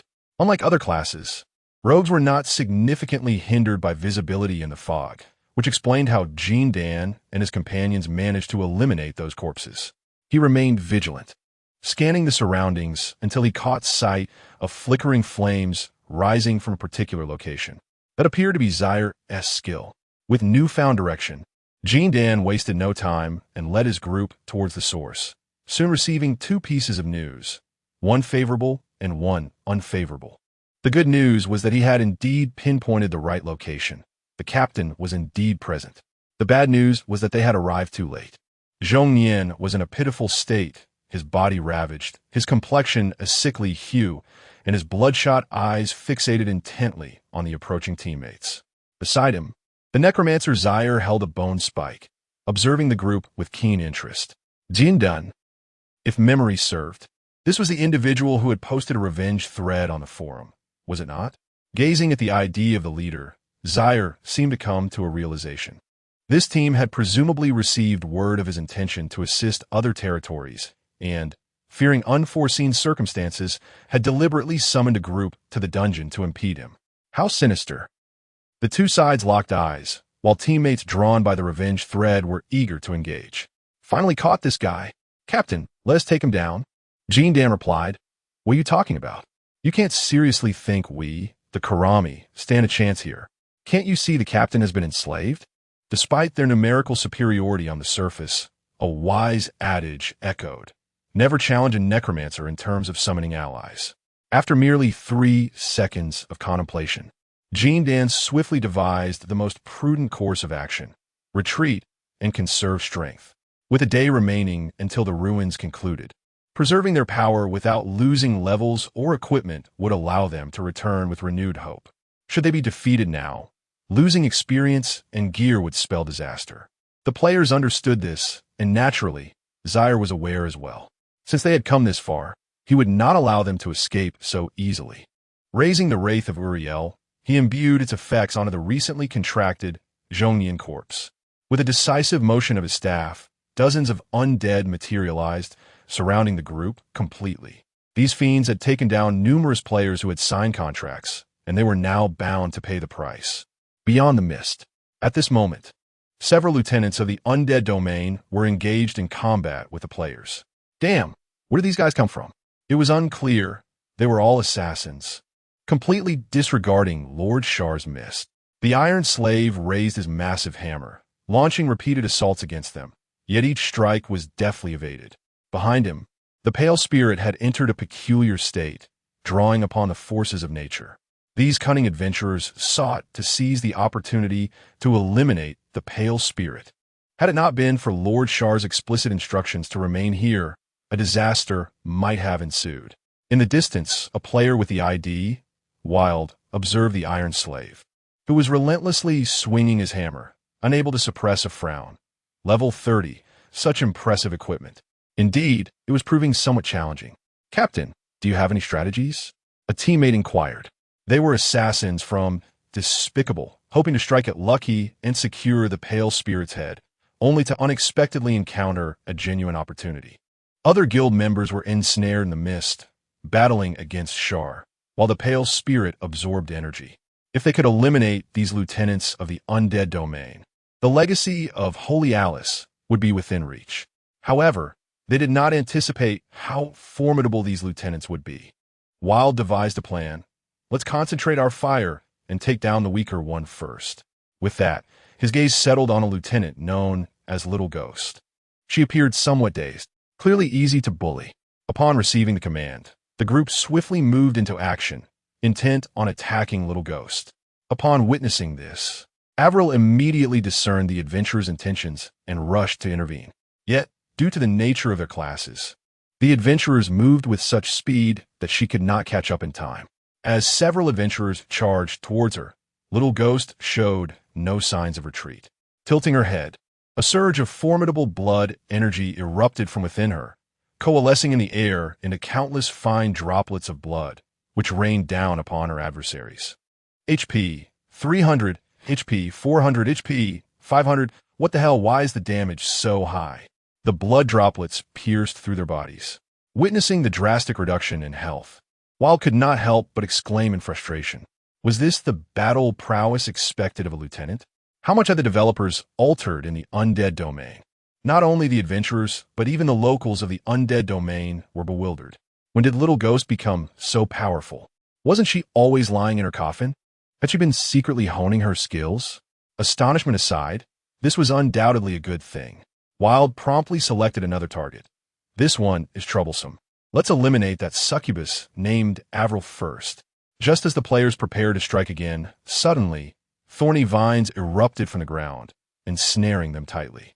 As Say gazed into the distance, he discovered that the Pale Spirit had opened her eyes, her pupils revealing a hint of the uncanny. Alas, she has indeed managed to restore herself. It is time to retreat. With a swift stroke, he severed the thorns. Say and his companions hesitated not for a moment, promptly employing various skills to make their escape. The pale spirit merely cast a glance in their direction, choosing not to pursue. In comparison to these individuals, the circumstances within the mist were undoubtedly of greater significance. Zaire, as a mage, had ventured inside to delay the adventurers, and her situation now seemed dire. She must hasten to offer her assistance. With this thought, the pale spirit swiftly entered the mist. Upon her arrival, she beheld a group of players fleeing in a panic. Behind them, Zaire, wielding a bone spike, led a throng of undead soldiers, relentlessly pursuing them like a madman.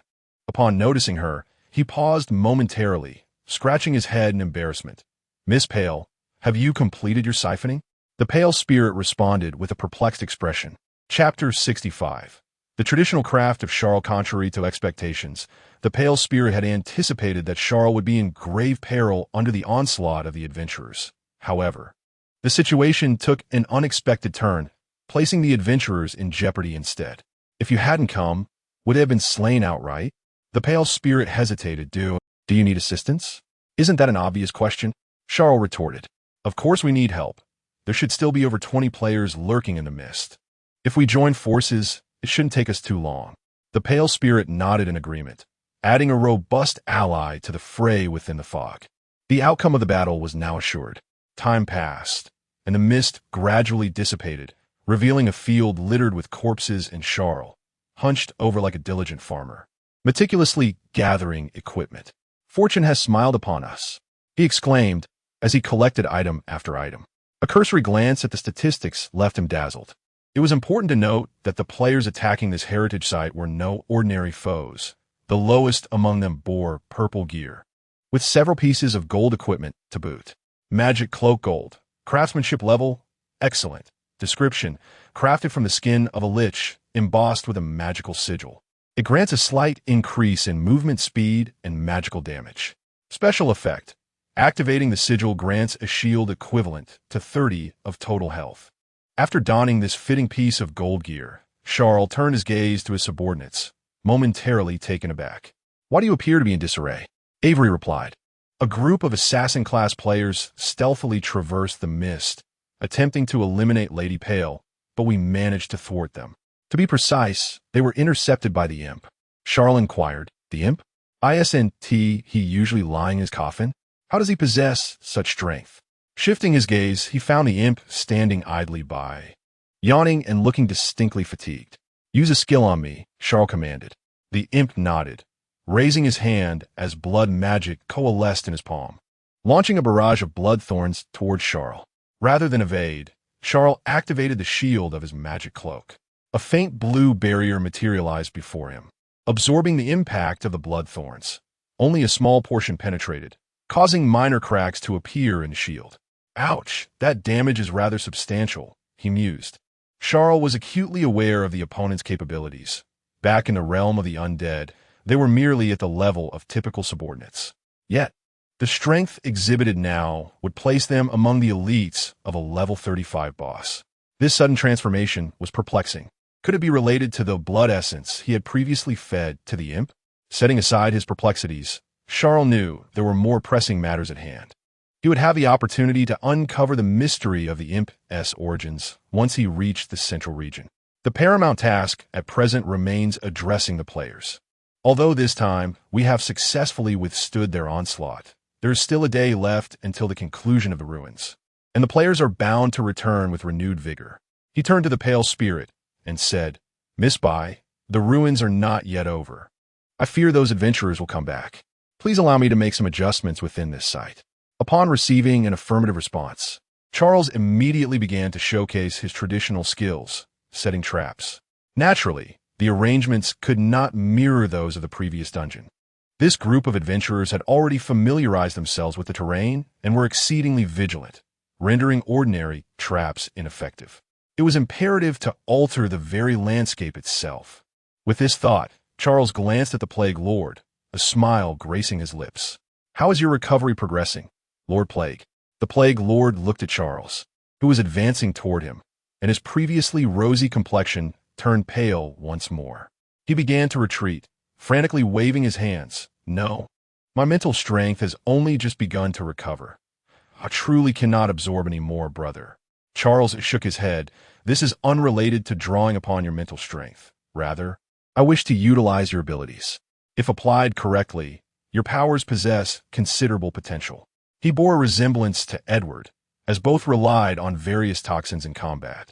And in conjunction with the pale spirit's attributes, he could even reshape the terrain. Seeing that the matter was not as dire as he had feared, the Plague Lord breathed a sigh of relief.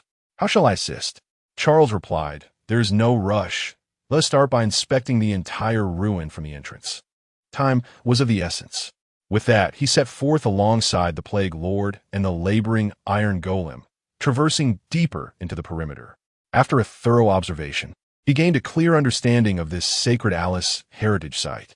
It was a standard dungeon, a spacious area devoid of defensible terrain, making it as easy for players to enter as it was to eat or drink. Were it not for the exceptional mechanisms of the Pale Spirit's elven bloodline, they would have long succumbed. The renovation plan must commence immediately. Undead summon. With a wave of his staff, dozens of undead materialized, brandishing steel blades, their fierce gazes scanning the surroundings for foes. However, after a thorough sweep, they quickly found themselves perplexed. There are no hostile targets? Charles silently issued a command. Lower your weapons. Why requires for you to transform the terrain here? To put it simply, you will be moving bricks. It is well known that necromancers never lack for labor. These delightful skeletal companions are not only adept in battle, but also excel in physical labor, requiring no wages at all. After a short while, in his comfort zone, Charles swiftly completed the preliminary modifications, establishing the overall framework. Next came the task of filling in the details. Plague Lord, you need to release toxins here. It would be best if you could directly form a cloud of poison. Do you see that pond? I need the strength to corrode an adventurer's leg completely upon stepping into it. Indeed, quite right. This young one is indeed teachable. After quite a tumultuous ordeal, the waning remnants of the plague, having exhausted their powers, have now succumbed to a state of near lifelessness, even more grievous than before. It would be a mercy to be pierced by a bone spear. How dark must the borderlands be to give rise to such a lord? Feeling the weight of the other's resentful gaze, Charles remained unfazed, his eyes brimming with admiration. Your abilities are indeed quite impressive. In the near future, I anticipate venturing into the central regions. Would you care to accompany me? Remnant of the Plague. Chapter 66. Where on earth did you come from? Oh, devil, have you grown so accustomed to this that you intend to remain a mere labor forever? The frail and desperate remnant shook his head vigorously, uttering in a weak tone, Brother, I still wish to live a while longer. He had no intention of accepting this invitation. Indeed, judging by the current display of power from the undead Archmage, he was more than qualified to venture into the central region. However, as the saying goes, one's background is of utmost importance in this world. The 5 noble bloodlines had nearly secured dominion over the central region, making it exceedingly difficult for any opposition to arise. In contrast, it would be far wiser to remain a stable subordinate lord. Observing this, Charles did not resort to coercion. It was already a remarkable feat for a border lord to invite a subordinate lord from the central region. It was only reasonable for them to decline. Yet, once his territory flourished, they would inevitably acquiesce. With the transformation plans complete, Charles had expended considerable energy. He chose not to linger, returning to his inner sanctum to rest and prepare for the arrival of the players. Time flowed quietly, and the Holy Light Ruins had reached its 7th day. Only 12 hours remained until the ruins would close. Numerous players, having suffered considerable setbacks, reassembled at the Sacred Alice, Inheritance Point after a brief respite. Eternal Year was among them. As the captain assigned by the Scales Guild to the Holy Light Ruins, he felt somewhat uneasy. What should have been a foregone conclusion had become uncertain due to the interference of a hidden boss. In other servers, the competition for inheritance had already concluded, with all spoils claimed by T0 guilds, now engaged in the final stages of treasure hunting. Yet his side had repeatedly faltered. It was utterly humiliating. Today marked their last opportunity. If they failed to secure the inheritance, Eternal Year could hardly fathom the ridicule that awaited him. Taking a deep breath, he led his team into the ruins. Observing his lead, other teams followed suit. However, upon entering, they were utterly bewildered by the scene before them. Gnarled and withered trees grew unchecked, shrouded in dark green mist, where faint flickers of ominous firelight could be discerned, instilling a sense of dread. Was this truly the Holy Light ruins? Where on earth had they come? In the players' memories, this should have been a vast, flat expanse of primordial forest, perhaps adorned with some pale, spirit's distorted flora. How had it suddenly transformed into this eerie realm? After repeated confirmations, Eternal Year concluded that this was indeed the sacred Alice, inheritance point. There was no chance of having gone astray. Thus, only one answer remained. During the time the players had gathered, someone had deliberately altered the terrain to create obstacles, attempting to wear down their resolve. This was unmistakably the handiwork of the undead Archmage Charles, that sinister boss. Damn, in such a brief span of time, how has this fellow accomplished such a feat? Can it become any more sinister? At this moment, Jean Dan finally grasped the situation and couldn't help but curse aloud. After they had painstakingly familiarized themselves with the terrain, this unforeseen complication arose, rendering their efforts akin to entering an entirely new dungeon. If the likelihood of obtaining a legacy was previously 50%, it had now dwindled to a mere 20%. Exploration and trap disarming.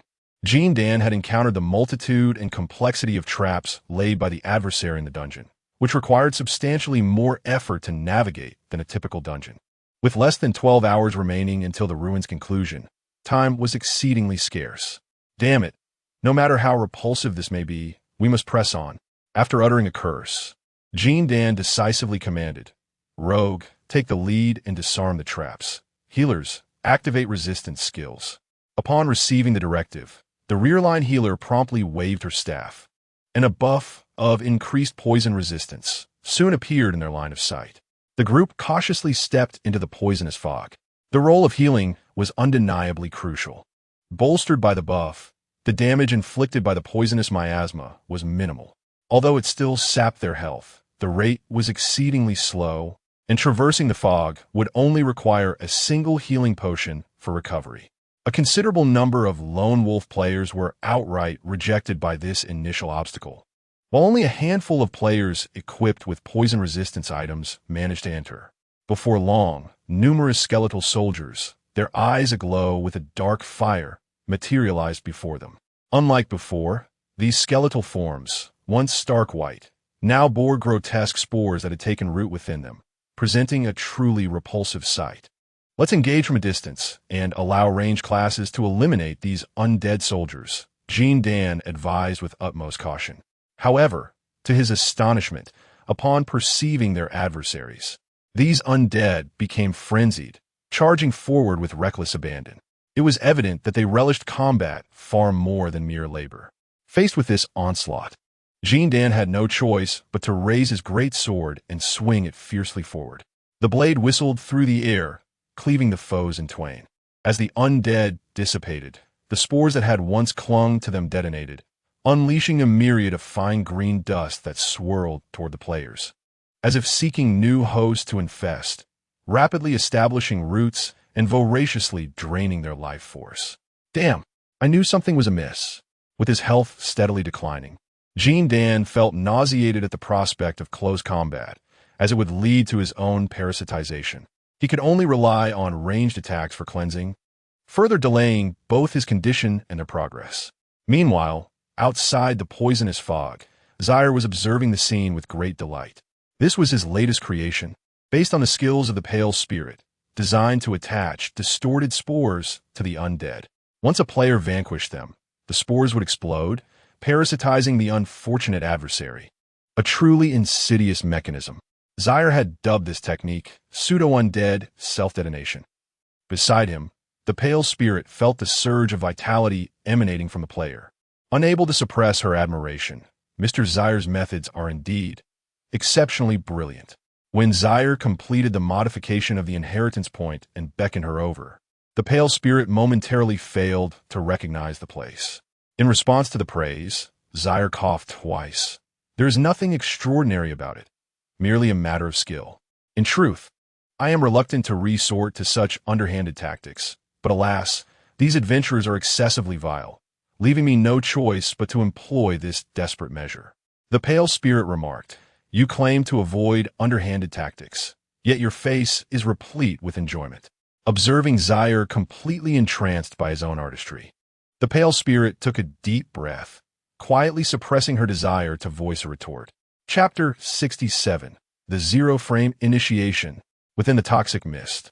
After expending considerable effort to eliminate the spore-infested undead soldiers, I advanced further, only to find the terrain had once again transformed.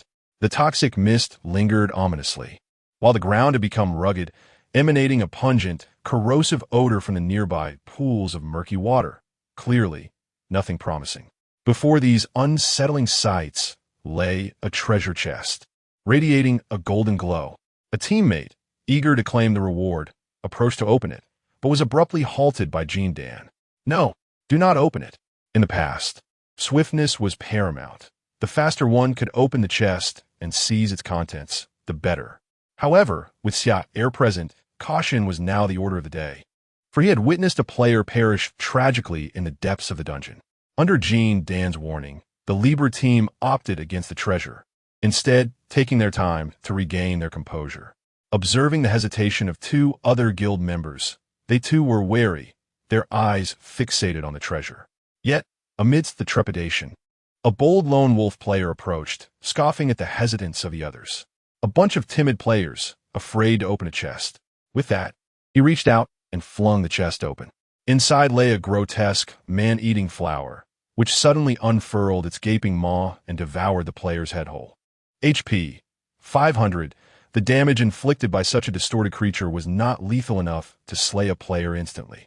Just as the lone wolf intended to sever the creature, a thorny vine stealthily ensnared his legs, dragging him toward a nearby grove.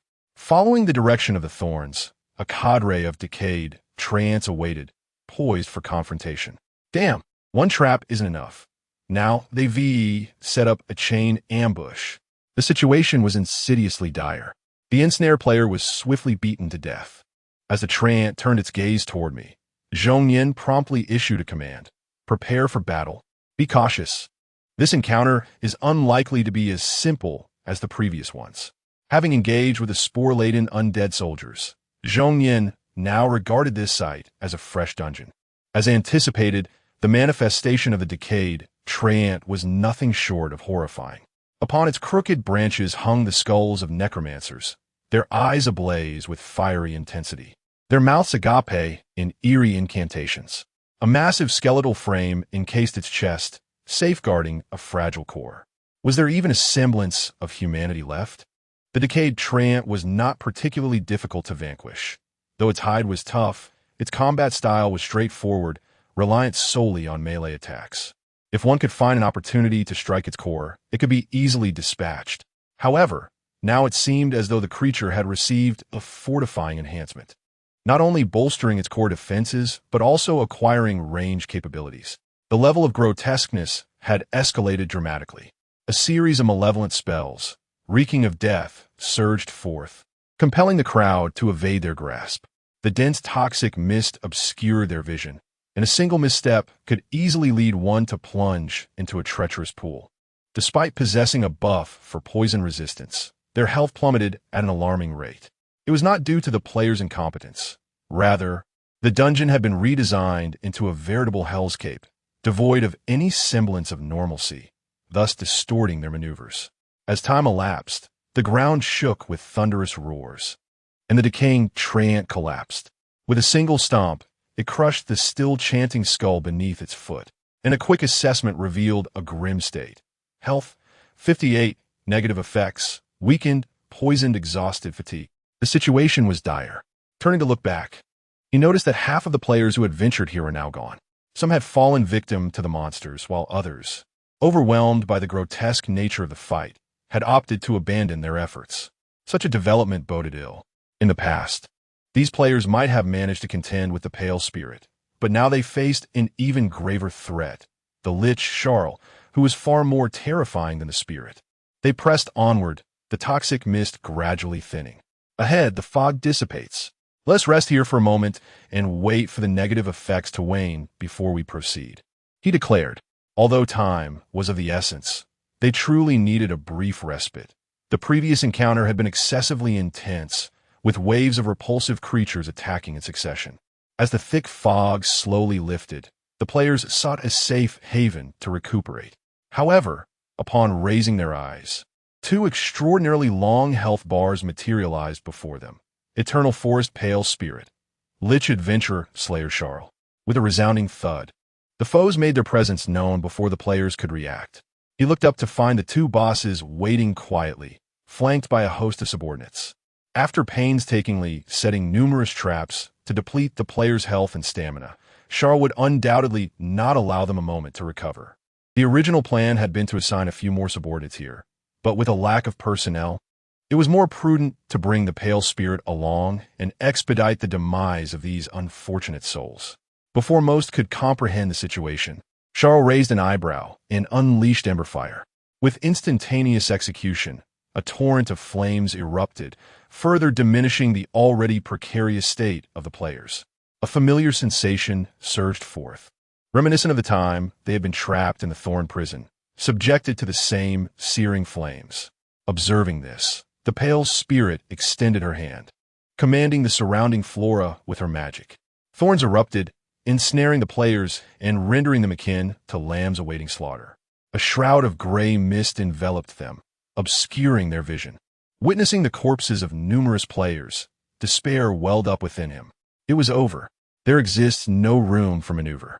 Having just succumbed to a state of exhaustion, with negative debuffs still lingering, I found myself ambushed at the doorway and dispatched by the adversary.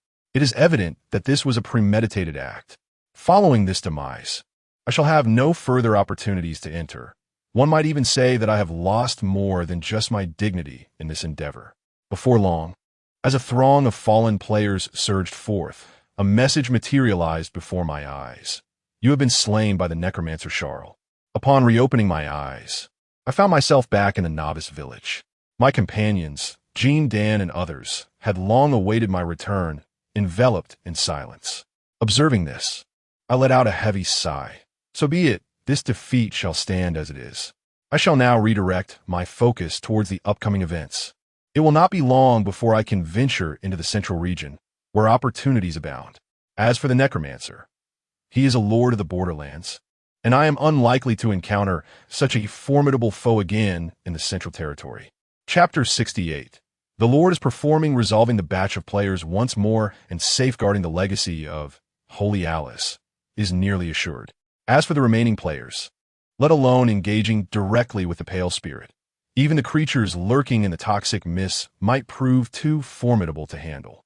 Gazing at the corpses strewn across the ground, the Pale Spirit inhaled deeply and solemnly addressed Char. Thank you, Mr. Char. Without your timely assistance, this legacy would have been impossible to protect. As a creature of the great territory, she initially regarded the priest's summons as a trivial matter. However, after confronting the adventurers, her dismissive attitude swiftly transformed. The new wave of adventurers exhibited unparalleled coordination and combat prowess, far surpassing those of the past. Had it not been for Char's unexpected intervention, the outcome of this relic would likely have resulted in total annihilation. In response, Char smiled gently. It is nothing, Ms. Pale Spirit. All of this is for the glory of the demon race.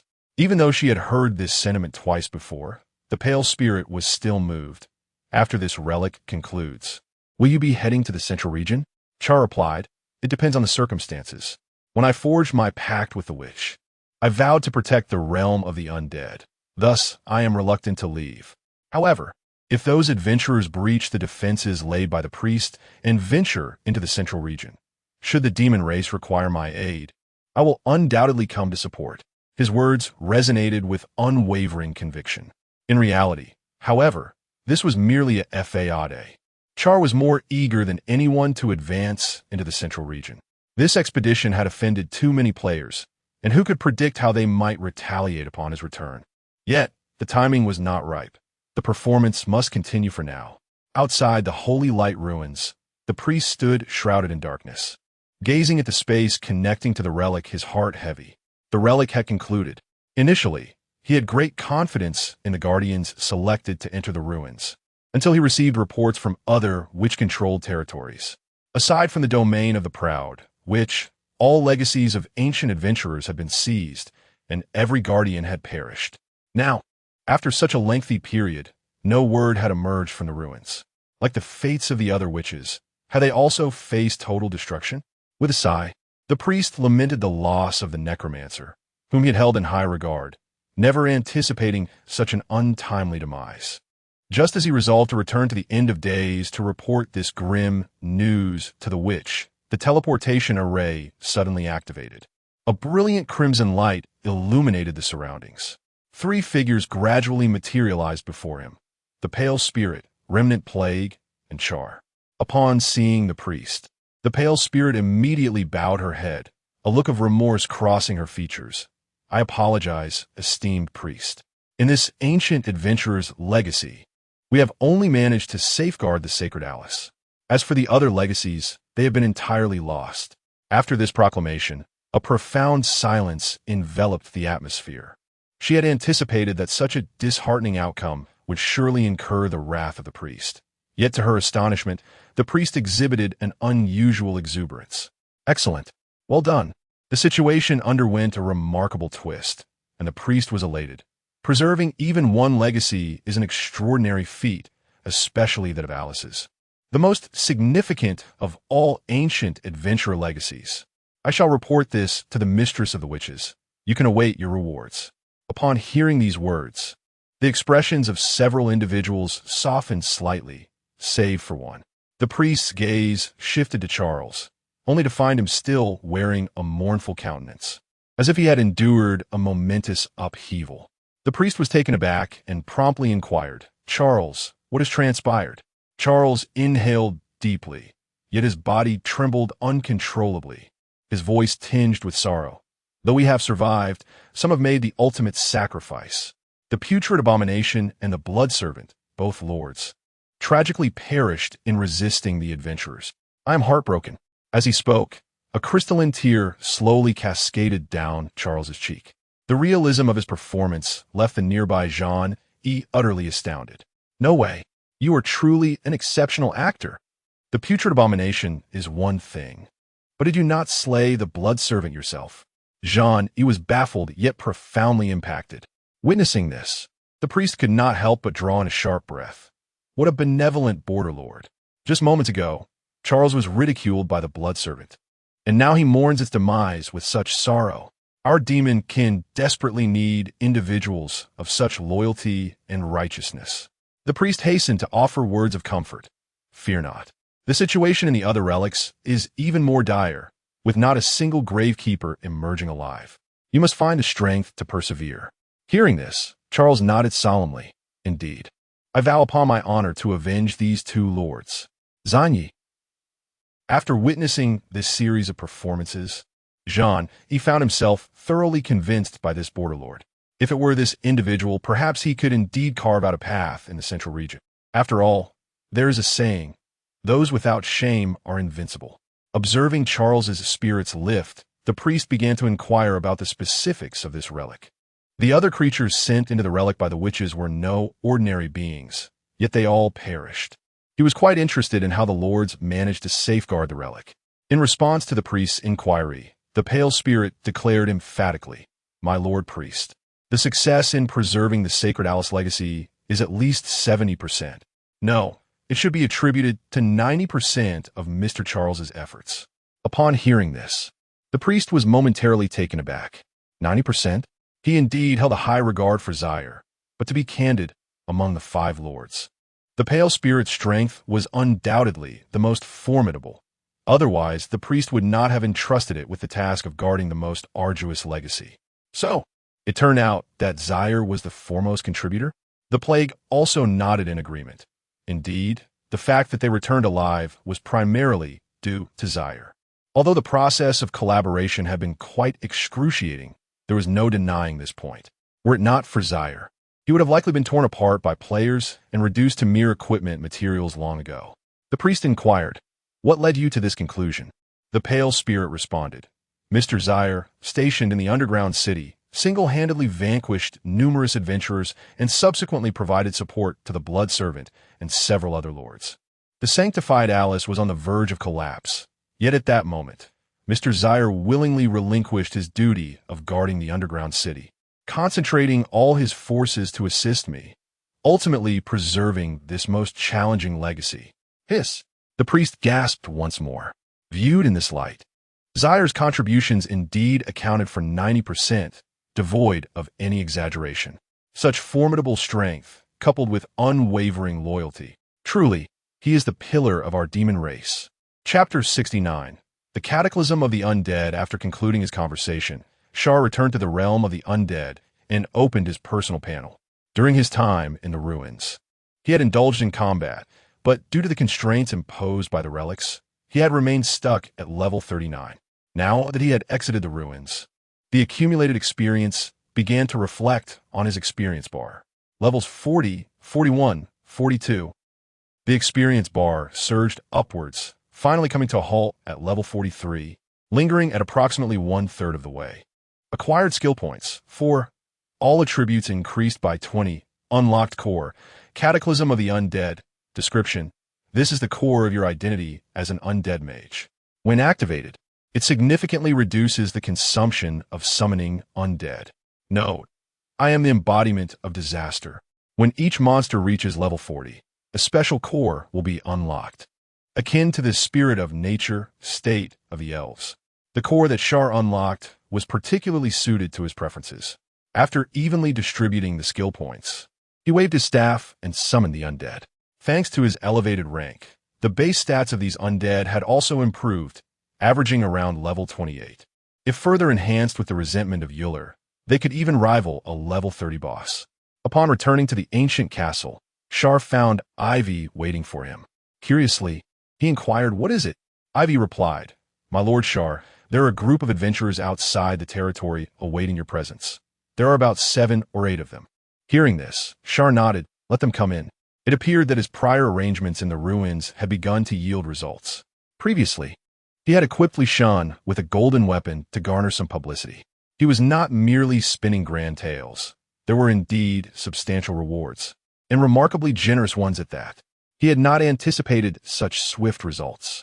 Before long, a group of unequipped players hurried over. Upon closer inspection, Char was surprised to see a familiar face. "Evil little mage, hiss. How did this fellow also come here?" Char had a vivid impression of this ID. Previously, during an encounter in the ruins, this individual had managed to escape, inadvertently causing the demise of several teammates.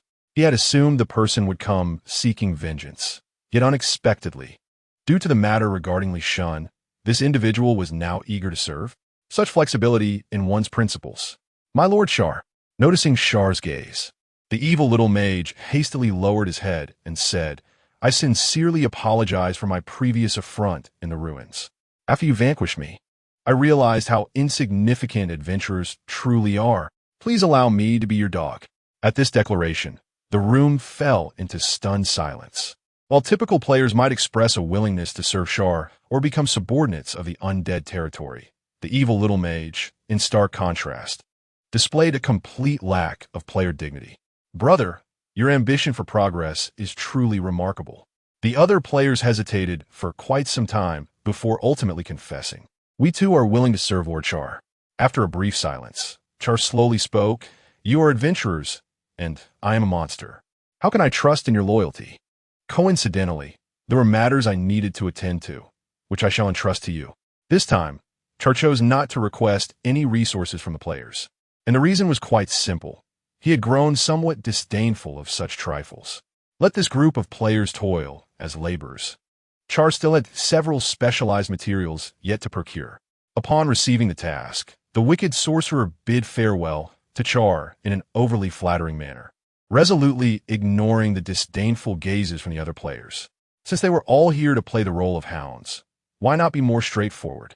As a strategy blogger who had thoroughly examined various side quests during the closed beta, the wicked sorcerer sensed something unusually significant in Char's recent clandestine changes. This was undoubtedly more than just an ordinary side quest. The intricacies involved were likely far richer than one could imagine. Despite the fact that the opponent currently lingered at the borders, it would not be long before the figure of the Death Mage appeared in more expansive territories. To compensate for his previous progress, he must adopt a sufficiently humble demeanor to ensure that Char's favor for him soared. Currently, the competition for this side quest did not seem overly fierce. If one were to select a contender, it would undoubtedly be Godly. This individual was a formidable adversary. Being able to engage in this side quest during the crucial period of exploration and earning Char's trust was testament to his determination. However, in the realm of servitude, the wicked sorcerer did not believe he would fall short of anyone else. In the land of endings, atop the tower, the witch Illyria sat upon her throne, gazing intently at the crystal ball in her hands, her brow furrowed. Logically, her mood should be quite jubilant at this moment. Among numerous ruins, all the legacies of others had been seized by adventurers, and the tomb guardians had perished utterly, yet the legacy of the Holy Light ruins remained safeguarded. This was indeed a matter of great pride. For the proud witch, nothing could surpass the importance of this achievement. However, her spirits were far from high. The reason was simple. The abyssal eye, which she had previously instructed the priest to deploy, had proven ineffective against these adventurers. Within just a matter of days, the areas reclaimed by the abyssal demons had once again fallen, and these adventurers had even exploited the abyssal core to exchange resources at the Adventurers Guild, growing ever more powerful. Due to certain peculiar circumstances, the witches harbored covetous desires for each other's powers, and their elevated statuses prevented them from acting freely. Given the current situation, it was merely a matter of time before these adventurers arrived in the central region. Priest, the call of the witch has arrived. And the priest promptly responded, "What are your commands, my lady witch?" Ilya spoke, "Prepare the great lords of the central region. Having nurtured these parasites for so long, the time has come to unleash our power." Chapter 70. The Incompetence of the Demon Clan. It seems I must step forth. Within the desolate expanse, a warrior, wielding a colossal sword year-round, executed a spinning slash that cleaved the abyssal demon before him in two. He gazed into the distance, where a pitch-black rift emerged in his line of sight, from which an incessant stream of demons surged forth, their numbers astounding. Yet, this was of little concern. Aside from himself, nearly all the proud players were engaged in this endeavor, even if they had scattered across 5 different locations. Their collective strength would suffice to purge these demons. Since their defeat within the ruins, members of various guilds had vented their pent-up fury upon these demons. Their rate of conquest was, in fact, the swiftest among all servers. There was no choice. The losses had been profoundly severe. Not only had their levels drastically declined, but numerous pieces of equipment had also been lost, and this event was the only means to recuperate their losses. Taking a deep breath, the warrior called out to his comrades behind him, urging them to hasten their efforts in eliminating the rift. Many tasks in the central region were contingent upon timely completion. Inside the ancient castle, it had been approximately 5 or 6 days since they emerged from the ruins. During this interval, Char had enjoyed a rare respite, engaging with players and utilizing the resources acquired from the ruins as spoils to obtain specialized materials, occasionally gracing the forums with his presence. This was indeed the quintessential approach for an NPC. After 5 days of accumulation, Char's 3 skill specializations had all reached completion, with only the necromancy left to master. However, this particular skill required him to venture into the central region. Considering the timeline, it was likely that the players were about to breach the eye of the abyss. As Char pondered, Avril suddenly entered the room. "My lord Char, 3 rifts have already been conquered. For the past few days, under Char's command, she had been discreetly monitoring the adventurer's progress and returned promptly upon noticing significant advancements. The other 2 rifts are also nearing completion. The adventurers are launching a full-scale assault, quicker than anticipated." Char sighed upon hearing this. His leisurely days had not yet reached their fulfillment, and he had not expected the abyssal demons to be so ineffectual. Alas, the incompetence of the demon clan. It appears I must emerge from my seclusion. This was precisely the moment Char had awaited. Had he ventured into the central region immediately after departing the ruins, it would have seemed excessively opportunistic. Now, with the abyssal demons failing to impede the player's progress, and an imminent invasion of the central region. It was the perfect opportunity to compose a letter and request entry into the central area. This was the course of action befitting a devoted lord. With this thought, Char hesitated no longer and approached the writing desk on the second floor to begin his correspondence. Esteemed Lady Witch, I have heard of the adventurers breaching the demon rifts in the border territories, and I am filled with great indignation. Upon reflection, the realm of the dead is but a modest expanse, and when compared to the central region, it is evident that the latter holds greater significance. Here, I find myself compelled to contravene my original vow and beseech the esteemed sorceress to dissolve my soul contract, allowing me to venture into the central region and contribute to the struggle against the adventurers. Signed, your devoted servant, Charles. Having undergone numerous exercises previously, Charles found himself adept at the art of letter writing, completing it in a mere moment before entrusting it to the raven. Deliver it to the land of the end swiftly. Under Charles's urging, the raven hastened its journey with unusual speed. As the light of day faded to inky darkness, the raven silently glided through the night sky, gradually alighting beside the priest. A letter? Upon seeing the missive, the priest paused momentarily, glancing at the signature. It was indeed from Charles. After breaking the seal and perusing its contents, the priest inhaled deeply and promptly entered the tower. He spoke first. I report to the esteemed sorceress that I have informed several of the major territories in the central region. Furthermore, here is a letter from the necromancer Charles. Charles. Ah, I recall he is the one who frequently writes. Upon hearing the name, Ilya's interest was piqued.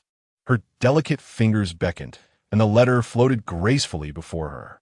After reading its contents, Ilya fell into silence. Are there truly such loyal souls among our demon kin? Previously, she had instructed the priest to guide him to the central region, only to have Charles decline, citing his oath to protect the realm of the dead. Yet now, with the central region on the brink of invasion, a situation that ostensibly benefits the borderland of the realm of the dead by providing greater safety, he expressed a desire to have his contract lifted in order to confront the adventurers. It could be said that each of his choices has been the most perilous, driven by the intent to uphold the honor of the demon race. Even with the title of proud sorceress, Ilya conceded that, in this moment, a flicker of emotion stirred within her. Noticing Ilya's silence, the priest, anxious lest her prideful nature be provoked, hastily interjected. Esteemed sorceress, it was this necromancer who, within the ruins, exerted tremendous effort, single-handedly repelling the adventurers and safeguarding our legacy. Now that he wishes to serve the demon race in the central region, I believe this is a fortuitous development. Ilya offered no further words, but extended her hand, conjuring a soul contract from the air. Then, a surge of energy resonated, shattering the contract to pieces. Ilya proclaimed, I have dissolved his bond with the realm of the dead. Moreover, upon Charles's arrival in the central region, you may observe him closely. Should he encounter any difficulties, feel free to assist him as necessary. Now, proceed to establish the summoning array. The priest, listening to Elias' subsequent words, the priest fell momentarily silent. He had initially presumed that the other party was afflicted by pride, yet the reality was quite the opposite. It was an instance of sundere traits.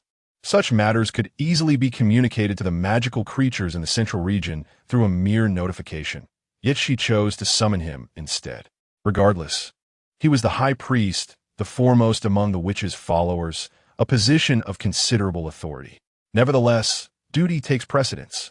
The priest nodded and said, Understood. I shall make the necessary arrangements forthwith. Suddenly, an unexpected notification appeared before Charles's eyes. Your soul contract has been revoked. He was momentarily taken aback, but quickly regained his composure. It seemed that the message from the raven had indeed reached its destination. Taking a deep breath to suppress his excitement, he instructed Avril to summon the other aides for a meeting. Before long, everyone arrived. Even the little specter who had been lying in the coffin was pulled out. She rubbed her sleepy eyes and asked in a bright tone, My lord Charles, what is the matter? Charles slowly began to speak. The abyssal rift has been breached by adventurers. Just moments ago, I penned a letter to the witch, expressing my desire to enter the central region. The witch has dissolved my soul contract with the realm of the undead and has granted my request. Therefore, it is time to venture into the central region and fulfill your destinies. Chapter 71. Independence. It is essential to act alone. After conveying the necessary information, Char stepped out of the ancient castle, where a teleportation array slowly materialized before him, marked with an inscription. Guiding array. Description: a teleportation array from the central region. It will lead you to a more expansive location. Stepping into the array, a crimson glow engulfed his vision. When he opened his eyes again, Char found himself in a brand new area, a dungeon. Unlike the previous dungeon he had guarded in the ruins, this one bore resemblance to Mercury Town, a place designed exclusively for the service of magical creatures, yet its scale appeared vastly larger. A whole goblin tribe had excavated this space with shovels, while orange-yellow candlelight illuminated the surroundings, creating a remarkably bright ambience. A plague doctor's clinic, a cannibalistic tavern, and a dwarven blacksmith shop, various industries converge here. If it weren't for the bizarre signage, Char might have mistaken this place for a prosperous town. You seem to have come to a realization. A sudden voice echoed from behind him. Turning around, Char discovered a robed priest standing directly behind him. "Priest, what brings you here?" Char inquired hastily. The priest patted his shoulder, saying, "Lady which instructed me to guide you after she read that letter. This is Ryan Dungeon, considered the heart of the central region. Allow me to take you for registration." Registration? Char paused, momentarily bewildered. Are we demons really so formal? Shouldn't we just claim a territory and flourish indiscriminately? Sensing Char's confusion, the priest clarified, "Do not overthink it. It is merely a simple understanding of your destination." After a brief period of walking, they soon arrived at their destination. It resembled an adventurer's guild. Upon entering, Char noticed 5 magical beings awaiting them. The priest announced, "These 5 represent the 5 noble bloodlines of the central region." They included the Eternal Forest, composed of elves, the Blood Fortress, ruled by vampires, the Iron Barrier, constructed by dwarves, the Shadow Realm, established by shadow demons, and the Chaotic Wasteland, inhabited by mutated creatures. In the central region, dominated by these 5 great territories, newly promoted border lords typically chose one of the 5 to become their vassal, thereby gaining protection and additional resources. Apart from the Pale Spirit, the remaining 3 lords in the earlier Holy Light ruins had done the same, which was their reason for being there. Char briefly scanned the magical beings, noting their levels, all averaging around level 50, alarmingly high. The priest continued, "Allow me to introduce you. This is the rising star of the border territory, the undead Lord Char, known as the Adventurer Slayer, who successfully safeguarded the legacy within the ruins. He is a rare asset to our kind." Char, "So, I am truly this remarkable?" Upon hearing the priest's words, the eyes of the crowd instantly gleamed with interest. Initially, the hosts, proud of their noble lineage, regarded the so-called border territories with disdain. To them, it was merely a gathering of beggars from the central region, easily placated with promises to become vassal lords in their domains. However, the current circumstances were markedly different. The priest himself had personally extended an invitation, accompanied by such high praise. The stout dwarf, his face adorned with a bushy beard, immediately spoke up. "To become a vassal lord of the Iron Bastion, feel free to request any equipment you desire. We possess the finest blacksmiths in the entire central region. All that is required of you is to collect some ores each month." Enveloped in shadows, the elusive figure of the shadow demon added, "Here, you shall have access to the most comprehensive network of intelligence. Of course, it will involve some assassination activities." Then, the grotesquely deformed host from the Chaotic Wasteland interjected, "What kind of gibberish is this?" It was evident that this individual was so misshapen that he struggled to articulate his thoughts clearly. After listening to the various propositions, Zaire began to grasp the inherent nature of these grand territories. The conditions they offered were indeed enticing, each possessing unique advantages for territorial development. Yet, there lingered an unsettling sense that they aimed to exploit him as mere labor. As a seasoned player accustomed to such tactics, Zaire recognized the familiar ploy, painting grand visions while subtly relegating the newly arrived vassal lords to the role of laborers serving the greater territories. Zaire was not to be swayed. Associating with such vermin would do nothing to advance his standing among the demon kin. He resolved to act independently. Faced with numerous temptations, Zaire resolutely shook his head in rejection and addressed the priest. "Esteemed priest, I have no desire to become a vassal lord of any territory. May I apply for a territory of my own?" At this, the priest fell silent. It was indeed possible. In fact, many border lords, upon promotion, were reluctant to remain subservient. However, under the encroaching influence of territories that had been entrenched in the central region for centuries, the space available for new lords was exceedingly limited and development exceedingly challenging. Those who chose their territories often found themselves either returning to the border in disgrace or meeting untimely ends due to violations of vested interests. The demon realm was inherently a place of survival of the fittest. As long as no significant disturbances arose, such occurrences typically went unregulated. Observing the steadfast determination in Zaire's gaze, the priest finally spoke. "It is feasible. Allow me a moment to contemplate a suitable location." This was not a trivial matter. The priest appreciated this young successor. Thus he required some time to consider the choice carefully, ensuring that the geographical position was somewhat advantageous. Just then, the host from the Eternal Forest, Tina, interjected.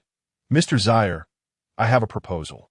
There exists a relatively fertile territory within the Eternal Forest, rich in resources. If you are willing, you may come here. I harbor no ulterior motives. It is merely that Lady Pale Spirit once spoke of you, and I consider this a means to repay a fragment of a past favor."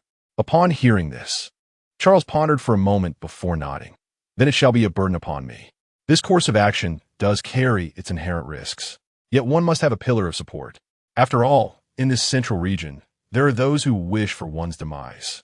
Reflecting on this, Charles turned his gaze towards the shadowy eyes of the vampire's envoy. He spoke willingly. "Previously, in the ruins, I endeavored to assist a blood servant, but regrettably, by the time I arrived, it had already perished at the hands of adventurers." In response, the vampire member shook his head. "Not to worry, Mr. Charles. This was due to its own inadequacies, and you need not feel remorse for it.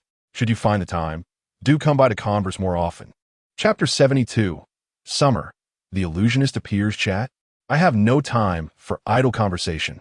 As summer approached Tina, a portal materialized, engulfing the surroundings in a crimson hue. They found themselves in a vast plain, where towering skeletal trees formed the framework of the territory, and the ground was adorned with a deep purple moss, concealing a labyrinth of bony roots beneath, a sight both eerie and captivating.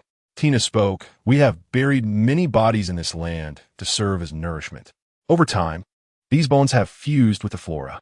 Perfectly suitable for my needs," Summer remarked, expressing a degree of satisfaction with this new domain. At least it possessed some defensive measures, unlike the desolate lands of the undead, which were drafty and riddled with hidden passages. Observing this, Tina extended her hand, revealing a yellowed parchment that materialized before them. "This is the deed to the territory." Upon receiving the parchment, a message emerged before Summer's eyes. Territory name: the Boneyard. Description: a site within the Eternal Forest designated for the burial of corpses. Due to the prolonged absorption of nutrients from these remains, the vegetation here appears to have undergone certain anomalous mutations. Geographical location: adjacent to the Eternal Forest periphery and the Blood Clan's crimson habitat. As he gazed downward, a map depicting the territory unfolded. Beyond the skeletal walls, a sea of crimson signified the domain of the Blood Clan. Tina elaborated. "There are very few vacant territories in the central region. They are either tied to resource control or are situated in excessively harsh environments." She anticipated that Summer would express dissatisfaction. Yet to her surprise, he readily stamped his mark upon the contract. From a conventional standpoint, the territory was precariously sandwiched between two regions. However, Summer held a different perspective. With the majority of resource points and lands already governed by the 5 major territories, the only path for a small domain to flourish lay in encroaching upon the larger territories. To voice such an idea would undoubtedly invite ridicule, for the major territories had deep roots and a robust foundation. Any attempt to disrupt them would swiftly draw their wrath. Yet Summer was not inclined to act personally. He had a legion of enthusiastic players at his disposal, whether through forums or by masquerading as NPCs to issue quests. Summer could incite incursions against the Blood Clan's domain without implicating himself. After all, the endeavors of adventurers held no bearing on him, Summer. With this in mind, Tina soon departed from the boneyard. A series of notifications appeared before Summer. Contract draft completed. You are now the master of the boneyard. The title of Undead Lord has evolved into Master of the Boneyard. Title effect. Increases base undead attributes by 20. Effect 2. You may freely manipulate the bones of the boneyard for modifications. As the system prompt flickered before him, a peculiar sensation emerged, as if the very remains interred in the ground were bound to him, obediently manipulable like an extension of his own limbs. Unexpectedly, there was a delightful surprise. After selecting an appropriate location, Charles harnessed his mental energy to command the concealed corpses beneath the soil. The bones swiftly extended outward, akin to the roots of a plant, gradually forming an eerie, ancient castle in his imagination.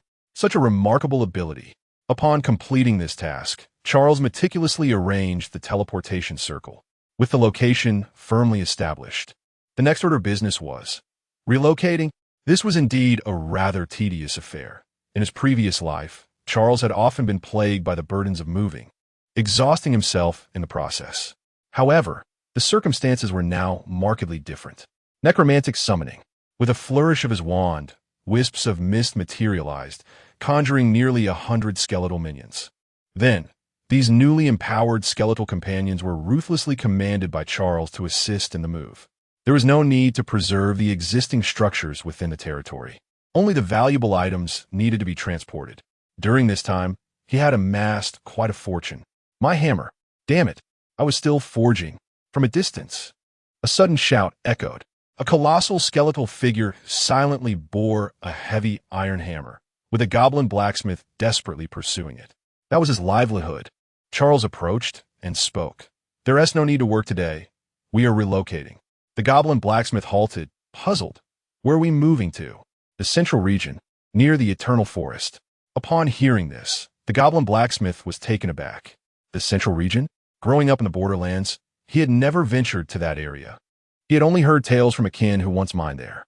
It was said to house a bustling underground city, enchanting succubi, and exquisite wines sourced from the Eternal Forest, a veritable paradise compared to the desolate and dreary borderlands. Merely a few words ignited a longing in the young goblin blacksmith. Even his aspiration to become a blacksmith was fueled by the hope of saving enough to visit that place one day. Alas, fate had other plans.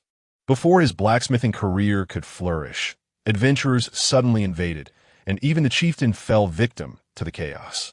Now, would his wish be fulfilled? Observing the spark of fervor igniting in the goblin blacksmith's eyes, Charles seemed to grasp something profound. He gently patted the blacksmith's shoulder. In the central region, our new territory is still in its developmental stage and may currently be somewhat impoverished. However, it undoubtedly holds great promise for the future. Strive to hone your skills and work diligently. I believe you will carve out a place for yourself in the central region. The grand vision painted before him caused the goblin blacksmith to momentarily forget Charles's prior actions. He nodded emphatically. Yes, my lord Charles. Upon witnessing this, Charles silently produced a piece of parchment. Come, sign this contract. Contract? The fervor in the goblin blacksmith's eyes gradually diminished. Charles continued. Since the territory is advancing, it is only natural that we abandon the wild ways of the borderlands and adopt a more formal approach. Do not worry. Do I strike you as a villain? The goblin pondered carefully. Aside from coercing him to work in the domain of the undead without remuneration, enforcing overtime, and clandestinely colluding with adventurers, it seemed that his counterpart had not committed any truly nefarious acts. Damn, it was clear he had engaged in a plethora of wrongdoing. The goblin, now enlightened, found that the earlier fervor in his eyes had vanished. He had fallen into the trap once more. The Malevolent Necromancer. Chapter 73. The position of a lackey is also contested. Noticing the prolonged silence from his counterpart, Charles squinted his eyes and inquired, What? Are you displeased? The goblin blacksmith responded. Delighted, of course. Sensing the pervasive aura of menace, the goblin blacksmith hastily inscribed his name upon the contract. Upon completion, he scrutinized its contents. "Oh, the terms appear rather favorable," he remarked, scratching his head. "My apologies, Lord Charles, I misunderstood you." Charles waved his hand dismissively. "No matter. Just focus on your work. High craftsmanship will yield additional rewards." Under the attentive care of the players, the territory had ascended from its previous state of destitution, no longer necessitating the use of such sordid methods as before. A little motivation was essential. With the unwavering assistance of hundreds of skeletal allies, the undead territory was swiftly cleared, leaving only an ancient castle behind. After arranging a teleportation array in the basement, Charles led the group to the burial grounds. He began. This location lies on the outskirts of the Eternal Forest, adjacent to the Blood Clan territory. The former exhibits a relatively amicable disposition, while the latter requires vigilant scrutiny. Charles had meticulously considered this matter. Apart from the central castle, he had specifically constructed residences for his aides and even upgraded Edward's laboratory. Naturally, the little imp was the exception, as he merely needed to lie in his coffin. Blood Clan territory. Crimson habitat. At this moment, Blood Baron Les bowed his head. Before him stood a gaunt man with pallid skin, leisurely swirling a goblet brimming with blood. As the crimson liquid trickled down the rim into his mouth, the man savored it momentarily before grimacing and violently spitting it out. "Such poor quality. How dare you present this?" In the face of this rebuke, Les could only respond humbly. "Mr. Amank, this is the finest blood available within my territory. I usually refrain from consuming it." As the lord of this region, he was meant to wield absolute authority. Had it been anyone else, they would have long since regarded him as mere prey. Yet now, he found himself adopting a submissive demeanor. The reason was simple. The other's bloodline was far purer, and he held a high position within the Blood Clan. Les slowly inquired, "May I ask, is there a specific matter you wish for me to attend to, Mr. Amank?" Amank nodded. "In the central region, a new undead lord has recently emerged, by the name of Charles, whose domain lies on the outskirts of the Eternal Forest, in the burial grounds. Within his territory resides a bloodline known as the Imp, and I would like you to bring her here. Furthermore, Charles is not a subordinate lord of the Eternal Forest, so you may act without concern. Upon the successful completion of this task, I can offer you a drop of the blood of the progenitor, Lilith. Lino dead. Understood." With that, accompanied by a sudden whoosh, Amank transformed into a bat and vanished from sight. Once he confirmed the other's departure, Les exhaled heavily, downing the scorned blood in one gulp. "That damned fellow. Rest assured, the task is underway. It is evident that moving to the Eternal Forest is connected to this matter, and taking action will undoubtedly offend that group of elves." However, recalling the promise of Lilia's blood, Rhys's gaze grew increasingly fervent. In a certain sense, determining the purity of the bloodline of the vampiric lineage primarily hinges on how much primordial power the members have inherited. Although merely a drop, for a baron of his standing, its consumption would profoundly alter his bloodline.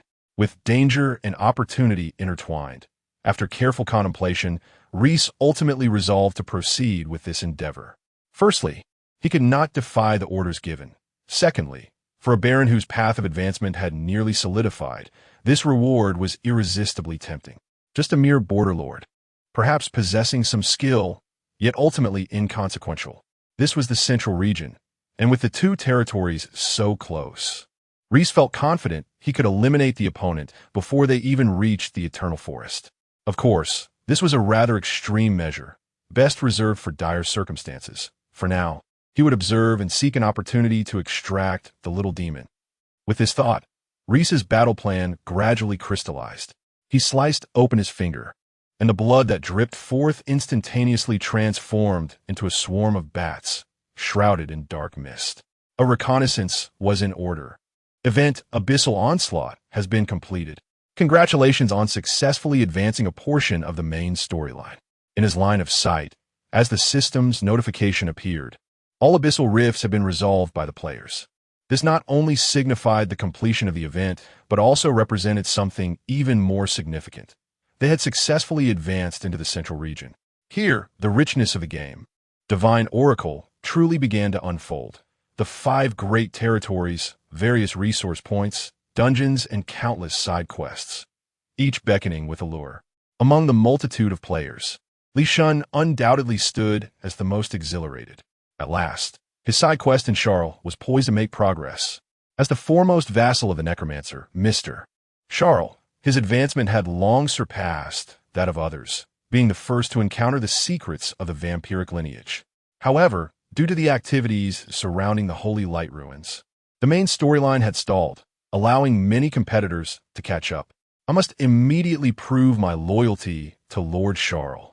Returning to the novice village and exchanging some items, Li Shun proceeded to the ancient castle.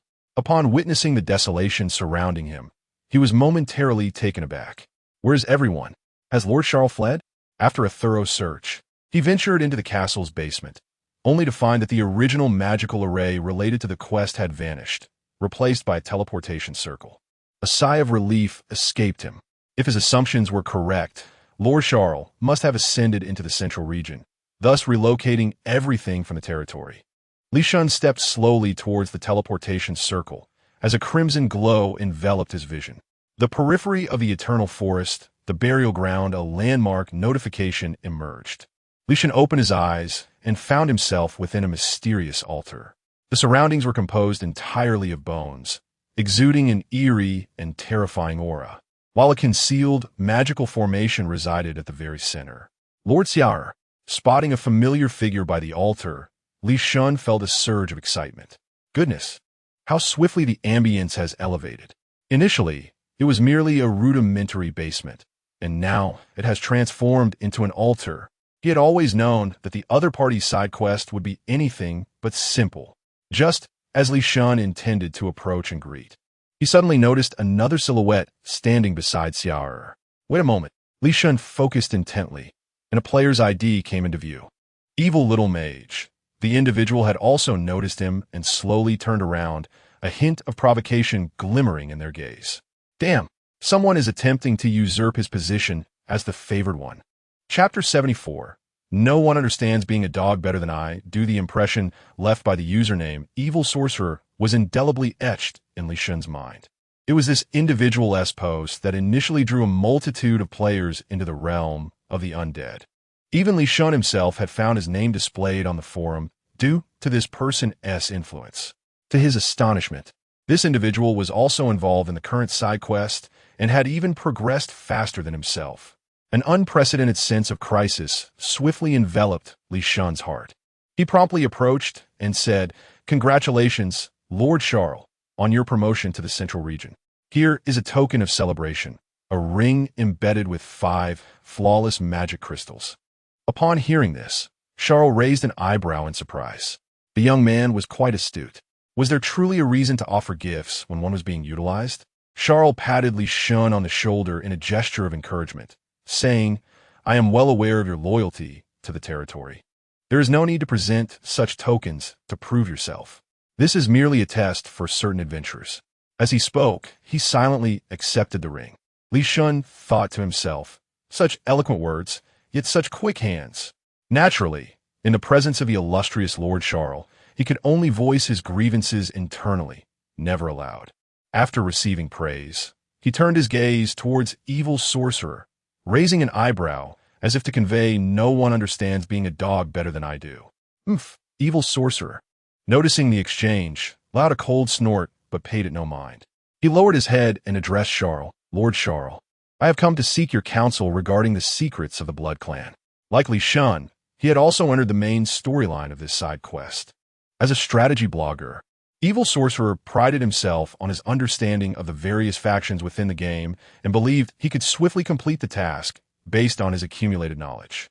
However, upon encountering the quest related to the Blood Clan's secrets, he found himself utterly bewildered. As a strategy blogger, how could I be unaware of such secrets pertaining to the Blood Clan? To this end, he had even consulted numerous peers and some T0 level players, only to receive the same answer: complete ignorance. Thus, after considerable contemplation, Evil Sorcerer opted for the simplest approach, hoping to glean some guidance directly from Char. As he spoke, Li Shun began to focus his attention as well, for this was also the reason for his visit. The territory of the Blood Clan was vast, populated by numerous high-level magical beasts. Without a clear direction to seek clues, he could only imagine how much time would be wasted. Charles spoke slowly. At the edge of the burial grounds lies one of the Blood Clan's territories, the Crimson Refuge. You may find clues there. In truth, Char was unaware whether any clues actually existed in that vicinity. However, this detail was inconsequential. Based on his recent insights into the Blood Clan, he was certain that this matter would not conclude easily with merely the death of a blood servant. It was imperative to act swiftly. Zyle continued. This task may pose some difficulty for you. Here are some items you may choose freely to deal with the Blood Clan. Just as Zyle intended to present the equipment he had seized for the two to select from, unexpectedly, the wicked little mage abruptly stood upright. Lord Zyle, the wicked little mage adopted a demeanor of utmost integrity, proclaiming, "It is our honor to serve you, not for any reward. Please take it back." Loyalty, devotion. Li Shun, gazing at the dazzling array of equipment, widened his eyes, disbelief etched across his features. What are you saying, you rascal? Are you truly willing to forego rewards just to please Zyle? Unbelievable. Observing Zyle's shifting gaze, Li Shun gritted his teeth and said, "Yes, this is indeed our fortune.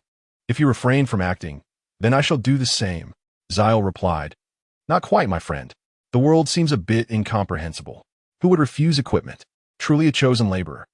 Unbeknownst to Zyle, the two harbored ulterior motives, and he simply sighed. "In that case, you may choose after your task is complete." The two players quickly departed from the altar. Upon returning to the surface, Zyle received a message from Avril. "It seems our territory is under surveillance." As she spoke, she raised her hand, pointing to the bats circling ominously above their domain. They are not ordinary bats. They have evaded the ancient walls and the gaze of the skeletal mage. I just discovered this. Following the direction of her finger, Zyle furrowed his brow. So soon. They are making moves. It was evident these bats had drifted over from the Crimson habitat, signaling that the Baron of this territory had received orders. Fortunately, the little demon's dwelling had been meticulously arranged by Zyle, incorporating even the concealment array obtained from the blood servant. Avril inquired, "Should we teach this Blood Clan a lesson? They seem to harbor ulterior motives." "A lesson?" Zyle chuckled and shook his head. "No need for us to intervene. Kind souls will assist us in dealing with this pack of bloodkin." With a wave of his staff, the embers ignited, instantly vaporizing the bats. Within the Crimson gathering place, Lays, having lost his connection with the bat swarm, opened his eyes and slowly exhaled. "So, I have been discovered." Moments ago, he had guided the bat swarm into the enemy's territory, scrutinizing nearly every corner. He detected no traces of his bloodkin. Mr. Amank's information could not be incorrect. Thus, the one referred to as Little Demon was likely concealed by Zyle.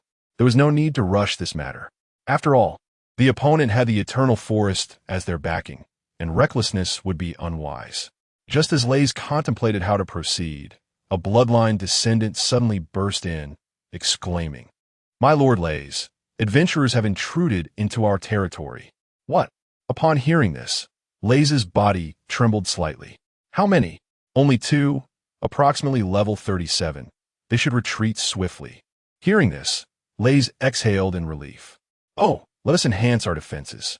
In the past, if adventurers had intruded upon his territory, Lays's immediate reaction would surely have been to think, "What wild dogs are these?" before swiftly putting an end to them. However, the situation was now markedly different. Recently, these adventurers had exhibited an almost reckless audacity. Not only had they cleared the border regions, but they had also dealt with the abyssal rifts, advancing into the central territories. Should a formidable force approach, Lays would undoubtedly be the first to flee. Fortunately, there were only two of them.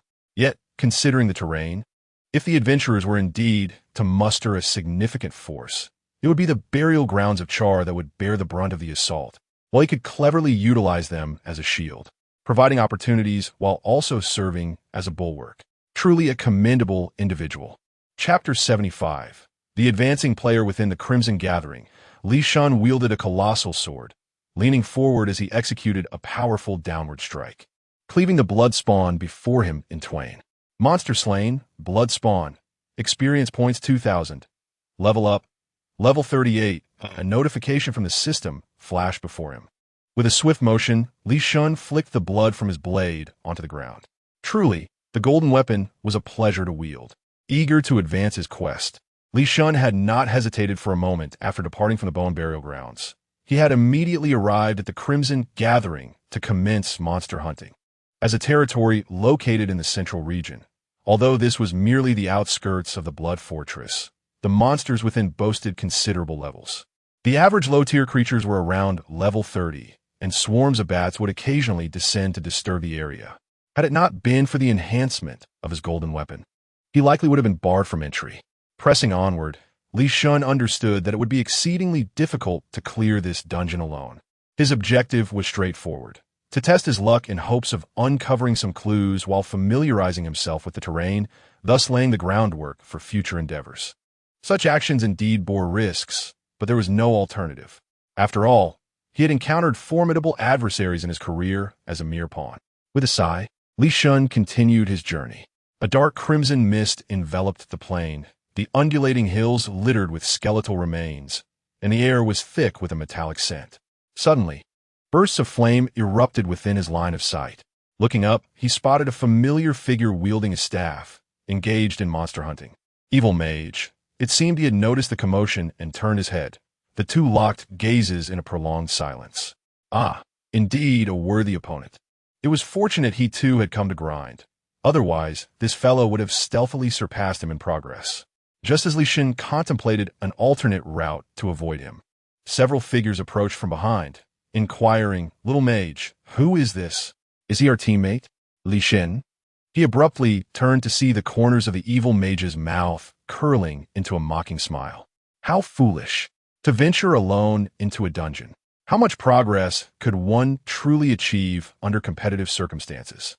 Like Li Shun, the evil mage, having recognized a formidable rival, had also resolved to hasten his advancement to the Crimson Gathering after leaving the bone burial grounds. The only difference was that, leveraging his established connections, the evil mage had decisively chosen to summon others to assist him in expediting progress here. You all arrived just in time. The monsters ahead have become quite challenging to clear. As for this fellow, not familiar. After a brief response to his teammates, the evil mage turned, and the group's silhouettes gradually faded into the blood mist. Li Shun. Damn it, is it just summoning people? Who can't do that? He would absolutely not allow anyone to surpass him. After a moment of contemplation, Li Shun decisively opened the chat page and located Feng Shui Lu Shuang. Li Shun, Dad, Feng Shui Lu Shuang. Brother, what trouble have you gotten into? Li Shun, I'm undertaking a side quest and need some assistance. It is time for our team to rise again. Feng Shui Lu Shuang. Be honest with me. Are you doing a side quest for Char again? Li Shun. Yes, brother. Char has advanced from the border to the central region, situated just outside the graveyard of the Eternal Echoes. You can directly teleport here through the portal beneath the ancient castle. Feng Shui Lu Shuang. Okay. In a display of utmost respect between men, Feng Shui Lu Shuang wasted no time and promptly gathered his team to rush over.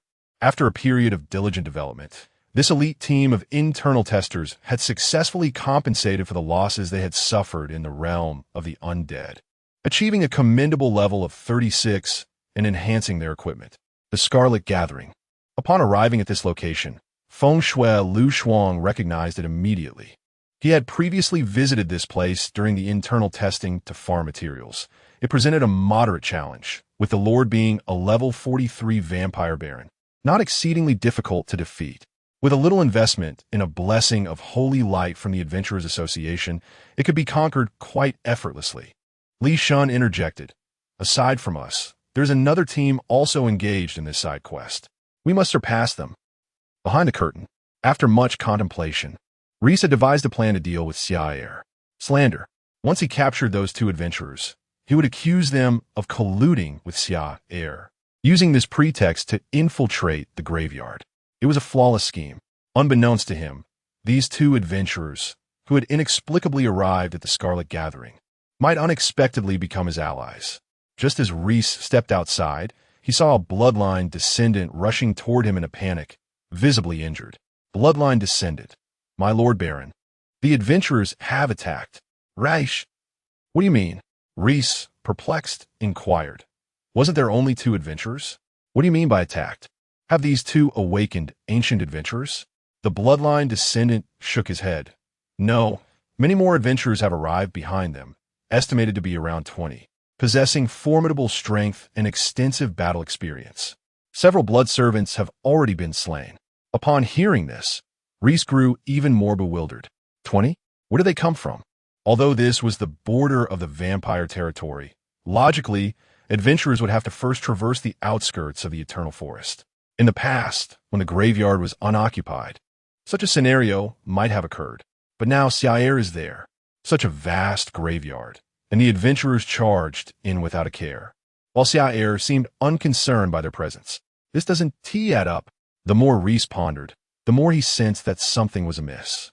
However, regrettably, there was no time left for him to deliberate further. The utmost urgency lies in addressing the predicament of these adventurers. Lays promptly inquired, where are these adventurers currently? And how long until they arrive? Before the bloodline could respond, a voice suddenly echoed forth. The Lord is just ahead. Quicken your pace, and ensure that this fellow is not snatched away by others. Looking up, Lays beheld a blood-soaked contingent rushing towards them, filled with rage, as if possessed. Lays thought, what on earth? Have they truly breached the defenses? This is clearly an assault at our very doorstep. Chapter 76. The player's transformation under the guidance of Feng Shui Lu Shuang. A player with prior experience in dungeons, Li Shun successfully completed the comeback and encountered the boss before the malevolent warlock.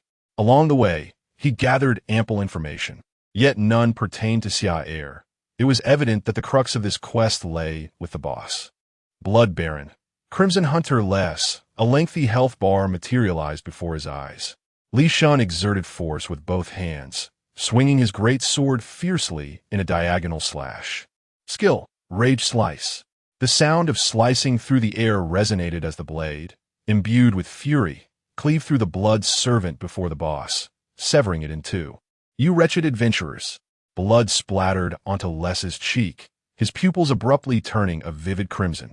The bloodstains on his face writhed as if alive, coalescing into a long, diamond-shaped blood spike tightly gripped in his hand. Be cautious, this is a melee fighter. Before the words could fully escape his lips, Les transformed into a crimson afterimage, lunging directly at Li Shun's face. Clang! The jarring sound of metal scraping echoed as Li Shun's muscular arms tensed, narrowly deflecting the attack with his great sword. While he commanded, frontline, draw aggro towards me. Range attackers, unleash your skills. As he spoke, his body temperature rapidly escalated, enhancing his attributes. He had entered a state of frenzy. Observing the scene, the ranged players in the back immediately began casting their skills. Arrow of penetration. A sharp arrow, accompanied by a whistling sound, pierced through Les's shoulder, blood cascading down. Regrettably, such minor damage was merely an annoyance to a Blood Clan member. Les raised his hand slightly, preparing to absorb the surrounding blood mist to mend his wounds when suddenly, a spell was cast. Hurricane Spell. A chilling wind surged forth, dispersing the thick blood fog in the air. Feng Shui Lu Shuang exclaimed in the channel, yes, just hold on to your skills, mages. Soon, he will summon a swarm of bats to attack you. Remember to use area skills. It was proven that Feng Shui Lu Shuang's experience was indeed commendable. As the blood mist was blown away, Les furrowed his brow, gazing into the distance, those bothersome ranged fighters. He slowly retreated, pointing at the blood servant's corpse. In an instant, the blood was drained, transforming the body into a desiccated shell, while the blood morphed into a vast swarm of bats. Now is the moment. Lightning strike. The waiting mage swung his staff, and as his magical energy coalesced, a bolt of lightning struck down with blinding speed, obliterating half of the bat swarm. TSK. The pent-up rage within Les was suffocating, a feeling of powerlessness overwhelming him. These adventurers were evidently well acquainted with Blood Clan tactics. even possessing intimate knowledge of his every skill. No, if this continues, I fear I shall truly be no match for these adventurers. Les quickly recognized his precarious situation. He took a deep breath, the crimson patterns sprawling across his body, and in the next moment, his form transformed into a fleeting shadow, vanishing into the distance. The family had fled. As the saying goes, while the Green Mountains remain, one need not fear the absence of firewood. As a member of the bloodline, it was indeed somewhat disgraceful. It was far better than losing one's life. Just as Li Shan realized he should pursue, a sudden bolt of lightning struck Reese, rendering him utterly paralyzed. What a remarkable prediction! Li Shan immediately praised his teammate. Your skills have improved. His companion, however, appeared utterly bewildered. That lightning spell wasn't cast by me. What? Li Shan was taken aback, quickly glancing towards the direction Reese had fled. Shadows began to emerge in his line of sight, none other than the malevolent sorcerer and his shouting companions. Unable to restrain himself, Li Shan cursed under his breath. He had intended to resolve matters swiftly, only to find himself delayed by this group's arrival. Of course, compared to Li Shan's frustration, Reese's mood was even more dismal. Damn, how is there another team? The two factions slowly approached, each studying the other intently, while Reese found himself caught in the middle, frozen and trembling. He had originally planned to exploit the adventurers to eliminate Char, yet now it seemed he might perish at their hands instead. Was there no justice? No law? Why was it that in such a vast burial ground, he could not escape detection, only to be confronted by his own demise? You've underestimated me. Your movements are surprisingly swift. The malevolent sorcerer spoke first. What should we do in this situation? From the looks of it, neither party wished to relinquish the boss. As for engaging in direct PvP, the opposing team was of considerable strength, and should a battle ensue, it would undoubtedly result in mutual destruction, with equipment and experience scattered about, hindering their friends' progress in the game. This was unacceptable. After a moment of contemplation, Li Shan reluctantly suggested, "Let us compromise. We'll interrogate this individual together and share the information we obtain." The malevolent sorcerer nodded in agreement. "Very well, let us proceed with that. This round ends in a draw. We shall determine the victor in the next encounter." Having reached a consensus, both factions abruptly shifted their focus towards Reese. "Please know, my Lord Char, after our rigorous interrogation, we have uncovered some clues.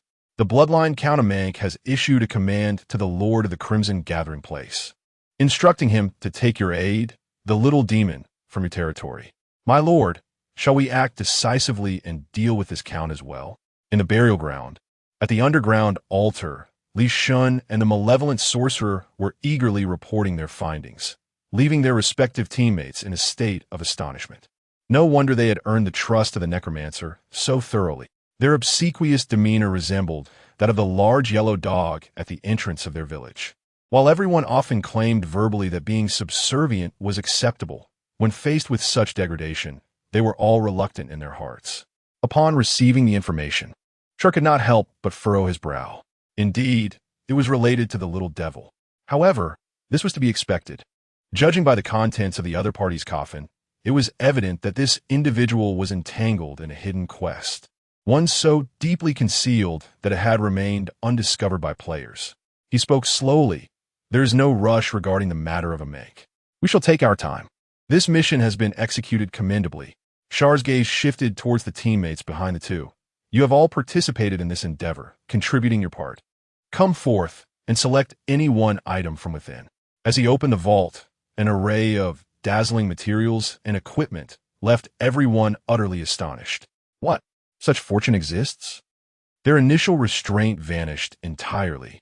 The group hurriedly gathered around, their expressions solemn. "Lord Char, we shall henceforth be your loyal hounds." Char. Chapter 77. My position is undeniable. Is the change of face so rapid? Observing the players as they selected their items, Zaire displayed no signs of regret. The preceding build-up was all for this moment to establish a reputation. After a bout of selection, the players departed with beaming smiles, bidding farewell to Zaire. The mischievous little mage and Li Shan exchanged glances, sensing something amiss. "Buheo, Why does it feel as though my invitation has unwittingly increased the number of competitors? After watching the two depart, Zaire returned to the ground. A familiar figure was hastily approaching, with a slender frame and exquisite features. The strikingly recognizable crimson-hued eyes made Zaire instantly recognize the individual, pale spirit. "Greetings, Miss Songbai. It has been a while. Is there something urgent at hand?" Songbai nodded. "The crimson nest of the Blood Clan has been invaded by adventurers, and Lord Reese has perished. I hurried over since it is relatively close to the burial ground. Naturally, I am aware that with your prowess, you will have no issues. However, I have another matter to discuss with you." Zaire inquired with curiosity, "What is it?" "The invasion of the Crimson Nest has drawn the attention of the Witch Church, and members of the church are expected to arrive shortly. The Witch Church, a direct institution under the Proud Witch, is tasked with overseeing the central regions to prevent any disturbances.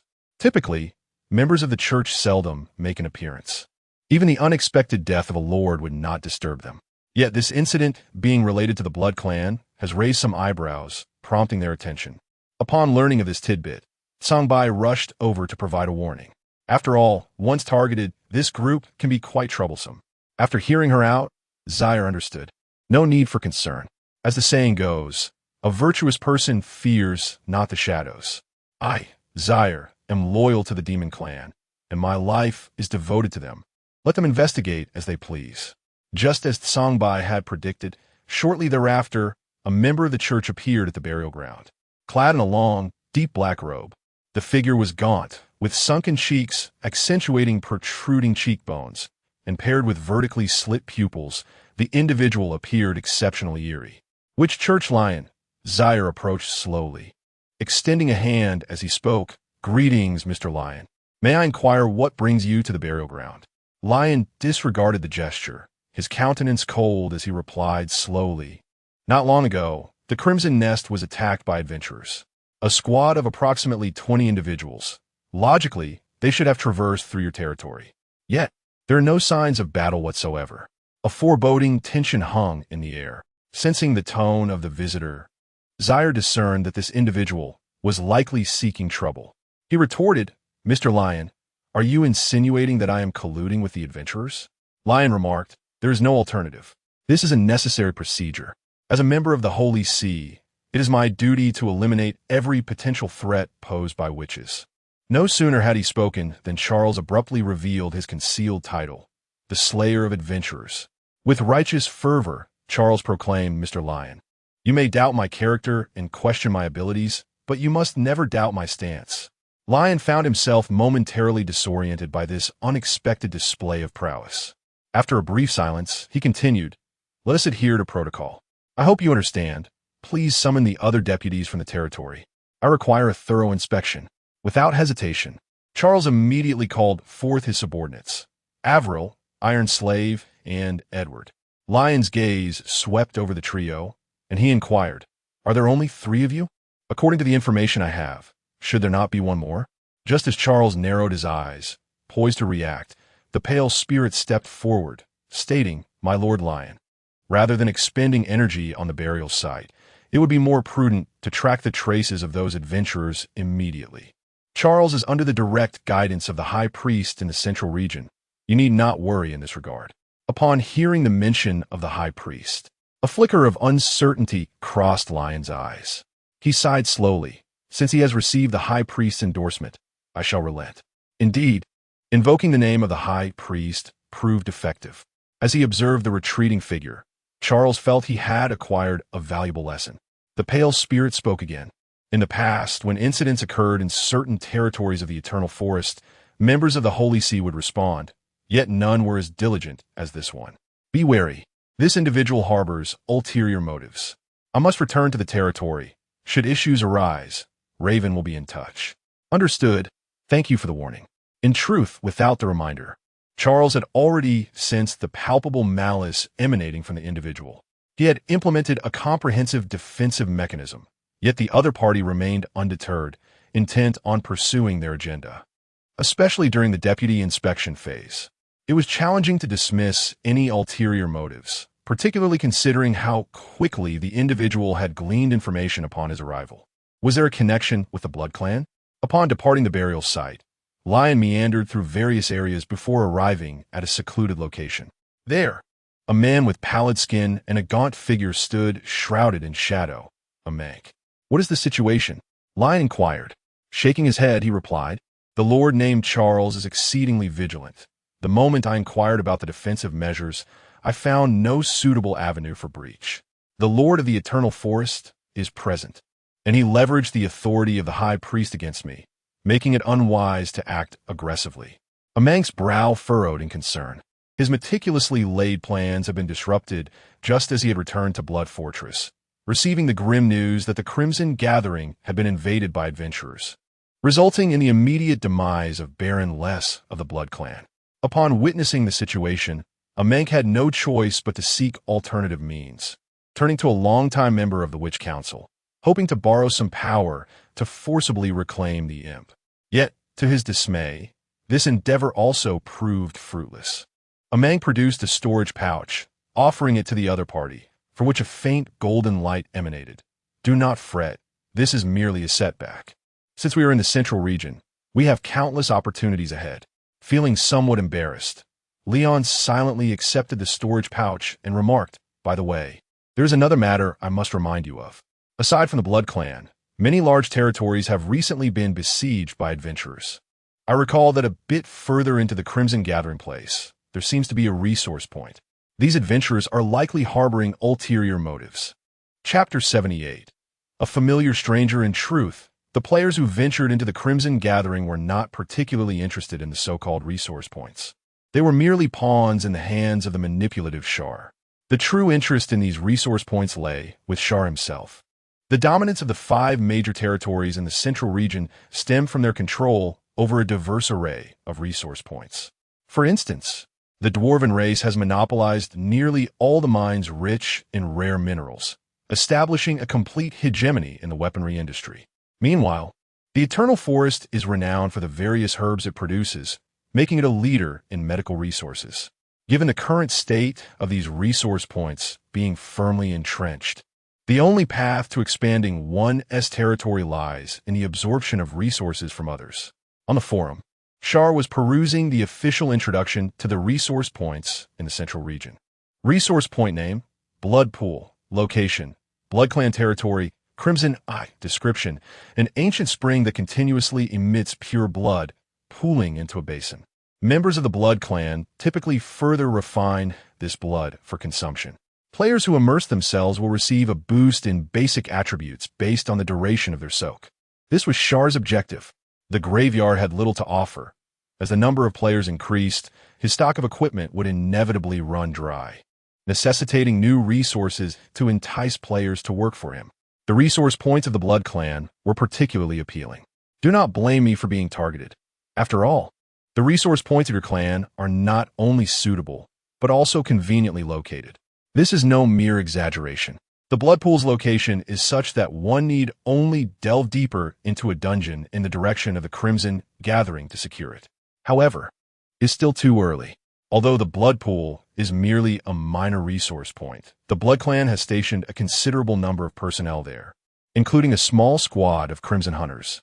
Moreover, should Char approach that vicinity, the Blood Clan would undoubtedly resist any encroachment upon their territory, leading to inevitable conflict. He needed to await the opportune moment. Before that, however, it was imperative to enhance his own strength as much as possible. With this thought in mind, Char exhaled deeply, opened his specialization panel, and focused his gaze on self-detonation. Undoubtedly, this specialization promised the greatest enhancement. Previously, the pseudo-undead self-detonation he unleashed in the ruins had proven to be quite a nuisance for players. One can only imagine the efficacy of a true undead self-detonation. According to the quest hints, this undead mage had a penchant for visiting the Succubus Tavern. Given this, Char had little choice but to endure the discomfort of seeking clues in such a filthy and wicked place. The layout of the Chian dungeon differed markedly from others. Once the first dungeon established in the central region, it had now lost its former splendor. The low, twisted edifices with a few dilapidated storefronts appeared to be in a state of disrepair, and the air was thick with dust, rendering even the candlelight feeble. The Old Peter Tavern stood as one of the few enduring establishments in this forsaken place. Many a once prosperous vassal lord would occasionally drop by for a drink, with stools reserved for these lords, while the impoverished creatures typically stood. Hivy was the sole lord who found himself standing while drinking. As a noble who had ascended from the border territories, he had held an air of haughty pride upon arriving in the central region, refusing to affiliate himself with any major lordship. Consequently, beset by a myriad of troubles such as resource scarcity and exclusion, the creatures of his domain began to flee, leading to a swift declaration of bankruptcy. From that point onward, the once arrogant Hivy fell into despair, isolating himself in his chambers, engrossed in necromantic studies, and spending his meager wealth aimlessly, living in utter chaos. Old Peter, I would like a bowl of ancient wood sap and a serving of dead fish, Hivy murmured as he approached the counter, extracting a handful of low-grade magic crystals from his pocket, arguably the tavern's least expensive offering. The creatures present erupted in jeers. This fellow has undoubtedly squandered his money at the succubus establishment. Hivy widened his eyes in disbelief. How can you tarnish my reputation so? What reputation? Just a few days ago, I saw you being beckoned inside by someone, utterly lacking in self-control. You lecherous old fool. Hivy's face flushed. Can such a thing be deemed lustful intent? I was merely pitying those fallen maidens. His words were met with a chorus of laughter that filled the tavern. Standing amidst the mirth, Hivy found the laughter to be painfully grating. Yet he felt powerless to change it.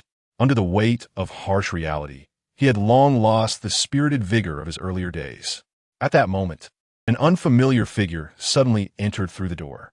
This individual had sharply defined features, deep-set eyes, adorned with a crown of thorns, wielding a bone spear, and bedecked with rings. The patrons appraised the newcomer, quickly forming their first impression. Wealthy, extremely wealthy, the attire exuded a faint golden glow, indicative of superior quality, and the rings bore flawless magical crystals, a testament to unimaginable opulence. The powerful necromancer, Char. Which fortunate lord has come to reminisce about the past? Char surveyed the surroundings, and the tavern's cacophony diminished under his commanding presence, ultimately resting his gaze upon a ragged necromancer. Mr. Hivy, Char strode forward with fervor, embracing him. At last, I have found you. Hivy, taken aback by this exuberance, stammered. Who are you? Char, brimming with excitement, replied. It is I, Char. Have you forgotten our days on the border? You even embraced me once. It was your inspiration that led me down the path of the necromancer. Hivy pondered. Is that so? How can he not recall? Observing the bone spikes and array of equipment adorning his companion, confusion enveloped Hivy.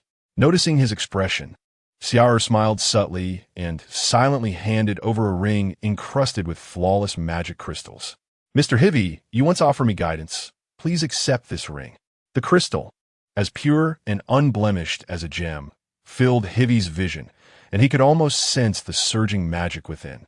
Hesitantly, yet willingly, the ring found its place upon his finger. Char surveyed their surroundings and continued, Why dine here? Come, let us reminisce in the depths of Ryan's underground city. I recently acquired a card at the Succubus Lounge there. Hivy exclaimed, Char, I have missed you dearly. Chapter 79. Bringing talent to the graveyard in the heart of the Ryan underground city. Within the alluring establishment known as the Succubus Inn, the peculiar purple stone bricks set the tone for this architectural marvel. The walls are intricately etched with various obscure patterns, and even before entering, an intoxicating fragrance wafts through the air. At the entrance, two imposing half-orc bouncers stand guard. As a most prestigious inn in Ryan underground city, it caters exclusively to an elite clientele. Only registered members may enter, typically lords, and the restrictions are stringent. Perhaps we should consider another venue? Hivy suggested. Taking a step back, I am no longer a lord. I fear I may not be granted entry. Do not worry, Char reassured him, producing a previously acquired membership badge as he approached. This is my friend. Could you extend a courtesy and allow us to enter together? The half-orc shook his head. Sir, I must regretfully decline. There are regulations that prevent before he could finish his sentence. 5 high-grade magic crystals were abruptly placed into the palms of the bouncers. Taken aback for a moment, the half-orc continued. However, it is not merely a matter of money smack. 10 more crystals followed. The proud half-orc lowered his head. Please enter, esteemed gentlemen. Hivi remarked, is it truly this pragmatic? As they pushed the door open, the enticing aroma enveloped them even more. Under the dim lighting, a multitude of succubi clad in various attire filled their vision.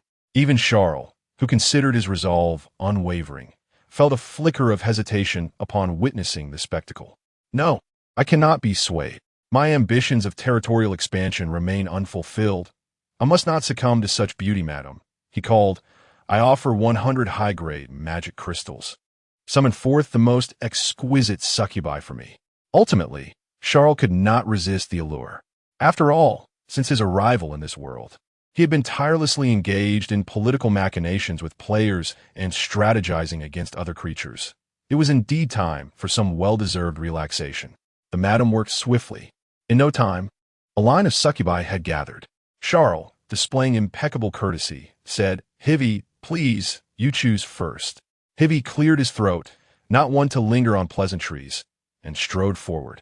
His gaze swept across the gathered succubi before settling on the madam. I see you still possess your charm. Char replied, not quite, my friend. Your taste appears to be rather peculiar. Of course, as a time traveler, Charles maintained a thoughtful appreciation for all individuals' experiences. Time seemed to elapse without notice. A somewhat disheveled Charles stumbled out of the inn amidst a chorus of greetings, appearing rather haggard. This place truly should not be frequented too often beside him. Hivi mirrored the same fatigued demeanor. Yet, while their bodies felt drained, their spirits had been indulged in unprecedented satisfaction. To be candid, even after spending considerable time together, Hivi still failed to recognize who Charles truly was. Perhaps it is due to the languorous days spent in the central region that my memories have become somewhat distorted. Yet, this is of little consequence. To treat oneself in such a manner, could one truly be deemed a villain? Shui could not help but exclaim, Ah, Xia, in today's central region. There are indeed few benevolent lords like yourself. Xia air coughed lightly. Ahem, you flatter me. He then inquired, where has Mr. Shui been seeking fortune of late? Faced with this question, Shui felt a touch of embarrassment, yet he candidly divulged the truth. I have not engaged in much, merely dabbling in some research concerning the undead. Xia Air's interest piqued. At last, we arrive at the crux of the matter. He slowly began. To be frank, I feel I have reached an impasse in my understanding of the undead. May I borrow your notes for study? To be honest, Xia Air had no prior acquaintance with the destitute necromancer. The childhood anecdotes he alluded to were merely a pretext to approach the other. As for the expenses at the inn, they too were merely a facade to facilitate the research notes. What he did not anticipate was Shiwei's swift acquiescence. As he promptly replied, Very well, I shall take you to my quarters. Under Shiwei's guidance, the two returned to the depths of Qian Underground City, navigating through winding paths until they arrived at a dilapidated wooden cabin. The interior was exceedingly sparse, featuring merely a bed and a table, with a clutter of discarded manuscripts piled high on one side. Shui retrieved a substantial tome, carefully wrapped in parchment, indicating its treasured nature. Is it truly this easily obtained? Xiao'er was somewhat taken aback. Given the formidable effects depicted in the specialized research, he had anticipated a lengthy process involving the cultivation of rapport. Yet, it seemed that a mere ascent to the third floor had resolved everything. His exhilaration surged, hands trembling as he slowly opened the manuscript, scrutinizing it intently. Despite Shiwei's seemingly erratic demeanor, the research on the undead was indeed profound, showcasing a unique perspective. If one were to transcend the confines of necromancer and apply this research prowess to other professions. Xiao'er appeared to contemplate something. Shui remarked, In truth, I have always believed that the current applications of necromancers towards the undead are excessively rigid, overly constrained. Thus, I sought an alternative approach, yet it has not garnered acceptance. If this manuscript proves beneficial to you, please take it. Without hesitation, Xiao'er accepted the manuscript. This indeed offers me considerable inspiration. He rose, surveying the surrounding environment, and continued, Mr. Shui, I have yet another request. Having recently ascended from the border, My territory is in dire need of manpower. Shui shook his head. I have languished in despondency for too long. My abilities have long waned, and my research prowess is limited. There is no need for me to burden you further. No. Upon hearing these words, Charles resolutely rejected the notion, in my view. The caliber of this research manuscript is remarkably high. It is merely that others fail to appreciate it. Do you truly wish to squander your life in this slum? Hibby was momentarily taken aback, his voice faltering. Charles did not allow him the opportunity to respond, speaking earnestly. Like you, I am not beholden to any territory. This is indeed a most arduous path, which is precisely why I require your assistance all the more. Come, Mr. Evie. Bring your talent to the resting place of dreams. Chapter 80. The new purpose of Bone Friend's sincere words resonated in his ears, and Shui acknowledged that he was indeed moved. It had been far too long since he had felt such a sense of recognition, unrelated to wealth or material possessions. All right, I accept your proposal. Upon hearing these words, a smile unconsciously graced the corners of Charles' mouth. Excellent. It seemed he had successfully persuaded him. Initially, Charles had intended to seize the research notes and make a swift exit. However, after perusing the contents, his perspective began to shift slightly.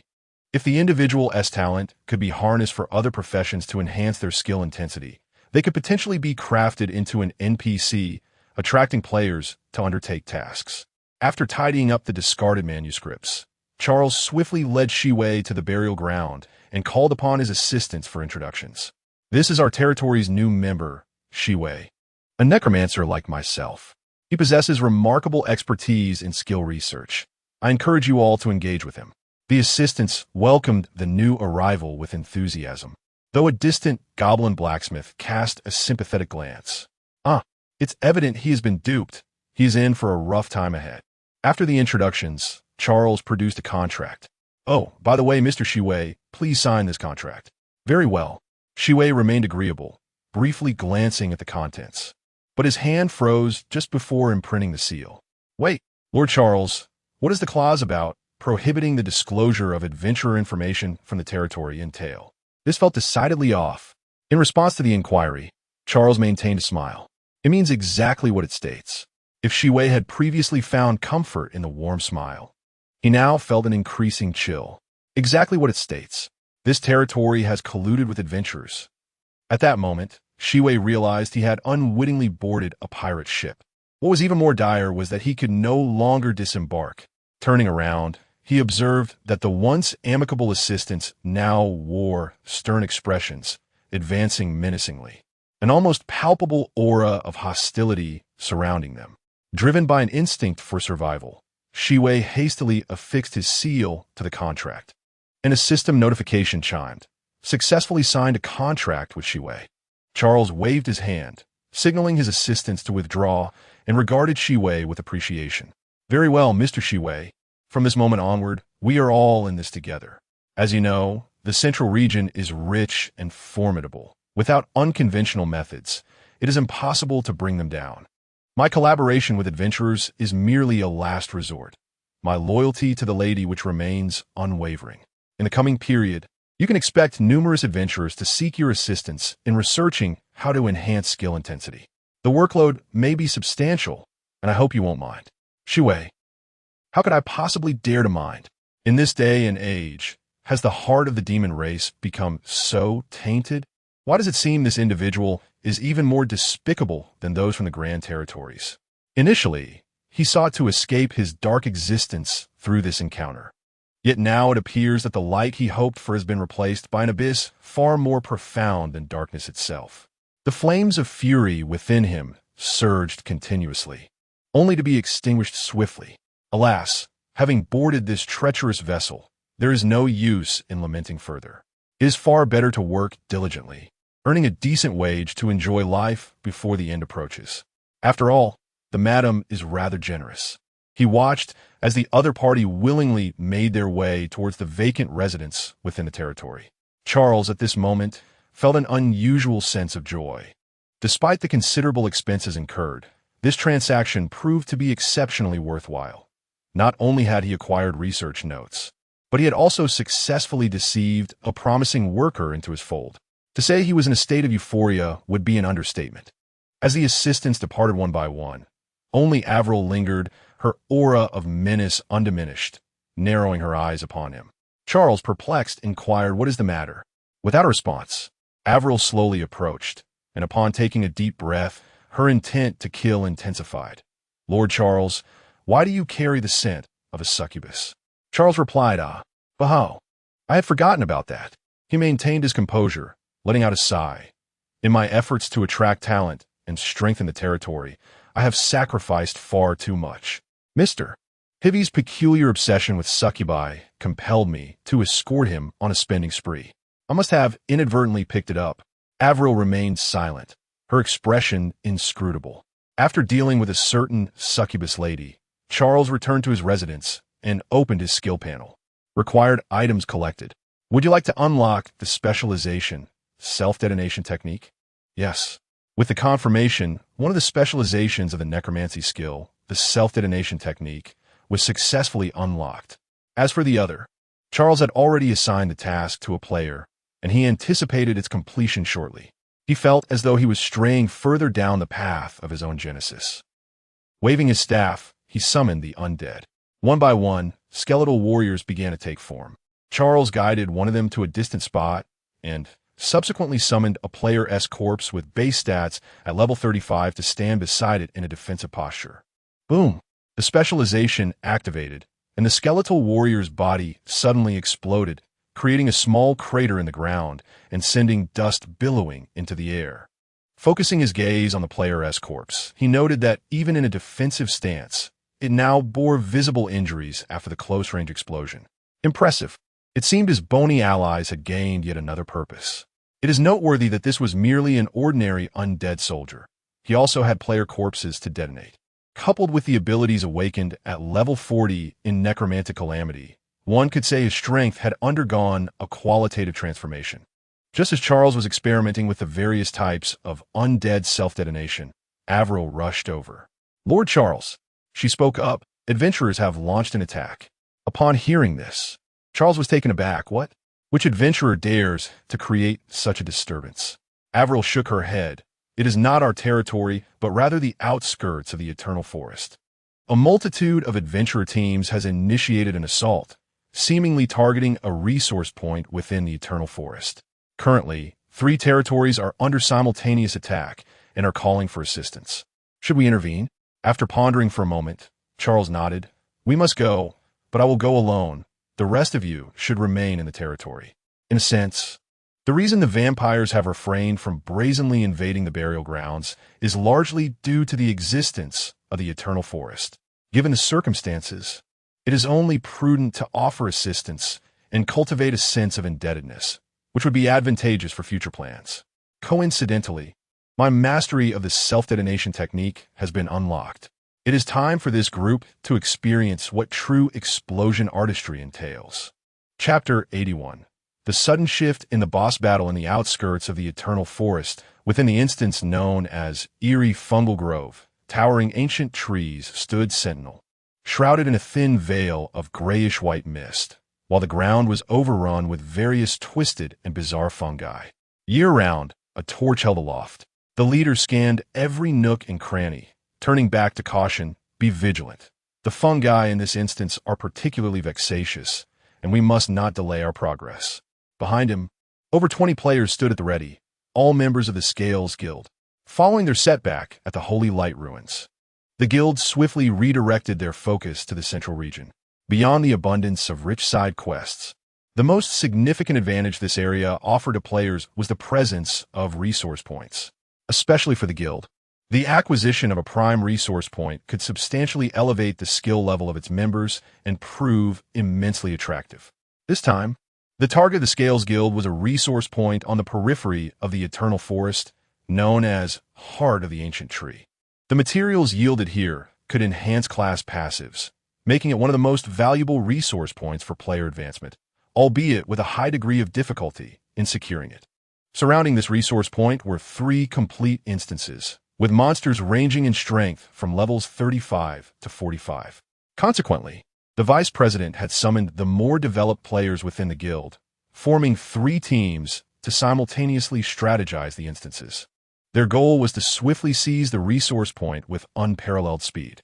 As time gradually slipped away, the players pressed forward, and the pale purple fungi began to blanket the entire grove, pulsating rhythmically like a heartbeat. These fungi began to coalesce, gradually taking the form of a distorted silhouette. A title emerged in their line of sight. Fungal Grove Lord, Kakatak, level 43. The boss had emerged. Observing the distorted figure, the leader displayed no hint of panic, immediately issuing commands. As per our usual strategy, healers, enhance the buffs first. Ranged attackers, wait for the right moment. This creature will enter a phase of corporeality, during which any damage dealt will be effective. With that, the leader, wielding a great sword, charged forward alongside several other warriors. Following the debacle at the Holy Light Ruins, he had dedicated himself to rectifying their lost progress, logging in for 20 hours each day to hastily regain ground, grinding for experience and gathering materials. He had reached level 40. Skill Whirlwind Slash. The leader, swords in both hands, darted forward like a shooting star, the sharp sword aura slicing cleanly through the creature's form.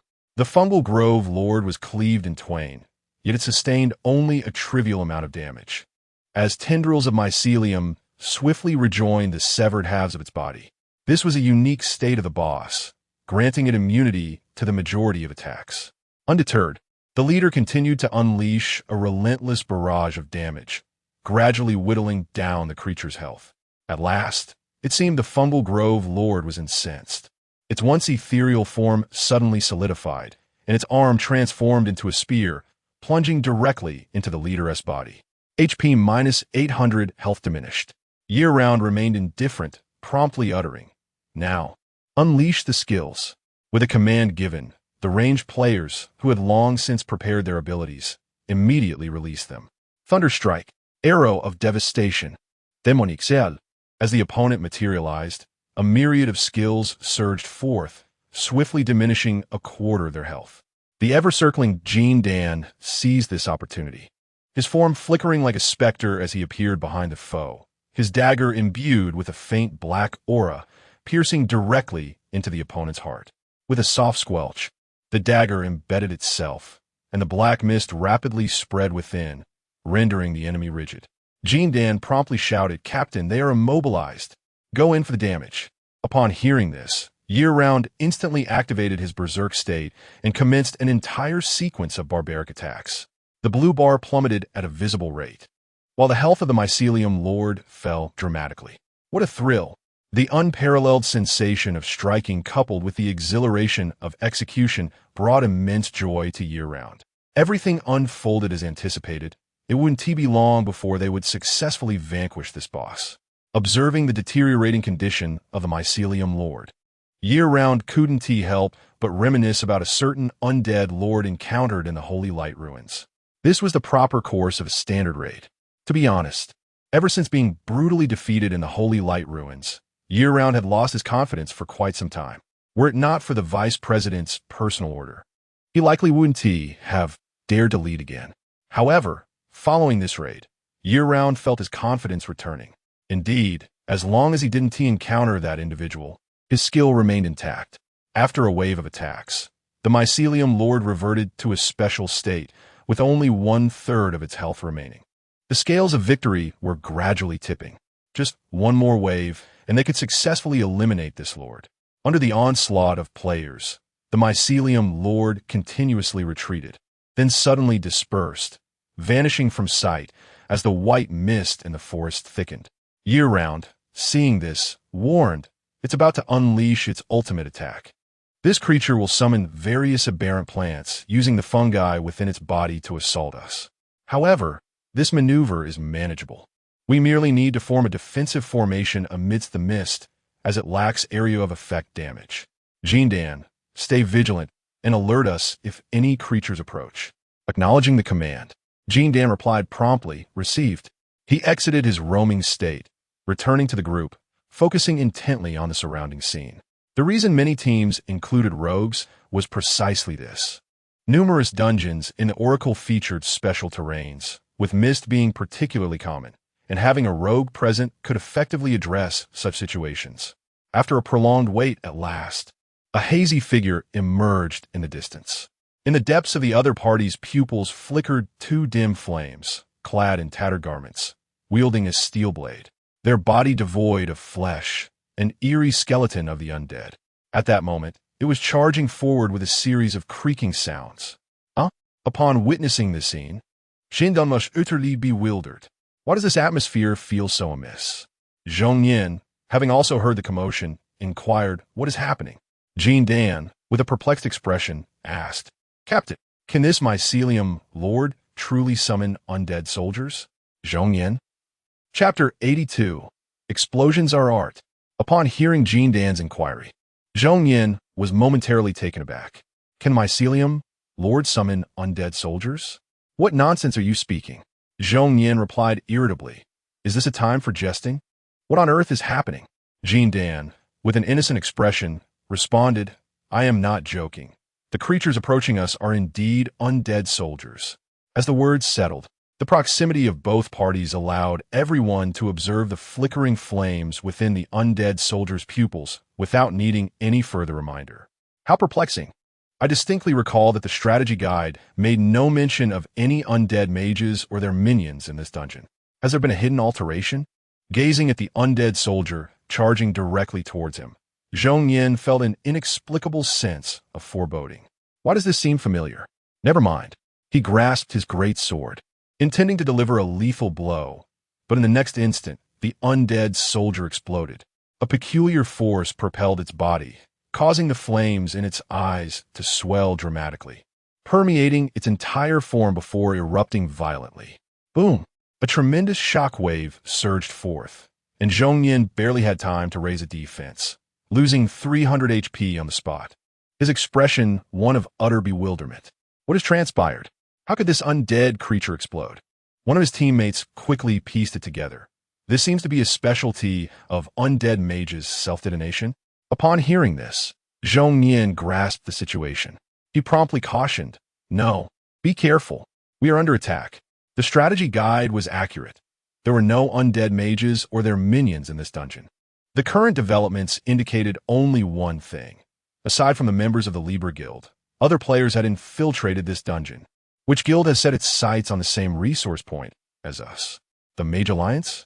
While Zhong Yin pondered this, Jean Dan suddenly became exceedingly anxious, exclaiming, "Captain, another wave of undead soldiers is approaching. What should we do?" Zhong Yin looked up to see, emerging from the thick white mist, flickering flames that danced and multiplied in the distance, their numbers overwhelming. If they all surged forth to explode, it would spell disaster. Zhong Yin immediately declared, "Which guild's experts are these?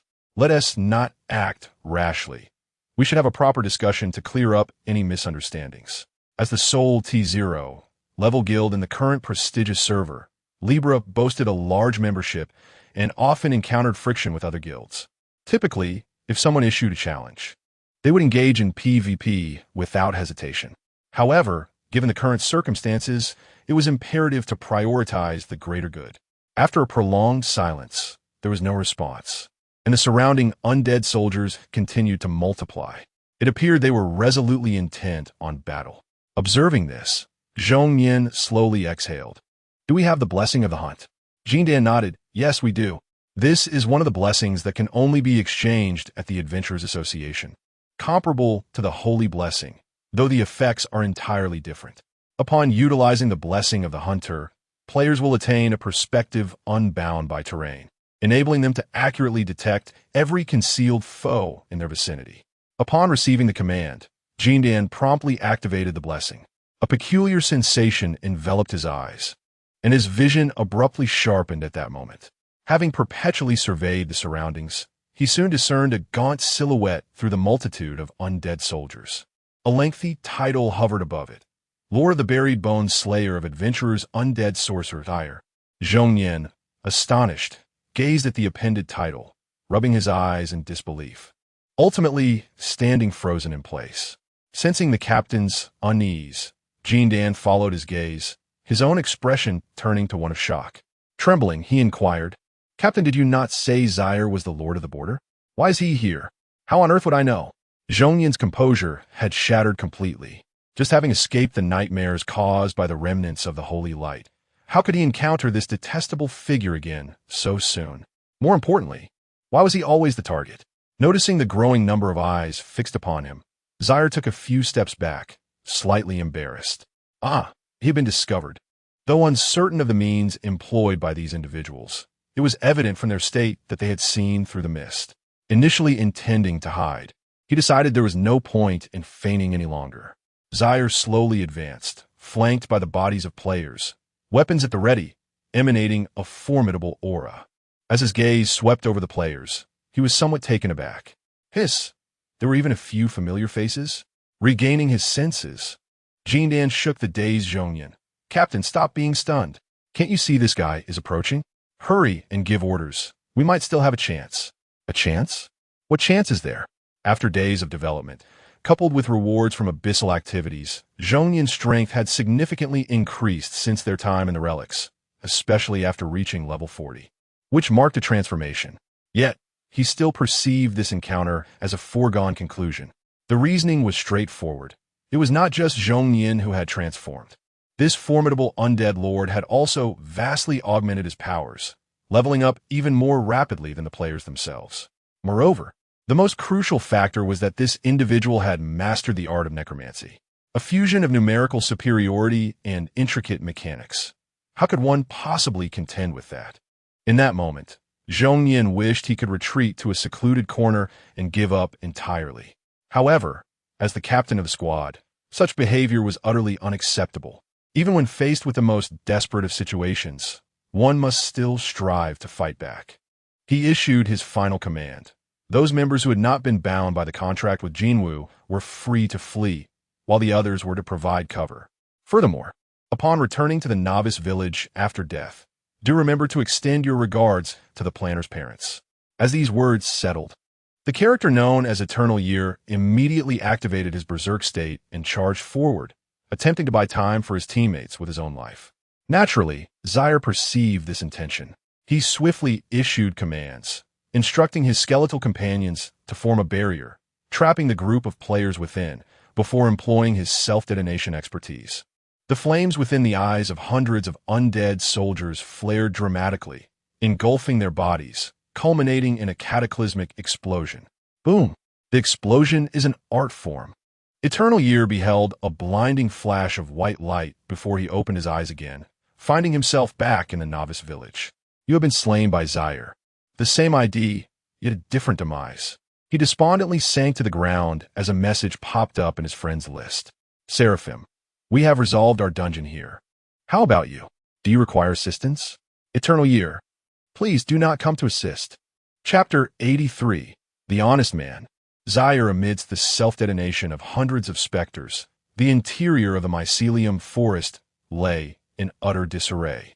Towering and sturdy trees leaned precariously under the force of the explosion, while the ground was blasted into a massive crater. You have slain player Eternity. You have slain player Golden Core. You have slain player Super Tyrannosaurus Warrior. A series of system notifications appeared before Zaire, and his experience bar surged dramatically. However, as his level increased, so too did the amount of experience required. Despite having vanquished at least 20 players, Zaire found himself stuck at level 43. He gazed upon the scattered remnants of fallen players and their equipment within the crater, feeling a twinge of regret. The power of the explosion was indeed formidable. It had obliterated everything to the point where he could not even utilize the necromancy spell to enslave them. That said, the self-destructive specialization of the spell was undeniably effective, albeit somewhat taxing on his resources. At that moment, the mycelium lord emerged from the shadows, his expression one of astonishment as he surveyed the scene before him. Had the border lords truly become this reckless? Upon witnessing Zaire's solitary arrival for aid, despair had washed over him. He never anticipated that Zaire would eliminate all these adventurers. The mycelium lord approached, bowing his head in gratitude. Thank you, Mr. Zaire. It was nothing, Zaire replied, waving his hand dismissively. What is the situation in the other two territories? The sudden assembly of multiple player groups launching simultaneous assaults surely had ulterior motives, likely driven by a desire for resources. He could not help but wonder whether the other dungeons had withstood the onslaught. As the Eternal Forest served as a stronghold, Zaire was keen to prevent its swift downfall. He did not wish for the entire outer region to be reduced to a graveyard. If that were to happen, he would have to contend with both players and the Blood Clan, which would be exhausting. The Mycelium Lord shook his head. Since the news of the enemy attack, there has been no further activity. The situation appears dire. This group of adventurers is likely after the heart of the ancient tree. His expression grew grave. While the Mycelium Forest was indeed one of the territories surrounding this resource point, it was considerably distant and not the main line of defense. The conditions in the other two territories would undoubtedly be worse. Zaire inquired, "How far are the other two territories? Is there a shortcut?" The Mycelium Lord was taken aback by this question. "Mr. Zaire, do you intend to continue providing support?" "Of course," came Zaire's unwavering response. To be frank, Zaire was not the lord of the Eternal Forest. The area known as the Graveyard was merely a favor owed by Lady Tsongbai. The fact that he had already come to offer assistance was a testament to his goodwill. And now, the notion of risking further peril to venture into possibly fallen territories. Truly, he was a man of great integrity, seeing such benevolence displayed by an outsider. The Mycelium Lord felt compelled not to falter as the lord of the Eternal Forest. He exhaled slowly. "Mr. Zaire, please allow me to accompany you." Zaire responded, "Surely you are aware of your own capabilities? Moments ago, I narrowly escaped being dismembered by a player. Now, instead of remaining in safety, I contemplate venturing out into peril once more." Naturally, such sentiments could not be expressed so bluntly. Therefore, Charles opted for a more tactful approach. "No need for that. You've just sustained an injury. It would be prudent for you to remain within our territory. Perhaps those adventurers will return." "Absolutely not," declared the Mushroom Lord with unwavering resolve. "I shall accompany you in providing support." Charles sighed, realizing that his subtle hints were lost on the Mushroom Lord. "Very well, but before we proceed, I require a small favor from you." "What favor?" the Mushroom Lord inquired. Silently, Charles drew forth a bone spike. "The recent necromantic summoning drained me of considerable mental energy, and I must replenish it. This may be rather painful." Upon hearing this, the Mushroom Lord exhibited remarkable bravado, thumping his chest. "Come on, it's just a little prick. How difficult can that be? I withstood dozens of cuts from adventurers and didn't utter a sound." Seeing his readiness, Charles did not hesitate and promptly plunged the bone spear into the Mushroom Lord's body. A moment of tingling discomfort was followed by an overwhelming, indescribable suction emanating from the tip, as though it sought to drain even the very essence of his being. In less than a minute, the Mushroom Lord's complexion turned ashen, and he collapsed to the ground. Charles nodded with satisfaction. "Thank you. I am in dire need of mana, and I shall often require your assistance henceforth." The Mushroom Lord stammered, "Brother, I just remembered there are matters in the territory that need my attention. Perhaps you should proceed to provide support first?" Meanwhile, at the periphery of the Eternal Forest in the Stardew Grove, charred and broken tree trunks leaned awkwardly into the earth, and a pungent, acrid scent hung heavy in the air. What was once a thriving woodland had now devolved into a desolate wasteland. Victorious players roamed about, scavenging for uncollected materials. The captain of this band, Seraphim, was receiving a message from his guild. "Do not come for support. The Lich Master has entered the central region. Our territory lies on the outskirts of the Eternal Forest, and he annihilated us in the eerie Mushroom Grove without giving us a chance. This fiend wields self-detonation techniques that are particularly insidious. Focus on harvesting resources from the heart of Ancient Wood. I fear that Charles may attempt to intervene." He ended the conversation, glancing at the name with furrowed brows. The Lich Master, Charles. He had heard numerous accounts regarding this clandestine boss. First, he seized the Necromancer's domain and slaughtered a multitude of adventurers, then defended the legacy of ancient adventurers within the Sanctum of Light, thwarting the Guild's plans. Now, as the Guild rallied forces to reclaim lost resources, this wretch appeared yet again to disrupt their efforts. Did he truly believe the Scales Guild was without defenders? After a moment's contemplation, Seraphim exhaled deeply, suppressing the urge to engage in battle. Very well. 2 copies have successfully cleared the challenge, and the resource point lies tantalizingly close. It is prudent to secure the items first to avoid complications should other sprites arrive for support later. After careful contemplation, the seraph decisively issued the command, "No more searching." Let us proceed to the resource point known as the heart of the ancient tree, for the treasures there far exceed the value of these trifles. We must hasten to rendezvous with the other team. Upon receiving the directive, the guild members promptly gathered.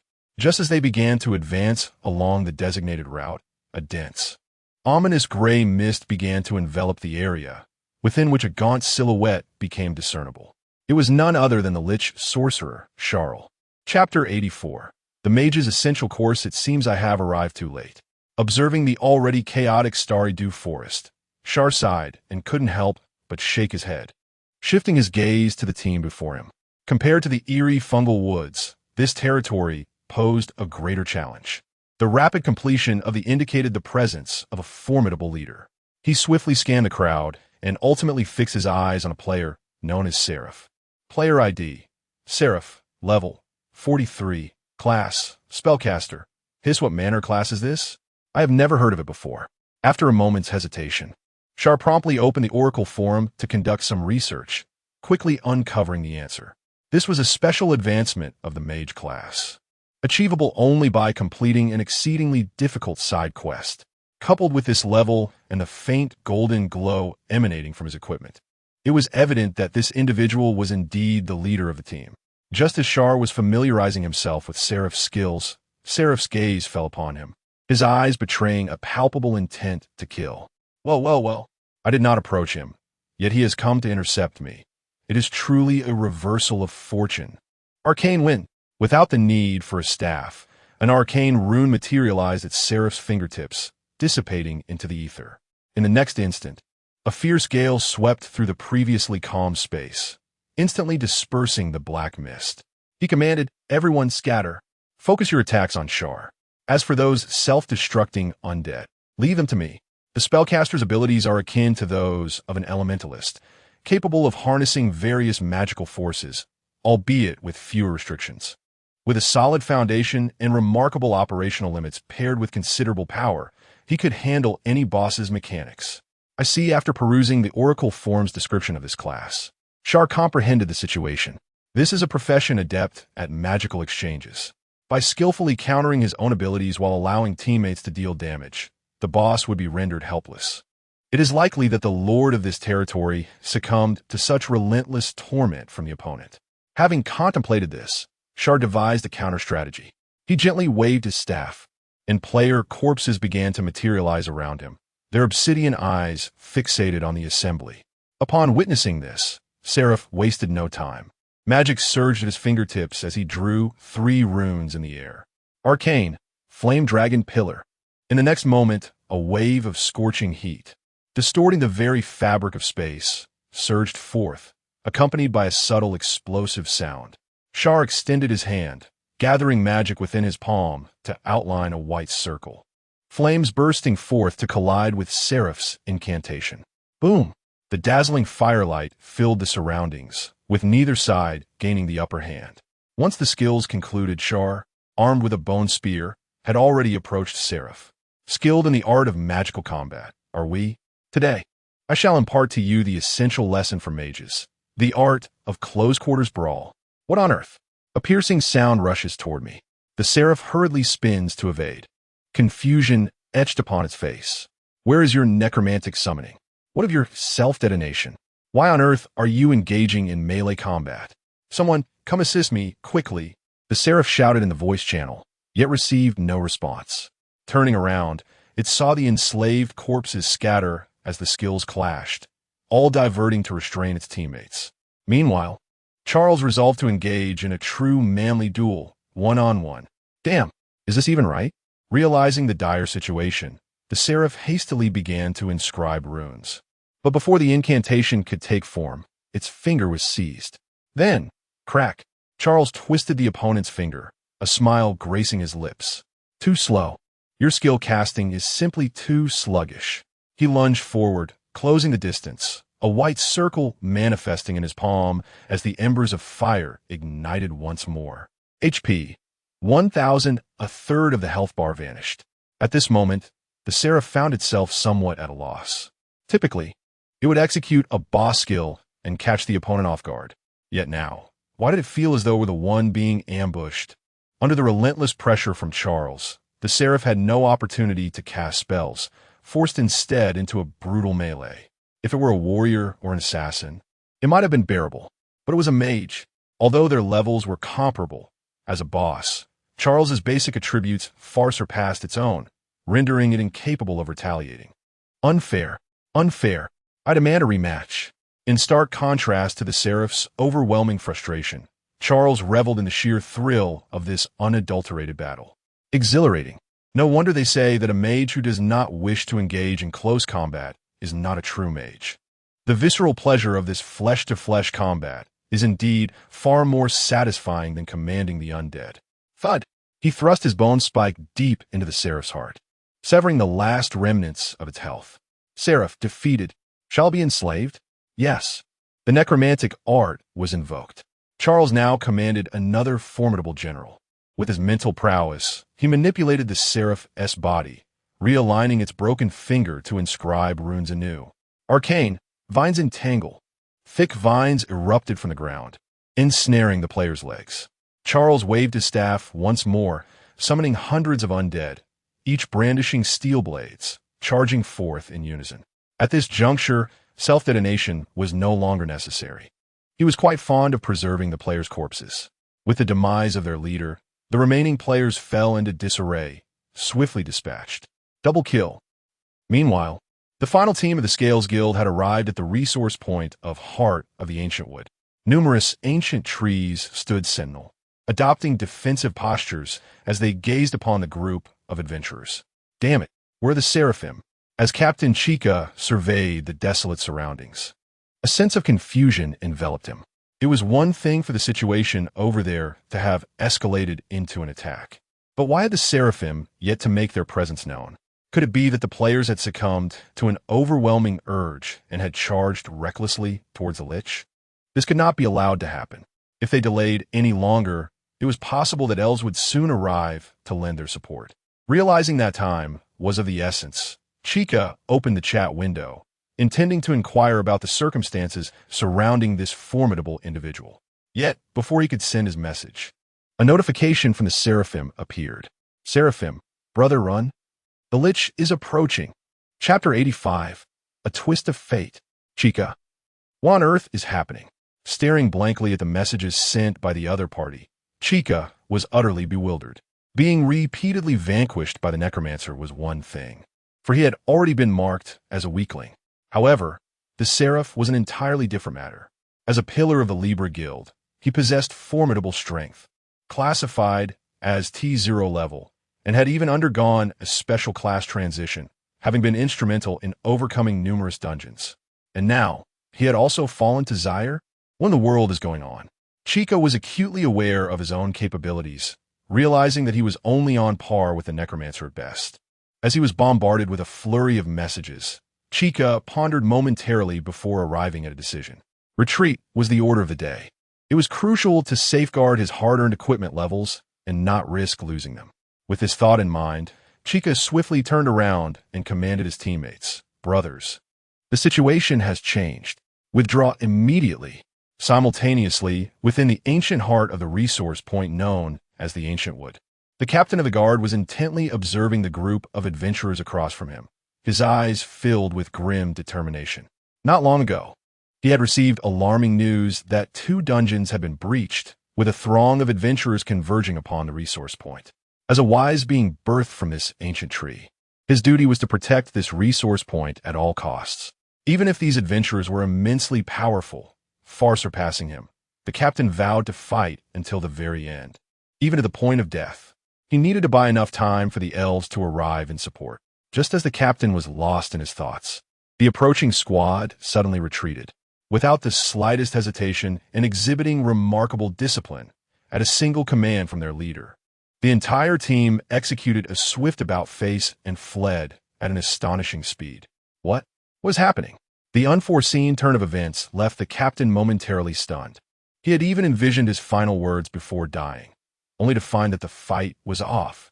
No, given the cunning nature of these adventurers, there must be a ruse at play, the captain declared. Maintain a state of vigilance. Do not allow even the slightest lapse. Thus, the ancient wood guards remained in a combative stance, on high alert.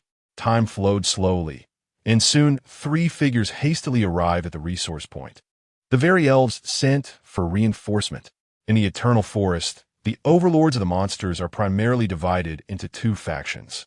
One consists of monsters birthed from the environment, such as the fungal lord, while the other comprises elves inherently favored by nature, endowed with powers surpassing those of typical monsters. And the adventurers?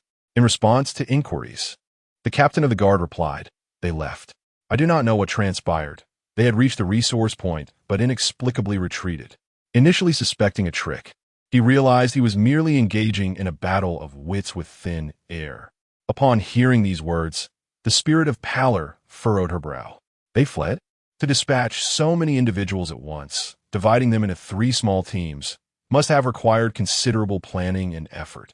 After finally reaching the resource point, they chose to retreat? What could this possibly signify? Before she could inquire further from the captain of the guard, a multitude of figures began to emerge from the distance. A throng of anxious adventurers burst forth from the forest, precisely the same group that had arrived at the resource point earlier. She had anticipated that these individuals would not yield so easily. They had to be prepared for battle. The captain of the guard was about to rally the troops when he was abruptly halted by the spirit of pallor. Wait, why does something feel amiss? Narrowing her eyes for a closer inspection, she discerned a troubling detail. The adventurers bore severe injuries. Their condition suggested they were not approaching to assault the resource point, but rather had been pursued by some malevolent force and were now fleeing back. Soon, another wave of adventurers emerged from the woods, pale and numerous to the point of astonishment, as they began to violently assault their own kind. Were they turning on each other? An elf, witnessing this, wore a perplexed expression. Why did she sense no life force emanating from this group of adventurers? The situation on the ground was shrouded in confusion. Unlike the others who were equally baffled, the spirit of pallor found the blank stares of those adventurers oddly familiar. This resembled the necromantic arts of Zaire, just as she had surmised. In the next moment, a gaunt figure clad in a black robe emerged from the trees, wielding a bone spear, coldly observing the fleeing adventurers. All experience points. Not a single one shall escape. Black barrier. Skill activation. A dense, inky fog began to spread, swiftly enveloping the entire area. Undead skeletons erupted from the earth, their eye sockets glowing with a flickering, ghostly light as they advanced upon their quarry. Damn, is there no possibility for mercy? They are not even allowed to escape. Witnessing this scene, Chico was overwhelmed by a profound despair. After receiving the message from the Seraph, he had decisively led his teammates down a back route to retreat. Yet even so, during their flight, they were ensnared by this accursed necromancer. When the 2 factions collided, Chica's team found themselves utterly overmatched, with no chance to retaliate. Now, he understood why the Seraph had been so passionately insistent in her warning. Damn the schemer. You have slain the player Chica. The kill notification appeared, and the fog dissipated. Not a single adventurer remained in flight, leaving only a ground strewn with equipment. Triple kill. Total annihilation. As he watched his experience points soar, Zaire exhaled deeply. What a thrill. After dispatching the Seraph, he had hurried to another territory that had been besieged, only to fortuitously encounter this fleeing group along the way. One could only marvel at the serendipity of fate. He began collecting the scattered equipment into his storage bag. Zaire raised his head, only to discover that a group of elves had already arrived at the resource point in the distance, silently gazing at him without uttering a word. Chapter 86. The Oracle of Florida. So, are you implying that these adventurers were relentlessly pursued by you during their retreat? In response to the inquiry, Charles nodded. Indeed, that is correct. Upon hearing this, the elf named Hess could not help but draw in a sharp breath. The mere presence of a single individual was sufficient to decimate an entire party of adventurers. How terrifying! Initially, Hess harbored some dissatisfaction regarding Charles's entry into the periphery of the Eternal Forest as a free lord, fearing he might prove to be a burden. However, such thoughts had since evaporated. This was no burden at all. It was akin to having found a stalwart ally. Although the territory had already fallen, the valor demonstrated by Charles in coming to their aid was profoundly moving. The pale spirit expressed gratitude. "Thank you, Mr. Charles. The remaining adventurers will no longer require your assistance. We have arrived and can handle the 2 remaining parties without issue." Following the Battle of the Holy Light Ruins, the pale spirit had evidently been rewarded by the Elf Queen, having ascended to level 43. As for the other 2 elves, their prowess was not to be underestimated. Both standing at level 45, in their homeland, their abilities would only be amplified. Hearing this, Charles scratched his head. "You may have arrived too late. I encountered the other 2 parties on my way and dealt with them." The pale spirit. "What do you mean?" Charles's statement plunged the gathering into silence once more. He elaborated. "I received a distress call from the Mushroom Lord, and I first assisted in clearing the adventurers from the bizarre mushroom forest, and then proceeded to support the other 2 territories. Everyone. Is the focus truly on the process of assistance? Without bringing along a single aide or subordinate, he managed to annihilate all 3 adventurer parties by himself?" Charles sighed. "Unfortunately, I arrived too late. By the time I reached there, the other 2 territories had already succumbed. All I could do was avenge them." Upon hearing this, Hess was deeply moved and quickly responded. "Mr. Charles, there is no need for self-reproach. You have already done more than enough. Though unrelated to the Eternal Forest, you disregarded the dangers and the risk of retaliation from adventurers, continuously coming to their aid. Given the circumstances, were it not for you, the heart of the Ancient Wood resource point would likely have long since fallen." He then said, "Mr. Charles, please follow me." Under his guidance, Charles traversed through the Ancient Wood Guardians and arrived at a tranquil path. A towering giant tree came into view, its dense foliage casting a shadow over the sunlight like a canopy of clouds, with peculiar dark purple fruits growing upon its branches. Hess extended his hand, and with a flicker of magic, the fruits swayed and fell to the ground. He spoke. "During this time, the Ancient Wood has borne a new batch of tree fruits. Please accept them." Resource name, tree fruit, description, the derivative of the heart of the ancient tree resource point, imbued with a portion of the natural power of the Eternal Forest. Consuming it will enhance the foundational passive abilities of a profession. Note, the befuddled fruit from the befuddled tree, beneath the befuddled tree, you and I. Zyre did not decline. Firstly, the tree fruit could indeed provide him with an enhancement. Moreover, it served as an excellent reward for players. He accepted the storage pouch containing approximately 30 of these fruits, gazing at the towering ancient tree before him with envy. How splendid it would be to possess such a resource within his territory, eliminating the need to diligently scour for materials daily, merely to coax players into laboring for him. After bidding farewell, Zyre swiftly returned to the burial ground. Following Li Shun's passive promotion, the area was now bustling with vitality. Numerous players had flocked here, and in Zyre's absence, they sought information regarding quests from his other assistants. Zivy was the first to be discovered. As a newcomer to the territory, his arrival drew the attention of many. He had not slept for 3 days and nights, tirelessly researching how to enhance the skills of various professions. The goblin blacksmith, due to his exceptional cost-effectiveness, was busily hammering away, his robust arms even stronger than those of the dwarves from the Steel Fortress, showcasing a marked improvement in his craft. Even Edward found himself entangled with several unconventional players, collaborating in the laboratory to concoct repulsive potions. Goodness, is this still the burial ground? It looked more like Florida. The bizarre scene of coexistence between humans and demons stirred a tide of sarcasm within Zyre, prompting him to swiftly expand the concealment array throughout the territory. It seemed imperative to find an opportunity to formalize this situation. It was no longer comparable to the realm of the undead. Upon entering the underground ruins, a throng of players who had completed their tasks eagerly awaited their rewards. After distributing the spoils acquired from the Scales Guild, Zyre observed the increasingly barren treasury, gradually sinking into contemplation. Transforming useless resources into enhanced power was certainly a positive development. However, this pervasive sense of poverty left him feeling quite uncomfortable. If this continued, with the rising number of players, he would inevitably be drained of resources. No, he needed to seize a resource point. Opening the map, Zaire set his sights on the resource point long coveted by the Blood Clan, taking a deep breath as he issued a special quest. Within the Pride Guild, Li Shun stood inside the Adventurers Association, submitting various task items. Completed Association Task, Blood Clan Bounty, Reward, 100 high-level magic crystals, with the completion of the item submission. He gazed at the newly acquired crystals in his pouch and could not help but spit in disdain. Bah, such a wretched place. And this is the meager reward for a bounty task.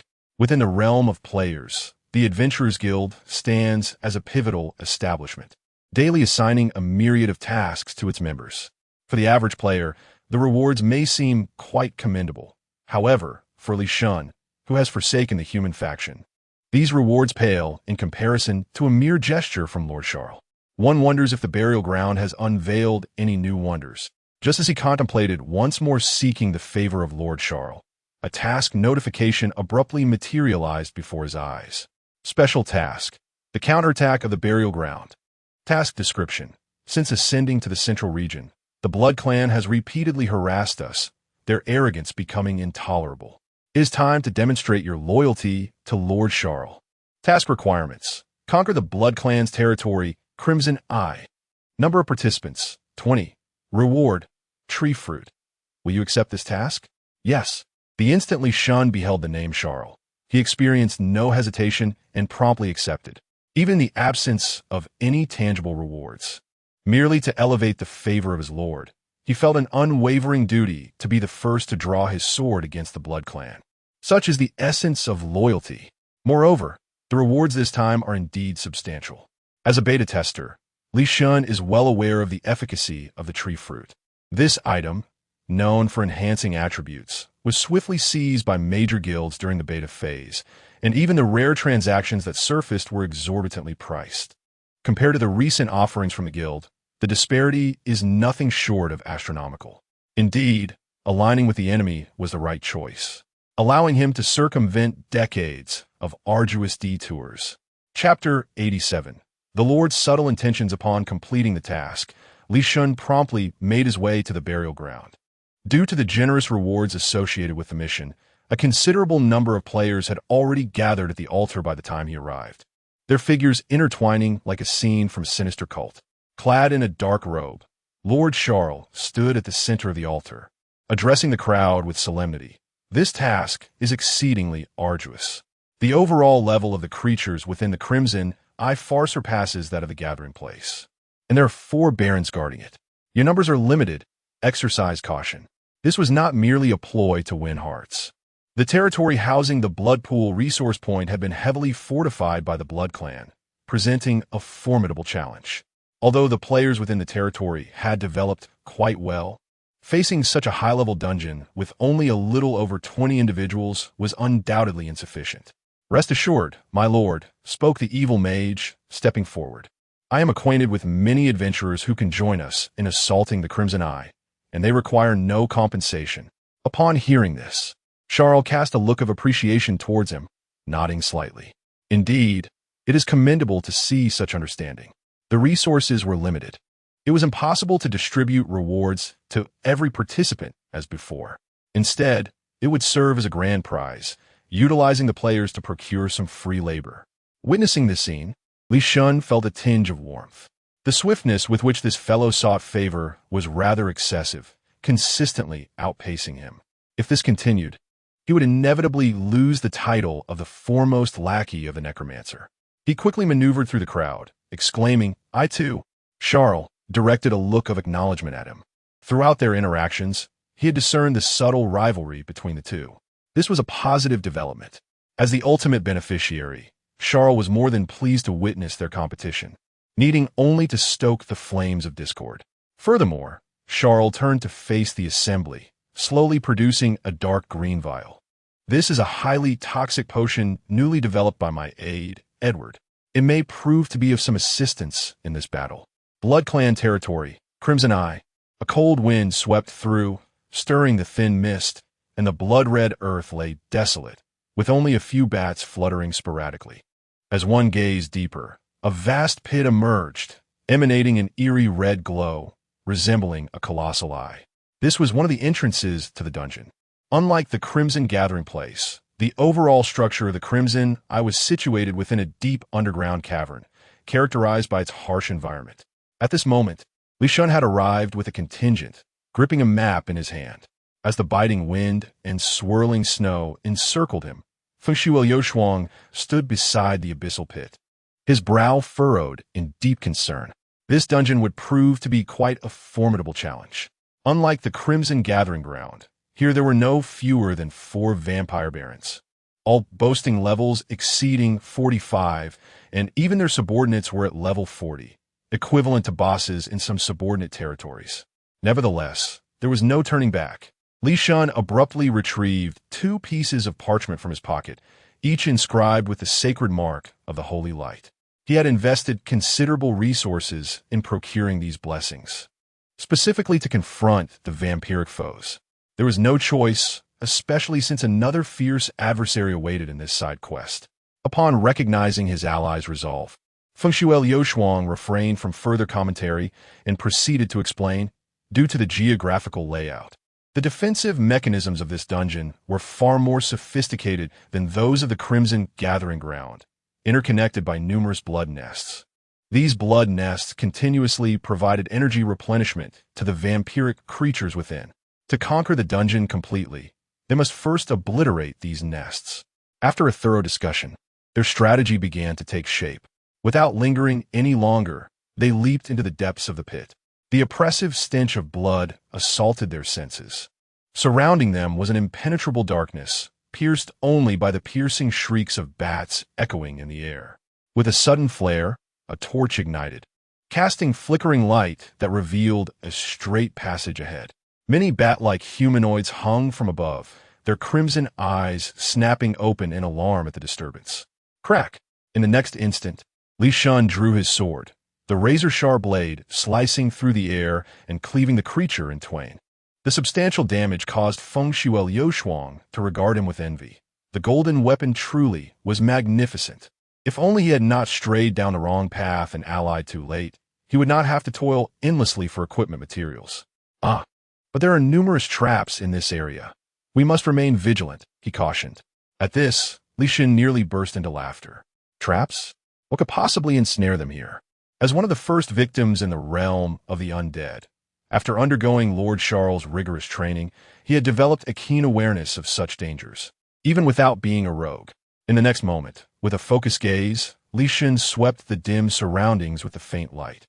And with a swift motion of his sword, he effortlessly disarmed 3 or 4 traps.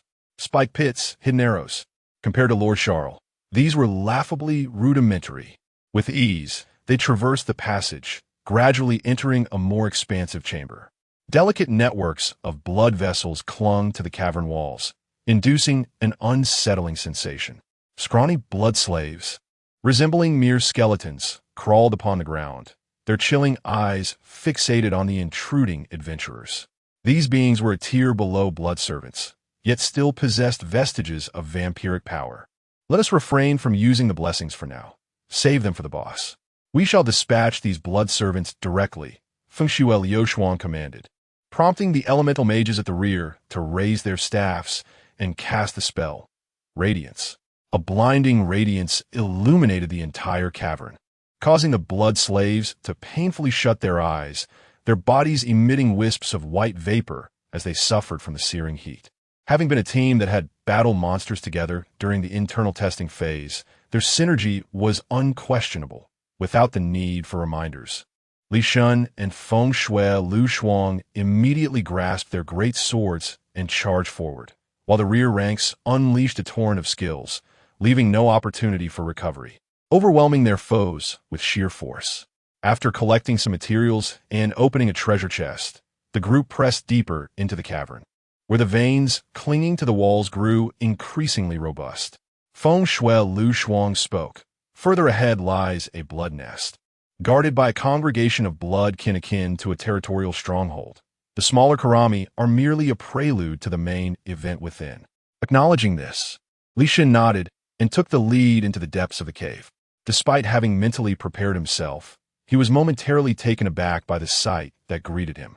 A dense swarm of bats and a throng of bloodkin inhabited this space, with a massive blood nest affixed to the walls, pulsating powerfully. Beneath the blood nest, a blood baron was gazing intently at him. Blood Nest Baron, Crimson Hunter, Saro, Chapter 88. The bloodline is our cherished kin. Sealer's crimson gaze fixated upon the assembly. As he languidly licked his lips, as a male baron of pure bloodline, he was destined for a life of utmost comfort, residing in an ancient manor and indulging in the fresh blood brought to him by his servants daily. Yet, due to the allocation of resources, the bloodline had assigned him to guard the blood pool, and he had lost track of the time spent in this dreary duty. However, a glimmer of amusement had finally arrived. "Go forth and relish your fresh sustenance," Sealer commanded, and the restless blood thralls responded with piercing cries, surging towards him. Li Shen remained unfazed.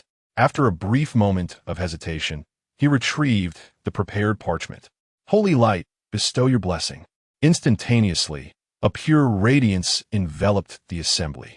As the most sought-after boon from the Adventurers Guild, this blessing was particularly effective against the bloodline, stifling their regenerative abilities and significantly enhancing his attacks. Skill, Rain of Arrows. Skill, Holy Light Scorch. Skill, Explosive Resonance. In the face of the collective onslaught of lesser foes, the noble essence of area of effect damage skills was vividly illustrated. Under the aegis of the Holy Light, the arrows raining down from above resembled sacred projectiles shot by angels, piercing through the bodies of the blood thralls, leaving behind a residual glow that continuously dissolved their tainted forms. At the baron's side, several blood servants furrowed their brows and charged forward. "Li Shen, it is time for us to strike. Cover the rear attackers." Understood.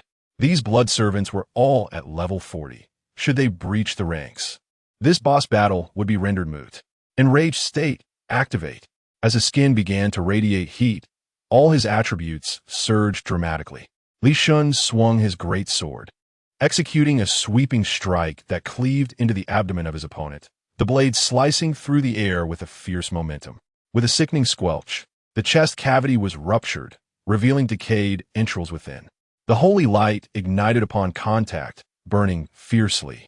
The sanguine aura pervading the blood nest attempted to mend the body of the blood servant, but it merely achieved a stalemate against the holy light.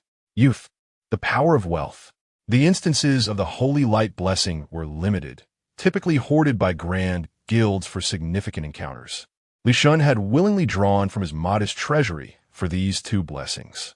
Yet, he deemed it all worthwhile if it earned the approval of Lord Char. Fury Slash. Gripping the hilt of his sword with both hands, the fiery rage and holy light coalesced upon the blade as he struck down upon the blood servant, cleaving it in twain. With his deed complete, he swiftly turned to assist Feng Shui Lu Shuang. It was no wonder they had advanced to the central region. They indeed possessed considerable skill. Sealer observed the clash between the two factions with the delight of an audience member, relishing the spectacle, even as his subordinates fell. He slowly rose from his seat, his form suddenly erupting into an intangible mist of blood, a gaping maw splitting open as sharp fangs sank directly into Li Shen's neck. His life force diminished at a visibly rapid pace. Gritting his teeth, Li Shen retaliated, thrusting his sword deep into the creature's abdomen. A searing pain coursed through him. Sealer staggered back a step, murmuring, "Holy light, it appears your preparations were quite thorough. Yet, alas, they are of no use." In an instant, the blood nest convulsed violently, an abundance of sanguine energy surging into its body, enabling it to withstand the searing touch of the holy light and restore its corporeal form. Unlike the lesser creatures, the blood amassed within the blood nest could be harnessed by the Baron. In the face of such overwhelming reserves, the feeble holy light was rendered insignificant. "Damn it," Li Shen inquired. "Is it possible to destroy the blood nest directly?" Feng Shui Lu Shuang shook his head. "It's difficult. If only we had our elder brother, perhaps it could be done. But there are still numerous blood slaves and bat swarms to deal with. And approaching is no simple task." As Sealer maximized the power of the blood nest, a dense fog of blood swiftly enveloped the cavern, revitalizing the previously weakened lesser creatures. The tide of battle was turning increasingly unfavorable. Time trickled slowly, the effects of the holy light waning. Soon, Li Shun consumed his second blessing. If they could not eliminate the boss within this time frame, their chances of victory would evaporate. The blood nest. Li Shun fixated on the distant source of the blood energy, his mind racing. Since direct destruction seemed unattainable, could it be contaminated instead? As this thought crossed his mind, Li Shun hesitated for a moment before recalling something. Edward's poison. This was a gift bestowed upon players by Lord Char before his departure. Initially, its significance was unclear, but now, he understood. "Cover me," he called out, swiftly retreating to find a thick blood vessel, which he promptly severed. "You enjoy blood, do you? Allow me to administer some medicine to keep you in check." He produced a dark green vial, pouring the entirety of the newly developed lethal toxin into the opening. The venom coursed through the blood, rapidly integrating into the blood nest. The blood slaves greedily consumed the blood energy emanating from the nest, but soon they sensed something amiss. "Wait a moment, this isn't right." Agonizing pain surged through their bodies, and as they looked down, they discovered their forms rotting away. One blood servant suddenly erupted with blood, rushing to the Baron's side. Its expression one of despair. "Lord Sealer, the blood nest has been contaminated." "Sealer? What do you mean?" Before it could clarify, Li Shun swung his sword at him. The holy light left a searing wound upon Sealer's body, drawing a deep breath of blood energy. The acrid scent caused him to choke, his pallid skin instantaneously turning a shade of dark blue. "Damn it! Who the hell poisoned the blood?" Sealer cast a furious gaze upon the group of adventurers, his pupils ablaze with wrath. "You despicable adventurers! How dare you resort to such vile tactics? Who taught you this?" Li, however, remained silent, entering a state of fury once more, unleashing a flurry of strikes. Under the effects of Edward's new poison, the blood slaves fell one by one, succumbing to a swift demise. At this moment, Sealer dared not absorb any more blood energy, merely watching as his vitality dwindled. The situation had taken a drastic turn. If this continued, it seemed he would truly be slain by these adventurers. "No, I must call for aid. Quickly, request assistance from the nearby territory." Meanwhile, within the burial grounds, swarms of bats flitted through the bone walls, spreading the call for help. Ivy coldly observed these bats, extending her hand to obliterate them with a swift motion. Deservedly so. How dare these bloodkins seek our assistance, having forgotten how they previously harassed the burial grounds? Upon hearing this, Char's lips curled into a smile. How can one speak so? Regardless of their faults, the bloodkin are still part of the demon race. Our brothers and beloved kin. Since they are in peril, how can we stand idly by? With that, he brandished his bone spear and declared, "Let us go. It is time to rescue our brethren from the brink of disaster." Chapter 89. The greedy lord aside from the situation with Li Shun. The malevolent sorcerer had also successfully rallied his forces. From the outset, he understood the ingenious application of poison, and prior to entering the cavern, he had infused it into the veins connected to the blood nest. Even before any confrontation began, the bloodthirsty creatures within had already suffered considerable casualties, leading to a favorable turn of events. Initially, it was anticipated that this would devolve into a protracted siege. Yet inexplicably, it became a swift affair. Crows incessantly soared from the depths of the pit, disseminating calls for aid in every direction. Two vampire barons who had escaped the blood nest were now traversing through a secret passageway, reaching the innermost sanctum of the Crimson Eye. The boiling blood pool emitted a rising steam, its aroma tantalizing. Utilizing the surging blood from the pool, they desperately replenished their own lifeblood, barely managing to counteract the toxic effects of the poison. Alas, it was to no avail. The surrounding blood nests had been utterly obliterated, and the two barons had already perished. It would not be long before the adventurers would discover this place, sealing their doom. Their only hope lay in prolonging their survival, clinging to the faint possibility that a lord might receive word and come to their aid. But would any lord truly arrive? One baron could not suppress a sigh. It was futile to hope for assistance from lords in other regions, and even if the bloodline lords were informed, given their understanding of their kin, it was unlikely they would intervene. The competition among the vampires was fierce. Each one bearing the blood of the ancients was supremely proud, and the demise of their kindred would only serve to benefit themselves. Amidst the somber atmosphere, a faint sound gradually emerged, turning towards the source. A brilliant flame flickered into view. Li Shan gazed at the two vampire barons, barely concealing his excitement. They have indeed come here. Surveying the vicinity, he noted the absence of any players apart from himself. Clearly, they were the first team to locate the vampire barons. Should they slay the foes, he would undoubtedly be the foremost contributor to this mission. Damn it, how did they arrive so quickly?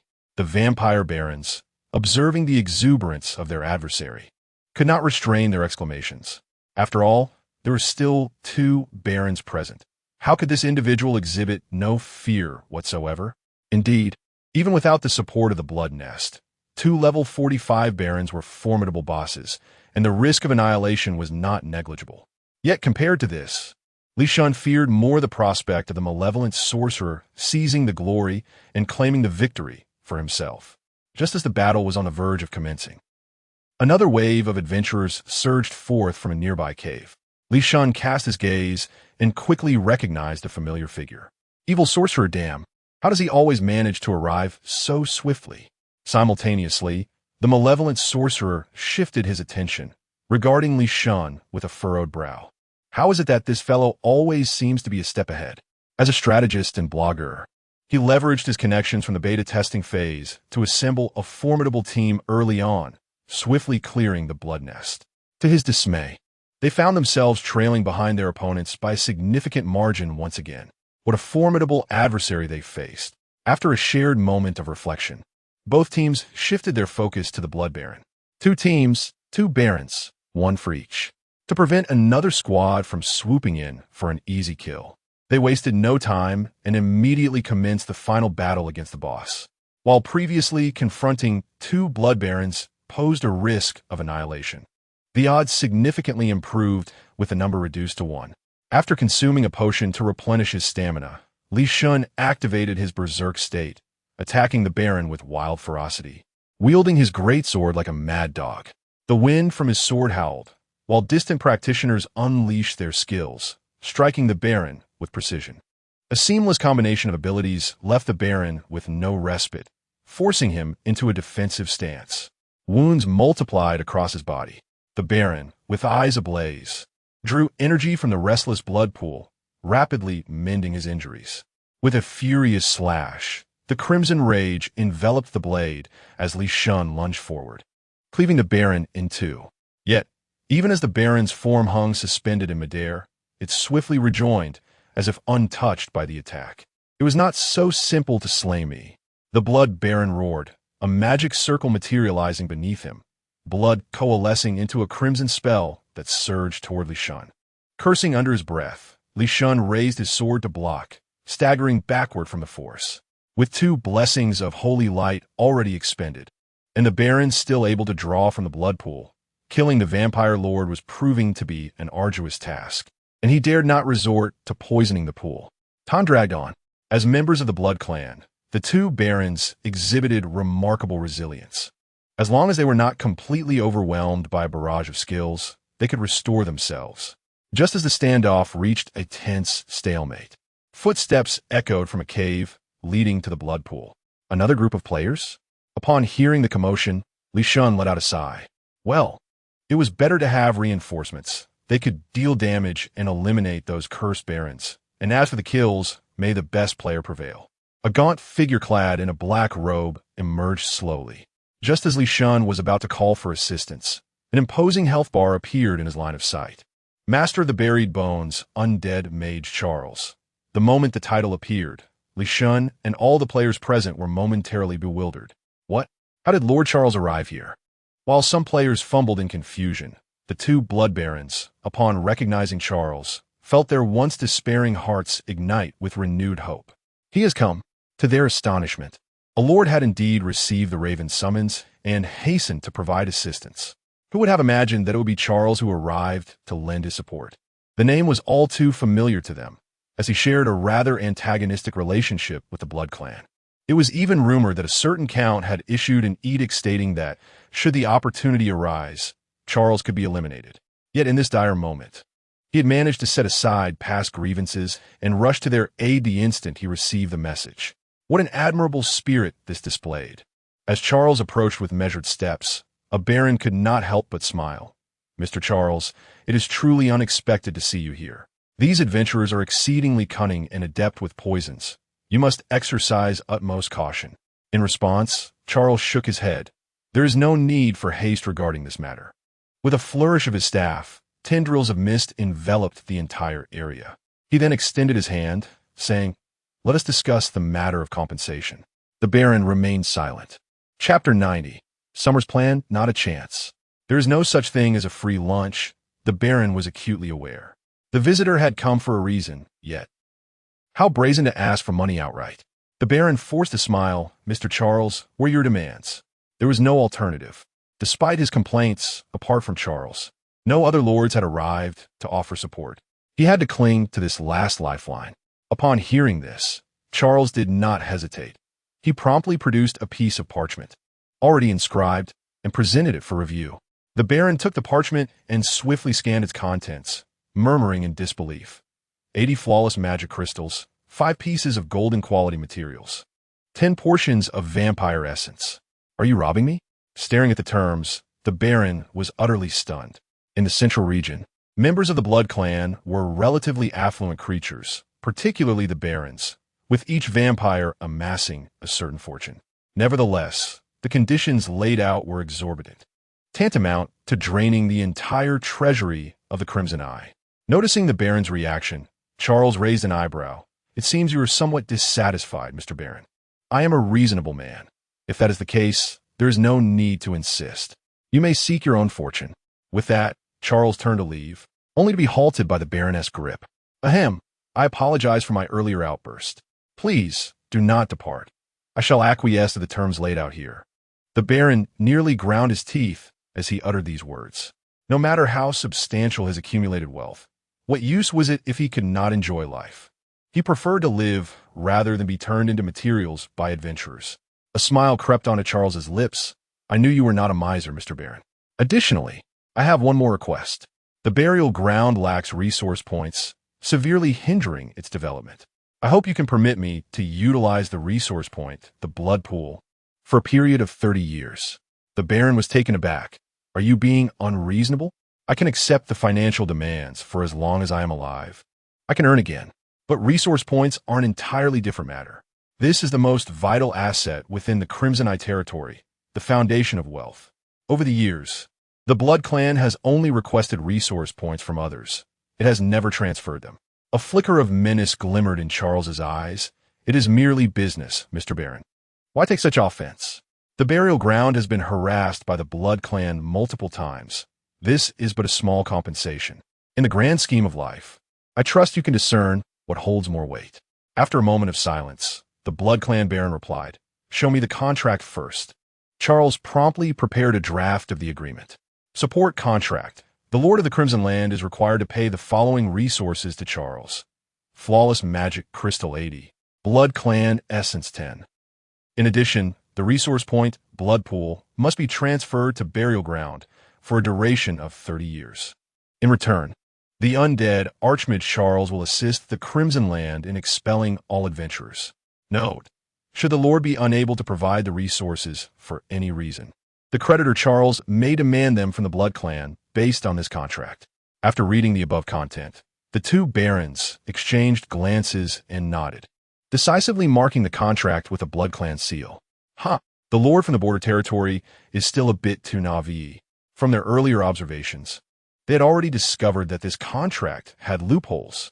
It only guaranteed the perfection of resources, but provided no assurance of their own safety. Once the adventurers were expelled, they could easily regroup and return to the burial ground to reclaim all that they had lost, while conveniently completing the task assigned by the Count. Such greed. Let them earn their lives, but have none to spend. The contract was complete. The two Blood Clan barons eagerly remarked, "Shall we proceed now, Mr. Charles?" "Of course. You may always trust my character." With satisfaction, Charles stored the contract carefully and immediately canceled the skill of the Black Barrier. Observing the bewildered players shrouded in mist, he spoke calmly. You have performed well in this task.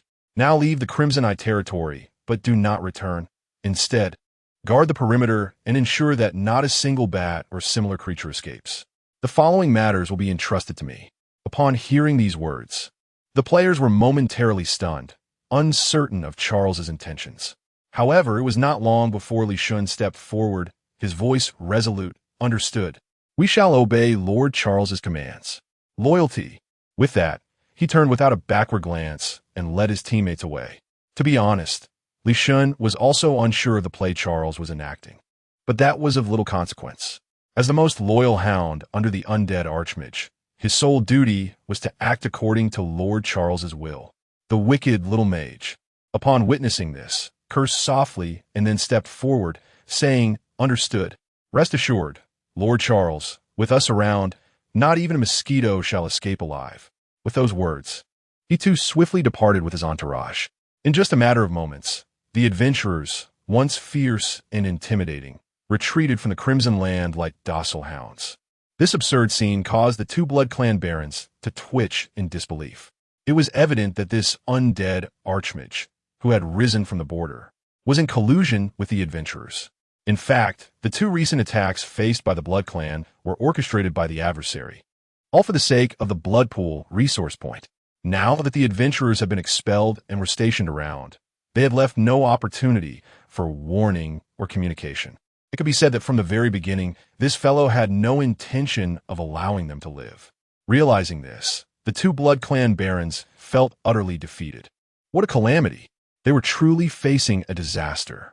Initially, they believed each other to be a refreshing presence amidst the demonic realm. Yet now, it becomes evident that this individual is indeed the epitome of monstrosity, born without boundaries. Do you not fear the gallows of the church for your actions? In response to the inquiry, Zaire's lips curled into a smile. What nonsense are you uttering? I am but a loyal hound of the esteemed witch, the foremost contributor to the sacred light relic. Please refrain from tarnishing my reputation without cause. It is rather you, a swarm of pests, who engage in incessant infighting, wreaking havoc upon honest folk like myself, who have merely ascended from the borders. Alas, I'm left with no choice. With a flourish of his staff, hundreds of skeletal undead emerged around him, shrouded in black mist, forming the corpses of players, armed, and their hollow gaze fixed intently upon the two vampire barons. Considering the passage of time, they must be nearing their withdrawal. Gentlemen, please proceed on your way. Chapter 91. Time to collect debts as the Lord of the Crimson Eye. The level 45 Blood Baron and his companion undeniably possessed formidable strength. Otherwise, they would not have survived for such an extended period amidst the onslaught of players. However, this time, the assailant was not a player, but rather Charles. As another lord of the Central Region, his level was even one rank lower than theirs. Yet in battle, he forced the Blood Baron into a steady retreat. The pressure was mounting. Damn it, who can explain why a necromancer is so powerful? As time passed, the emotions of the two Blood Barons swiftly shifted from fury to despair, relying solely on their vampiric powers to persist. They could not comprehend how a Border Lord's strength could escalate so rapidly, his entire being radiating a golden aura, which was utterly illogical. He truly was formidable. Observing his opponent's repeated recoveries, Charles furrowed his brow. By conventional reasoning, necromancers were not particularly effective against vampires, lacking any skills that countered them, primarily relying on attrition, and it was challenging to completely vanquish them. But Charles was different. He possessed the mastery of self-detonation, gradually cornering the two adversaries. Charles brandished his staff and resolutely unleashed the necromantic self-detonation. Boom! The brilliant explosion echoed instantaneously. The commotion caused by hundreds of necromantic self-detonations could even be felt by the players stationed outside. Mission accomplished. Now all that remained was to return to the burial ground and await Lord Charles's reward. Upon receiving news of the Lord's demise, the players immediately began their retreat, exhibiting professionalism by not allowing any bat attempting to flee the Crimson Eye to escape. Deep within the cavern, gazing at the Baroness corpse. Now reduced to a grotesque mass of flesh, Charles couldn't help but shake his head and sigh. Alas, I had no intention of employing that tactic. With such devastation, it seemed unlikely I would salvage anything of value. These damned vampires, even at the brink of death, refused to afford themselves any dignity, compelling me to resort to extreme measures. After dispatching the last two lords, Charles did not hastily depart. Instead, he leisurely wandered around the Crimson Eye. After a while, a sudden flurry of footsteps echoed through the silent cavern, and three figures entered the Crimson Eye. Which church? Leon. Which church? Halia. Blood count. A Mank, 2 members of the church, and 1 blood count. Recently, adventurers had repeatedly invaded various territories, prompting the Witch Church to intensify their activities. They were investigating the adventurers' whereabouts nearby when they suddenly heard a deafening explosion from within the Crimson Eye. Sensing something amiss, Leon notified a Mank and hurried over with another teammate. A thick scent of blood permeated the air. A Mank surveyed the gruesomely mutilated corpses of the blood slaves on the ground, carefully discerning the odors wafting through the atmosphere. Besides the scent of the vampiric members, there is also the unmistakable aroma of human blood. It appears that adventurers have invaded the territory. A Mank spoke as he ventured deeper, soon laying eyes upon the blood nest. At that moment, it lay utterly destroyed, akin to a deflated balloon clinging to the wall, the ground strewn with the corpses of the blood kin, even the Baron dismembered into pieces. The brutality of the act sending chills down his spine. A Mank furrowed his brow. The blood kin are an indifferent race. The deaths of their kind do not particularly concern him. What weighs on his mind is the utter failure of these inept guardians to protect the resource point. As a count, this small portion of the region, beginning with the Crimson Gathering, falls under his jurisdiction, and with 2 territories having succumbed to attack, he is bound to face severe repercussions. Let us proceed to the blood pool, he declared. The other 3 blood nests no longer held his patience. So he traversed the dark cavern, descending deeper. In the distance, a bubbling pool of fresh blood came into view, steam rising from its surface. Wait, the blood pool remains unscathed? This sight left a Mank momentarily bewildered, prompting him to hasten his steps. Soon, an even more astonishing scene unfolded before him. A slender figure draped in a black robe stood at the edge of the deep pit, holding a massive stone tablet. Zaire? Leon recognized the figure first, his face a mask of confusion. What are you doing here? At this, Zaire slowly turned, his expression grave. I am here to erect a tomb for the 2 heroes ruthlessly slain by the adventurers. Leon replied incredulously. What nonsense are you speaking? Regaining his composure, he coldly inquired. Why are you here? Zaire met his gaze and retorted, What do you think, my lord? Do you take me for one of those shameless wretches in league with the adventurers? Leon did not deny his suspicions. I must admit, I entertained such thoughts. The last time, the adventurers deliberately bypassed the burial grounds to assault the Crimson Gathering. Now, with another invasion, you are absent from the burial site, yet appear here. It is hard not to doubt. Upon hearing this, Zaire shook his head. To think my life would be so misjudged. Alas, he sighed and recounted the events. Half an hour ago, I was resting in the burial grounds when a bat flew in, relaying that the Crimson Eye was under attack by adventurers and required assistance. A few days prior, the Crimson Gathering had also been invaded. I had not paid heed, resulting in the demise of Lord Reese. I wished to prevent a repeat of such tragedy and hurried here to provide aid, successfully encountering the 2 lords and repelling the adventurers. But alas, they were gravely wounded and beyond salvation. Leon narrowed his eyes, unimpressed by the tale. Is what you say to be taken at face value? Mr. Zaire, I have reason to suspect your collusion with the adventurers. I must ask you to accompany me for an investigation. Leon was determined not to let this opportunity slip away. The previous incident was abruptly interrupted by the Pale Spirit, leaving the task unaccomplished. At present, the adversary stand alone, and I intend to bring him directly to the Holy See, indifferent to his morality, for my word shall prevail. Just as Leon prepared to approach, a crisp, commanding voice rang out beside him. Enough.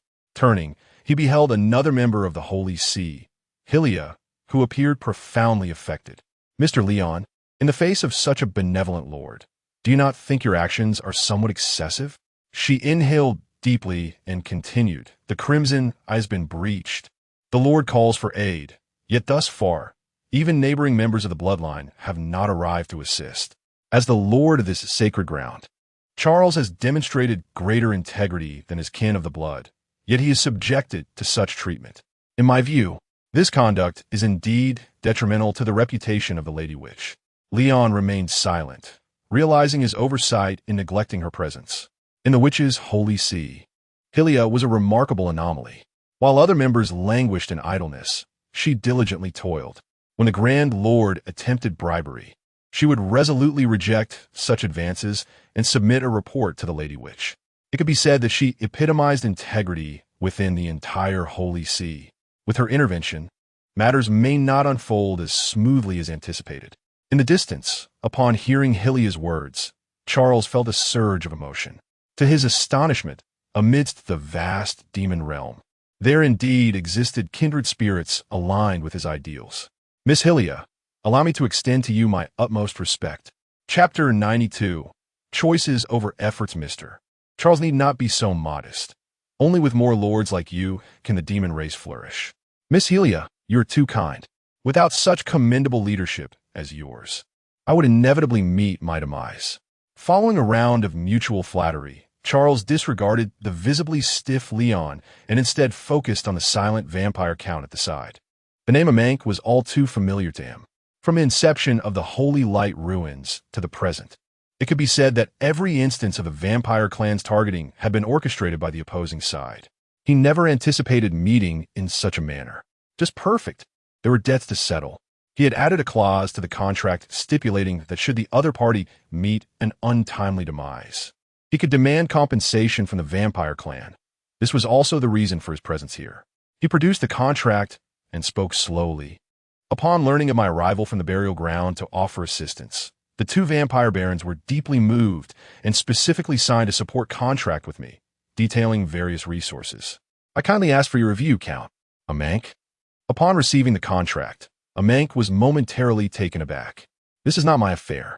It is Leon who is the target. I am merely a bystander. How did this come to involve me? He furrowed his brow and scrutinized the contents of the document. Flawless magic crystals, golden materials, essence of the vampire clan. What on earth is the transfer right of this blood pool? Initially, upon seeing the earlier compensations, Amank had already felt considerable discomfort. Little did he know, the worst was yet to come. This was a resource point. Every territory regarded it as a forbidden zone, never permitting others to encroach.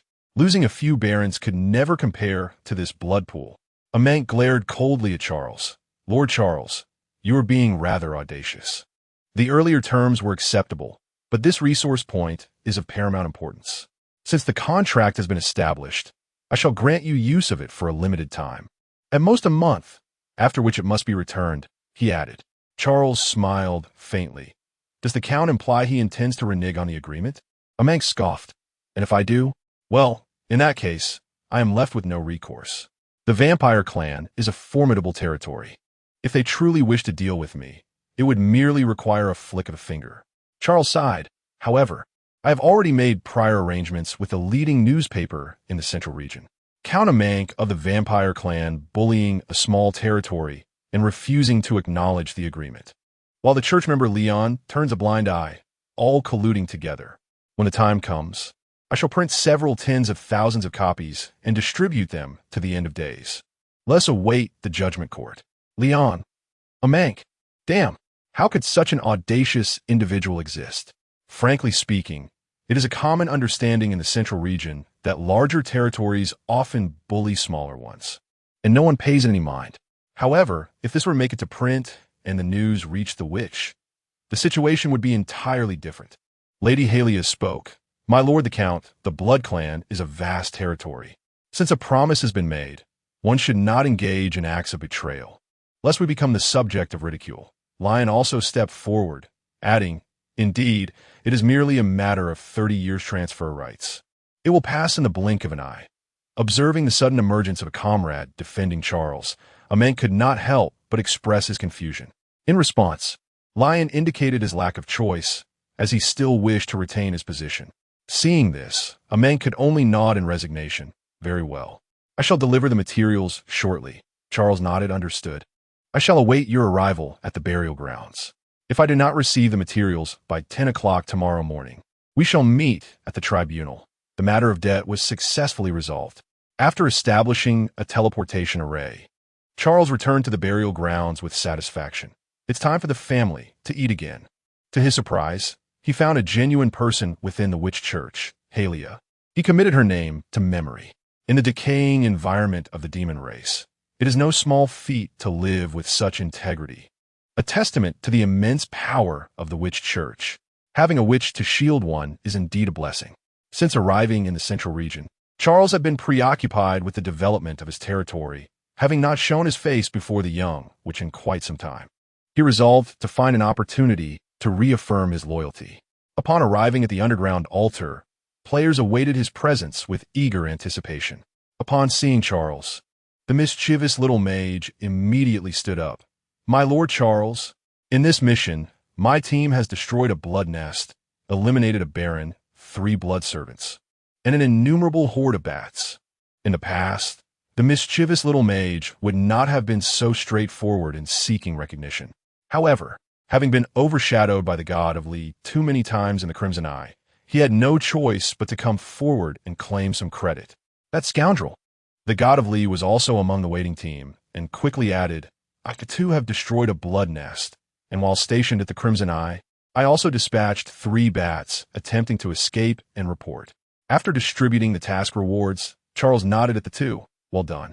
I have noted your loyalty. As a reward, I shall grant you both an opportunity to enter the blood pool for refinement. The god of Lee exclaimed in shock, while the mischievous little mage gasped in astonishment. Thank you, my Lord Charles. Upon hearing this, their eyes lit up. Originally, the fruit of the tree was already a generous reward, but to receive an additional boon was beyond their expectations. This was the blood pool. For a berserker, the substantial enhancement of fundamental attributes was akin to a metamorphosis. If he were to consume this tree fruit, would his combat prowess not ascend him directly into the ranks of T1? Feeling the envious gazes around him and reminiscing about the arduous days spent grinding for equipment, a wave of satisfaction washed over the god of Lee. Indeed, choice outweighs effort. Chapter 93. The seer is me? As night fell, Amank, the bloodline count, approached the periphery of the burial grounds. Typically, matters as undignified as paying fees were delegated to his subordinates. However, this time he felt compelled to personally inspect the site. He sought the truth behind the bloodline scion who had fled over a decade ago. To this end, Amank endeavored to remain inconspicuous, planning to infiltrate the area stealthily. Before him stood towering ancient trees, reminiscent of castle walls. He extended his hand, and blood magic surged forth, enveloping him in a mist of crimson as he slipped through the crevices. The defensive measures appeared rather feeble, while the wall of bone trees posed a significant challenge to ordinary magical beings. Those with a modicum of skill could easily navigate through the gaps. Amank pondered the inexplicable obsession of the adventurers with the bloodline. Just as he intended to release a bat for reconnaissance, a pale hand erupted from the ground, gripping his ankle with a vice-like hold. In the next instant, the previously solid earth began to writhe, layers of soil peeling back to reveal a throng of undead soldiers, their eyes aglow with an eerie light, fixated on the intruder. Amank exclaimed in disbelief. What in the world is this? Before he could react, the undead's glowing eyes flickered and ignited, culminating in a sudden explosion. A thunderous roar emanated from the vicinity of the bone trees, rousing Char from his slumber. Who dared to disturb the burial grounds? He furrowed his brow and hastened to the scene. As the clouds of dust gradually dissipated, a grotesquely mangled figure came into view, one side of its body obliterated yet eerily mending itself. Count of the bloodline, Amank, Char remarked, My lord, a word of warning would have sufficed. Look at the mess you've created. From the very day he arrived at the burial grounds, Char had been acutely aware of the problematic areas within his territory and had adeptly utilized the title of Lord of the Burial Grounds to effectuate modifications. He had laid an entire army of undead in ambush beneath the bone trees, intended as a surprise for the oblivious players. Little did he expect that the Count would be the first to bear the brunt of this explosive welcome. As the blood surged to repair his form, Amank's features twitched when his charred visage restored itself. Truly a hellish experience. Had his fundamental attributes not been sufficiently high, this incident might have claimed his life. He coughed lightly. It appears there are some vulnerabilities in the bone tree defenses. I intended to inform you upon my entry, but now it seems my concerns were unwarranted. Char retorted, I would be a fool to believe such a tale. It is evident you sought to sneak in and cause mischief. Aware of his own culpability, Amank refrained from further debate on the topic and produced a storage bag. Lord Char, this contains the materials as stipulated in our agreement. Regarding the matter of the press. He handed over the storage bag. Char meticulously counted the items and, satisfied, nodded. Rest assured, since the Blood Clan values integrity so highly, I shall not resort to such despicable means. Please take your leave, my lord. Char did not feign politeness to keep Amank on his territory. After watching the other depart, he returned to the Bone Fortress and emptied the contents of his storage bag in one swift motion. As he beheld the golden glow emanating from these items, he could not help but exclaim in awe. Truly, extortion proves to be a swift means of acquiring wealth. During this period, the Blood Clan had indeed been of immense assistance, not only fulfilling the role of the opposing force in his tasks, but also providing materials and resource points. Much akin to a novice gift package, such benefactors are rare indeed. He ought to seize another opportunity to extract more in the future. Aside from the flawless magic crystals and golden materials, the other resources Char sought were of particular significance. Blood essence, pure souls, dragon meat. These could all be utilized to enhance his subordinates. Since arriving in the central region, they had remained stationed in the burial grounds. Their strength had somewhat stagnated. For his territory to flourish, he needed a cadre of powerful aides. The materials he requested from the Blood Clan were of exceptionally high quality, likely capable of elevating these individuals to around level 39. Whether they could break through to level 40 would depend on their own efforts. Having distributed the materials, Char soon found himself before the little ghost, who lay motionless in her coffin. With a swift motion, he flung open the coffin lid. The girl lay serenely within, her breathing faint, delicate as a porcelain doll. Observing her deep slumber, Char felt a twitch at the corner of his mouth. She truly sleeps like a log. Hey, wake up. It's time for a meal. Upon hearing the mention of food, the little ghost instinctively opened her eyes, her somewhat eerie crimson irises fixated on Char. Where's the food? Char thought to himself. Every day consists of eating and sleeping. Even the blood is delivered personally.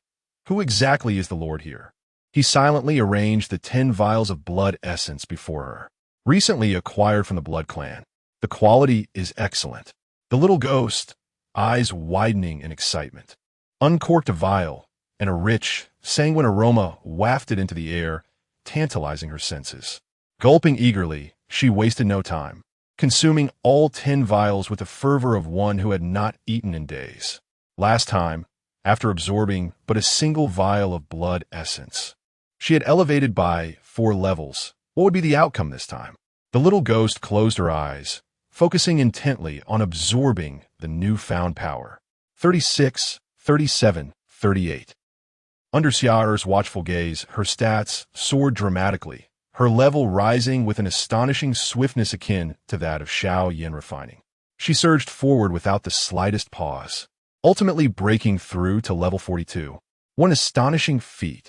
Just as Char anticipated the final outcome of her leveling, an unexpected anomaly suddenly occurred with the little ghost. Her rank remained motionless, crimson patterns etched upon her cheeks, and her pupils filled with an eerie red glow. This is blood magic? Charles swiftly recognized the origin of these markings. For members of the bloodline, possessing blood magic is a most extravagant affair. This power is derived from the progenitor vampire, Lilith, and even among the baronial ranks, its occurrence is exceedingly rare. Thus, it seems the little demon's bloodline is remarkably pure. A heavy weight suddenly settled in Charles's heart. Could it truly be as I previously fabricated? How dreadful. The seer is, in fact, myself? Chapter 94. I miss you in the burial grounds now. There lies before Char a piece of good news and a piece of bad news. The good news is that the little sprite has, as expected, successfully advanced to level 40, becoming a formidable asset to the territory. The bad news is that the connection with the Blood Clan runs deeper than he had anticipated. What troubles you, Lord Char? In response to the inquiry, Char shook his head, concealing his concern. Nothing of consequence. You have performed admirably. You may return to your slumber. With that, he firmly closed the coffin lid. The sprite, unable to protest, realized the necessity of discretion. Having just broken through, she exuded a potent aura of blood energy that needed to be masked to avoid detection. Surprisingly, several other aides in the territory also completed their absorption, with Iron Slave unexpectedly reaching level 40. Whether it was the potent dragon blood he had received or his remarkable absorption abilities, Char held a deep appreciation for this natural talent for body refinement. In the ensuing period, the burial grounds entered a notably tranquil phase of development. The Blood Clan's Countermake, who had faced criticism for 2 recent incidents in the monitored areas, had refrained from causing further disturbances during this time. Meanwhile, the players continued to scramble within the Grand Territory, vying for resource points. While Char leisurely lounged in his chair, perusing the forum, a member of the church arrived at the burial grounds. It was none other than Miss Halia, who had previously spoken in his defense. She dispensed with pleasantries and stated directly, "Mr. Char, please exercise caution in the coming days." Upon hearing this, Char furrowed his brow. What is it? Is the Blood Clan seeking revenge, or has Lion devised another scheme? Halia shook her head and produced a map. Neither. This matter does not involve the Demon Clan. It pertains to the adventurers. Just now, our witch church received word that, in 3 days, a significant number of adventurers will launch an assault on the resource point known as the Sanctum of Ascendance. The burial grounds is one of the entry routes. Upon hearing this, Char's brow furrowed further. He was aware of the Sanctum of Ascendance, a remarkably unique resource point, expansive in size and rich in resources. It was not monopolized by a single grand territory, but was instead divided among 3, the Eternal Forest, the Shadow Realm, and the Blood Fortress. The fact that players were eyeing this location indicated that they had adequately prepared for the endeavor. However, Char found himself intrigued. He devoted a portion of each day to immersing himself in the Oracle Forum, scrutinizing a myriad of information, yet he had encountered no indication of this plan, suggesting these players had deliberately concealed it. But how did the Witch Church come by this information so suddenly? After pondering, Char's gaze fell upon the landmark of the Shadow Realm. Thoughtful, it appeared that other players were indeed serving the Demon Clan's interests. Understood. Thank you for the warning. Miss Halia. Halia waved her hand dismissively, expressing her hope that Mr. Char would exercise caution. If he found himself overwhelmed, he could always choose to temporarily avoid conflict. After all, the demon race sought to strengthen itself, requiring more lords like him. Char replied, "You flatter me." Following a round of business formalities, as he observed the figure of his counterpart retreating, the feigned sorrow on Char's face vanished entirely. The moment had arrived. His opportunity to perform was finally at hand. In recent days, he had been contemplating matters concerning the Witch's Church. Although the Eternal Forest could serve as a refuge, its utility was rather limited. Char needed to ally himself with a more substantial force. Clearly, within the Proud faction, no ally could rival the might of the Witch. He resolved to join the Witch's Church. However, this was no easy feat. Despite his commendable performance in the ruins, he had yet to reach such heights and required a chance to truly showcase his talents. The impending player invasion presented the perfect opportunity. Once he joined the church, leveraging the power of the forum, Char would have no trouble locating players. As for the vast territories like the Shadow Realm, which covertly engaged in trade with players, he would seize them all. Each would become a stepping stone for his advancement. Time flowed swiftly. At that moment, Lion Roar stood at the periphery of the Eternal Forest, accompanied by a throng of players. He turned and spoke slowly. In a little while, we will prepare to advance from the burial ground area, heading directly to the resource point place of Transcendence. Remember, this operation involves numerous guilds. I have fought hard to secure this advantageous position, so we must act swiftly. Once we enter the resource point, we will begin our plunder immediately. Yes, The members of the Penny Pinchers Club responded with fervor to their captain's words. They had no choice. Their finances were dire. The warrior profession was highly competitive, with each material requiring immense effort to procure. Given that such a lucrative resource point was available for the taking, they were determined not to squander it. It was time to demonstrate the astonishing speed of an 8-year veteran from Zon. Not only the team members, but Lion Roar himself was equally exhilarated.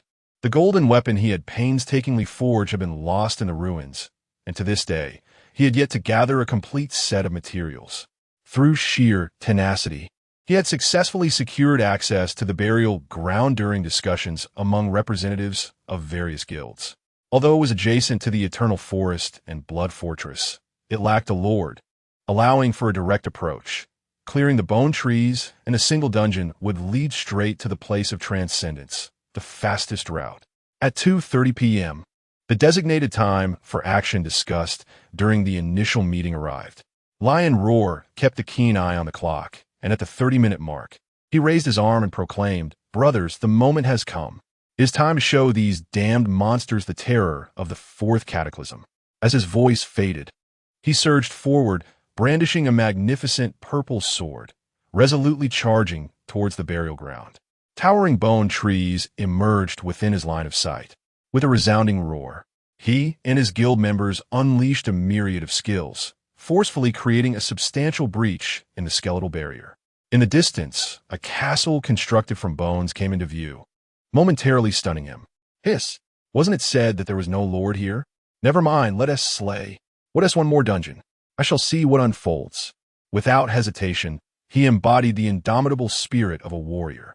It is imperative to remember that with every second wasted, the spoils upon entering the exalted realm would diminish.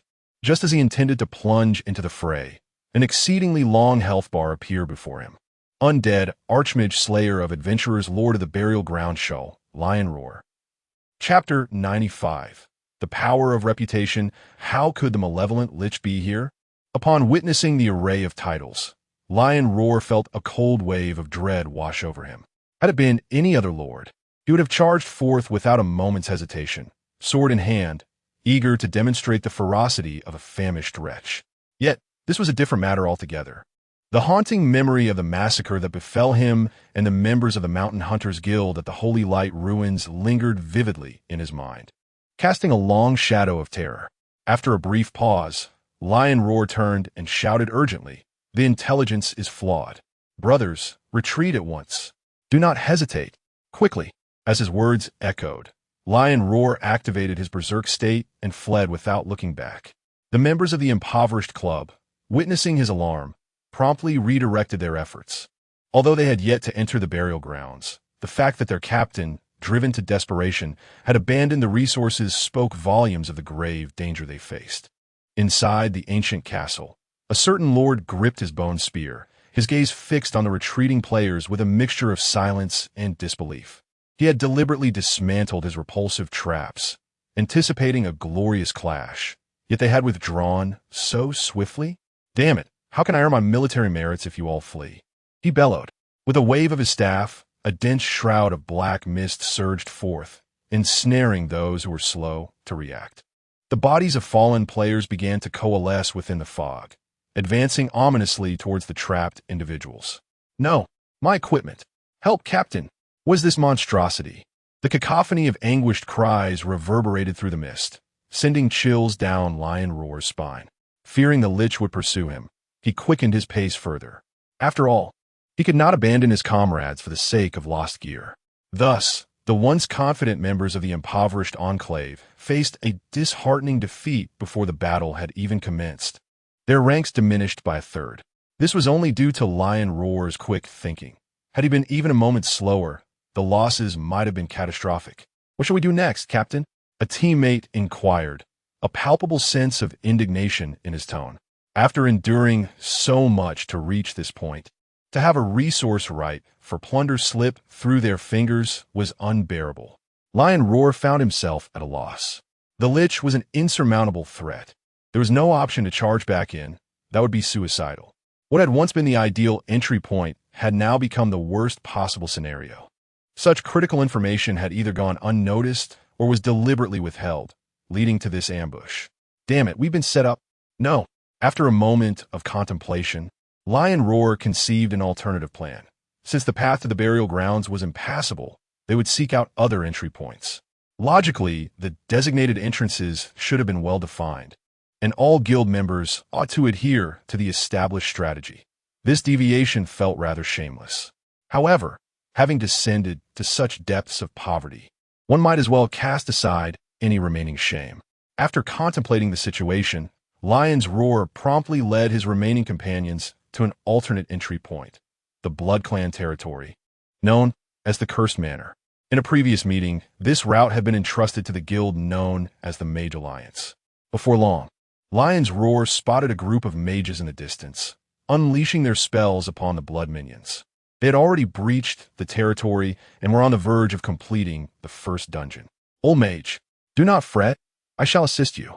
Lion's Roar rallied his teammates and swiftly dispatched the Baron of this territory. Before the mages could react, the members of the Penniless Club quickly stripped the Baron of his valuable possessions, leaving the entire area bereft of worth, as if a swarm of locusts had passed through. Old Mage, my friend, is this not a tad disrespectful? Why are you here instead of remaining in the burial grounds? That is the optimal route for action. Lion's Roar raised his hands in resignation, replied, It is impossible to return to the burial grounds. There is a lord present, and we cannot venture there now. A lord? Upon hearing this, the old mage grew even more perplexed. What does a lord have to do with it? When did you become so timid? Lion's Roar succinctly responded, Zal is there. Old Mage, oh I see. It is Zal. Then there is no issue. This fellow has advanced from the border to the central region. As one of the victims of the Holy Light ruins, the old mage held a considerable respect for the potency of this boss. It was already commendable for Lion's Roar to have emerged alive from the burial grounds. However, one cannot simply come here and rob me. Sympathy aside, the image of the Penniless Club members descending like locusts sent shivers down the old mage's spine.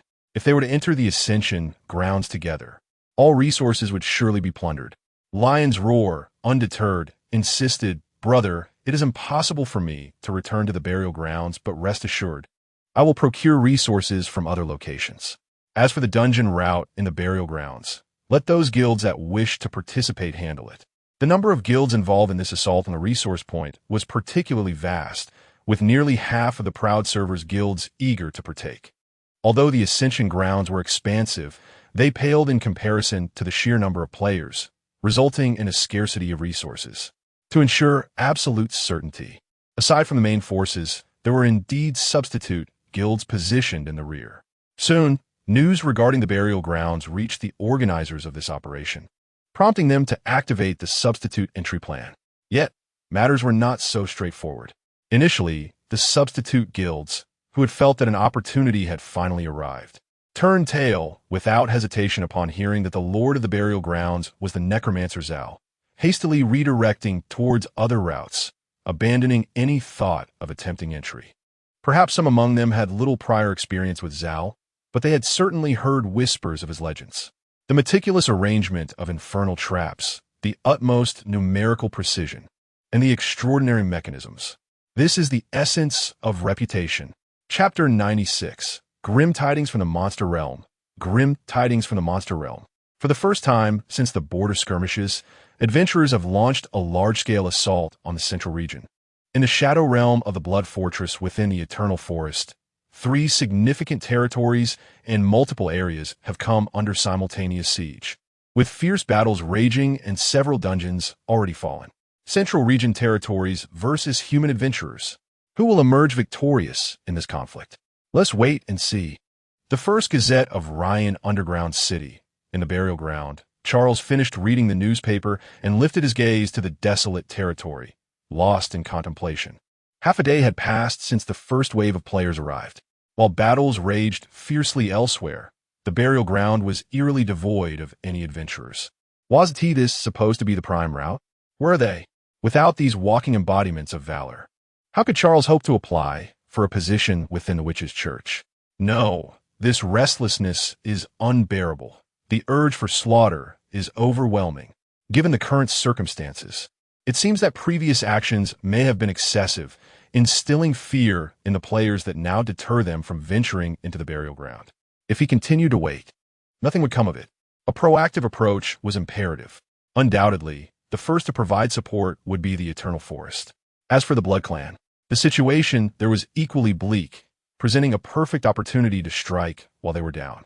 After a brief moment of reflection, Charles resolutely issued a mission to his minions in the burial ground, a surprise assault on the Blood Clan. The Ascendant Land is a crucial resource point. Unlike the Blood Pool, a Mank would surely reinforce his territory with additional personnel, making it the perfect moment to strike from both flanks. The exact gains were uncertain, but the primary goal was to vex that wretched individual. Once the arrangements were set, Charles departed the burial ground, armed with his bone spear. Let me scrutinize the invasion route to the Eternal Forest. He retrieved the map provided by Miss Halia. Regarding the route to the Eternal Forest, aside from his own path, there were two additional ones.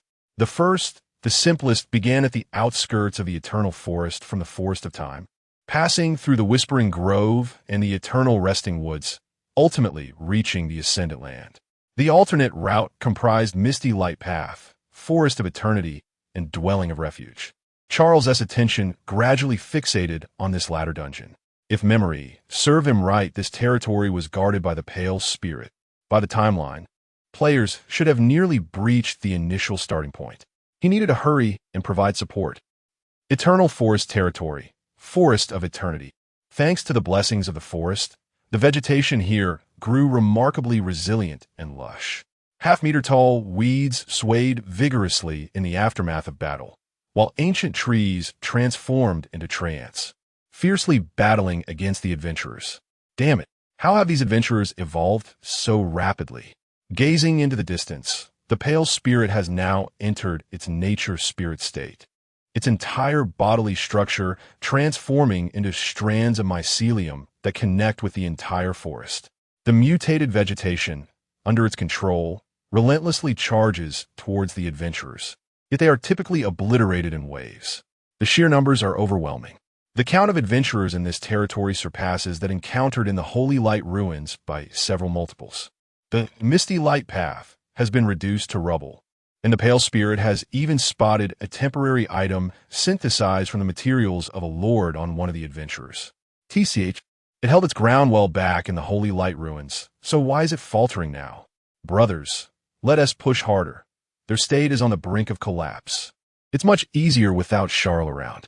Within the team voice chat, the players engage in light-hearted banter, feeling quite relaxed and at ease. They are members of the Light of the Abyss Guild, who previously contested the Holy Alice legacy against the Libra Guild in the Holy Light ruins and had crossed paths with this Pale Spirit before, only to be utterly annihilated. Of course, that battle's failure was significantly due to an overpowered necromancer. As for this spirit, it was merely a boss that could be overcome with a bit of effort, hardly worth mentioning. Time flows steadily. Soon, the Pale Spirit's nature spirit state reaches its limit, its form reverting to its normal state, severely weakened and on the brink of death. Just as the group prepares to rush in for the final blow, a dense black fog envelopes the area, swiftly obscuring the entire battlefield. Hiss! I don't recall the Pale Spirit possessing such a move. This skill seems oddly familiar. A gaunt figure emerges slowly from the fog. Standing there, it resembles a shadow submerged in eternal night, its health bar and title flickering beneath the mist, while its deep-set eyes survey the crowd, instilling a chilling dread. The thorn crown, the bone spikes. Damn, it's Charles. Among the crowd, someone quickly identifies the owner of these two pieces of equipment. ISNT, this guy, supposed to be in the burial grounds? How'd he get here? The captain of Light of the Abyss is aware of Charles' arrival in the central area. He had specifically recommended this location to the impoverished gathering of the Lion's Roar when choosing their route, to prevent any reinforcements from the enemy. He even selected a path farther from the burial grounds. Yet they still face such adversity. Damn it, this is simply too much. Brothers, let us take him down. I refuse to believe that after all this time, we cannot overcome him. Players possess a competitive spirit, especially among the top guild members. Once they conquer this dungeon, the path to transcendence will be merely a step away. They are currently the guild making the fastest progress. They cannot afford to squander such valuable resources. Naturally, Charl welcomes the players' fervor. These are indeed the spoils of war delivered right to our doorstep, serving as a ladder for self-advancement. With a flourish of his staff, hundreds of undead soldiers materialized in an instant, charging towards the players. Time was of the essence, and the mission was crucial. The undead detonated, initiating a direct assault. Accompanied by the release of his specialization, the valiant skeletal comrades once again offered their brief yet impactful existence to Char, resolutely self-destructing. A thunderous explosion echoed, and a powerful shockwave dispersed the mist. In that single moment, 2/3 of the players were obliterated, such as the nobility of area of effect damage. As for the remainder, Char waved his staff once more, summoning the bodies of the players controlled by his necromancy. After the preceding bombardment, those left standing were mere shadows of themselves. Faced with these corpses, their stats equally formidable, there was no opportunity for retaliation. They had become utterly subdued. From a moment they encountered Char to the conclusion of the battle, they had not touched a single hair on his head within merely 5 minutes. The entire guild suffered catastrophic losses, retreating back to the novice village. He approached the pale spirit and said, "Stay put for now. I shall gather some more accolades from elsewhere, provide support to other lords." With that, Char produced a map and promptly set off towards the next route. He intended to eliminate all players involved in this operation to prove his loyalty to the mistress of sorcery. Naturally, the Blood Clan was the exception. Chapter 97. Reunion with an old friend. Farewell to the pale spirit. Charl hurriedly made his way to the next route, commencing from the Forest of Time. At that moment, the players responsible for this offensive route had just vanquished the Lord and were preparing to gather materials before advancing to the next area. Suddenly, they turned around to find Charl appearing within their line of sight. Players. They suspected they were mistaken and rubbed their eyes. That exceedingly lengthy health bar remained unchanged, and even more alarming, the figure had begun to wield his staff. What the hell? It's broad daylight, and we've encountered Ghost. How could Charl be here? The smiles on the players' faces froze in an instant, and in the next moment, the embers of fire erupted from the ground as undead soldiers surged forth from all directions. Faced with the urgency of time, Charl would not hold back any longer. To achieve glory, he had to pursue efficiency. Go forth, my bony companions. Self-detonation. Undead soldiers. Following you, O summoner, is truly a dire experience. Boom. With a resounding explosion, the skeletal friends once again sacrificed their lives. Players, I achieved a remarkable 3-minute record in this encounter with Charl. Come and try your luck. Meanwhile, various routes planned within the Eternal Forest faced obliteration, and the substitutes stationed in the rear were suddenly granted the opportunity to take the field. These guilds were not particularly formidable, situated at a mid-tier level, primarily composed of lesser-skilled players and T2-level participants, all of whom were extremely eager for resources. Now, with the opportunity laid before them, they hesitated. Something is amiss. One misstep leading to a defeat could be acceptable, but how could there be so many consecutive casualties? After a cautious inquiry, the substitute members of the Eternal Forest quickly learned the cause. The necromancer Charl was engaged in a frenzied slaughter of adventurers. Much like the situation in the Holy Light ruins, for reasons unknown, he had suddenly gone berserk, indiscriminately hunting down players, proving to be overwhelmingly powerful and unmanageable, akin to a bulldozer. The group gazed at the Eternal Forest for a long while, inexplicably sensing that this jungle resembled a voracious abyss. No way. If the first string has fallen, how could we, the substitutes, dare to advance? Wouldn't that be akin to delivering ourselves as offerings? After a period of contemplation, they quickly reached a decision. Shift the destination. Since you are rampaging in the Eternal Forest, continue your madness. At worst, we shall seek sustenance elsewhere. The Shadow Realm and Blood Fortress do not have Charl present. After eliminating this batch of players, Charl paused to observe, waiting in silence for quite some time, hearing no further commotion. It was evident that news of his actions had spread, causing the guilds in the Eternal Forest to refrain from approaching. returning to the domain of the forest's eternality.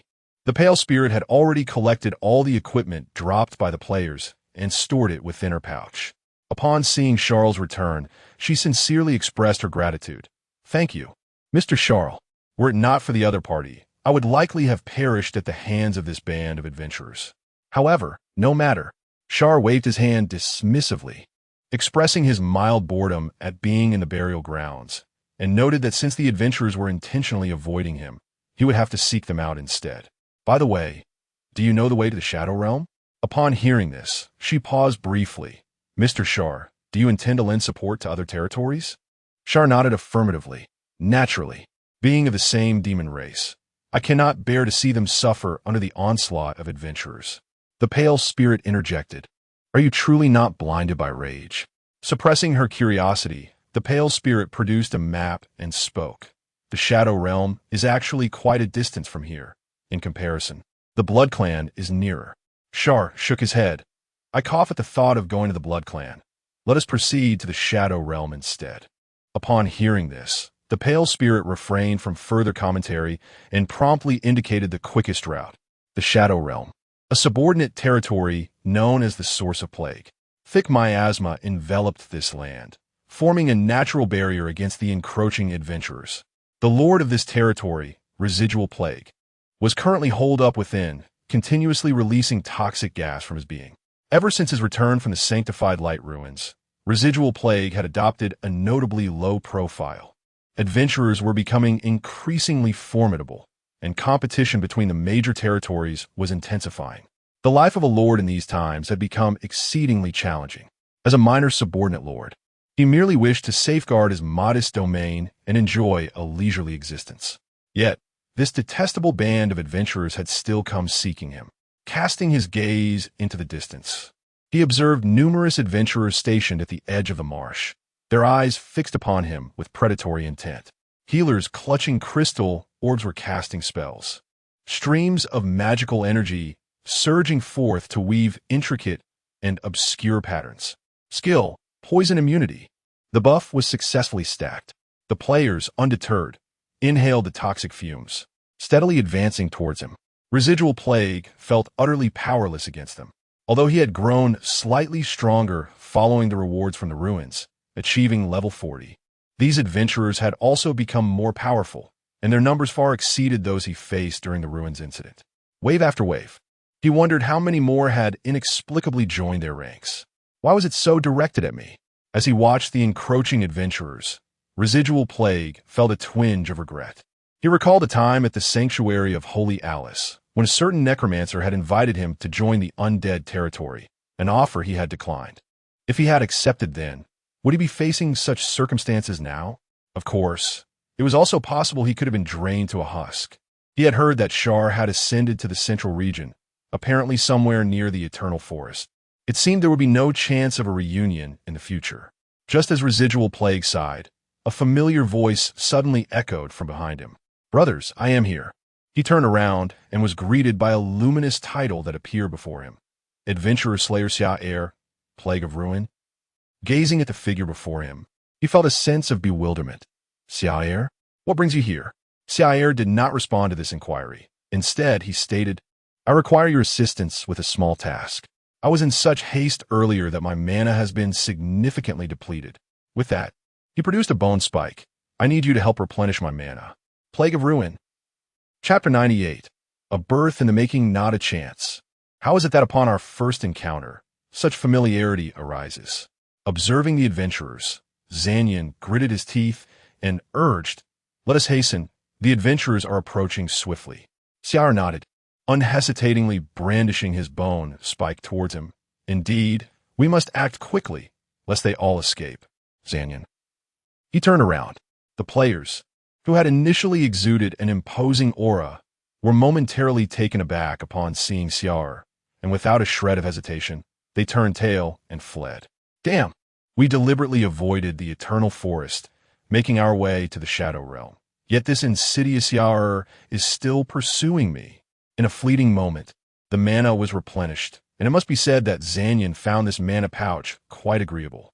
Char waved his staff, and a black mist enveloped from all directions. ensnaring some of the players who had failed to escape. You have slain player, Meow King. You have slain player, Big Black. You have slain player, Claypot Rice. Level has increased to level 45. The system's notification echoed. After dispatching this group of players, Char's long stagnant level experienced a transformation once more. It was perfectly timed. In truth, had Char contemplated retaining another portion of the fleeing players, he could have done so.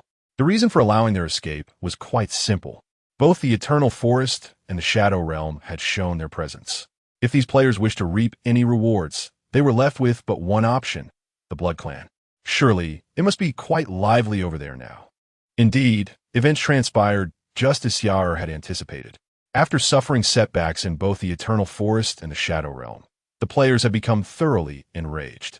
Unable to access these two areas any longer, no matter, there remained the Blood Clan.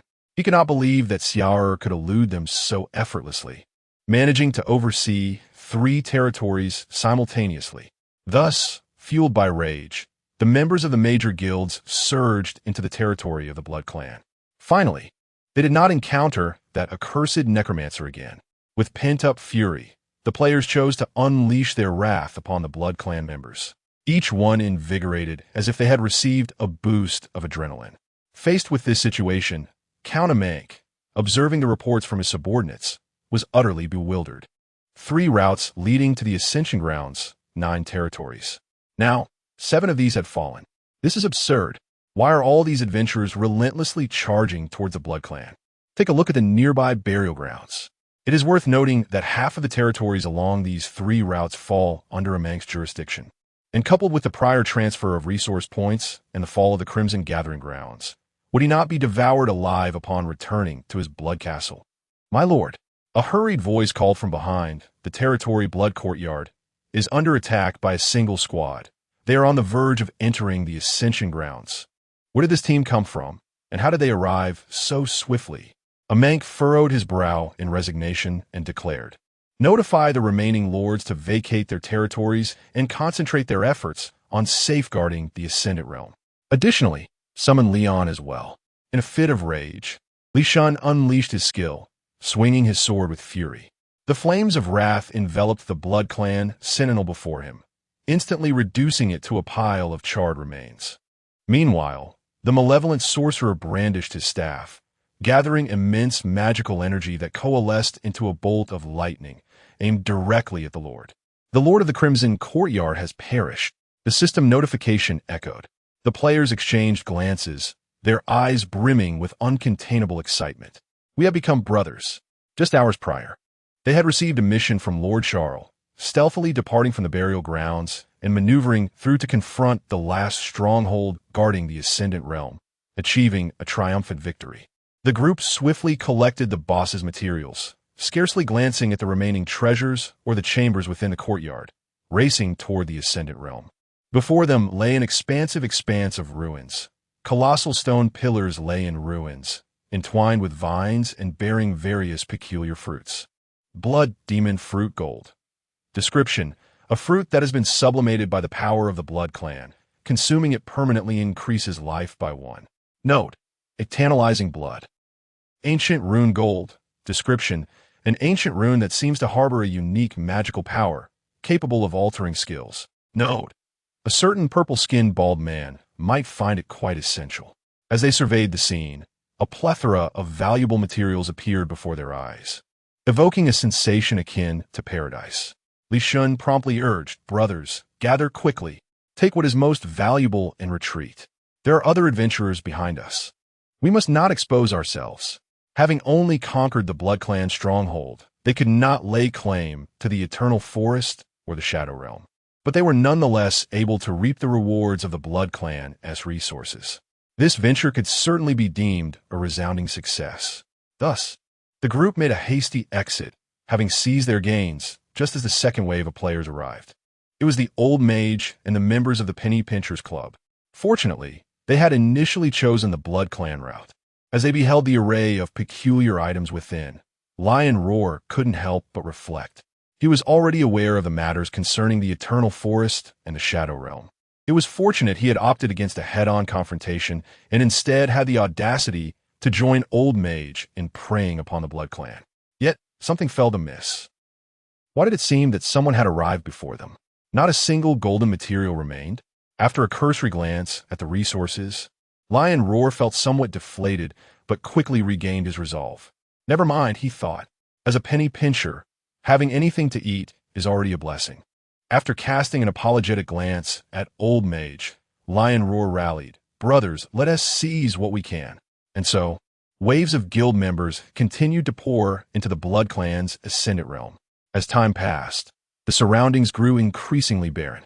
Eventually, disheartened by the lack of anything worthwhile, even the lawns were not spared, as they dug 3 feet into the ground in search of treasure. When Amank and Leon arrived at the sublimation grounds, they were utterly taken aback. The entire territory of the Blood Clan appeared as if it had been ravaged by a swarm of locusts. As far as the eye could see, it was devoid of any remnants. This group of wretches, Amank cursed furiously. Soon, a figure materialized before him. It was the Lich Master, Charles. With a sorrowful expression, Charles said, "My dear Count, I extend my deepest sympathies regarding the plight of the Blood Clan. Please accept my condolences." Amank retorted, "Ah, splendid. Another wretch has arrived." Chapter 99, Priest, Save Me. With the assistance of Char, although the Eternal Forest and the Shadow Realm suffered the loss of several lords, the sanctified lands under their jurisdiction remained unscathed. Only the Blood Clan bore the brunt of the devastation. A few lords arrived at the sanctified lands.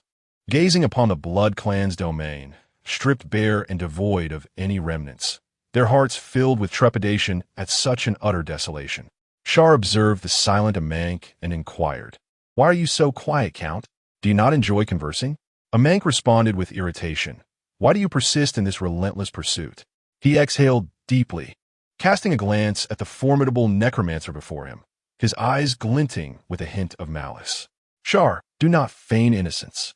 You are merely a lackey in league with the adventurers." Char frowned. "Indeed, I am a lackey, but not of the adventurers. I serve the Lady Sorceress.